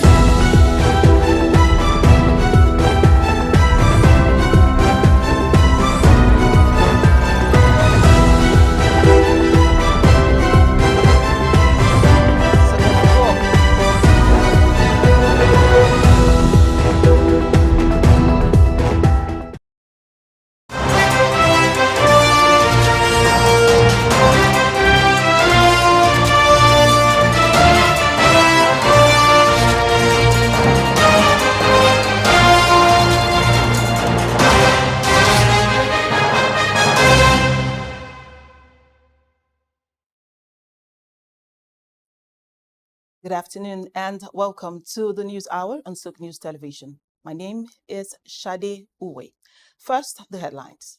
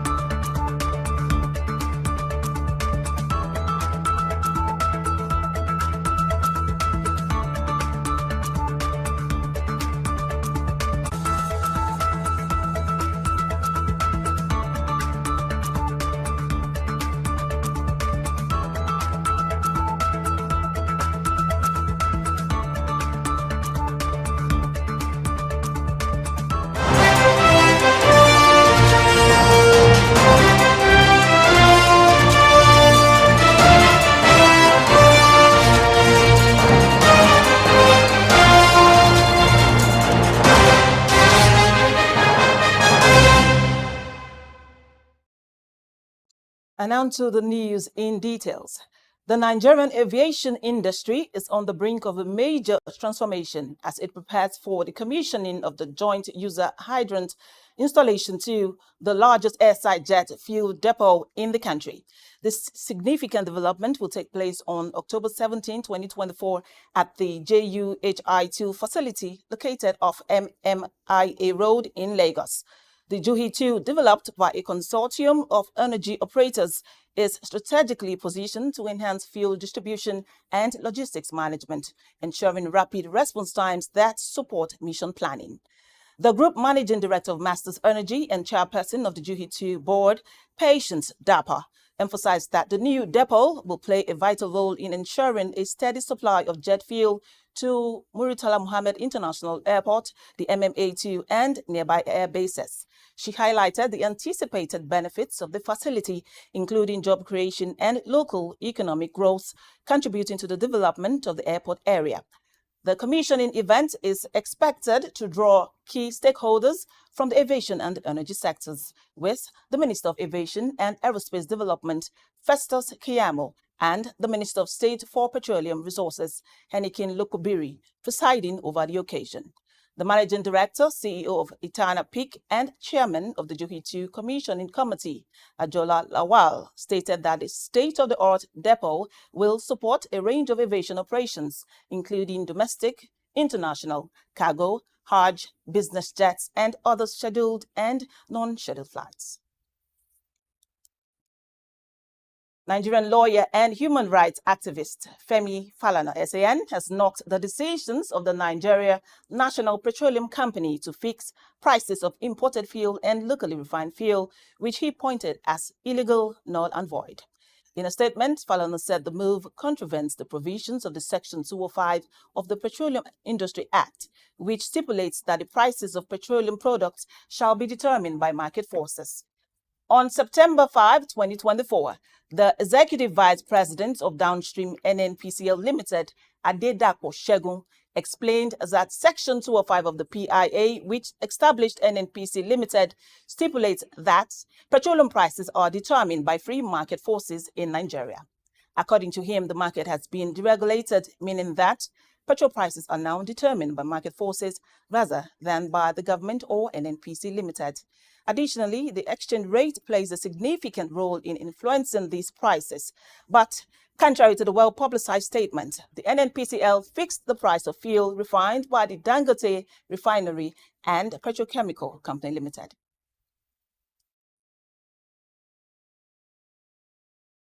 And while Nigeria's economy experienced a significant boost in foreign exchange inflows, rising by 67.8% to $27.6 billion in the first half of 2024, compared to $16.44 billion during the same period in 2023. This increase can be attributed to a remarkable 34.6% year-on-year growth in net inflows from autonomous sources and an impressive 170% year-on-year rise in net forex inflows through the Central Bank of Nigeria. According to data from the CBN's quarterly economic statistics, total forex inflow into the economy reached $47.73 billion in the first half of 2024, marking a 41.6% increase from $33.7 billion in the first half of 2023. Notably, gross inflows through autonomous sources surged by 47.6% year-on-year to $31.15 billion, up from $21.16 billion in the previous year. Despite the rise in inflows, forex outflows from the economy also increased, rising by 16.3% year-on-year to $20.12 billion in H1 2024, up from $17.3 billion in H1 2023. Outflows through autonomous sources saw an even sharper rise, escalating by 160.8% year-on-year to $5.4 billion compared to $2.07 billion in H1 2023. As a result, net forex inflows through autonomous sources increased by 34.6% year-on-year to $25.7 billion, up from $19.09 billion in the first half of 2023. The data further revealed that inflows through the CBN grew by 31.7% year-on-year, reaching $16.6 billion in H1 2024 compared to $12.6 billion in H1 2023. Conversely, outflows through the CBN decreased by 15%, dropping to $14.7 billion in H1 2024 from $17.29 billion in H1 2023. Consequently, net forex inflows through the CBN soared by 170% year-on-year to $1.86 billion, up from a negative $2.65 billion in the same period last year. Moreover, inflows through international money transfer operators grew by 47% year-on-year to $2.33 billion in H1 2024, an increase from $1.58 billion in H1 2023. This uptick follows recent measures by the CBN, which granted eligible IMTOs access to Naira liquidity at the official window, aimed at enhancing forex market efficiency and boosting remittance flows through formal channels. We'll take a short break, and when we come back, the news will continue. Do stay with us. In the heart of sub-Saharan Africa, where commerce meets progress, welcome to SOUQ News, your source for business, economy, and development insight that drive nations forward. From the vibrant streets of Lagos, Africa's fastest economic hub, SOUQ News takes you on a journey of discovery, analyzing and reporting the facts that lay the foundation for growth and development. We don't just report the news, we create it. SOUQ News is more than a channel. It is a catalyst for change, spotlight, and to usher in visitors and tourists into the ever-accommodating center of excellence is no doubt an astounding work of art. Originally built under the administration of Colonel Raji Rasaki, designed by Bodu Shodende in 1991, and standing over 12 feet high, referred to as Agba Meta or Aro Meta, the three sculptured chiefs were placed along the Lagos-Ibadan toll gate to welcome people coming into Lagos State. The statue called the Three Wise Men by many has become a major signature for the state. Three white-capped chiefs clad in white wrappers, knotted across their shoulders and with clenched right fists are shown in the artwork. The images fascinate and create impressions in the minds of visitors coming into the state, captivating the attention of visitors who look with keen interest, pondering on the messages which the posture of the engraved images signifies. The Three Wise Men has been relocated thrice from its original position at Ojodu Berger end of Lagos-Ibadan Expressway to Magodo area before its final relocation to its present site at Olowopopo Drive.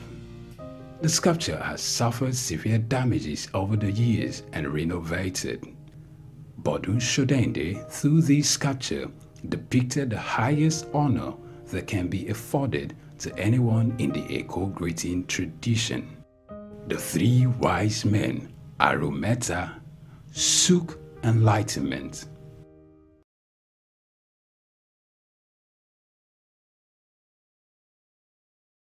We've got just what you need right here at Femi Wash Media. Call it the Midas touch and you wouldn't be wrong. Let us record, produce, mix and master your audio like nobody does.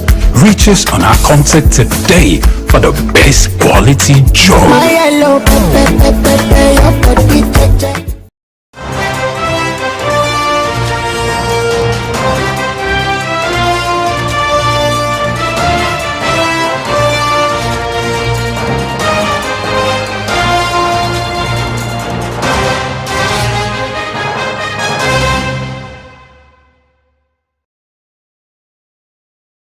You're watching SOUQ News Television, and it's still the news hour. We do apologize for the break in transmission. Now the news will continue.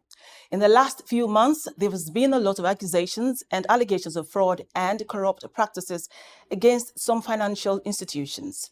From the way things have panned out, GTCO has not done much to resolve the situation. However, concerned Nigerians have been making so much noise on social media. The rant on social media is gaining the attention of stakeholders who have all noticed also that all the banks in the country are now being smeared with dirt, as they have all been tagged fraudulent and corrupt. This has necessitated the Chartered Institute of Bankers to respond, calling on social media users to quit blackmailing the banks in the country, as these banks follow the Central Bank of Nigeria's regulations. In a bid to give perspective to this issue, we have with us on the news a member of the House of Representatives, Onwachukwu Eze. Eze is the Chairman House Committee on Banking. He is also representing Ebonyi Ohaukwu constituency at the National Assembly. It's good to have you join us, sir. Good afternoon. So, let's start off with you helping us understand the drama happening between the banks and the customers, with keen interest around the blackmail on social media targeted at banks. Well, in Nigeria, as we have seen it, social media prosecution, social media judgment is a common trend. It's not just with the banks, with us also the politicians, even if political institutions like ours have not been exempted in this. But so far, Nigerian banks have done greatly well. We have confidence and keep reassuring citizens to have confidence in Nigerian banks. So far, I think Nigerian banks are very strong, except for some complaints from some quarters, from specific on some banks, banks.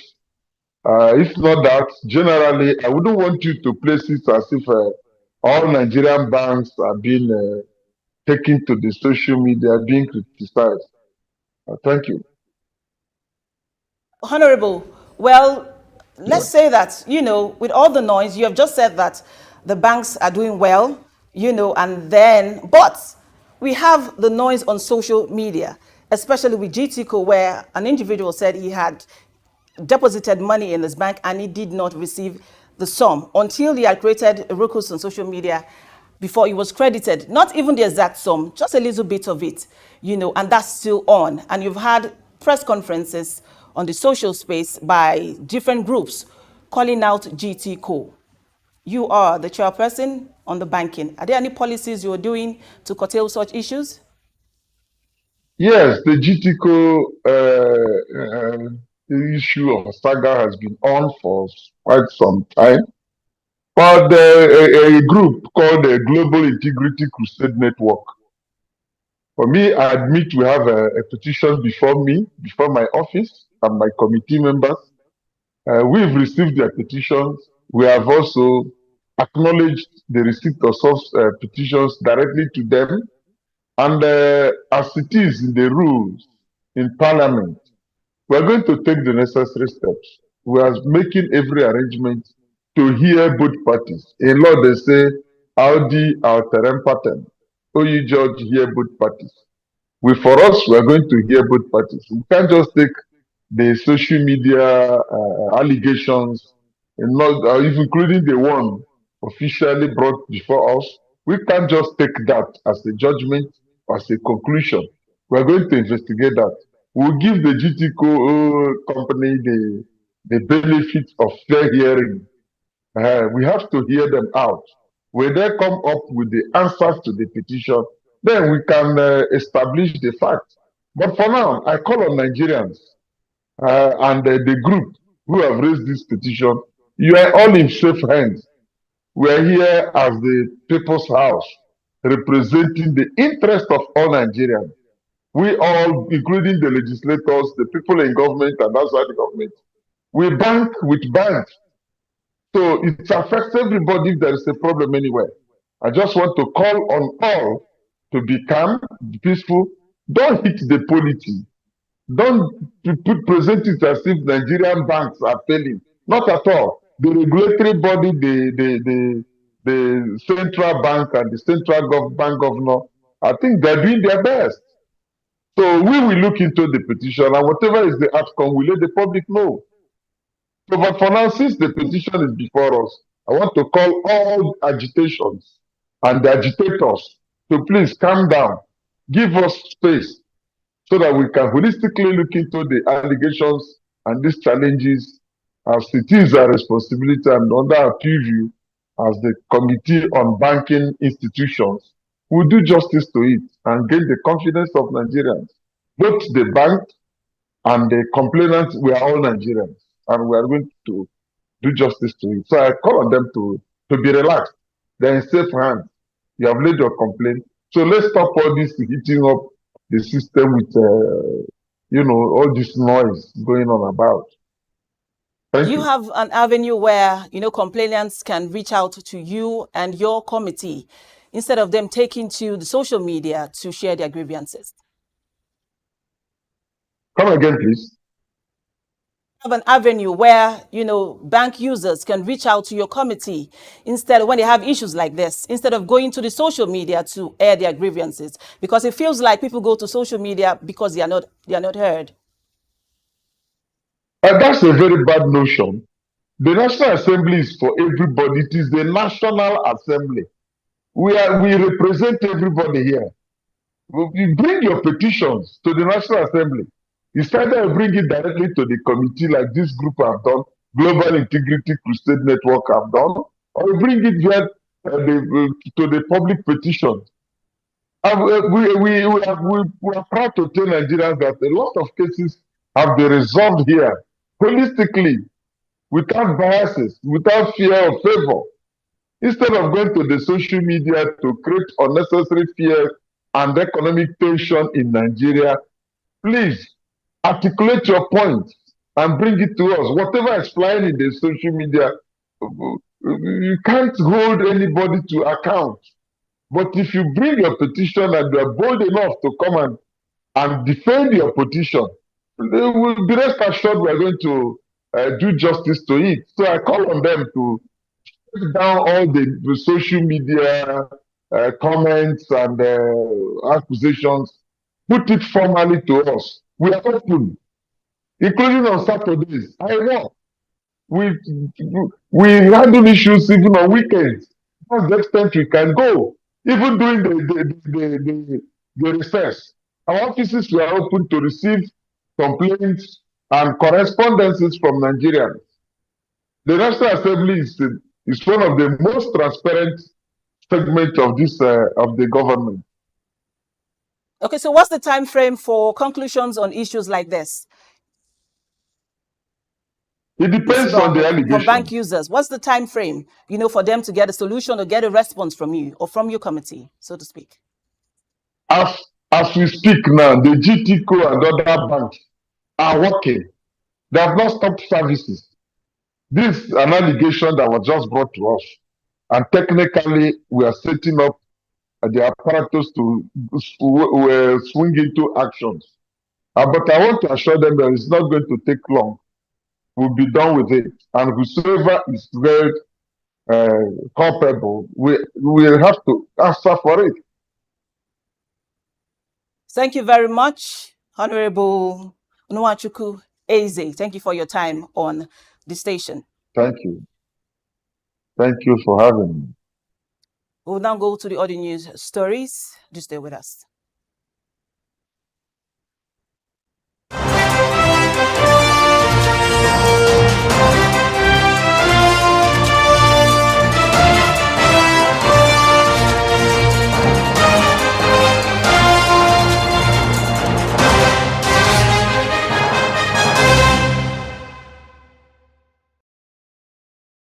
The Lagos State Governor, Babajide Sanwo-Olu, while inspecting the under construction of Mercy Children Hospital in the Adeniji-Adele area, has emphasized its potential to serve generations to come. The 7-story building hospital, which is set to become the largest children's hospital in sub-Saharan Africa, aims to address the operational inadequacies of the existing 100-year-old facility. Governor Sanwo-Olu stated that the new hospital will replace the old 85-bed Mercy Hospital, which has struggled to meet the growing healthcare demands of children. With an independent power plant and a 10-floor multi-level car park, the new facility promises to enhance pediatric care in the region. During the site inspection, the governor expressed confidence that major civil work would be completed by the end of this year, which the hospital is expected to be ready by mid-2025. The new Mercy Children Hospital is positioned to last over 200 years, marking a crucial development for healthcare in Lagos. The Lagos Metropolitan Area Transport Authority, Lamata, has begun compensating residents in the Ojuelegba district area.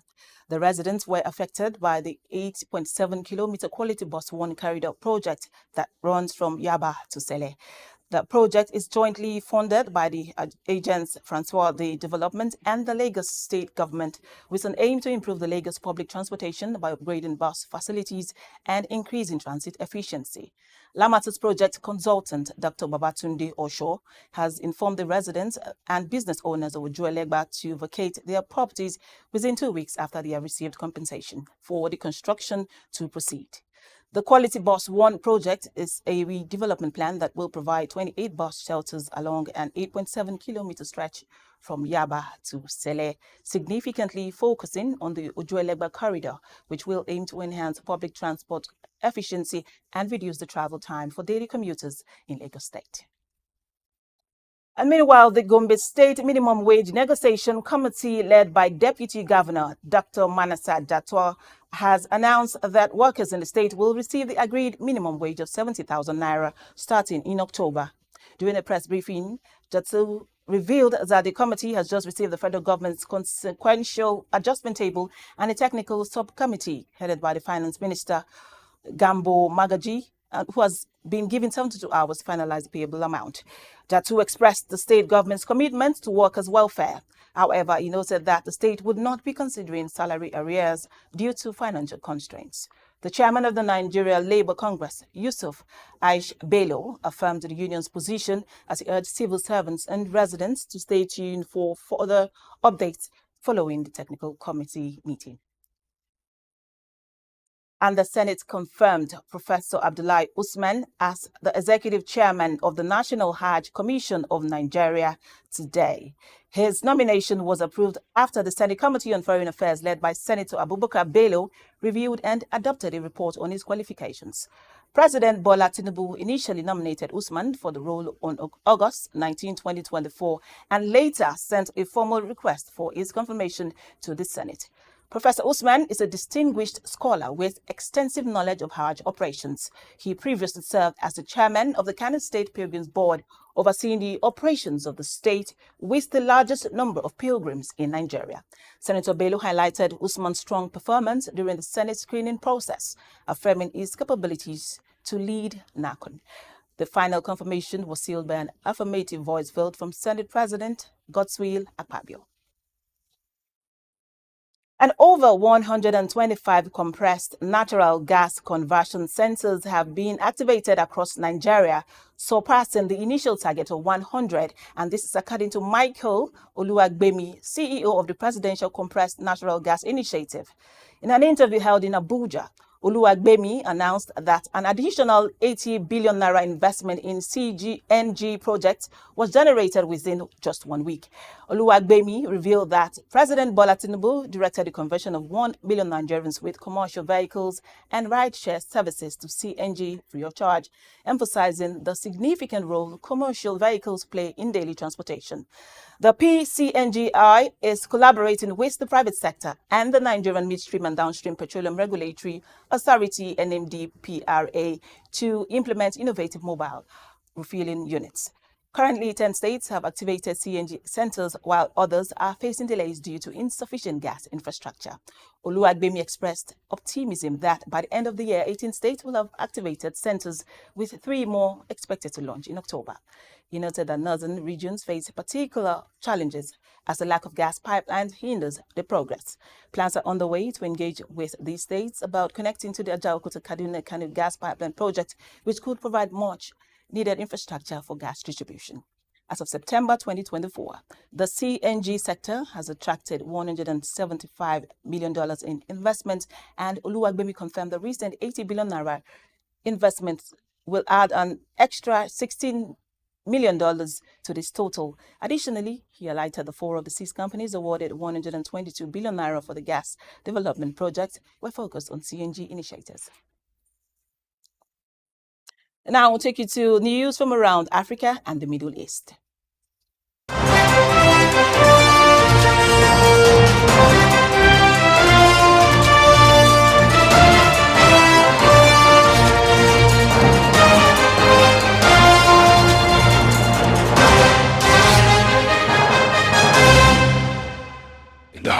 Sub-Saharan Africa, where commerce meets progress.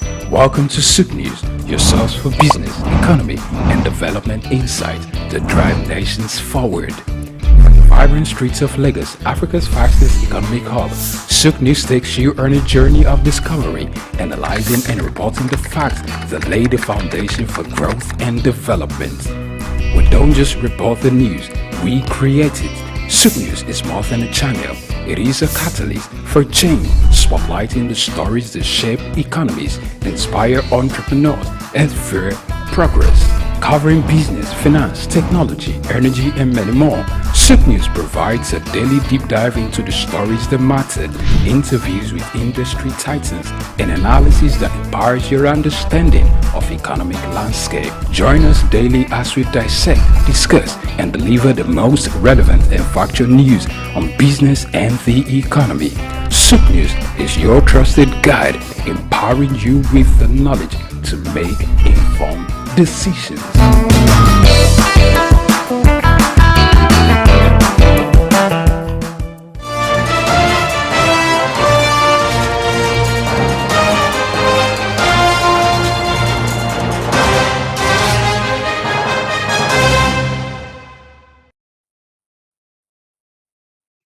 South Africa plans to expand its electricity transmission network as they are set to boost the country's cooperative bond market. The National Transmission Company, South Africa, a state-owned entity, will invest 112 billion rand over 5 years to enhance transmission capacity. This significant infrastructure project is expected to revitalize the bond market, which has struggled to recover from the pandemic. The rollout will enable the transmission company to raise essential capital, potentially attracting investors seeking stable long-term returns. While securing funding without government guarantees may be challenging, the project's strategic importance and potential for economic growth could make it an attractive opportunity for investors. This initiative demonstrates South Africa's commitment to upgrading its infrastructure and stimulating economic development. Meanwhile, Kenya's Health Ministry has partnered with Shining Hope for Communities, a non-governmental organization, to ramp up COVID-19 vaccination in informal settlements. The partnership aims to support the government's goal of administering 20 million vaccine doses between January and June 2022. SOUQ, located in Nairobi's Kibra slum, provides critical services, education, and health development for women and girls. The organization is using community health promoters and volunteers to educate households and community groups about the vaccine.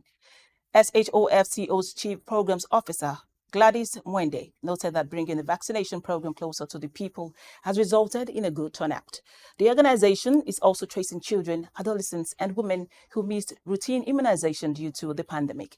The partnership has shown promising results, with residents like Robert Okwanyo-Olo and Rufina Miruka receiving their COVID-19 vaccines.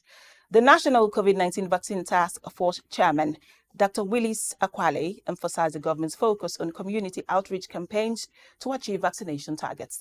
This collaborative effort is a significant step towards increasing vaccine accessibility and promoting health equity in Kenya's informal settlements. Russia, being the chair country of BRICS this year, 2024, have called on its partners to create an alternative to the International Monetary Fund, IMF. This is aimed to counter the political pressure from Western nations ahead of the BRICS summit later this month. BRICS, which originally comprises of Brazil, Russia, India, and China, has expanded, including South Africa, Egypt, Ethiopia, Iran, UAE, and Saudi Arabia. The Russian Finance Minister, Anton Siluanov, will be hosting the meeting. Siluanov has reiterated that the Western countries have control of the global financial system, which represents 37% of the global economy. In respect to that, an alternative needs to be created. He suggested to form new institutions or conditions within the framework of the BRICS community, that is, the countries involved in BRICS. Emerging market assets are gaining momentum, driven by China's stimulus plans aimed at reviving its slowing economy. The MSCI Emerging Market Stock Index has advanced for the second consecutive day, led by notable gains in Taiwan Semiconductor, MediaTek, and Samsung Electronics. This growth is a welcome development, especially considering the index is still on track for a 1.7% weekly decline, its largest since early September. China's economic stimulus measures, predicted to reach up to $283 billion, have injected optimism into the market. The Shanghai Stock Exchange Composite Index, CSI 300 Index, and Hong Kong Hang Seng Index have all seen significant gains, with some indices surging over 21%. The stimulus package has also boosted Chinese stocks trading on U.S. markets, with Alibaba Group Holding Limited, Baidu Inc., and Incorporation experiencing substantial gains. The outlook for emerging markets remains constructive, with opportunities for growth and investment in a broader range of developing countries. And still on the news, China's Finance Minister Lan is set to host a highly anticipated briefing on Saturday, and investors are eagerly awaiting the announcement of the fresh fiscal stimulus measures to boost the country's economy. The correspondent reports that China will deploy up to 2 trillion yuan to shore up the world's second-largest economy and bolster confidence. This move is expected to come in the form of government bonds, providing local debt relief and a consumption boost. The global market is watching closely as Asian stocks have been mixed ahead of the briefing. China's Shanghai Composite Index has slipped, while Japanese markets have advanced on hopes of solid earnings. The briefing's outcome may also impact the dollar, which has weakened following signs of U.S. labor market weakness. Also, emerging market stock experienced a significant surge in investments, with record-breaking inflows of $41 billion in the week ending Wednesday, according to data from EPFR cited by Barclays.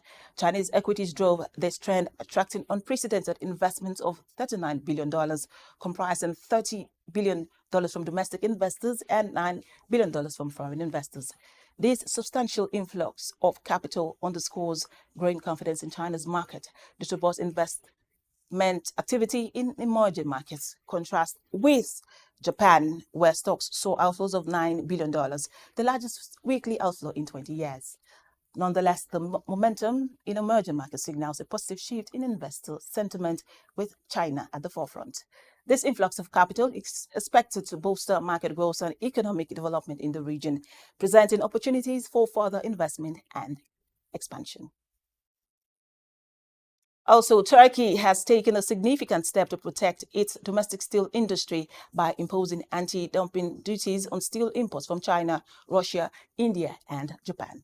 The duties, ranging from 6.10% to 43.31% of cost, insurance, and freight prices, aim to prevent unjust competition after local producers raised concerns about their unfair pricing practices. This move follows an investigation into hot-rolled steel imports, which reveals that dumping of steel from these countries threatened domestic production. The tariffs imposed vary by country, with Chinese imports facing duties between 15% and 43%, while imports from Russia, India, and Japan would incur tariffs ranging from 6% to 9%. This decision comes at a time of rising trade tensions between China and the European Union over tariffs on electrical vehicles and other goods. Notably, China has filed a complaint with the World Trade Organization regarding import duties on Chinese electric vehicles entering Turkey. By taking this step, Turkey aims to safeguard its steel industry and ensure fair competition. And Bangladesh is likely to retain its power purchase agreement with India's Adani Power despite concerns over pricing. The country's new government has set up a panel to review past contracts, including a 2017 deal to buy electricity from Adani's $2 billion power plant in Jharkhand, which supplies nearly a tenth of Bangladesh's power demand. Cancelling the deal outright will be challenging, and a legal challenge in an international court is unlikely to succeed without strong evidence of wrongdoing. Instead, the government may consider negotiating a tariff reduction. Bangladesh is likely to retain its power purchase agreement with India's Adani Power despite concerns over the pricing. The country's new government has set up a panel to review past contracts, including a 2017 deal to buy electricity from Adani's $2 billion power plant. And the $2.5 billion Network Rail projects, Afit Rail has secured a $1.5 billion financing facility from several companies of local, regional, and global lenders, which will connect the rail line of UAE and Oman. The funds will be drawn from both tranches of the UAE dirhams and the Omani riyals. The bank consortium from the UAE include the Abu Dhabi Commercial Bank of Dubai, First Abu Dhabi Bank, Abu Dhabi Islamic Bank, and the Ajman Bank.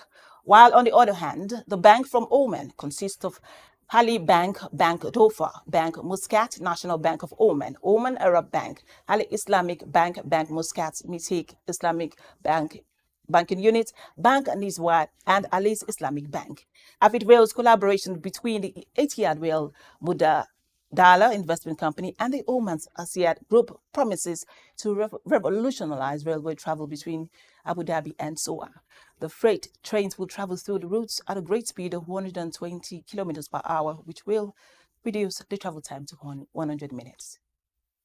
And Tesla CEO Elon Musk unveiled a highly anticipated robotaxi and the robovan during a presentation on Thursday, signaling a strategic shift from traditional vehicles to autonomous transport. The robotaxi named Cybercab features gull-wing doors, no steering wheel or pedals, and is projected to be produced in high volume starting in 2026 with an estimated price tag under $30,000. Musk highlighted the vehicle's operational cost of 20 cents per mile and emphasized its reliance on artificial intelligence and cameras rather than leader, differentiating it from competitors. Despite Musk's enthusiasm, analysts caution that establishing a robotaxi service could take years due to safety concerns, regulatory hurdles, and the need for technological reliability.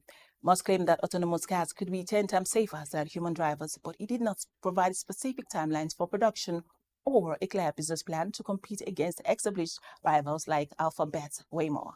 The event attracted significant attention with around 4 million viewers tuning in on Musk's social media platform, while some attendees expressed disappointment over the lack of definitive timelines and details.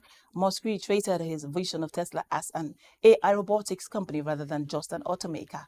He also mentioned the potential for Tesla owners to earn income by listing their cars as robo-taxis through an app, although he did not elaborate on this feature during the event. We'll now take a short break, and when we come back, we'll move to sports stories. To stay with us.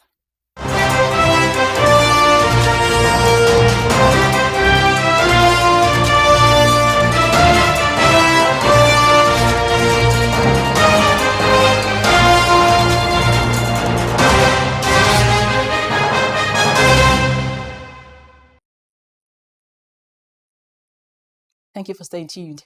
And to sports. The head coach of the Nigerian national football team, Augustine Eguavon, has expressed his determination to secure all 6 points in the upcoming double-header against Libya in the 2025 Africa Cup of Nations qualifiers. The Super Eagles will face Libya in 2 crucial matches, with the first leg scheduled to take place at the Godswill Akpabio Stadium in Uyo, Nigeria, followed by the return fixture at the Matthias of Benina Stadium near Benghazi, Libya. Eguavon emphasized the importance of winning both games against Libya to enhance Nigeria's chances of qualifying for the AFCON tournament in Morocco. Despite the absence of star striker Victor Osimhen, Eguavon remains confident in his team's ability to secure victories in both matches. Nigeria currently leads Group D with 4 points from 2 matches and aims to further solidify its position with 2 potential victories against Libya. And Argentina faced Venezuela in the South America's World Cup qualifiers, resulting in a 1-1 draw. The game marked Lionel Messi's return to international duty after recovering from an injury sustained in the Copa America final against Colombia in July. Despite the challenging conditions, Messi played a significant role in setting up Otamendi for Argentina's opening goal on the drenched pitch. However, Venezuela's determined striker Salomon Rondo managed to equalize in the second half with an exceptional header. Both teams made efforts to secure a victory, but the Sergi's pitch posed challenges for the players, with Messi expressing his frustration about the difficult playing conditions. With this draw, Argentina remains at the top of the standings with 19 points and will face Bolivia next, while Venezuela will visit Paraguay in the upcoming matches. And that's all on the News Hour on SOUQ News Television. My name is Shade Uwe. Many thanks for watching.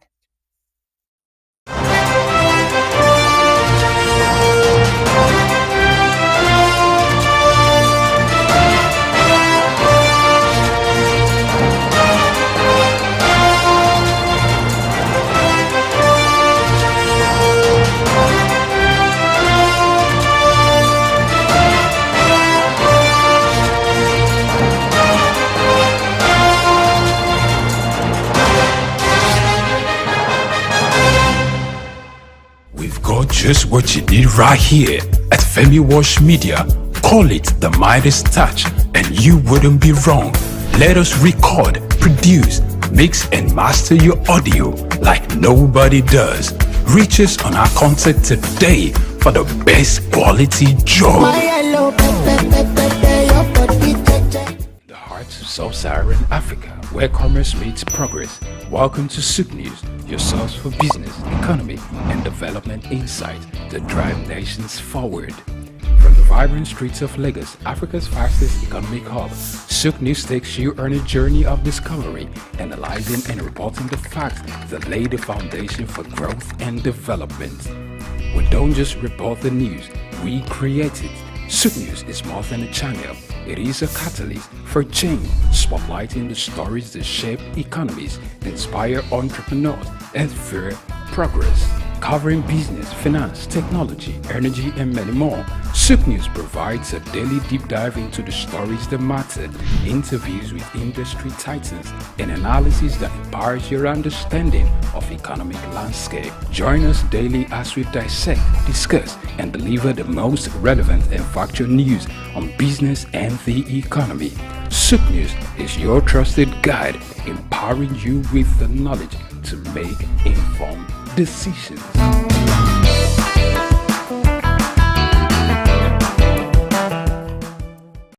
That what being treasured and celebrated is having a family of intellect, especially a father full of wisdom to lead aright. On Saturday, April 20th, a heartwarming ceremony unfolded at Brookstone School Hall in Owodionere, Ikorodu, Lagos, as the UK-based Nigerian Pa Michael Onafuye launched 3 inspirational books. The event not only marked the culmination of Pa Onafuye's literary endeavors but also served as a testament to his zeal for intellectual exploits, spiritual gifts, and guidance, as well as laid down legacies for his family. The books titled War Against Limitation, Maximizing Divine Mandates of God on Your Life, and God's Word of Assurance is Your Sure Word of Insurance, brought together family, friends, and religious leaders from within and outside the community.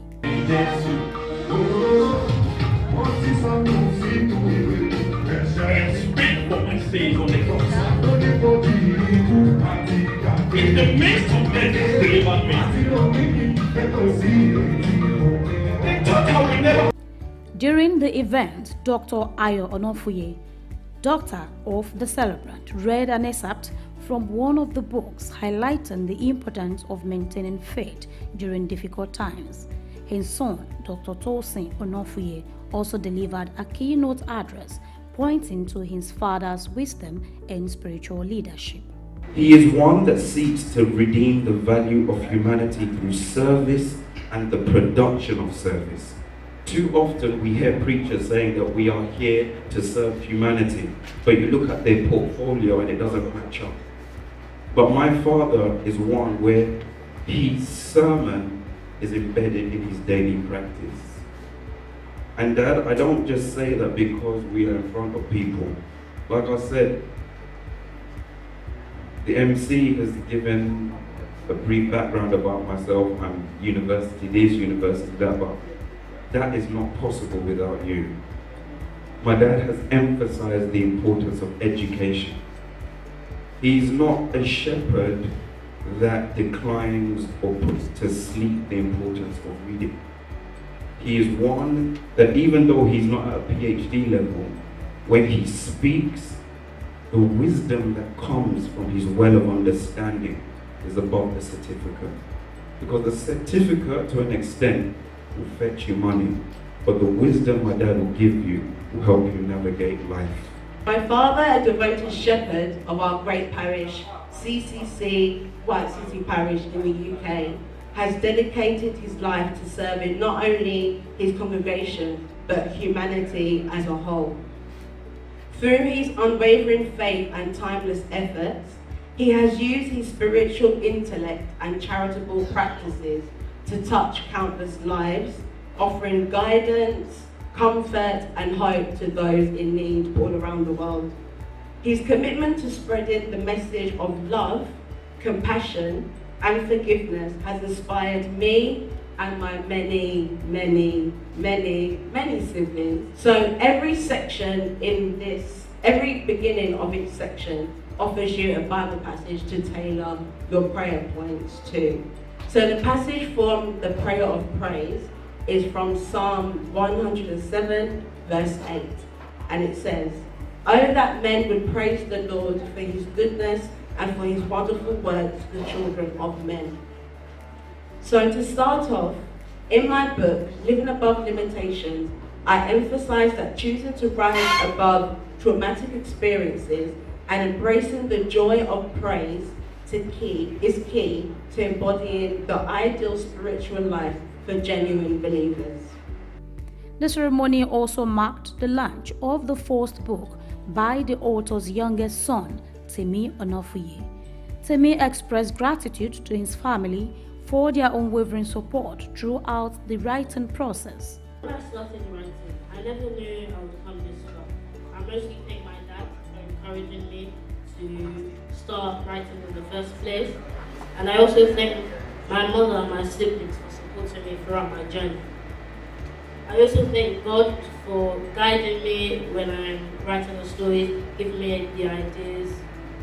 And I thank God again for giving me this opportunity to come up in front of all of you and speak my mind.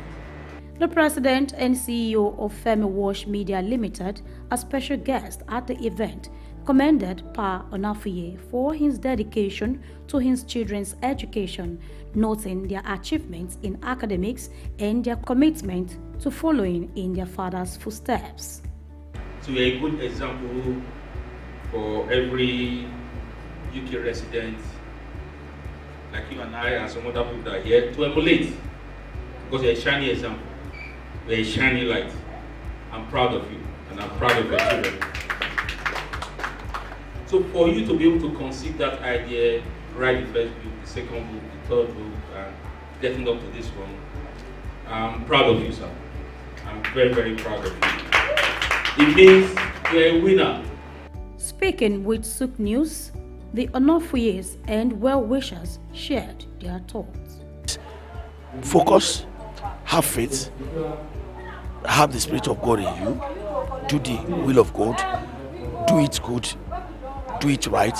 When you do it right, you get it right. And when you have time for God, God will make this possible for you. Just have hope in Him. And whatever you believe in, focus on your belief, work on your belief, and don't just sit back. Strive in that belief. And one way or the other, God will pull you through. God will take you there to that destination. We've seen him as somebody very unique. He's always different. Everything about him is always different. So we knew that God's grace is with him, and that's why. And that his dad being an author noticed in him that he had something in him. He loves writing as well, just like his father.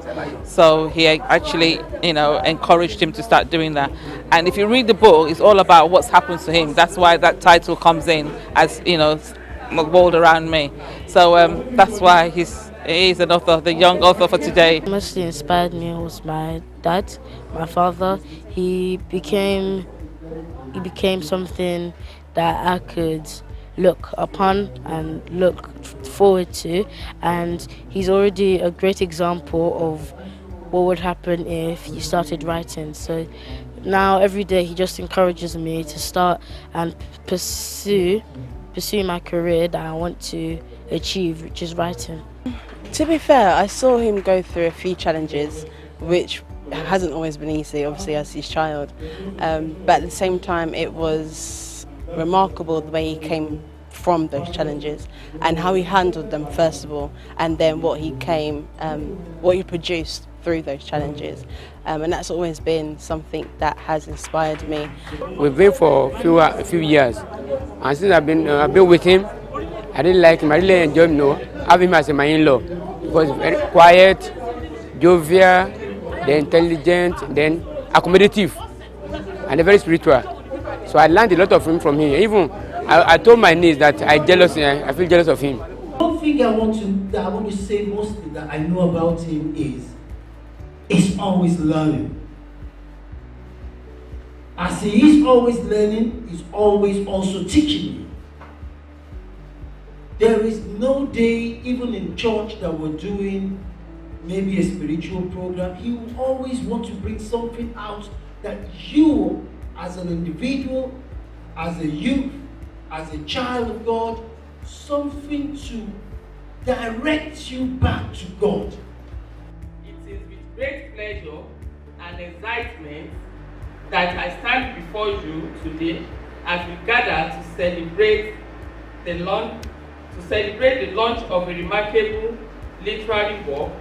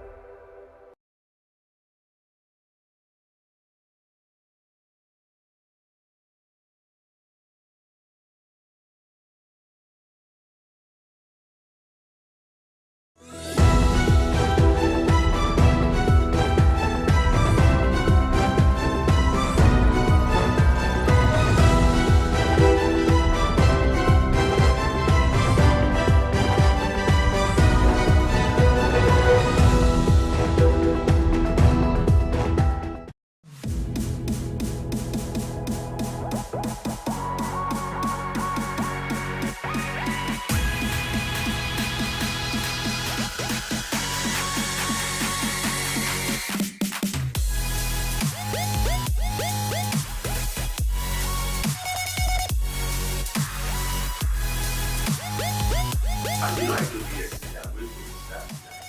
So it's another very good thing. Another opportunity for us to look at issues related to business, finance, and economy. Yes, it was really, really extremely powerful just to help you start to inspire you to have.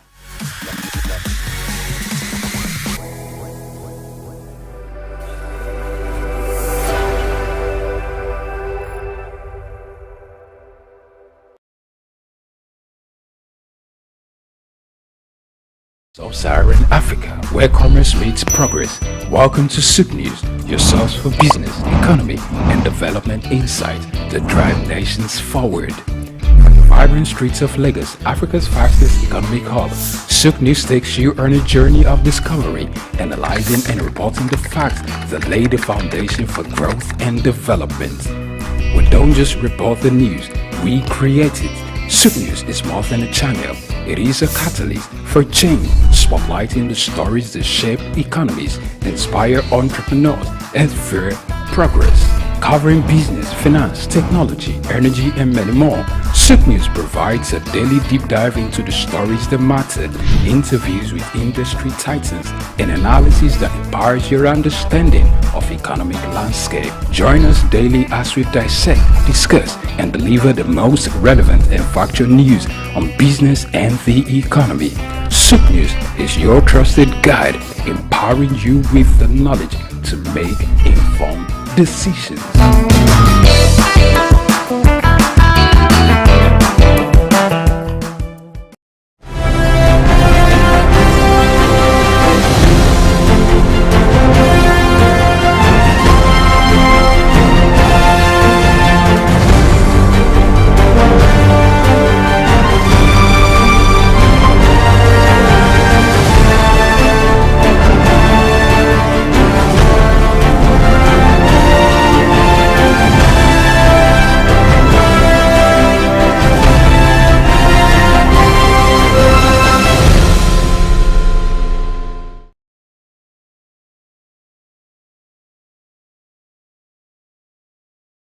Get ready to feel the pulse of the world around you. Welcome to SOUQ Pulse, your insert track on the stories that matter most. From the heart of breaking news to the forefront of culture and innovation, SOUQ Pulse brings you the stories shaping our world every week.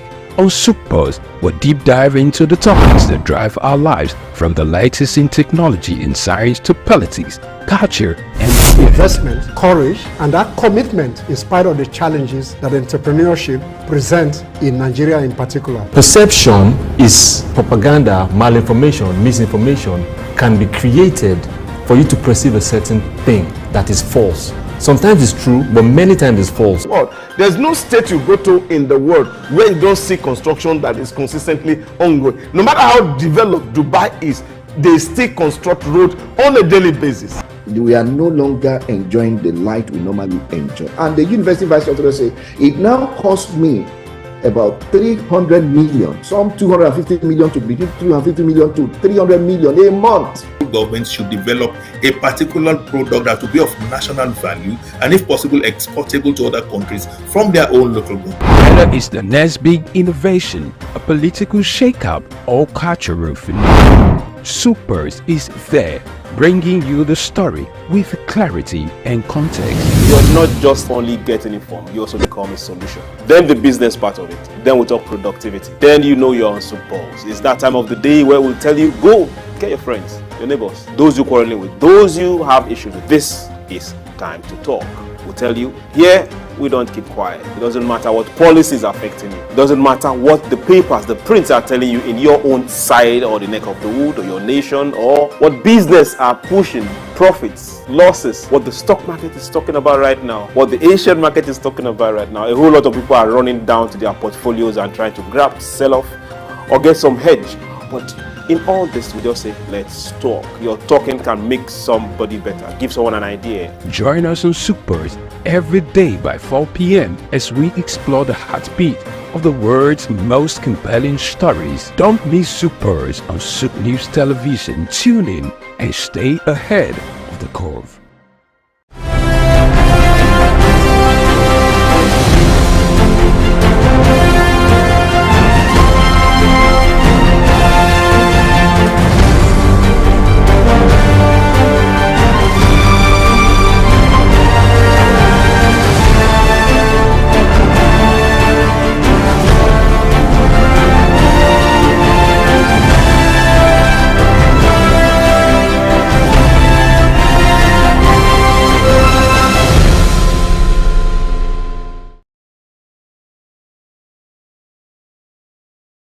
Hello and welcome to SOUQ Pulse. This is your show and here we talk. This is SOUQ News and we are all about positivities.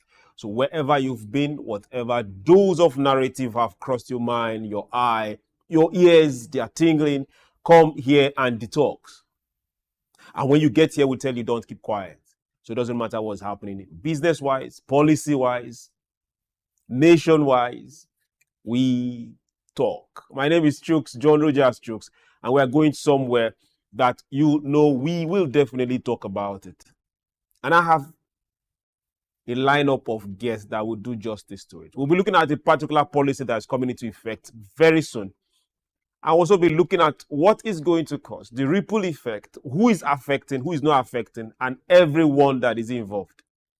So you need to be present for this. So call up your neighbors, your friends, everyone. It's time for SOUQ Pulse. It's time to talk. Don't go anywhere. We'll go on this very short break. When we return, I will introduce our topic and our guest, and we will hit it on the head. Don't go anywhere. SOUQ Pulse will be right back.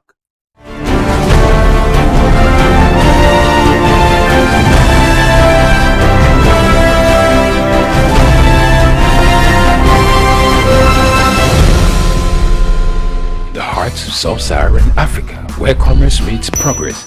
Welcome to SOUQ News, your source for business, economy, and development insight that drive nations forward. From the vibrant streets of Lagos, Africa's fastest economic hub, SOUQ News takes you on a journey of discovery, analyzing and reporting the facts that lay the foundation for growth and development.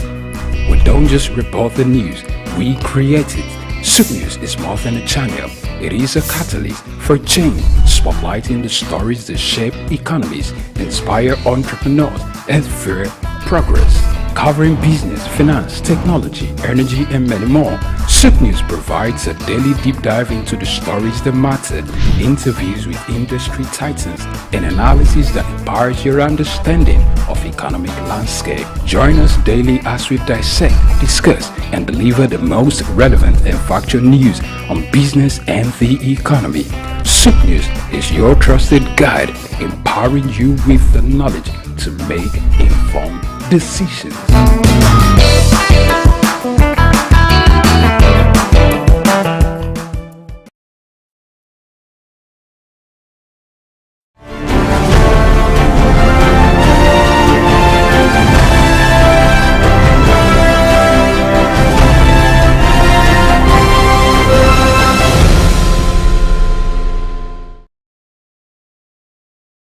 Welcome back. This is SOUQ Pulse.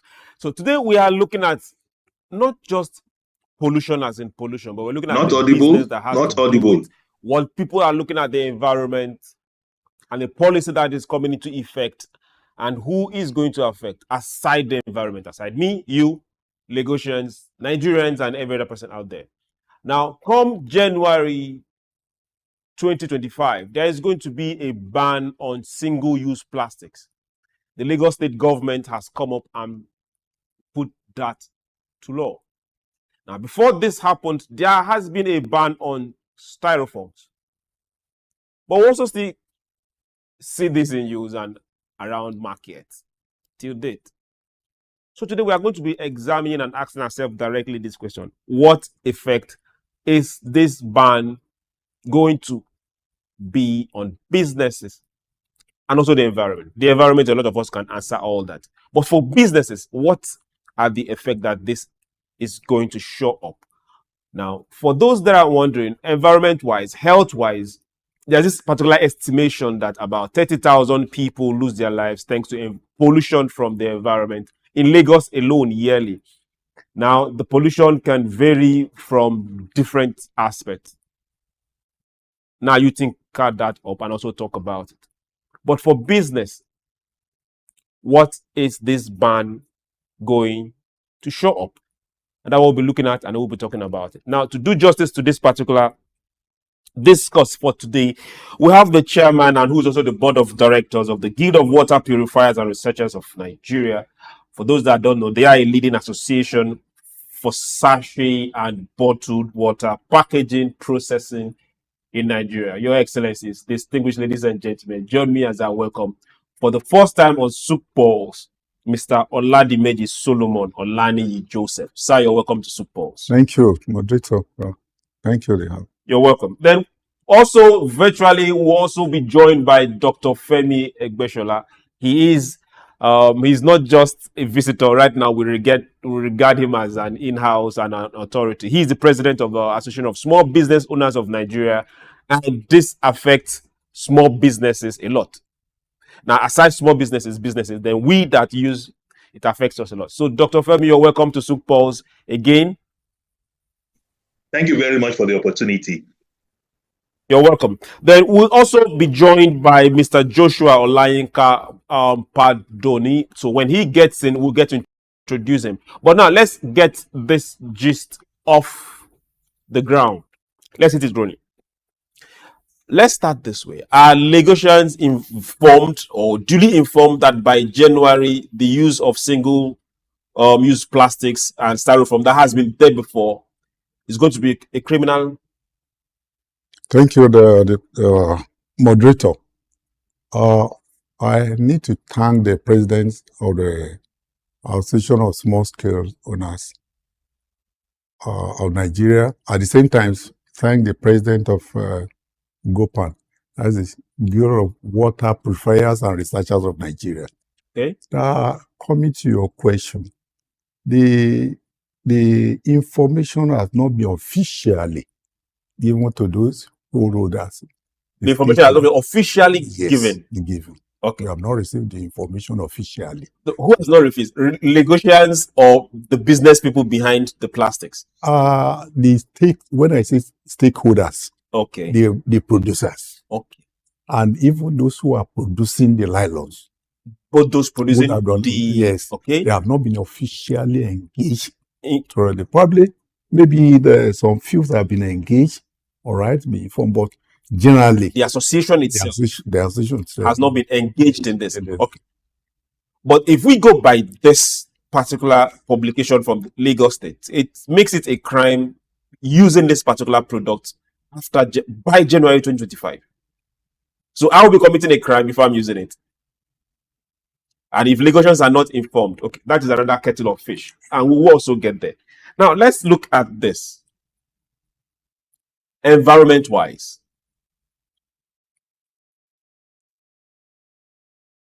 Aside the environment, is this particular ban bringing up a bigger problem?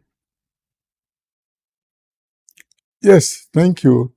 Aside of environment, the bigger problems were expecting will involve most of the producers losing their investment. There are so big investments that are involved in this thing. When we say producers, can you give us examples of producers? Okay, for example, those who are producing the nylon, they import it, and then they are invested a lot of money in it. Some of them are even imported nylon or bottle or PET for the next 2 years. So if they are going to be banned now, it means one, they are losing their investment. Two, those who are producing the water are using it. It's not only the water producer alone that is using the nylon and the PET bottle. There are so many. Looking at it, Coca-Cola is involved. All other production are involved. But generally, you mentioned Coca-Cola. I'll give you an invoice when you're done.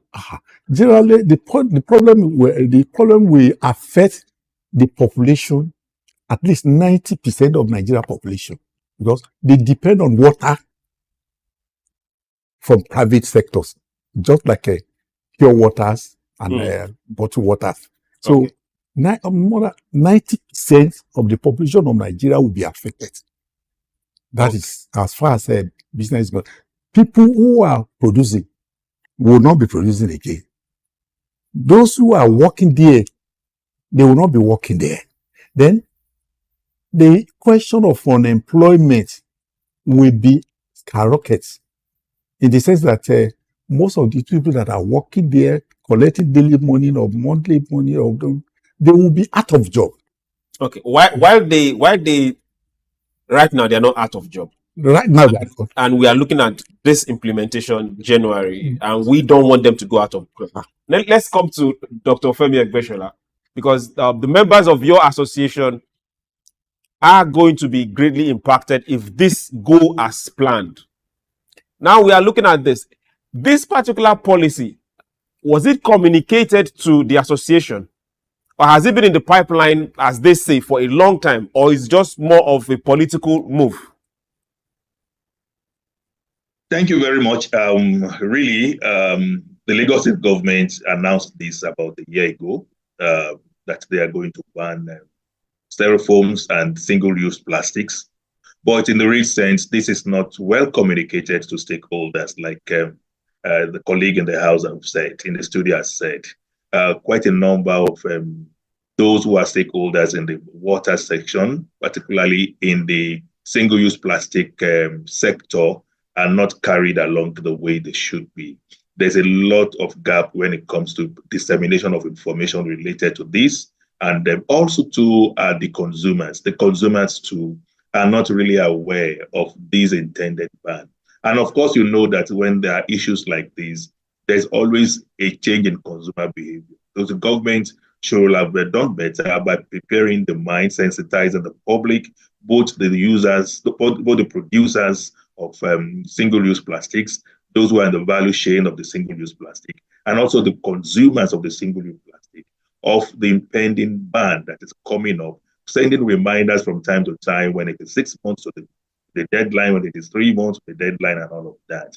So this coming up this time is a shock to many of those in that value chain, and even to us, that umbrella body of those who are in this business of the use of the single-use plastics. And for us, I think it's time for us to begin to request for government to see how they can balance this at this time. One way this can be done is really to see how this ban can be done in phases instead of outright ban. One of us are advocating for this to be done in phases. We have a lot of single-use plastics. While you are looking at thinking or suggesting it be done in phases, our guest brought up something that is very cogent, and we think we need to talk about it. He talked about those that are producing the plastic themselves, that some of them have stocked or product they use for manufacturing for use in the next 2 years. Some have product in the warehouses that they've stocked, and this needs to be turned to product and sold. How do you deal with these people? Then how do you also convert the machines used for this particular product if at the end of the day this gets to happen? how do you repurpose these machines and the people that are working within this industry? Because even if we turn it to phases and phases and phases, how do you repurpose all this value chain? I'm thinking about it. I can't get my head around it. So what do you think can happen? Yes, there's going to be a lot of issues like you have identified, because transition will not definitely be easy. And that's why we are talking about government actually providing a policy framework that will assist in transitioning from single-use plastic to alternative means. And that would take a lot of time, not a space of 1 year. We would have also expected government to do a lot of research work in providing alternatives and being able to build the capacities of those who are using these single-use plastics to be able to transit to the alternatives. This will definitely take quite a number of time or years, if you ask me. And you must agree with my colleague in the House that did say that a lot of investments has been done on the back end to ensure that production continues with product that has to do with single-use plastics. These are enormous funds. Some of them are borrowed from the banks. Some are savings of many years that have been invested. Many have been in the business for 2, 3, 5 years and have not been able to recoup their investment, not to talk of profits, and now sending them out of the market will be very detrimental both to the owners of the business and to the workforce working with them. So we must not throw the water with the baby. We must find ways to look at alternatives that we can provide to ensure that there is a smooth operation between those who are engaged in the value chain and government to achieve their aim. Yes, government want to ensure that we have good health, because health is where to really, but at the same time too, we must also put into consideration the livelihood, the well-being, and the sustainability of those who are in that value chain, particularly those who are producing it, using it for other products, and those who are the consumers. One major thing you see around Lagos when it comes to availability of potable water is what we call pure water, the one in the polythene bags. So some sell for 20, 50, depending on the area where you are. And it's everywhere, because you don't see a tap where you turn on and water that you can drink is out. So the first thing that will come to anybody's mind as a Lagosian is, where do I get my water from? So now this also happens to be your association. So I'm asking you, where do I get my water from? Thank you, the moderators. That is the reason why we are appealing to the government. The government needs to engage the stakeholders so that we can prepare, we start preparing how we can change from the old one to the new one. And then the issue of how do I get my water, it still depend on the policies of the government, how to extend the period of transiting from the old one to the new one. Because we have to do a lot of research to get alternative. The alternative we have now are very, very expensive. And some of them we leave it. We've turned away from it because the government too are not in favor of such alternative. Alternative like? Like glass. Like ceramic. The only alternative we have now that would be very expensive is a biodegradable plastic. Biodegradable plastic. Yes. So, and then before we can do that and make it possible for people to get water as time goes on, it takes a lot of times. It's not what you can do the year or 2 years, because you have to research into how to get the raw materials, and then the use of the raw material, will it be friendly or friendly to the health of the environment?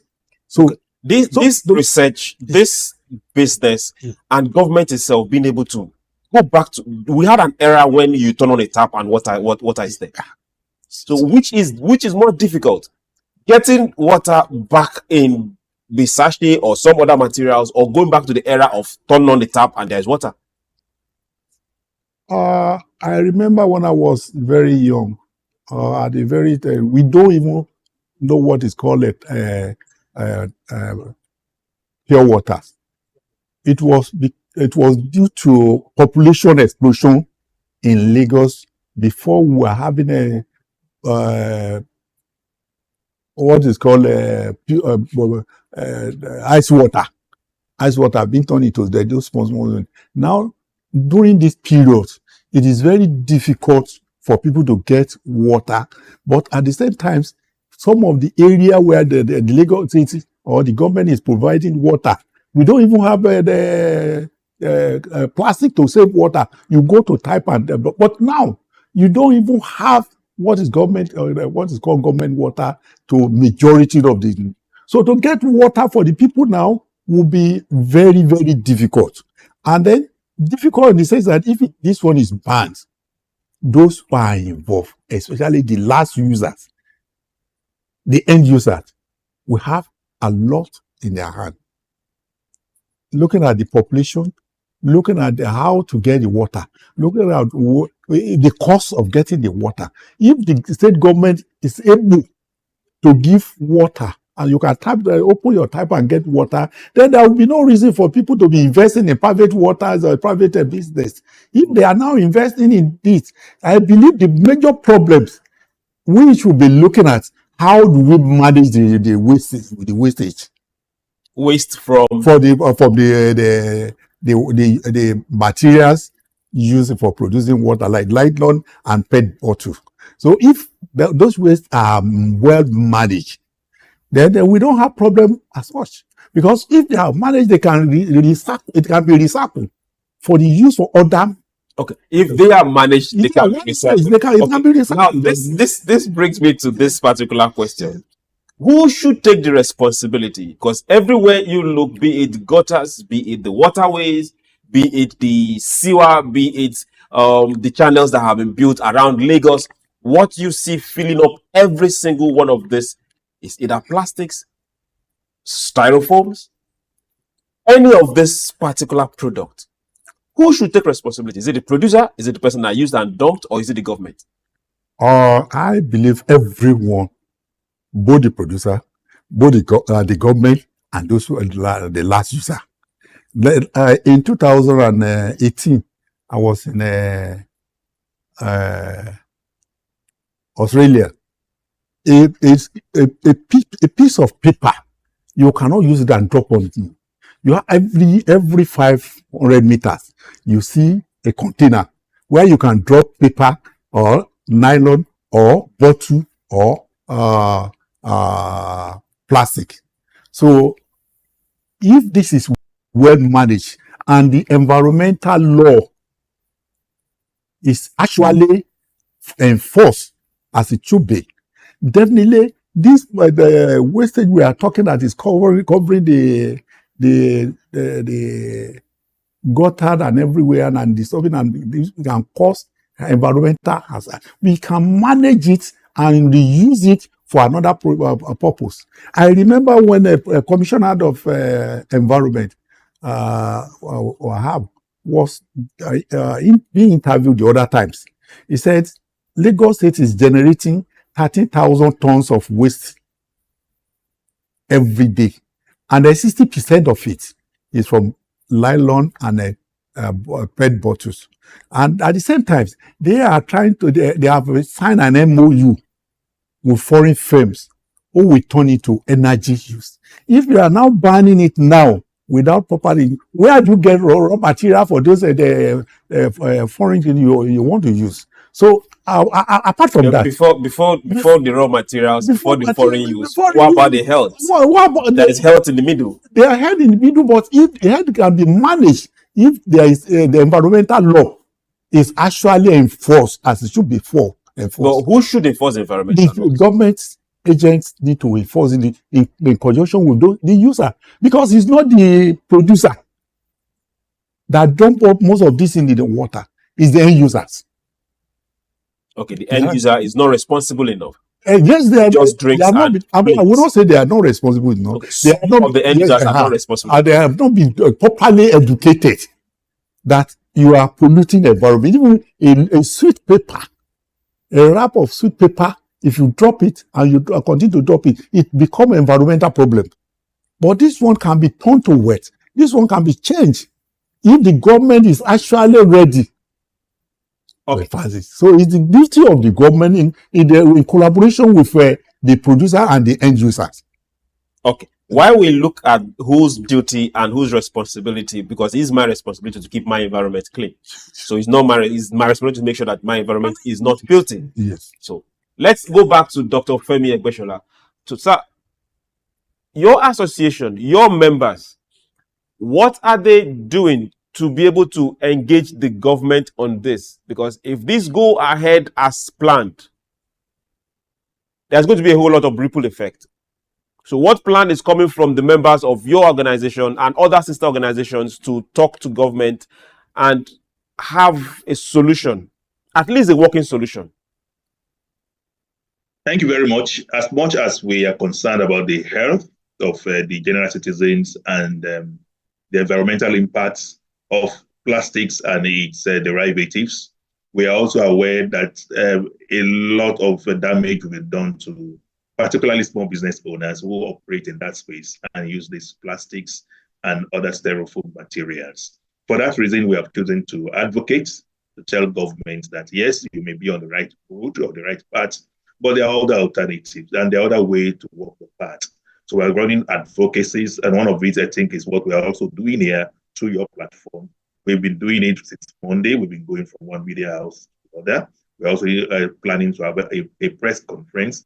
We are also writing the Lagos State government officially to express our stand about this. Not just to express our disapproval or displeasure about the policy at this time, but to also provide alternatives for government.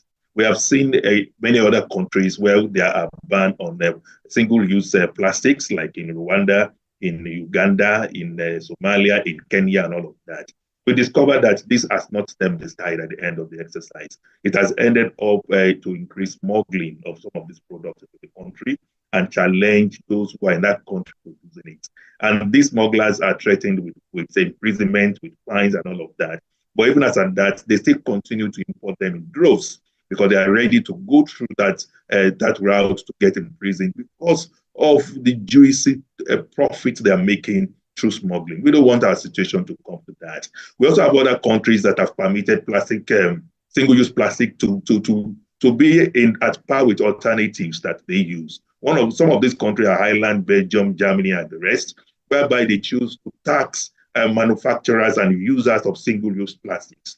And then the tax manufacturer will now become, be made to decide on where to go, whether to continue to use single-use plastics that come with very higher cost because of tax, or to move to alternative plastic materials that may be cheaper.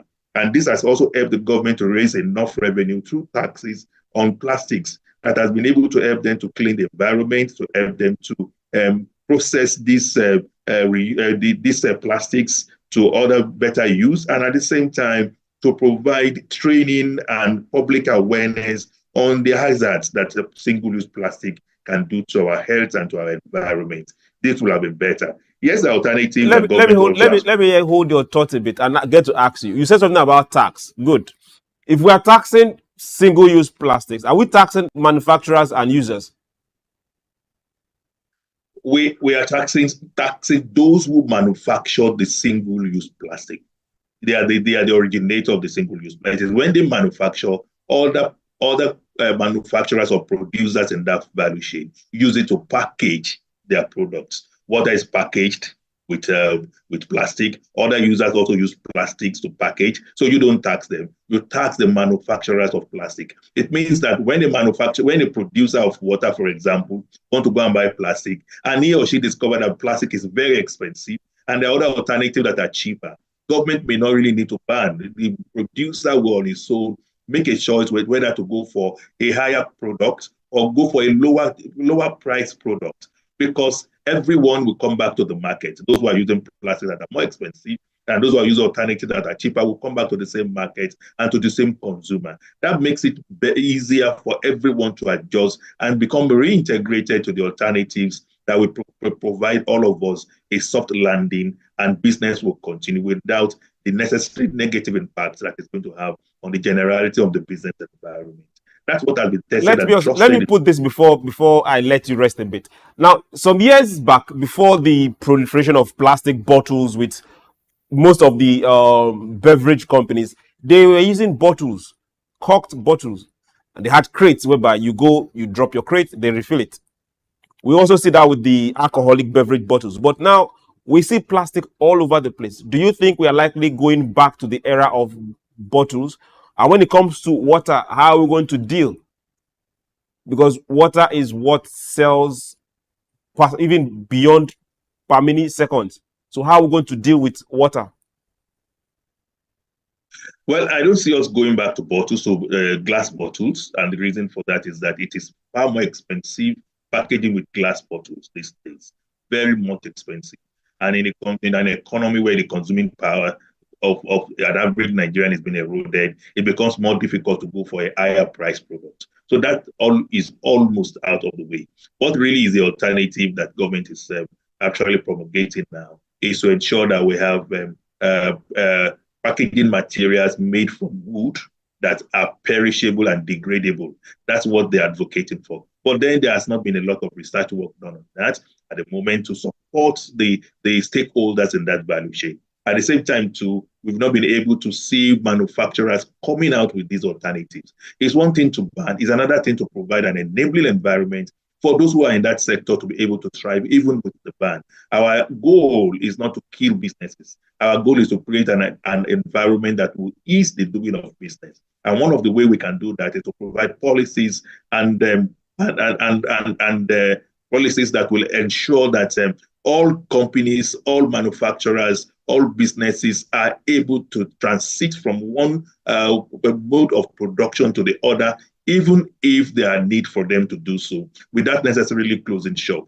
That is what we are advocating for. We support Lagos State government if they actually feel that it's right to begin to checkmate this. But the timing to us is not too good. The moratorium also given is too short. And even as at that all of these should be done in phases, not outright. And again, too, there's need to create a lot of public awareness for the consumers. There's need to make sure that the capacities around those who are using this single-use plastics to be able to build their capacity to the point of embracing the alternatives. The alternatives also come with a lot of cost. Governments will also be able to render while you are looking at them embracing alternatives, the alternatives we are yet to see. Let me come back here, sir. Now, you are a board member, not just a board member, you're the chairman of the Guild of Water Purifiers and Researchers of Nigeria. Now, from your point of view and your other sister organizations, the Association for the Portable Water, and is the investment going more in production or going more into research? Not totally, because you cannot just, investment involve a lot of money. Research to involve a lot of money. So it depends, it involves the capital, huge capital. So research is going on one hand. Why you cannot use all your total capital for money for research. You have to take part. And then, research take a lot of times. Getting what you want to use, then researching to it, is it usable? Will it be environmental friendly, health-wise friendly? Because when you look at the pollution we have all over the places, that if it has been well managed, then we'll be thinking of how to stop the environmental pollution issue. But investment on research is not an easy thing. It's definitely not an easy thing. But as we speak right now, and with this ban coming up, not just 2 months plus away, every eye is going to be looking at, okay, over the years, what has the research yielded, or what part are we pursuing for research when it comes to product that we can use for packaging this product? Coming to alternatives, what is likely going to come out? What is research going to produce? What is research going to give us to pursue?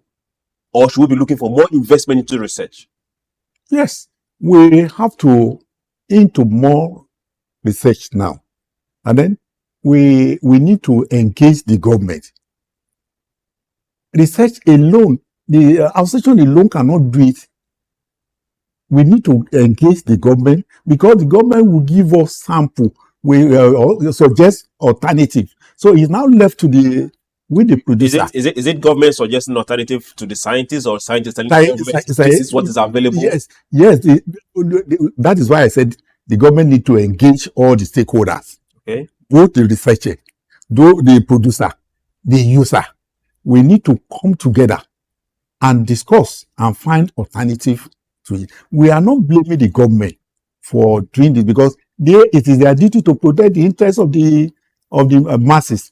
At the same time, if they are not doing it in a way, it may be in a comfortable and agreeable way, it may be counterproductive to it, may be a disservice to the masses. Because when you look at it, millions are taking water or using water from private owners like pure water producer or bottled water producer, because there is no alternative except you have a borehole. Even your borehole may not be as good as the other water that have been produced hygienically and chemically. So the research is going to involve the government, the research, the scientists, and the other and all the association.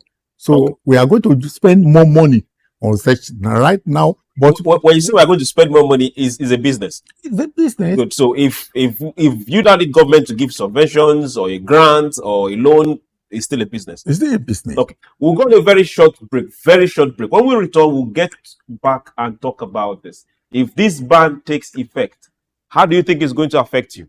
Don't go anywhere. SOUQ Pulse will be right back.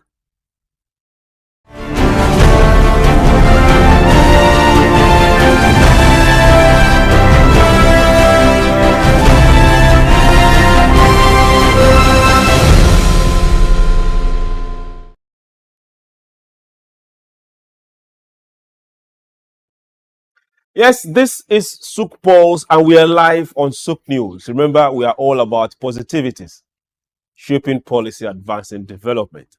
And today we are looking at a ban on single-use plastics and styrofoams. That has been done long ago, even if we still see them in circulation. Enforcement is what is needed. Now, for those that are wondering, how does this concern me? Let's start from this. You'll see what I'm holding. Inside of it is water, potable water. So you see this around Lagos and all the major cities of Nigeria. I won't say on a daily, but if you look around, you don't see this, then know that something is wrong where you are. And this is the major source of drinking water to a lot of people. So let's start with this. How do you think it's going to affect you if this is not available? Because this container, that's what I'll call it, is single use. Now, for those that like their beverage, call it any name, that container also has to go. Now, for those that go to the shopping malls, the big boys, and you have to carry out things in those things you hold in two hands after paying those good amount of money, that also has to go. And a lot of the packaging of the entire product, more than 70-80%, that also has to go. Now, somebody will shout, PET bottles, beautiful. But do you know that within the PET bottles, there is also this? That also has to go. So now, this entire value chain is what we are looking at and asking ourselves questions. Have we thought this through? Have we made arrangements to accommodate both the producer, the product, and the consumer? And also, make sure that we don't lose money and we don't lose businesses. So now let's come back. Health-wise, is this ban profitable? Health-wise is, we can say it's positive or negative. One, if this is banned, most of the people that are using this water as alternative for good water. Before we start looking at the water, okay, let's look at the effect that pollution is causing. Health-wise, is it yes? Yes, health-wise, if it is well managed, If it is well managed. Looking at microplastics all over the place. Yes. Fishes are eating it. I get to eat fish. Pregnant women are going for tests, and you are seeing microplastics in their blood. And this has long-term effects. So health-wise, is it a yes or a no? Yes. Health-wise, yes. Yes. Good. So that means environment-wise too, yes. Yes, environment. Now, if we go back to environment-wise, we talked about it earlier on. We are responsible because we are the ones that are littering the place. From the producer to the user to the government, who agencies are not cleaning up as fast as I am littering, and to the government that is not holding me responsible for doing the right thing. So we are all guilty. Now, sorting this out, because we need businesses to thrive. We need people to get employed. We need money to move around. Taxes has been suggested. What are the immediate alternatives that your association can proffer? As at now, our association have started contacting our researching the department. So, for example, the researchers of Nigeria and of West, we have contacted them. All right, and then we are working silently to see how we can overcome. But the problem we are having now is that the period of ban is too short, and it may not be, possible for us to have a very good alternative between now and January 2025. So, but we are working seriously, but we want to engage the government where they can assist. Assist exactly in doing what? Assist in terms of research for the good one that would be a friendly. If they are assisting in research, it means they have to fund the research. Yeah, they have to fund research. We need very specific the angles that we are doing. They have to fund, number one. They have to ensure that whatever we are researching to, because they have research department too. We have the government have research department too. They have to ensure that what we are doing in conjunction with them will not be the same problem we are having today in futures. Okay. So we have to start early, and then we have to work hand in hand. The government need to engage all the stakeholders. Otherwise, whatever we are researching to will just be there. We go back to square one. You understand now? So for environment and health, we know it is the government is trying to protect us, which is their duty, which we agree.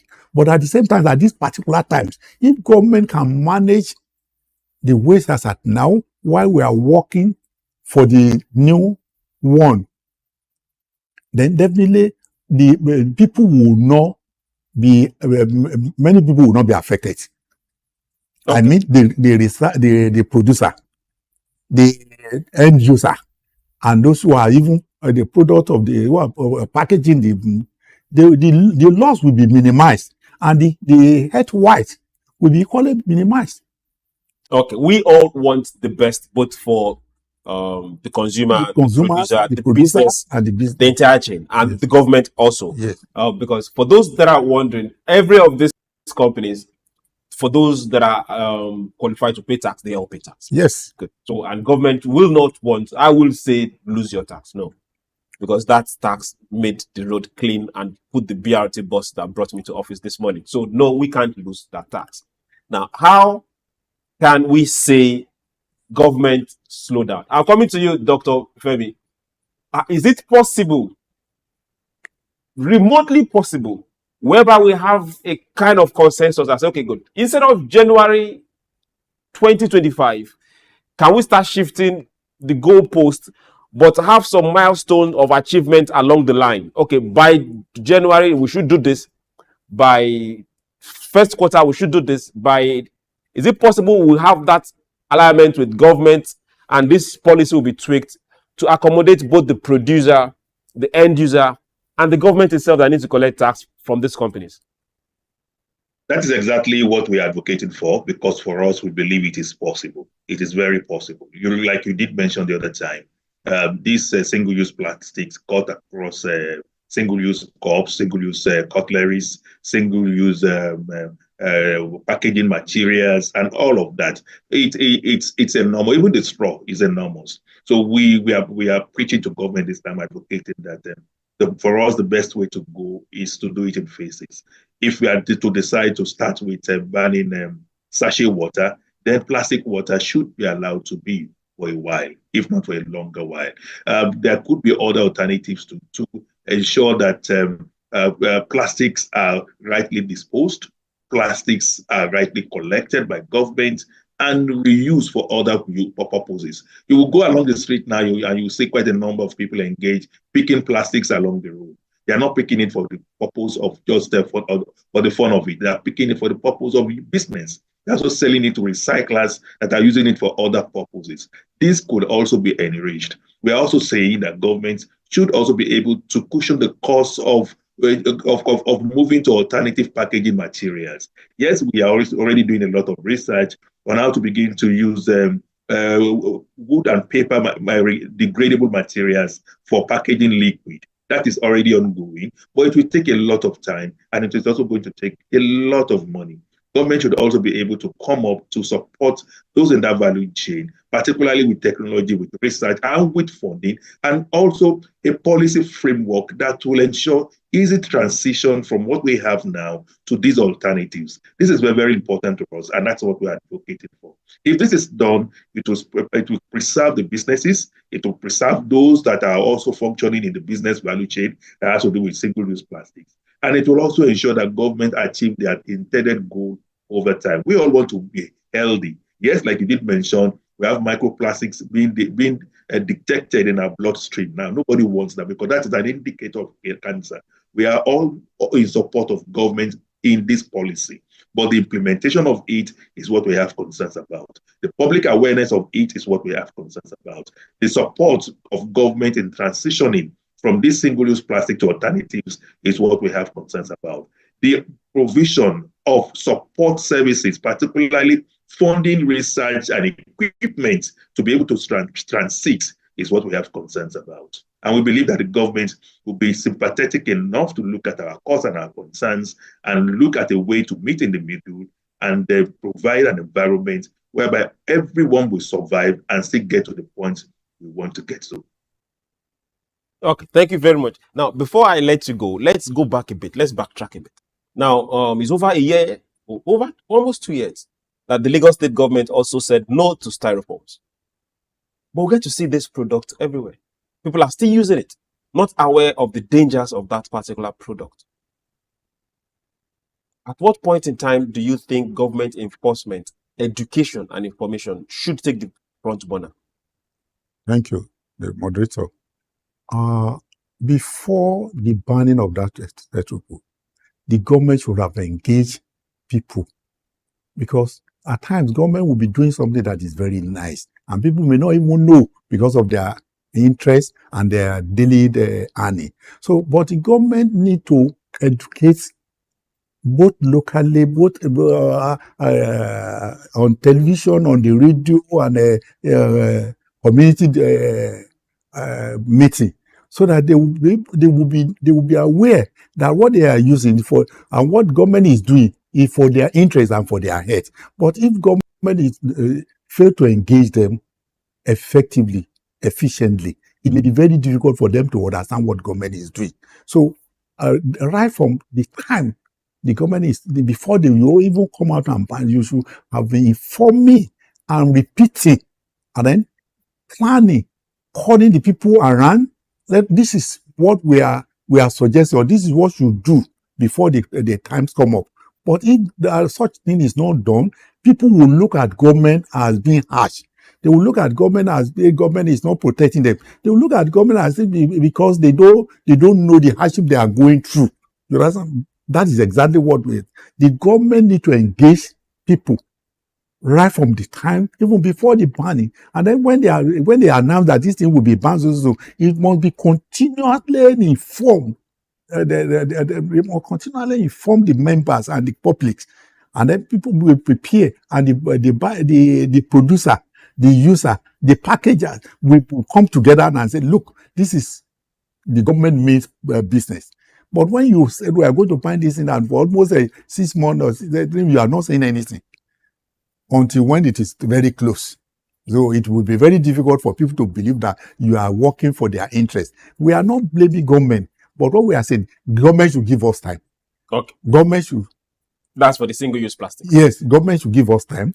Government should give us alternative or suggest alternative in conjunction with our own. You will come up with alternative. We'll come up with the alternative. But with our alternative, the government have to approve it. It's just a matter of a matter of time. What we are telling government is that give us more time. And then what you are giving us, if we say give us more time, how long a time are you looking at? If you look at it, to change the engine, to ensure that the materials we want to use, to do a research thoroughly, so that it will be health-wise friendly, environmentally friendly, and the government too will accept it. And the people, you have to educate people. You're making product for the people, not for the government. The government is only going to regulate. Let me tell you, we are making product for the people. If the people say this product is not good, we are making product for the people. You understand now? But if government too has a duty to check the quality and make sure that what we are doing, the people are taking it. Okay. Or you understand? Then, not only that, if we are saying they should give us time, minimum of 2 years, so that we can start right now. But next year, January is just a 2 months, 3 weeks. Okay. It will be very difficult. Millions will go on. Millions investors will have problem. 2 are those workers who are working there will have problem. We are talking of unemployment is very common. Now, if we now ban it immediately, more than 10 million or 20 million will be affected. Especially in Lagos, 90% or 95% engage in this water in times of daily job, then drinking or the usage, and then those who are producing it, the driver, the worker, the engine, everything is going to be a big problem for everybody. Okay. While we are here and we'll talk about means and solutions of avoiding this problem, I want to say thank you very much. Thank you very much, Mr. Oladimeji Solomon, for coming in on SOUQ Pulse. It's been nice having you and have you talk passionately about what you know and what you believe in. Thank you. Thank you very much. Thank you very much, Dr. Femi Egbeshola. Also, you are always a very, very good sport. Thank you very much. Thank you very much for having me, and I do hope that this discussion will continue until we have a soft landing. You remember that quite a number of bigger organizations are already preparing backward integration to begin to use alternative packaging materials even before January. But we small business owners who don't have that kind of fund, we don't have that kind of capacity to adjust within a short time. And we believe that advocacy can do a lot to change the narratives. I want to thank you again for giving us this platform. Now, to everyone out there, remember this is my responsibility. It's your responsibility to keep that environment clean. So when you drink this sachet of water, or when you take that particular bottle that has your beverage inside and you toss it from the bus or your car into any of those gutters, ask yourself, how human are you? Does it make sense to you? Your ancestors, are they not slapping you from behind? These are things that we should always consider, because if we want to stay healthy, then we should make sure government is spending less on things that they shouldn't be spending money at all. On this particular issue, we still feel the government can still have a parley with producers, with manufacturers, with the researchers, and a solution will come. If it's done in phases, good. But as long as there is a solution so that I can have my water to drink, you can have your beverage to drink, you can have your poly bags to take your goods out of the market, and also those containers you keep at home. To everyone out there, let's join our hands and our mouth and our voices in this conversation and seek a solution and keep businesses going, because that is the cocoa of the matter for those of you from this side of the divide. I want to say thank you very much for joining us. We'll do this again tomorrow. This is SOUQ Pulse. My name is SOUQ, John Rogers SOUQ. Don't look for trouble. Be your neighbor's keeper. Love your neighbor as yourself. Have yourself a beautiful, beautiful evening. Bye.